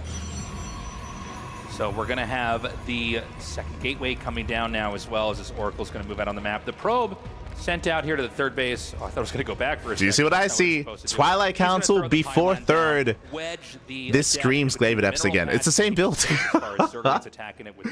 Twilight Council before third base. Third gateway's on the way. And again, it looks like Classic and every other PvZ that we've seen. Normally, it is a macro game. We were talking about how we're going to try to not predict that anymore because he's deviated 3 games in a row from doing that, probably because he's hoping that Serral is really more ready to anticipate macro game after macro game and play against that. So yeah, we're gonna sit back. Evo Chamber. Okay, for the first time, Evo Chamber at a Serral +1 melee is on the way. In the previous game, this is that kind of off timing. This is scary. Now on hold on. Serral's side, you can see I will lower them a little bit. So this is gonna be the same build 2 games in a row, or almost borderline 3 games in a row. Overlord is gonna come in for the scout. Meanwhile, Serral went for an Evo Chamber first, which means +1 melee, which means he's skipping roaches. This is scary. He's skipping roaches. He's gonna be vulnerable to the Glaive Adepts. Now he is going for a safety Baneling Nest. It is not impossible to defend against Glaive Adepts with Ling Bane. It is difficult, but it's gonna be a tough ask here for Serral. To see exactly what kind of game this is. Now in game 2, when Classic was scouted, he abandoned the tech and tried to do a pretty uncomfortable transition into Stalkers with Blink, and frankly it was a pretty abysmal mid-game where he was swallowed up alive by Serral. This time he is not abandoning the tech. The Adept upgrade is going to finish. Well, he's already put a lot of chrono boosts into it. I think it makes sense. I don't think attacking with it makes sense, though. I think you actually have to sit back. Like I could see him trying to sneak a couple in and get Serral, he's setting up with his Lings. We need Banelings. There we go. 8 Banelings morphing in. The Banelings will be ready in time. Him actually like holding off Ling plus Baneling chasing him. Okay, we've got the Robo starting here 20 Lings in production. The Adepts are going to push in. Now remember, Now, with if Serral can surround this, if he can shut this down, he can counterattack as well. Bear that in mind. We don't know if he's going to just really go straight for a dive all in counterattack. yet. It looks like he's going to try to go outside the front, maybe force out some Zerglings and run back home. He's still staying on the outside of the creep. You know, Adepts, they're not that handy the longer the game goes on. It's why when you invest in them, you're going to have a little bit more of a bumpy ride if you don't close out the game. Or at least get lead in the mid-game there. He's going to shade a couple over here to the side. It looks like he's going down to what would be the fourth, and in fact, there is a fourth base. Morphine over here now. Nice I don't know that he has enough damage to deny that. Where are the shield batteries? No battery. Lings go for a counterattack. Oh my god. Adepts there do slow them down momentarily. Yeah, no shield battery. He gets around and kills all the Adepts. But the Lings are more than a match for those Adepts. Yeah. You will have to run his That's a big misstep from Classic. Fourth of Serral. Taking quite a bit late shield battery, Oracle's out of position, Adepts go down. PvZ, they're both going for the spare bases. I think each side thought the other one would turn around and try to defend or recall, something like that. The Adepts are going to back up. Now this hatchery's low. It could be picked off later. I don't know that he can come in and do much more now. He doesn't snipe the Orange Queen, and this expansion is still alive. So both sides taking a decent amount of damage, but nobody's really given up an expansion just yet. Forge on the way, as well as the Templar Archives, so definitely Psystorm going to coming into this, Serral is in a stronger position. He gets away with the Ling Bane. He's now taking up into Hydras, so Ling Bane, Hydra Tech out of Serral, and Glaive Adepts on scale. Well, he gets surrounded. Classic getting called out. Remember, these are +1 melee Lings. So we'll see what he gets done with that Prism. Nice wipeout there of those Adepts on the map. Serral is growing very comfortably. He's expanding over here into the 3 o'clock position. All other bases on this map are a little bit harder for Zerg to obtain, but you know, when Zerg gets on 5 bases, they're very comfortable. We do need to see a 4th base here from Protoss unless they're trying to do a very specific timing attack. Maybe we have that. We have 4 gateways now warping in. All right, he actually flies over these Banelings. As soon as you see those, you have to deal with them. Those Banelings are waiting for speed to finish, most likely, and a roll into the 3rd base. So scouting that was Classic is starting up. He's starting up. I believe he's setting up for a 4th. Oh, okay, there's a Warp Prism out. We have to get some defense up ready for these drops. And so the Lings are going to come out here. This is the first-person perspective right now of Serral, who is aggressively paving the map with creep as this 5th Serral, I base believe, is about still to no finish. infestation bit, just Ling Bane Hydra. All right, this 5th base finishes up. The Prism going to kind of start flying over. He drops out a few Adepts to pick off this Hydralisk. It's the only thing here that can hit air, so kind of makes sense to try to snipe it. But as you can see, this hasn't been very successful so far, and I don't think it's going to be either for Classic. Yeah.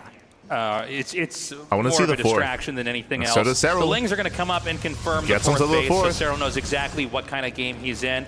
It is going to be that macro game. Serral is ramping up to being maxed out here. He's at 173 supply of 190. So as opposed to the game on Incorporeal, I will say that a Classic, he's in a better position than on Incorporeal when it comes to turtling and getting up into a longer, later game.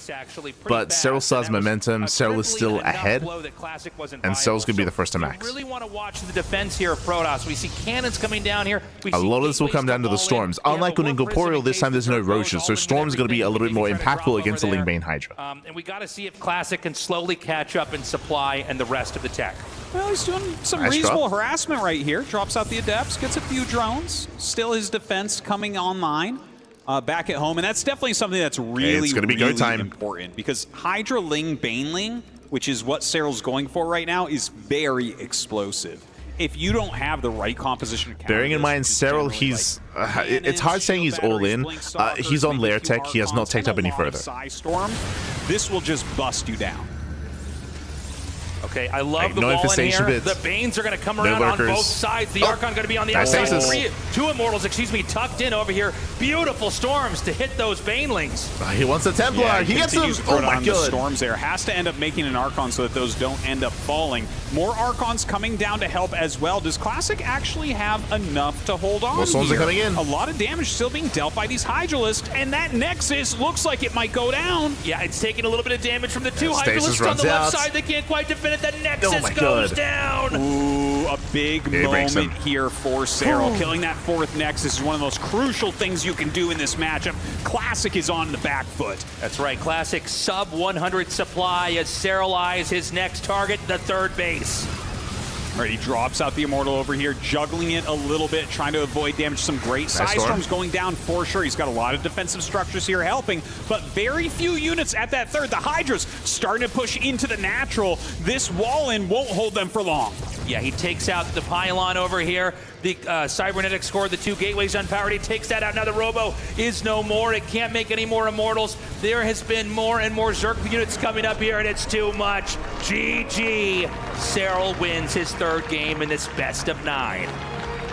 Man, Classic keeps trying to get that early damage, but Serral's defense, like you catch him once, okay, he's not going to let you do it again, and that's exactly what we saw here. The same build 2 games in a row from Classic. We thought it worked once, maybe it would work again, but I don't think that he should be doing that anymore.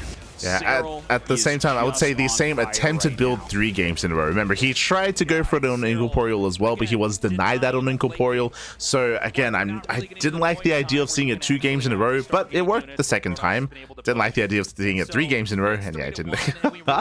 Well, I should emphasize here, the difference is that Serral, he saw it. Remember, he scouted ahead of time. The Overlord get into the main base. He got to see what was happening. Even though he opened up +1 melee, he got a Baneling Nest, and he built up plenty of Link Bane. And this time, the Glaive Adepts didn't do any damage. Not just didn't do any damage. Remember, I would say a pivotal moment wasn't just the defense of Serral, but the aggression, because he deflected the first wave of Glaive Adepts, and then bam, went for the run by. That's when we were talking about how there was no shield battery. Late shield battery out of Classic, and with that, he lost all the defensive depths back at home. He lost a couple of probes. He got caught out in the center, and Serral had a very strong early game once again. And we gotta calm down with the Glaive Adepts because it's not working. Just calm down, Classic. Calm down. They can bypass the double Evo block. Yeah. Loading into ley lines. And by the way, Serral's scouting has been perfect. Yes. He seems to know. Very close. We don't normally talk about like where the Overlord goes in the early game. It's kind of a one of the basic things you learn in StarCraft. Yeah, you've got a flying unit that's also a farm. You can scout with it. You want to look and see if you can find anything. He seems to know exactly where the tech is going to be, and he's spotting it every time. In the top right, in the red, he is Serral.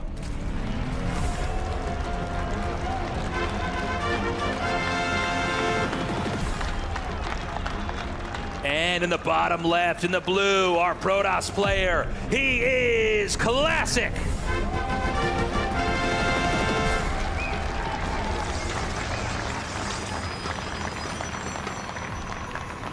I really just don't know what to expect anymore. Yeah, well, any world-class player can come into a series and have an unusual series. He's gone Glaives 3 games in a row. Man, what's he gonna do? It's crazy. It's unpredictable. True. I mean, at this point, we shouldn't see Glaives again. Welcome to Ley Lines. Welcome to Ley Lines. Ley Lines is one of the more standard maps in the map pool.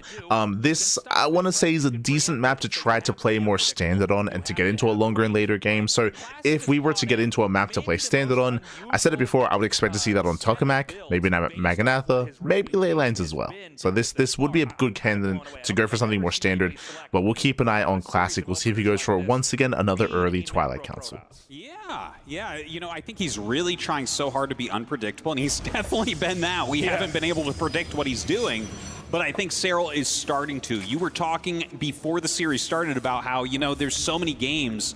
We'll probably see little adjustments from each player as they learn, oh, okay, this is the type of approach you're taking to the series. And this is interesting. Shout out to the Observer. I think this is indie. I'm not sure. But that pylon placement is unusual. This could still be Stargate, but usually if it's a Stargate opener, the second pylon is closer to the edge of the map, to the edge of the main base, so to reduce the time it takes for the Oracle to get across the map.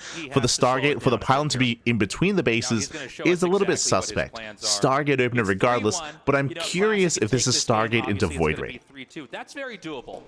But if this goes up to 4-1, man, so we'll keep an eye on Classic. Games Classic has to win in a row. And when you get up 4-1 in a best of 9, that player that has that lead, he has a lot of room to start to get weird with his builds, right? Most of this series, we've kind of cast. Otherwise, it could just be Stargate into Twilight Council again. I mean, it could. Sort of have to, because he's the one that's starting to make the major decision that impacts what happens. His decision will ripple through the rest of the game and force a Zerg to behave a certain way, to react in a certain style. And again, you know, if it goes up to 4-1, Oracle that's first. when Serral can get kind of crazy. Overlord he is can moving do in. a weird all-in, and if he loses, okay, it's fine. He's still got plenty more games to try stuff.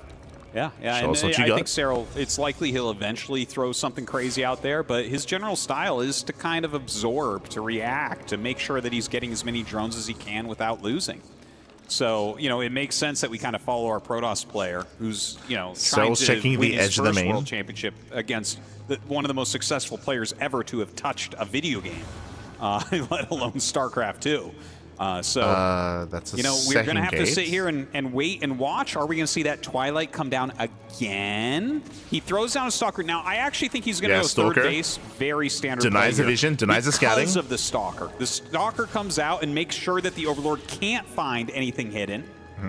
Goes for the And third. that's what he's looking for. He's like, oh, do you have something like a Twilight again? Right. Are you going to go Glaives again? So he makes sure you can't see that, and then, yeah, why not go into a more regular game and make him think you're doing it?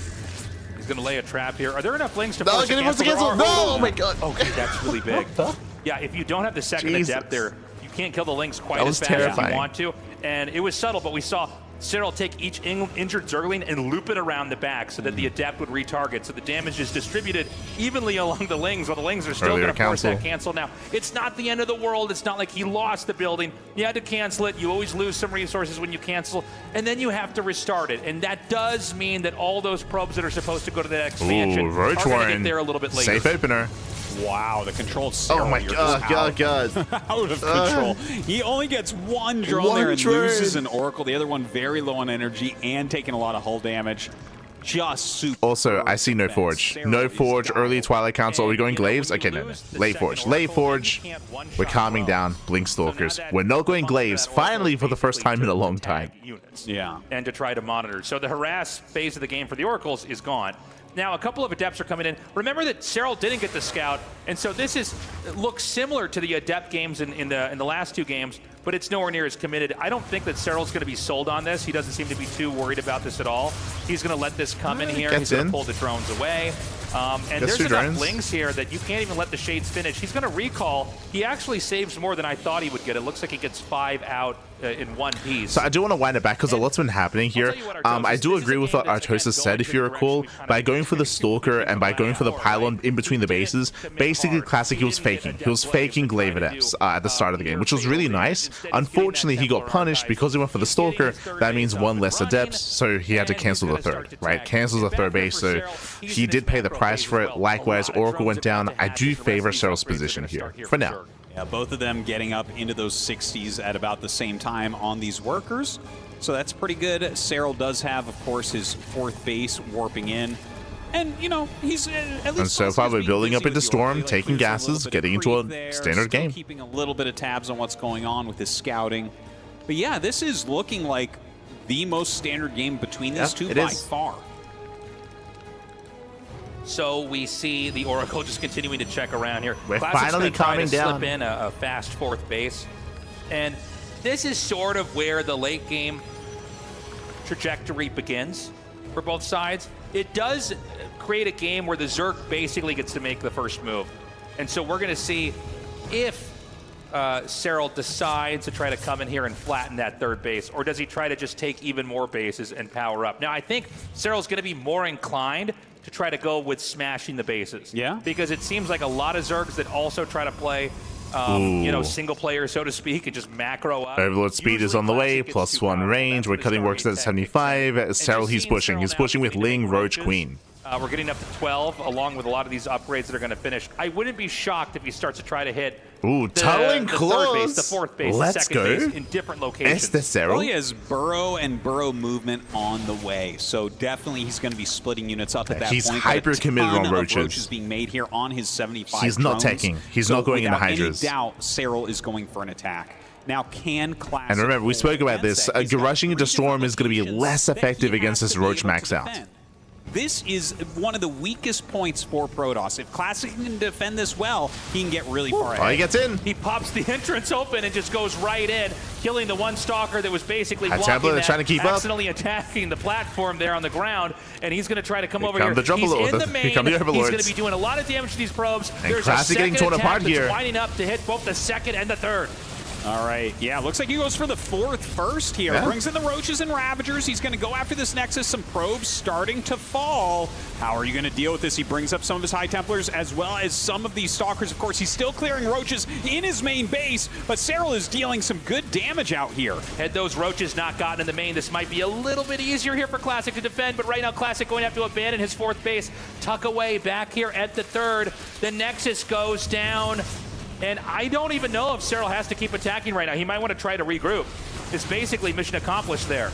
Yeah, the one thing we need to say is, yes, Classic lost his 4th base. He lost some drones there. Oh, man, this is the fault that's so good. Because I was going to say, right now, Classic's still like okay-ish because Serral hasn't been teching, he hasn't been making extra drones, he doesn't really have getting additional into the main, bases, no right? cannon. But these coming into the main base, this is going to be a huge problem for Classic. Yeah, he's going to start to lose these workers. The Roaches are going to burrow and spread out to different locations, so it's just harder to find all of them. Meanwhile, we have Classic about to take a 4th base. I think this could be a mistake because it could just be wiped out in a second here from the army that's waiting to come in here and hit this. Well, it does come in, but he hasn't started that Nexus, Yeah, so... he pulls the probe away. Yeah. So after the initial push, after the 4th base went down, Serral, he's teching. Hive is now on the way. +2 is on the way. Baneling S is done. Baneling Speed is on the way as well. Serral, he's now starting to tech up and getting ready for a longer game. The overall strength of Classic's And Serral's looking army is comfortable. pretty darn good, even though it's lower in supply. Here Roaches comes the are not Hydra Den. very supply efficient. We have a lot of Psystorm, a lot of Blink Stalkers. You know, it's still playable for Classic, but right now, Serral is taking a 5th base. He's going into his Hive. He's getting Baneling Speed, multiple upgrades, Hydralisk Den. Like, Serral's doing everything right now, and Classic needs to be very decisive with how he wants to play from here. We should point out Classic just at 150 supply. He needs to get a little bit more. I agree with your point, Artosis. I think he's done a really good job of basically cleaning this up. There's going to be, oh my God, I spoke a little bit too soon here. A big attack coming in here the into the pylon. natural. If he can send all of this over here, Oh my it's going to God. be huge. Now, he recalls back. He'll pull away here. But again, there's no 4th base. There's nothing down here at 6 o'clock. And remember, Serral, he wants to lose these Roaches. He wants to, remember, the soup does lie. The soup does lie. The Roach army is inefficient. It's supply inefficient, I should say, supply heavy. He wants to get rid of it, replace it with Hydras. The best course of action, because Serral is going up to his Lurker Den right now. Classic actually has very similar army supply. He's playing against Roach, which means his army is better right now. So he's going to start to move out. Yeah, they're getting and into I it. think this attack just has to do very, very well. He needs to kill a lot of army. He needs to kill at least 1 base. And maybe during this, he can get a 4th base up. He's going to try to push in here now.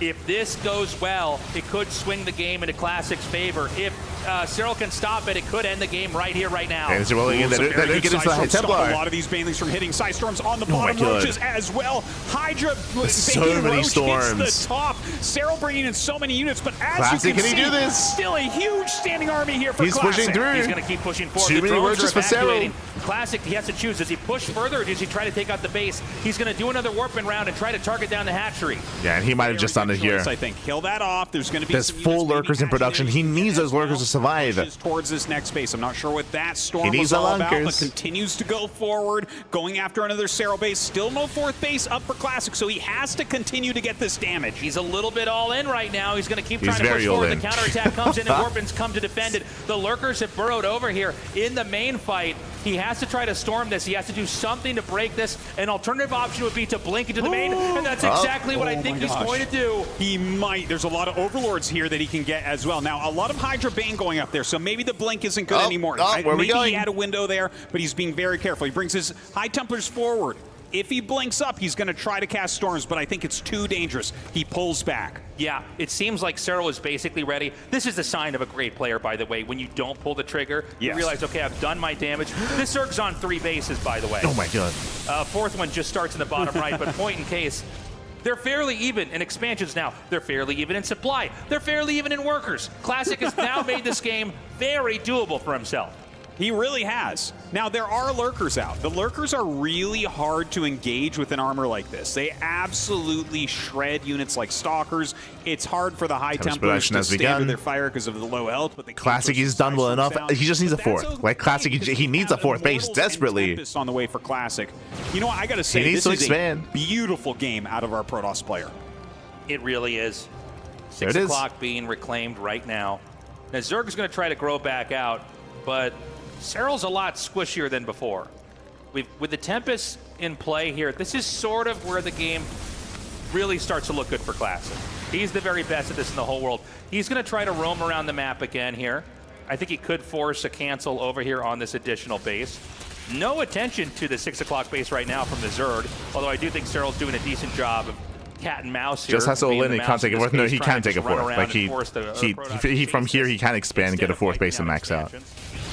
Well, Serral is expanding to the bottom right, so it seems like this bottom right general area of the map is going to be where everything's contested.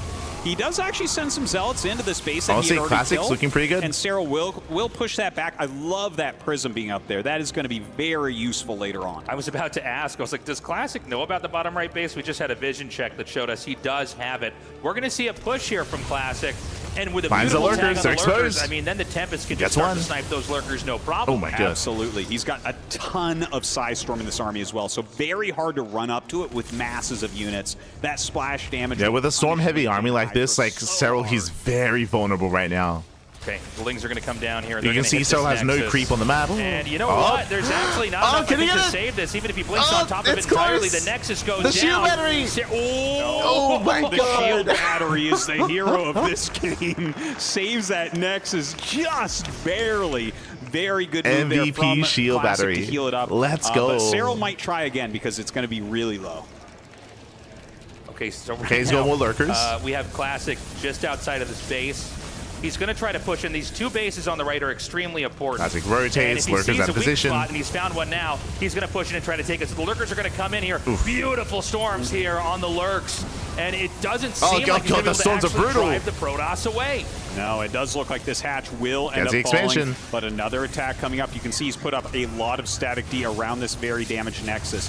Might want to bring the rest of his army back as a lot of lurkers are flooding in towards his third base. I am a little bit nervous about this for him. Yeah, it feels like, okay, looks like Serral's just going to dive in.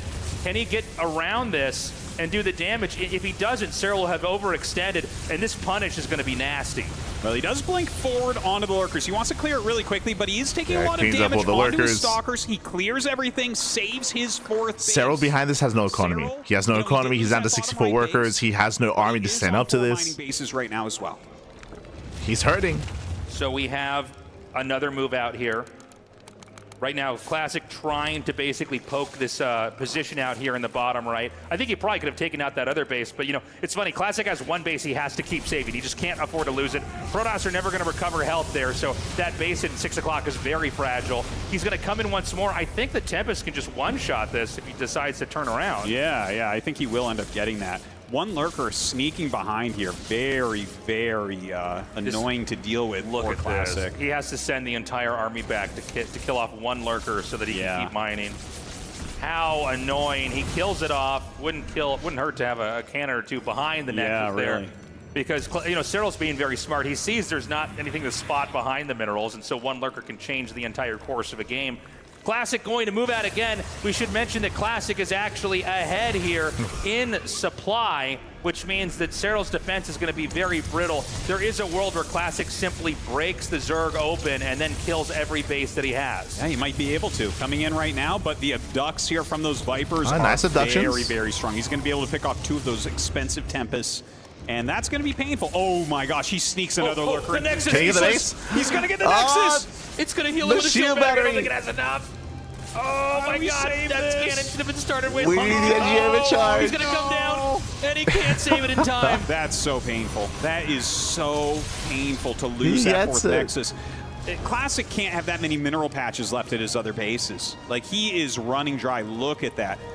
Just very, very few minerals left to mine on the map for him. He immediately remakes that fourth base, but it is definitely going to slow his economy. Okay, Serral coming back in this game. Storms come down here. I still favor Classic. You know, Serral is kind of taking control of this storms game. are brutal. Serral coming in from behind. Oh, the beautiful storms here as Serral tries to come in for a surround. Did Serral overextend, and now will Classic's counterpunch do too much damage to Serral?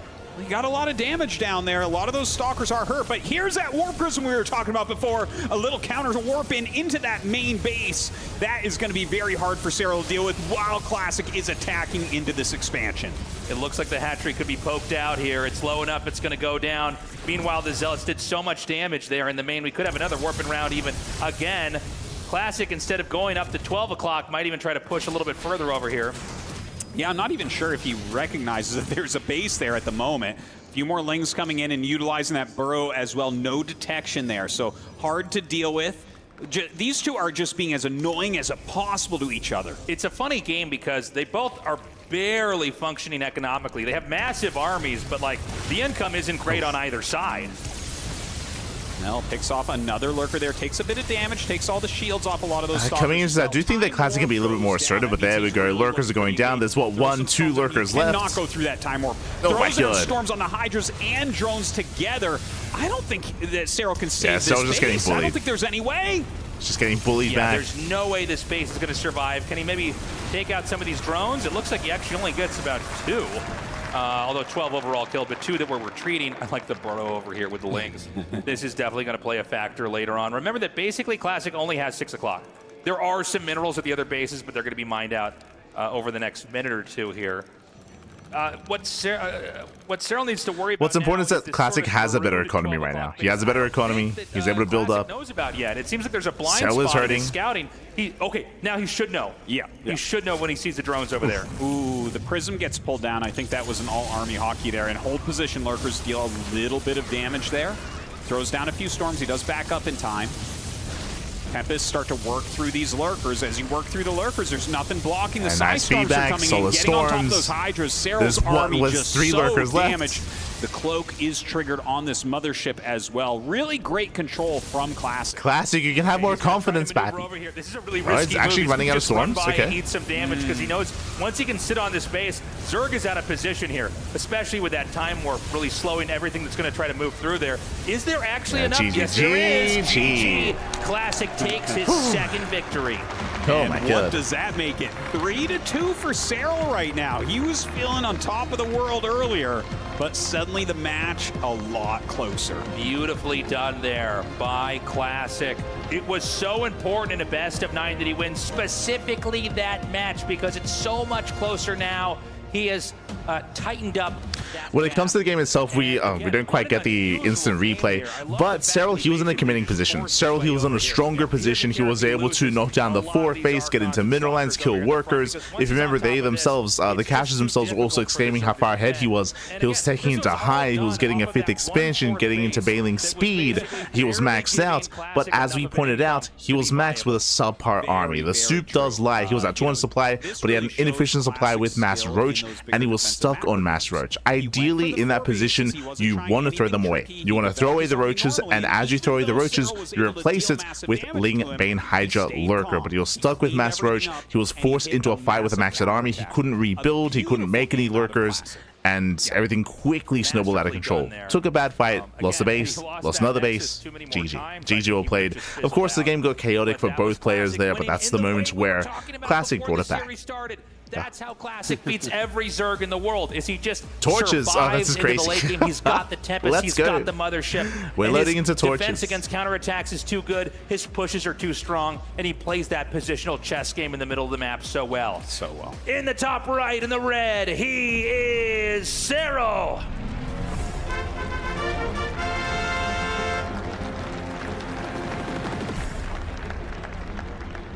And his opponent down here in the bottom right in the blue, he is Classic.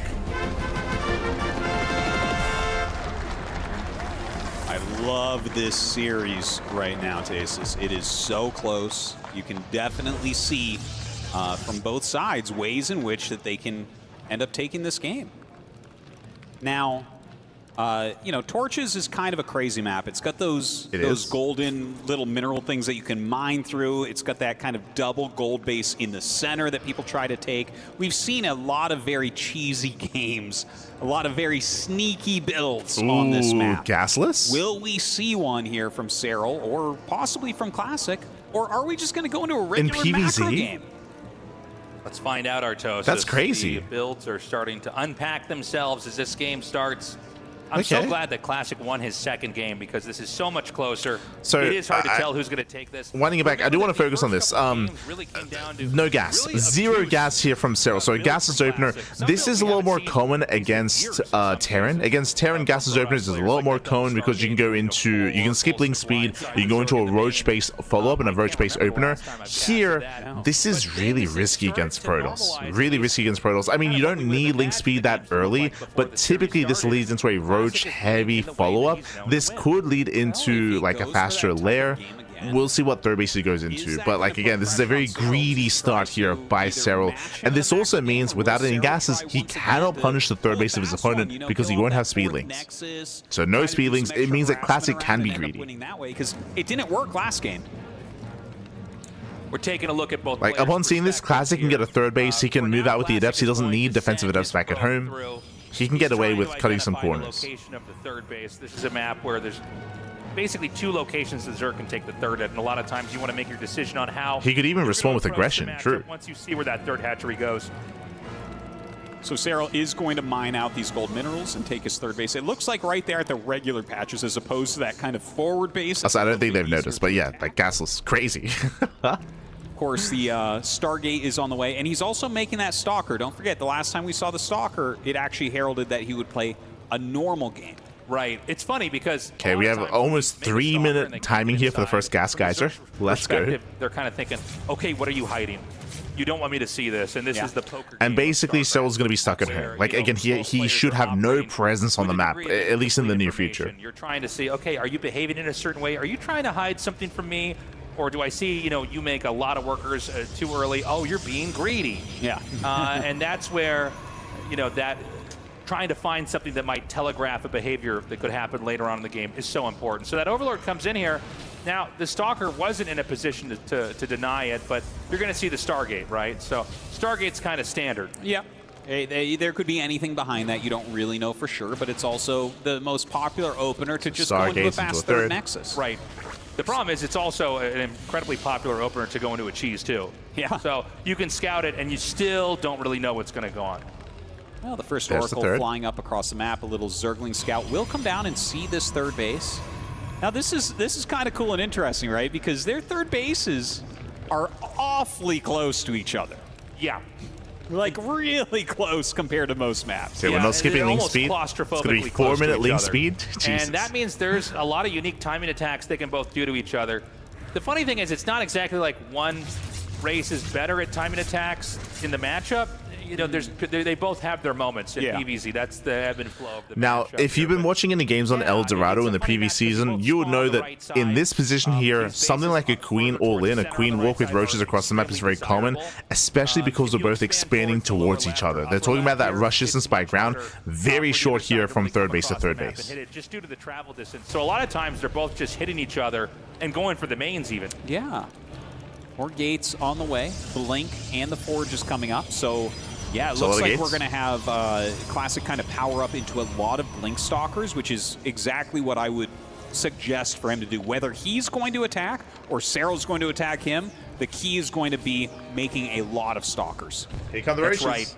And I do wonder, and this may be roaches on the way, creep is spreading. Serral, he's done droning. Again, we expect these all-ins on torches. It is very similar to what we saw in El Dorado. But it kind of makes sense the way the map is shaped.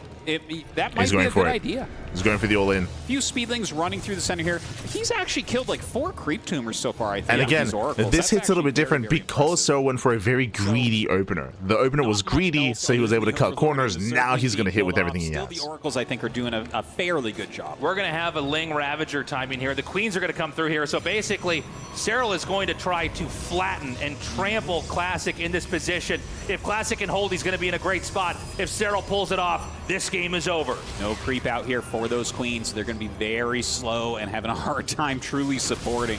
Okay, here we go. A few bios come down. He goes after some of those shield batteries. There is a cannon warping in as well for extra damage. Longer this goes on, better it is for Classic. I think he's waiting to turn those on. Shield batteries on the way. Can't hit them.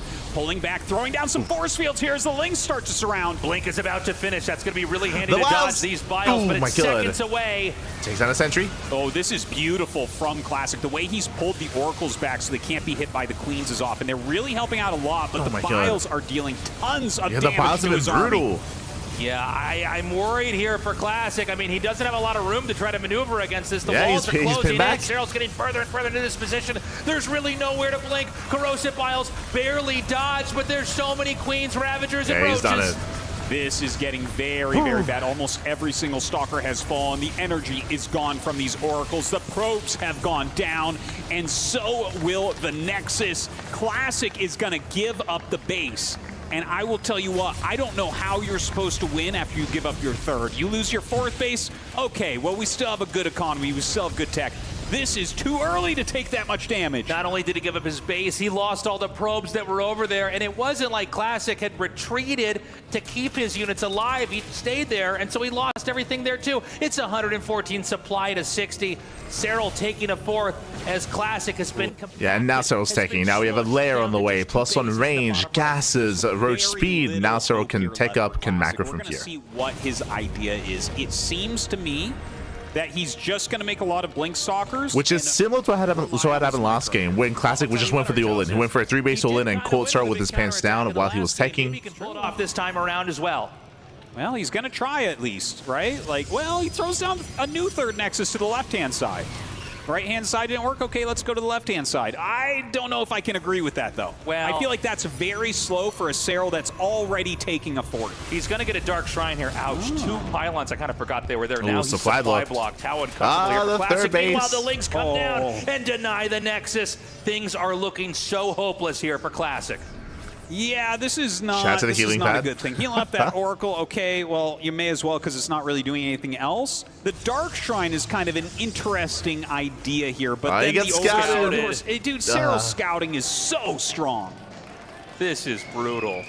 And of course, Serral seeing what the last hope plan here is from Classic. I can't imagine how painful this game specifically is here for Classic. And Serral, this should be a cakewalk for him. Should be very easy. He's going to take this gold base up here. He's actually, not saturating the top left base with drones. So he has expansions, but he's basically using them to produce an army. He's probably thinking, I can just kill his third again and then go back to drone up. Why would I make this game more complicated than it has to be? I tell you, I think he has to go Disruptor here. I don't know what else he could do. Like, he needs some luck on his side. He could try to make Immortals, but I think he gets overpowered if he goes for Immortals. Like, how do you keep up with Serral's supply? He'll power through the Immortals. It doesn't matter. So a second Robo comes up, and there it is. There's the support base. So he is going to try, I think, to go into those Disruptors. Of course, they aren't as strong as they once were in StarCraft 2, but still probably his best chance to make magic happen here in game number 6. Yeah, he's going to come out here. I don't know what the story is with these drones coming up here. It looks like that was. I think he wanted to mine through so he could attack. Oh, yeah, you're probably right. He wanted to hit both of those sides over there. Wouldn't even mind seeing, like, I don't know, a Nidus or a something else, a drop or something. I mean, right now Classic's below 100 supply and Serral's about to max out. I mean, for some perspective here, with literally no place on the map that he can call for a third base. Yeah. If he steps out of his base, he will be killed. That's right. That's why he's hiding behind mineral patches and buildings. But you know what? Once you get like 6 Disruptors, I could see him taking a battle. The problem is Hive is on the way. And, once upon a time, there was like a metagame that we had in this matchup where you'd go lots of Disruptors against this type of thing. So the problem here, I mean, it's kind of a foregone conclusion. Classic just can't expand. He can't expand. He can't get a third base. If he ever tries to expand, he's going to be shut down. They spoke about like Disruptors being one of the only ways. Disruptors are a comeback tool and a comeback mechanic here for Protoss. So DTs, Disruptors, Zealot run-bys, Zealot drops across the map. These are ways where you can kind of punch up and you could be down in supply and still win a fight. But the problem here is that Serral, he should just tech. He should just take up into Vipers, into into whatever he so wants, whatever so chooses. He's free to do what he wants at this point. So he's actually going to push them back with his oracles. That's a really smart idea. Queen comes up to try to slow that down a little bit, but not a lot of anti-air in the region. Does Classic come out? Well, I mean, he pushed everything back. Yeah, the issue is okay, there he is. There he is. Okay, this is it, Tasteless. This is where Classic shows us what he's made of. Okay, he needs to have perfect disruptor shots. He's got 4 disruptors in the back. He's going to move out now. The disruptor shots are going to come out. And not exactly that good. The Link surround is going to come in here. And I just don't know if there's any way that Classic can keep his army alive. GG! Serral takes another victory. Serral now on match point. Una más, papi. Una Very más. tough series so far. One here more game for is all he Classic. needs. Serral leading 4-2. Classic must win out from here. He cannot lose any more games. And what a painful loss that was. The game before that was a nail-biter. It wasn't clear who was going to take it until the last minute. This one, we kind of just sat and watched him slowly perish. You know, he finally had the tech to come out here. Again, when it came to the build of choice, as we did point out, it was a gasless opener into Links, into later Link speed, into later Roach production. It was a very greedy start into the all-in, an all-in that we have seen in the past on maps like El Dorado. Very similar to what we've seen in the past. But the players are asking for a break. Again, match point. They need a moment. Nothing else he could do from there. They need a moment. A short break. When we come back, the 2025 Understandable. EWC StarCraft 2 Finals continues on. What can Classic do? Looking at the maps here, so it's going to be... Just double checking as we go on a break. Up next, Magnatha. Largest map of the map pool. We have Magnatha and Tokamak up next. If we wanted to go into longer macro games, that's where that could be. But we'll get there. For now, we're going to be going on a short break. We'll see you soon in a couple of minutes here with the remainder of the grand finals of the EWC Esports World Cup 2025. See you soon. See you soon.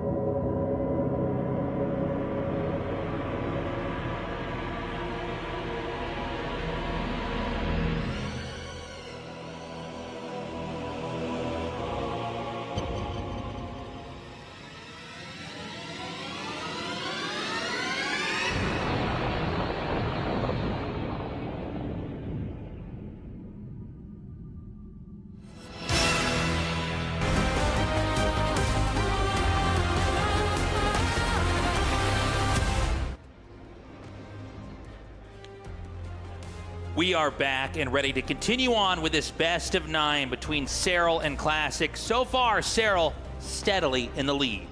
He has been playing magnificently as expected. Classic has taken a couple of games, an off timing and a great defensive game with very strong counterattacks. That's how he won so far. What does he do now for the rest of the series? Because it is match point. He must win 3 in a row if he wants to be the new world champion. Which means he has to play perfect games over and over and over, and it just seems like the way the Classic wins is to get to the late game. But what if Serral never lets him get there? That's a good question. But if Serral isn't letting him get to the late game, that opens up the opportunity for Classic to play his great defensive style and get to the late game regardless. We're going to be going into this match momentarily. So far the series has been more so Classic being the aggressor and Classic being a little bit more cheeky when it comes to his play. What I will say though, which is important, is that up next, what are our 2 maps? Maganatha and Tokamak. 2 of the larger, if not largest, maps in the map pool, known for longer, later macro games. This would be ideal for Classic if he were to take a step back. Take a step back, try to be more the defender here and take a different approach and try to get into the late game. These would be the maps for it, but we'll see, because as I mentioned, Serral, he's also willing to be aggressive to stop that from happening. Let's go. Let us go. As we're jumping into game number 5. Who is going to be the Esports World Cup champion there between game number 7. Serral and Classic. Again, Serral, if he wins one more, he's going to take it. Classic has a hard road up ahead, but it is possible. Introducing our players in the top left. In the red, he is Serral.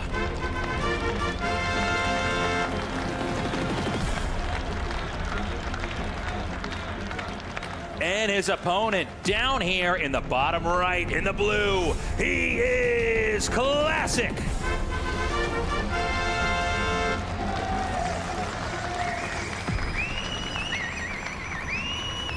Ooh, I'm very excited to see what Classic is going to choose to do.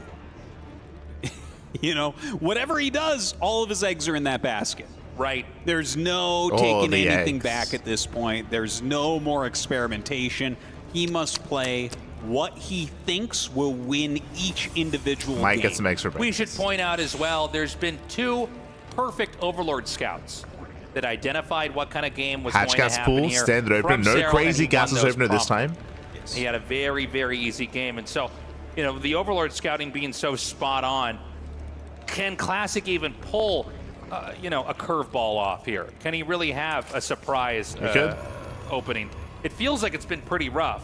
He had one where he basically forced his way through the Evo wall with the Adepts, and then he did a magnificent job killing drones. But Serral's scouting's been very good. I mean, he's really the quintessential god of Zerg in that he is able to survey, to identify, even if it's only off of a couple of hints or movement patterns by the units, he sees what's coming. And then so this is very similar to the game that we had on ley lines. Once again, the pylon is thrown down further back behind the main. Now, if you remember, on ley lines, this was a fake out and designed to try to fake out his opponent, try to make it look like he was going for something aggressive when he wasn't. If you remember, he went Adept and Stalker, and he acted like he was hiding something when he wasn't. Here we have the Stargate further behind this. We'll see if he goes Adept into Stalker again, if he tries to hide his tech. We've got the scouting probe checking to see if they can find the third base. It's going to be the Stargate, a familiar tech so far. I guess in general in PvZ, but certainly double Adept. So with Classic, by the way, so a real double chance Adept, we don't have no any Stalker. Of that Robotech Artosis. We've got to see, you know, once the Stargate finishes, the next couple of tech buildings are going to be laid out, and then we can basically identify what standard play out of Serral so far. Yeah. Well, with that Stargate coming up, I do expect to see the Oracle very quickly. It'd be quite a shock, quite a surprise to see a Phoenix or a Void Ray started. There's the Oracle first. This Adept still just kind of scouting around a little bit. It's not going to be able to pick up any damage as of yet. Just taking a tiny little bit of damage beyond the shields. And from here, like, you know, the standard play would be another Nexus coming up pretty soon. Yeah. I mean, that's what I think we're all expecting is the Nexus. Remember that a lot of these games, Serral's been really good at sending an unusually large amount of Lings out and denying that. And I think part of that's because he knows that when the second Oracle's out, Classic tends to nice movement here with the Adepts. Gets into the mineral line, does 9 mining, no major kills. For a little bit of harassment. Oh, going back in. Shade those in. Oh, and gets he's gonna one. go for another worker. All right. And I think that's going to be all he can really get. Wait, one more maybe. Ooh, oh my god. Nice. Very clutch. Very good save there from Serral. Oh no! But in comes the Oracle now. So a little bit more drone damage, but a lot of damage onto that Oracle as well. Yeah, the damage from the Oracle. You know, Third Nexus before Tech. So far, standard build here by Classic. Let's go.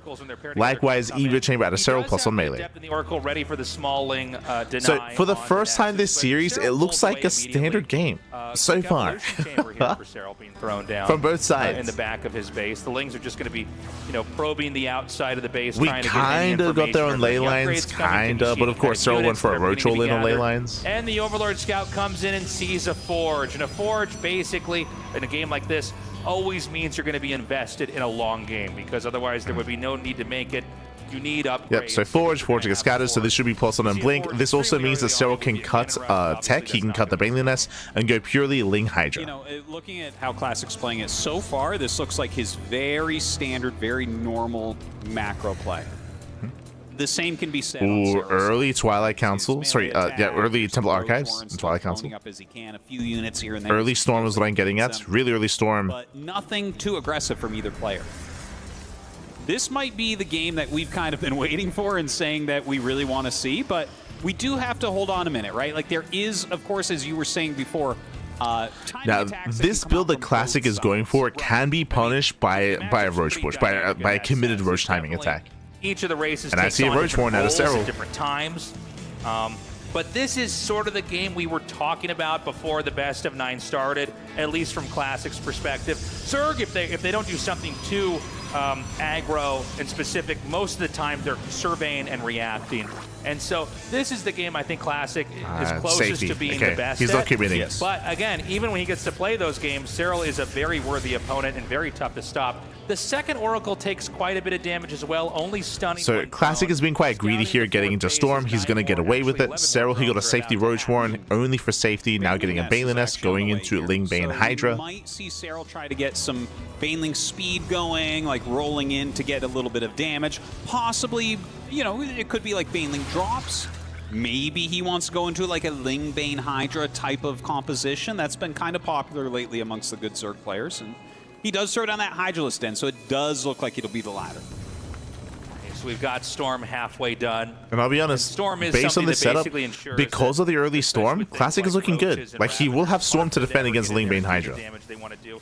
The 2 Oracles are doing a good job clearing out creep tumors. As long as they don't die, even if the health is low, they're still getting the job done. Absolutely. Clearing a bit of creep here and there. Very, very nice so far. So we've got Lings moving around the map right now. It's a quiet game. There's not a whole lot happening, and that's because they are both powering up. We see a few more Lings moving out here. Now, Serral, he's going to be the first to max. He's going to be the first to get up to 80 workers. And we're expecting Serral to commit on Lair Tech on Ling Bane Hydra to try to break the 4th. That's what we're expecting out of Serral. Protoss is trying to make We'll see if he walls. takes up like even this further. cannon here. You're trying to defend that. You want to make sure that when the counter Second attacks come in, the Stargate, cannon can Fleet get shots Beacon, off. Sky It's not gonna be Toss. killed immediately. Classic is The turtling Templars up. tucked behind the cannon can storm. So this is Classic at his best. He's throwing down cannons, shield batteries, Stargate, Fleet Beacon into Sky Toss. Like, he's gearing up really hard here into a longer game. Serral should be looking to stop that, though. Coming out of Serral. This is an attack that can come in and oftentimes clear out one of the bases, whether it's the 3rd or the 4th for Protoss. Looking at how Classic's playing it, he is getting his Stargates going. Here come the Double Lords. Adding in his charge upgrade. He's got the Robo now. So again, as a reminder, this is hyper-committed play here from Serral on Lair Tech. It's all on Lair Tech. And no it's lurkers. so important that you defend properly here as the Protoss. I mean, if you can defend this, if you can keep your bases alive, by the way, Serral, he should be the first to max. Serral's the master at hitting a ton of locations at once. Yeah. We've seen this before. So he's going to have 4 drop Overlords total.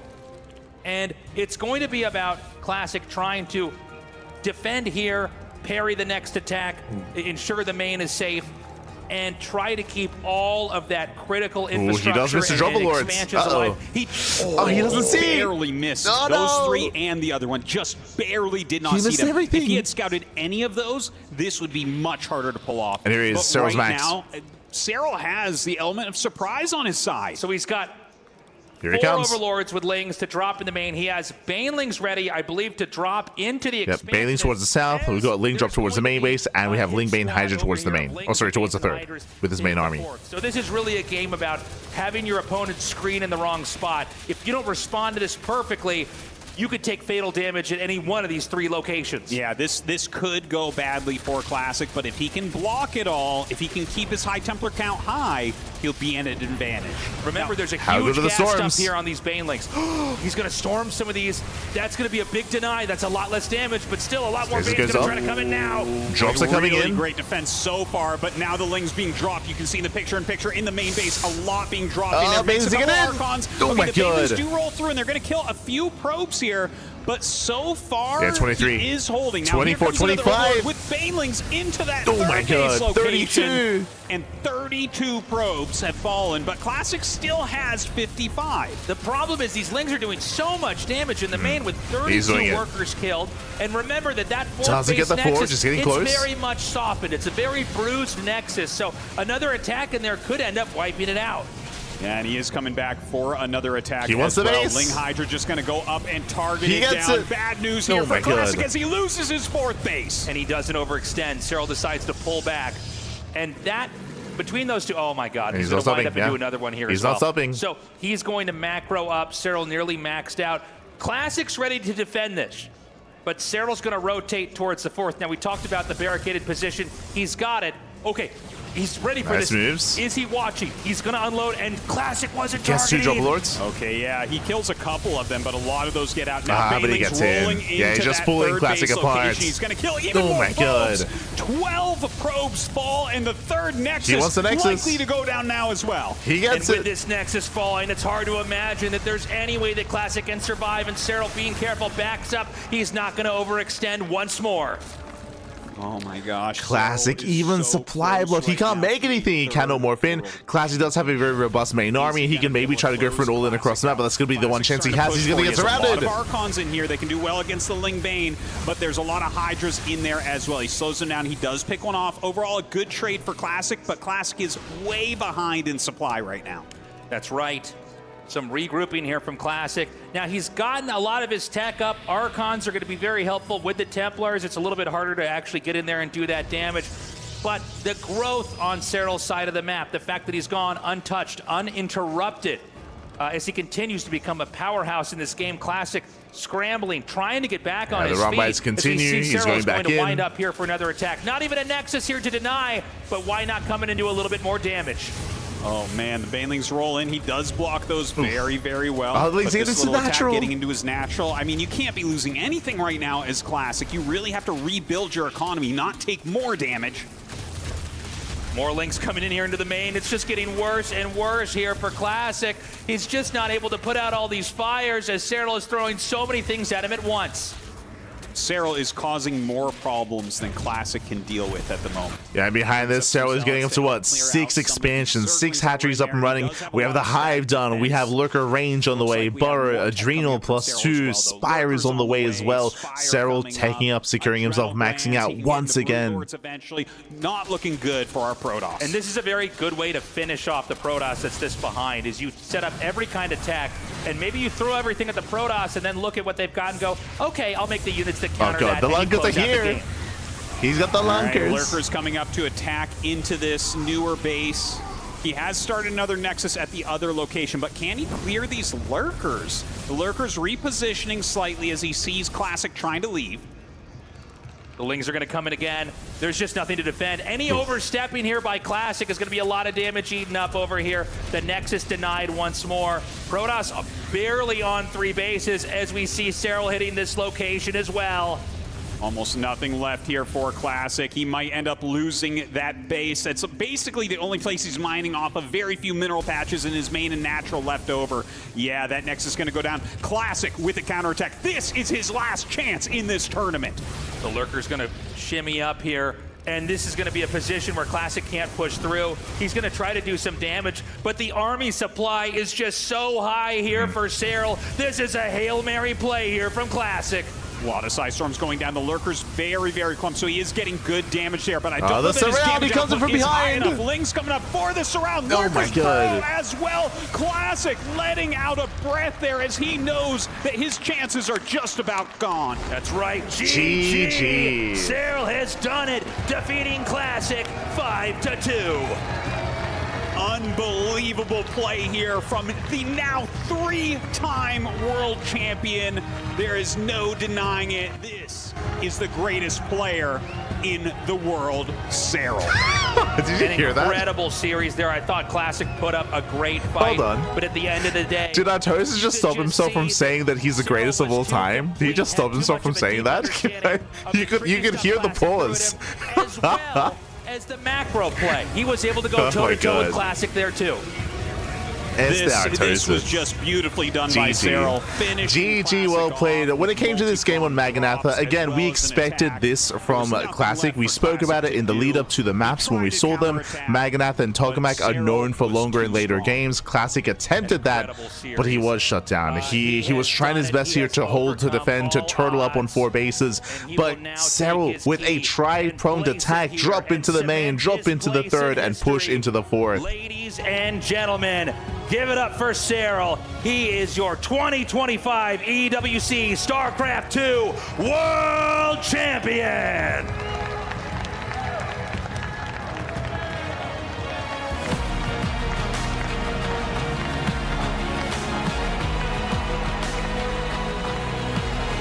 Yo, drop all the frames, all the artifacts.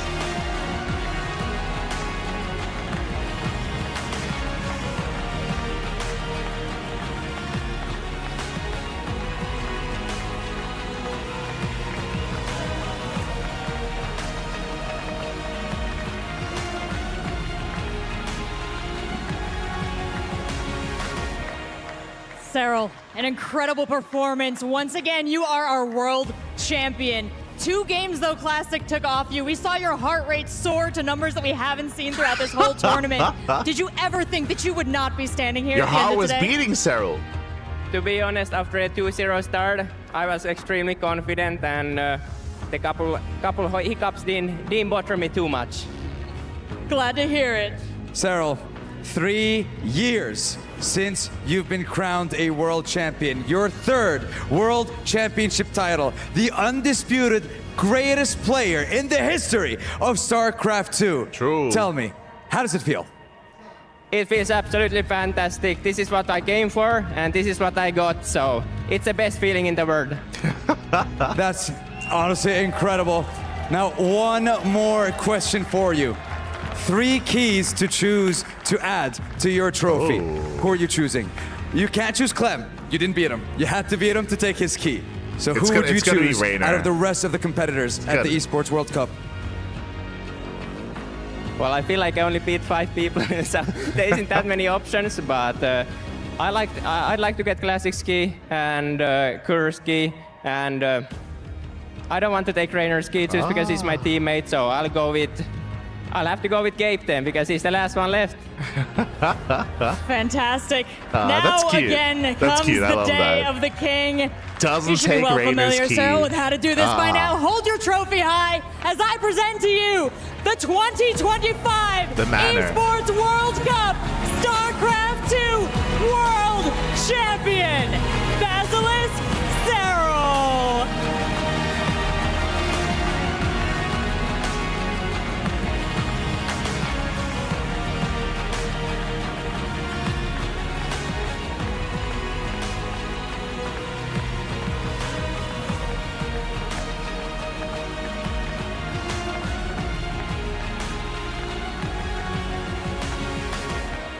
Four days ago, that man said to me, it's time for the return of the true world champion. And he has not only claimed 1, he has not only claimed 2, he has now claimed 3 world championships in StarCraft 2. Was it a foregone conclusion in our best of 9 grand finals here, as Classic did fight back? Classic did try tricks Classic did try everything he could to deal with Serral, but it was not enough. The greatest of all time is now a 3-time world champion. His legacy just continues to grow, Kalaris. And I'm not talking about SC2 legacy, because that was already as big as it is. True. We're talking as an esports player overall. In what the this man is doing is yes, just like absolutely unbelievable. You could hear it. Champ, a 2-time Katowice unironically, champ, he stopped and himself now from saying also it. an esports World Cup champion. He had to dig deep. He had to play incredibly well against the guy that took him down not even 2 months ago, but Serral is just so incredibly complete. There is nothing the man cannot do. He's good with the links, he's good with the roaches, he's good with the hydras, fantastic with the spellcasters, lurkers, link drops, multitasking. We've seen it all, the whole yeah, Zerg GG, well played. Again, I was really excited about this series just because we were curious to see how Classic would develop, how he would adjust after the first series, after the first match in the group stage, and we go what we were expecting, which is a much more aggressive Classic. And he found some success. He did find some success here. We only got one attempt at macro game, which was here on Maganatha. That was here. We got into Tempest. We got into like quote unquote a late game composition. But here on Leylines, we got there in a shaky way. By no means was Leylines like a standard game. By no means it was like a standard back and forth late game. We tried to get there on Maganatha, but we didn't quite get there in the end. We avoided any kind of late, 45-hour-long games. That did not happen here. Not in the final series, not in the final set. I would say that is surprising. I was expecting to see that at least once, and we tried to get there, but Serral made sure that didn't happen. Serral, he was aggressive, he was assertive, he was greedy when he needs to be, he knew when to drone, when to cut workers, what he could get away with, what he couldn't get away with for the most part. GG, well played. Very impressive performance here by Serral. I stand by what I said earlier when we started today's broadcast. I do think the biggest threat to Serral today was going to be Solar, but Solar didn't make it to face off against Serral. Solar got knocked out by Classic in the semis, so Serral, he just blazed through Cure, blazed through Classic as well. GG. By the way, to kind of like rinse off that little last year grand final. That was obviously a painful one on the biggest stage. Undoubtedly the GOAT. That is a way to set the record there. straight. We can sing his praise all day, and he deserves it. There's no disputing it. The greatest of all time. Yeah. It's undisputed. 3-time world champion. If there were any doubts from anybody out there now. Oh, did Artosis just cut the stream? He's like, undisputed, if there's any doubts, and then bam, Artosis, he cuts all the cables. What just happened? Oh, no. Oh, wait, no. Oh, no. Those are gone. Absolutely. There's been a bit of discourse around this, to say the least. Earlier on, maybe it was a little too preemptive, but then year after year, Serral continued proving so many people wrong. Every time you thought that he would start to fail, that maybe he would start to falter, he wouldn't come in as consistently as previously. We don't see him in these online tournaments. What does he really look like? Every year, he has come back to deliver, and it's just something that we will maybe never see again. This might be the only person who can do this in such a tough history game as StarCraft. Agreed. I mean, as Roddy said, it feels like we can't say enough, but we've also said so much already. Well, it shows the measure of the mountain that was needing to be climbed for Classic, right? When he comes in and he's trying some little tricks here and there, right, to start things off. Some things to try and subvert maybe Serral's expectations about what may happen in a very grueling, long potential best of 9. It was a fun best of 9. I mean, starting off game 1 with the double Stargate, multiple Oracles after a Void Race. Like, okay, that's a little bit crazy, but I like it, because we did say Classic, as good as you are in late game, you can't just aim for the late game each and every single game. You're going to have to switch it up. You're going to have to keep Serral in the dark, and he absolutely tried that. And he had his moments in this grand final, right? The way that those adepts were bouncing all over the shop, killing over 21 drones. And what I love the most is that he didn't make the mistake that a lot of Protoss players make in that game on Ultra Love. You deal so much damage, and then they're like, okay, cool, so now we macro and I'm ahead, right? And they have like no units at home. Like, no, just build an extra Oracle. You've got the money, use that Stargate. He got stasis traps down, he got cannons and batteries. That was a fantastic hold. Not an easy one, but Classic also also looked really good and had a lot of great moments, but what on earth do you do against the Finnish phenom? I mean, Serral's, he does it again, James. He does it again. Here's the prize pool. And congratulations, Serral walks away with $200,000 as well as the World Championship title as we take a look at the list of players that were littered by the wayside here and on his road to victory, on his road to the championship. We have Classic walking away. Lied for EWC caster next time. Nah. And he also bags himself 700 points here for Virtus Pro. If we didn't get called upon to be a part of the B stream this year, I don't think we'll be called upon next time. Unfortunately, it's okay. It's okay. We're fine. Just chilling here on the CranKy Ducklings. It's okay. It's okay. For points, only one player can earn the points, Roddy, in the club championships here in the 1v1s. That is correct. I mean, we are active in chess. We have a German not going to EWC won't stop us from casting more StarCraft than anyone else out there. More StarCraft than any of these other guys. Speaking of, we're going to be casting again tomorrow, of course. We have FEL over the weekend. True. We'll get there. So something that Serral and Basilisk can be very proud of. Meanwhile, here's the club championships as it does stand. So this has a bit of bearing on those standings. As you could see there, Virtus Pro with 1,500 points. Here's EG. It moves them up a little bit, so they can be proud of what Classic has done here for sure. Yeah, absolutely. And I think that, to focus in on Classic, we're talking a lot about Serral and how great he is, and we can't say enough, and he just continues to push the boundaries of what we expect from our players. Classic has pushed the boundaries of what we expect from the Protoss players. He absolutely deserves that title for this tournament, even though he did not win it. Everyone thought he was looking like the best. He looked like he really could play Protoss the absolute best, and I still think he proved it to a certain degree. It's just that Serral is the machine. But overall, this tournament has been pushing what we expect from every single race in StarCraft 2, and that's really awesome. Serral on his way to claim his three keys. He's gonna get his keys to imbue in resin below the trophy that he has claimed. But I agree. Like I hope this doesn't overshadow the results and the performance of Classic, because hey, remember what did Classic do? Classic, he 3-0'd Clem, right? He 3-0'd Clem. He dominated Solar as well in the semifinals, 4-1. Like Classic had a really strong showing here, making it to the grand finals. Sure, it went down to Serral, but it's Serral. Like, what can you do, man? What can you do? There are only a select few players that can really threaten Serral. In my mind, who can? I would say Raynor, as we saw. And honestly, there's a world where Raynor is in the finals instead of Serral. Like Raynor, God, I'm still thinking about that game. I'm still thinking about ley lines. I'm still thinking about the ace match here between Serral and Raynor. Crush key in the trophy. Perhaps. That is a good point, actually. Yes. Being teammates, being oh so close. That was. I mean, Serral has looked fantastic throughout the entire event, James, and we're going to sing his praise getting at it. Players like Raynor, Solar, Clem as well, like those are the hero, like those are the players that in my mind could threaten Serral. And Raynor, he went to the ace match against Serral, but all the others that I mentioned, they did not get to face Serral. They didn't make it that far, did not face off against him. That could have been, as you saw there in the bracket as well, that could have changed history, basically. And honestly, another heartbreaker for Raynor, right? Because he lost to the eventual champion, the guy who was once again just like a little bit more perfect, basically. I appreciate that they're talking about Raynor. Different bracket or just that one last game, and I think Raynor's the champion.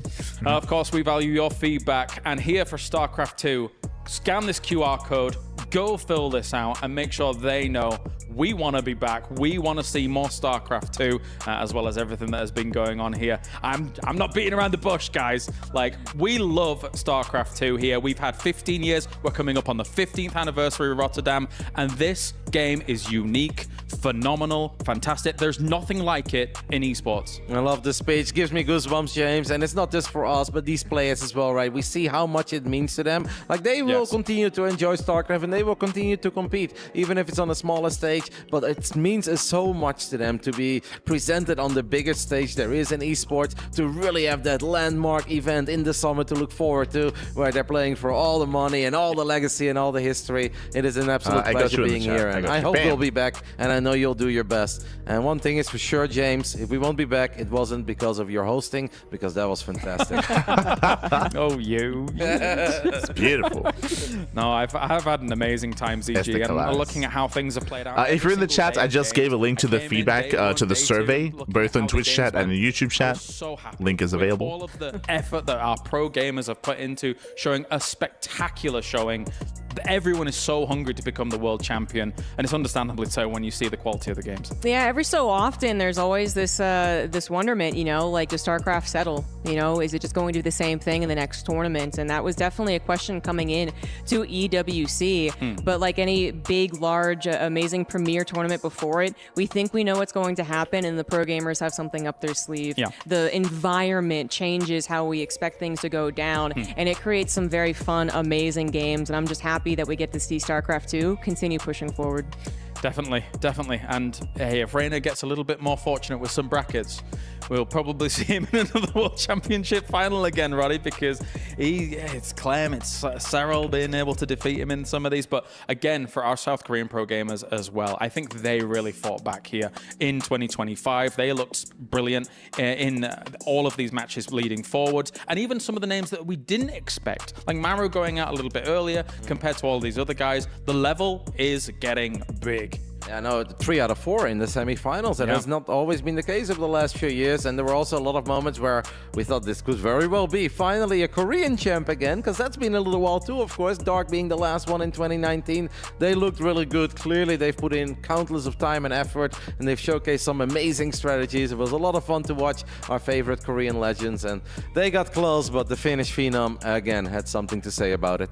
Yeah, and I think that was a storyline we set up beforehand, right? Where it just feels like he is inevitable. He is going to be the one non-Korean that is there, and he is going to take everyone out, apparently, for another few years at least. Yeah. And what else do we say other than singing Serral's praises, right? We're just waiting, of course, for Serral to reach the totem so he can embed his frame in there for Basilisk, as well as, of course, Serral himself becoming the world champ. I mean, we could talk a little bit about the game specifically, because there was a lot of variety in this best of 9, which of course we expect. It's a best of 9, so there's a lot of games to be played, but I really love the triple prong by Serral on Meganetha. The big Hydra Ling army with a bunch of Banelings at the 3rd, the double Ling drop in the main, and then the Baneling drop at the 4th as well. And you see Classic scrambling, and he's playing like an absolute god, the hope of Ire, and he has truly lived up to all the hype and praise we gave him and all the fans out there in this tournament. He did a really good job in somehow taking care of fire after fire, but in the end there was just a little they're driving him over. I love to see Serral also truly embracing the Swarm, Let's right? go. Because it's hard to criticize this guy, but if there is one tiny point of criticism that some fans had in the past where they're like, well, he's just like not that exciting, he's so perfect, and he just sits back. That wasn't the case here. I thought he was explosive, I thought he was swarmy. Actually, I thought that was something that a lot of the pro gamers showed off, honestly, because Classic is included in that, where, you know, we do still have some tendencies to watch a game unfold, and we're like, well, that person's probably going to win, but the follow-up's not quite quick enough. It's a little too, you know, cumbersome to actually really deliver the final blow. And Serral was obviously the best at it, actually going in and killing him right when he had the opportunity. But even Classic, right? Like, he knew if he was taking damage, if he needed to go across the map instantly, he did it. And this is something that I think is also an improvement from some of the previous years. And I'm glad to see that everyone's kind of getting on board on making this very action-packed and exciting. Yeah, that counter on ley lines was amazing. Like, you take a lot of damage, it's difficult, but then you look at your army, you're like, you know what? If I run to the other side of the map right now, and what I love the most is that he took out the 5th, he took out the 4th, that was a triangle expand, but then he didn't make the mistake of like, well, I still have to finish it here. Like, no, you've done enough. You've killed drones, you've killed bases, and he retreated. Classic played at an exceptionally high level, not just in this series, but throughout the entire tournament. And I think he can look back at an Esports World Cup that he can be very proud of. We're, of course, witnessing a moment here as Serral will move towards the totem and place his frame upon it to confirm exactly what we already know. And here we have Mike McCabe, the Chief Operating Officer of the Esports World Cup Foundation, ready to award the frame. Of course, he will be moving on up here to be able to place it. What a moment coming in from Serral. Of course, now the 3-times world champion here. He will be making history for the Esports World Cup. And long may his reign continue. Ladies and gentlemen, we have ourselves Serral representing Basilisk as he ascends the totem here for 2025. And of course, there it is. There it is, ladies and gentlemen, our world champion, Serral.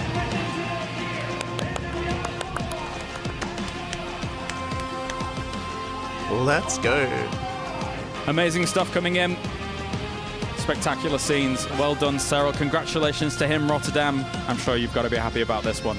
I'm very happy for him. I mean, True, he's he's a had such a Basilisk beautiful boy. career. We said it before. Once every 4 years, apparently. So perhaps if we make it to 2013, James, or 2018, 2022, 2026, everyone better be afraid of Yona in 2030 because he's going to hit different. But no, this is beautiful. And I got to say, I really love the scenery here, man. This is all so incredibly cool. Like the EWC branding overall as a tournament series is on point.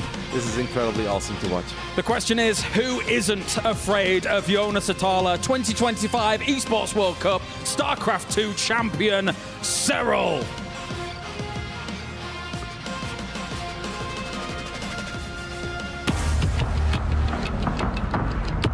Oh, take us out.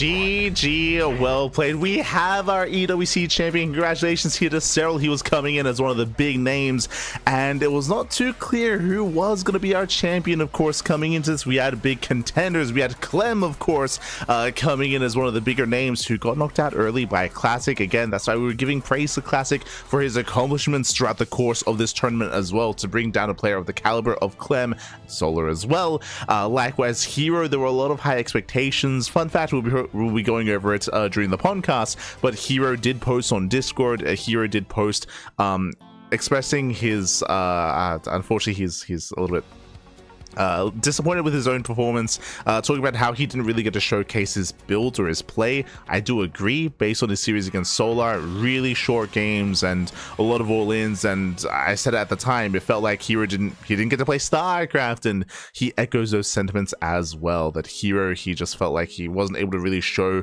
what his entire build-up and preparation was all for. So definitely is feeling a little bit upset about that, and he is, you know, of course, promising to get ready and show good games for the coming months to come. And for the upcoming, years, I'm sure, as well. I did post a link earlier, both in Twitch and in YouTube. I'll post once again. Bam! I got you covered. We do have links to what? To a survey that is for EWC. There's a feedback form, so you can provide feedback regarding the event itself. You can talk about what you liked, what you didn't like, what you want moving forward when it comes to EWC. Obviously, we all want more StarCraft coming into 2026. Again, even though we might not have a circuit anymore, ideally, we at least have this big annual event for the Esports World Cup. That is still possible to be the case for StarCraft to be coming back year after year after year at the EWC, even despite there not being an EPT circuit, an ESL Pro Tour circuit. Likewise, when it comes to StarCraft, when it comes to the future of StarCraft as well, there's still a lot to come. What do we have coming up next? Of course, we have FEL, Fusion Esports League. That is in a couple of days. That's in 2 days time. We do have the big offline event. It is a $10,000 prize pool over in Poland. Clem is going to be traveling to the event alongside Rainer, alongside Lambo, Uthermal, and many others. So there's a big offline event happening in Poland. We are going to be one of the official English casters. It's going to be ourselves, Wardy, and Rotterdam. We're going to be casting the event in English alongside other language streams as well. So again, 2 days time, bam, we're going to be live with that event. Actually, I think I can show you. Let's have a look here. Yeah, there it is. This is our weekly schedule, of course. You can see that we had EWC 4 days in a row. Bam! Tomorrow, Saturday, we have Master Swan Open. And then you can see Sunday, Fusion Esports League.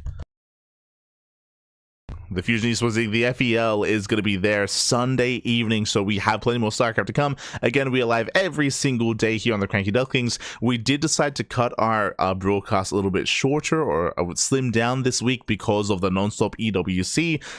When it comes to the remainder of the week, we do have Wardy TV Monday, of course, next Monday. We have Sparkling Tuna Cup that has been rescheduled to Tuesday because of FEL. We have Pegasus Cup. The Pondcast, of course, is going to be a big Pondcast episode talking about all things StarCraft. That is our weekly talk show for StarCraft 2. Likewise, we have StarCraft Evolution League right around the corner. We have the Thermal 2v2 circuit. That's around the corner as well. So again, there's plenty more StarCraft to come. RSL Revival StarCraft League Season 2 was already announced for September of this year. And of course, we have another Home Story Cup at the end of the year as well. We have the Platinum StarCraft 2 League, that's going to be in December. We have the K Cup, that's going to be around the corner as well. So there's still plenty of StarCraft to come in the coming months, in the coming year. Of course, the big thing that we are all questioning is EWC. Do we get another StarCraft 2 event at Esports World Cup? Again, the survey, I'm sure, will help with that. When it comes to other things, when it comes to feedback, again, I'm not too fond of losers interviews. And hey, we actually didn't have losers interviews for the playoffs. True. So maybe they took care of some of that feedback. It's possible. Actually, we did have losers interviews for the previous rounds, for the semis, but not for the finals or anything like that. So thankfully not. Likewise, we had no losers interview for the third place match as well. True. Thankfully. The other thing is that was really weird, and I brought this up, and I don't know if you noticed, if you didn't hear me bring it up before, but that is the fact that we had no caster's cam. There was no camera, and there was no casting desk. There was no camera on the casters. So every time we would cut to the couch, which is the host segment, straight to the stage where the players are, and then we would just hear the casters via audio. For me, at least, it felt a little bit disconnected. It felt, for all we knew, the casters, they could just be remote casting from back home, from a different country. Like there was no indication that they were there. Because of that, again, there was a bit of a disconnect.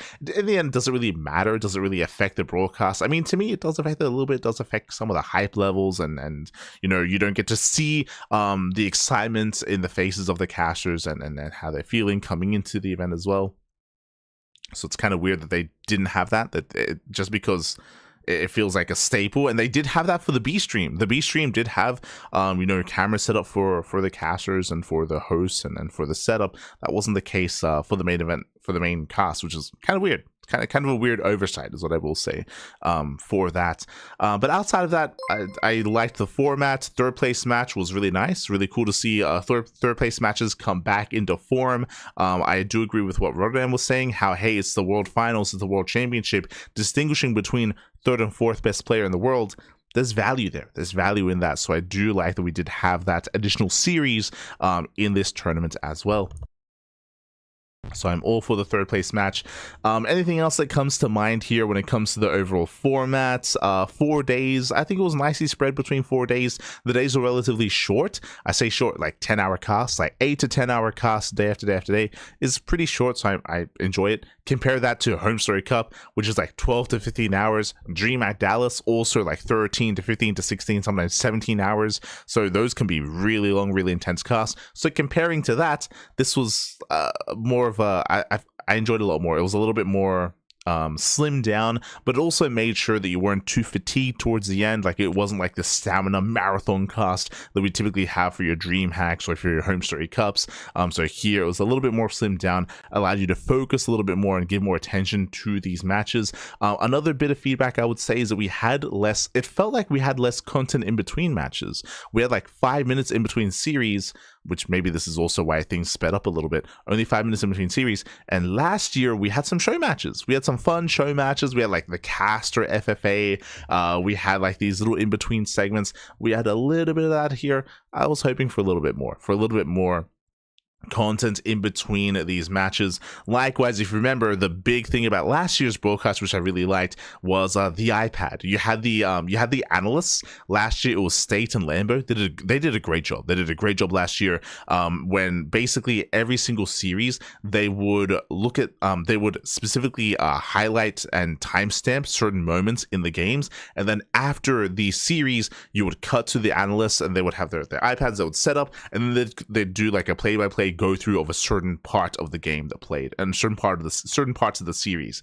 I thought that was really well organized, really well set up last year, and it really did allow both State and Lambo to showcase their own like analytic prowess and walk you through certain parts that maybe the casters missed, and go through that a little bit more in depth to really showcase and really highlight the play of the players themselves to make them look even more impressive. That was I would say my favorite moments of last year's EWC broadcast. This year they cut that entirely. There was no like big breakdown analyst section.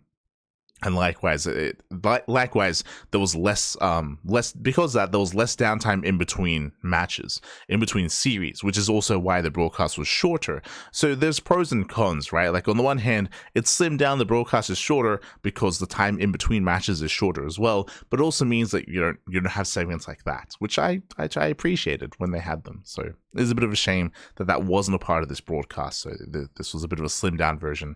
I would want to see them bring that back. I'd appreciate it, but GG.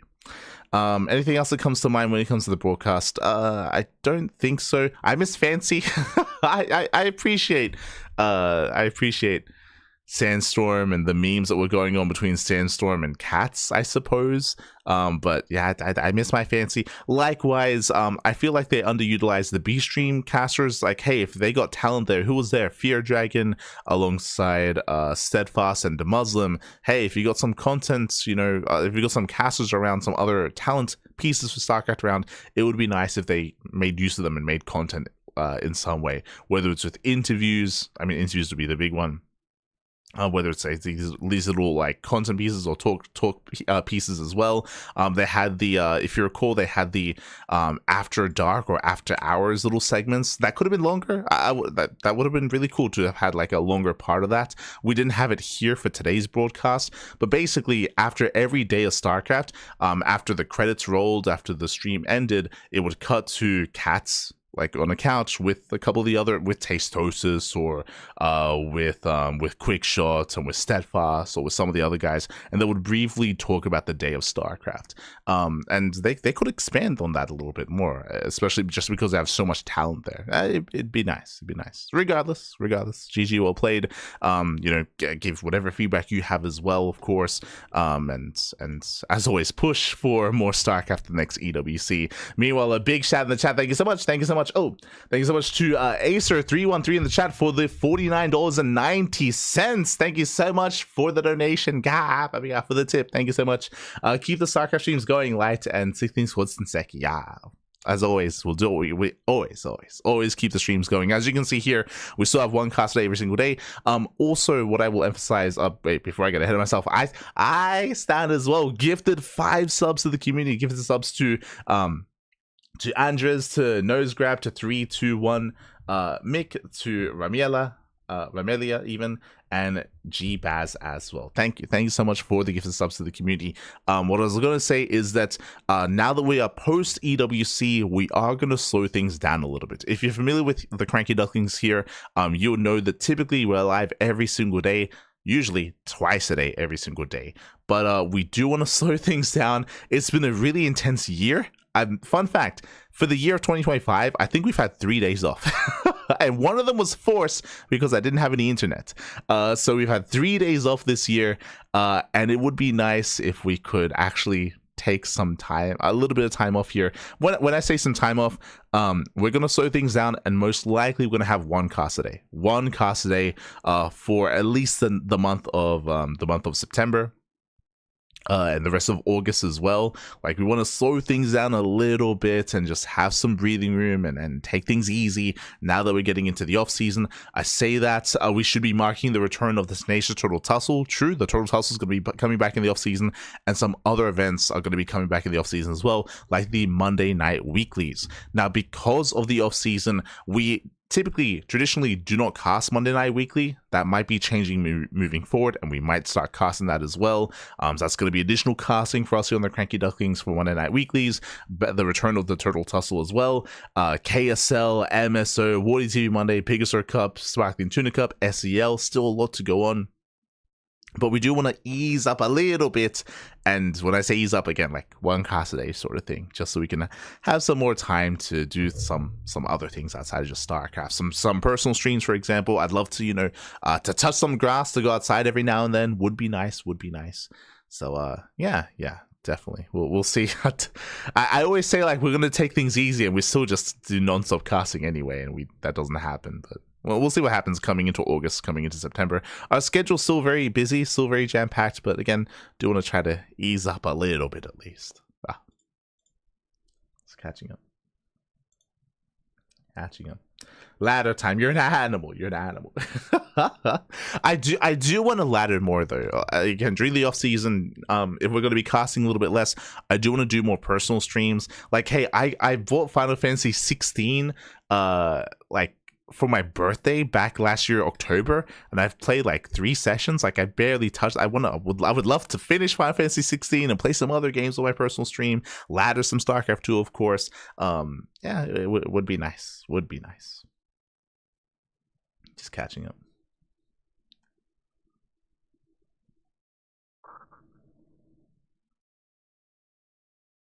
Longer days would have been nice. Almost all the games were played while I was at work. True. I know a lot of the Americas viewership and viewer base was punished just because of the time slot of the tournament, just because of the start and the end. I believe it did end before work was done, like in the Americas, for sure. Why do they decide to do it in the week rather than the weekend? From my understanding, EWC is going on the entire time. Like, there's non-stop Esports World Cup, and scheduling-wise, StarCraft just got stuck with the middle of the week, unfortunately, instead of the weekend. What did you think of the Sandstorm Cat storyline? It was a little bit silly. It was kind of weird. Yeah, it was a little bit silly, but it was okay. Of them just chasing each other around. Yeah.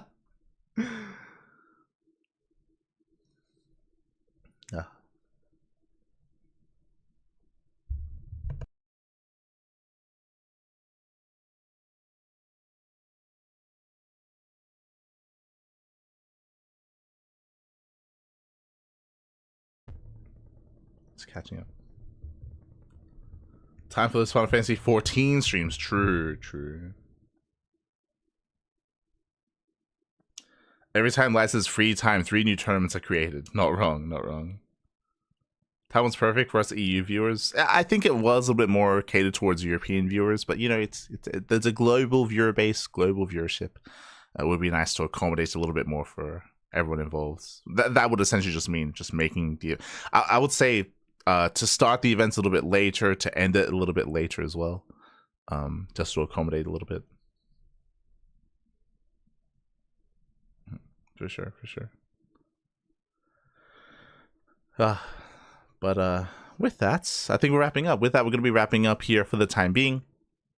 Again, we'll be having a bit of a better breakdown, I suppose, next week for the podcast. Again, I'm sure there's a lot of people watching right now that don't know, but we've been running a weekly talk show for StarCraft 2 for the past 7 months. So every single week, almost every week, we have our weekly talk show. I say almost every week. This week we didn't have one just because of EWC, right? Esports World Cup was so busy, so we didn't have the time to have the podcast this week. But next week should be coming back. There's going to be a lot to get into. We have the patch notes for SCL. We have the proposed patch notes that Pig was proposing, and I think some other content creators also proposed their own patch notes as well. Their own balance changes. So there's a lot to get into there. Again, TLMC, the new Team Liquid map contest is right around the corner. Submissions are about to close. That's for a team game ladder map pool. The 1v1 TLMC is starting around the corner as well. So like there's still a lot happening in StarCraft for sure. But of course, as always, the future is uncertain. The future is uncertain when it comes to Esports World Cup. It took a long time for StarCraft to be announced at EWC this year, and hopefully we don't have to wait that long next year either, assuming that it's going to be there. I would like to be hopeful. I'd like to believe there is going to be EWC next year for StarCraft 2, and it's going to be on us to make sure that there are plenty of events going on around it to keep things going. For example, like FEL, there are plans for the Fusion Esports League to be an annual tournament, Stars Agora, RSL, our weekly tournaments, World ECB Monday, Pegasaur Cup, Sparkling Tuna Cup as well, Turtle Tussle. Like, we're also doing our part, hosting our own tournaments as well, doing what we can to make sure that the players have something to play in and compete in the downtime, in the off season, before EWC. So we're doing our part. We're doing what we can. Again, a lot of StarCraft esports is going to come down to the community and crowdfunded tournaments. So we have to step it up ourselves. And we've been doing our part this entire time, of course. But arguably, we got to do more. We got to. Regardless, with that, thanks for watching, and a shout out to all those involved in the broadcast for EWC, the casters, the hosts, the producers, the observers, Maddox, the translators as well, the guys on the cameras spinning up in the air, the band, the band playing the drums. So much love. Otherwise, thanks for watching, thanks for support. Stick around. We're going to be giving another StarCraft streamer a raid. Who is live at the moment? Who is live? Who can we raid? Who can we send everyone over to? Let's have a look. We have Poison. We have Rex. I think also Jason was live. We'll find someone. Thanks for watching. Thanks for the support. We do appreciate it. And we'll see you tomorrow. I won't be casting, but tomorrow Master Sworn Open is going to be live. I'm going to be adminning. And I'll see you on Sunday for the Fusion Esports League. Thanks for watching. I'll see you next time. If you want to follow us, _socials in the chat. You can see the links there. You can find us and follow us on Instagram, Facebook, Twitter, Discord, YouTube, all things CranKy Ducklings. All of our VODs are uploaded to YouTube on a daily basis. So if you can't watch us live, YouTube is the place to be. Otherwise, you can follow myself, !light in the chat. I do stream on my own personal channel. There. StarCraft 2 Ladder, or some other games you can find there on my personal channel. I only cast here on the CranKy Ducklings. I don't cast on my personal channel. That's for like Ladder, other streams, other games, which is rare because I've been so busy casting. But in the off season, I'm probably going to be live a little bit more often there instead. Otherwise, thanks for watching, and we'll see you guys next time. Ciao, papi, ciao. See you next time. It is 5 a.m. here in Australia. 5 a.m. Also, very quick shout out as well for those who are unaware, for those who don't follow Pig on social media. Pig was meant to be at EWC. He wasn't. Why was he not there? Because Pig is with child. Pig is a pappy. He's a pappy guy. It was a little bit unexpected. It was early, so send your love, send your support to Pig and to Dot and their family, as Pig has a lovely son. Has a baby son now, I believe, called Theo. I believe Theo is his son's name. Was born a couple of days ago. And because this happened so suddenly, originally Pig was going to be traveling to EWC. That is no longer the case. He had to, of course, spend time with the family, spend time with his newborn, with Dot as well, of course. And because of that, did not travel to the Esports World Cup. So much love to Pig, and of course, best of luck to the family that they are starting. Best of luck. Otherwise, thanks for watching. Thanks for watching. Steadfast replaced Pig. Kind of. State replaced Pig. Basically, initially State was going to be on the B stream and Pig was going to be in the mainstream, but because Pig had to leave, then State got bumped up to mainstream, and then Steadfast got bumped up to B stream to replace State. So Steadfast replaced State, State replaced Pig. It all kind of like, the hierarchy kind of went that way. As a heads up. But otherwise, thanks for watching. Always with that, thanks for watching. Thanks for the support. We do appreciate it. And we'll see you guys next time. Until then, ciao. Bye, ciao. See you next time. Hasta luego.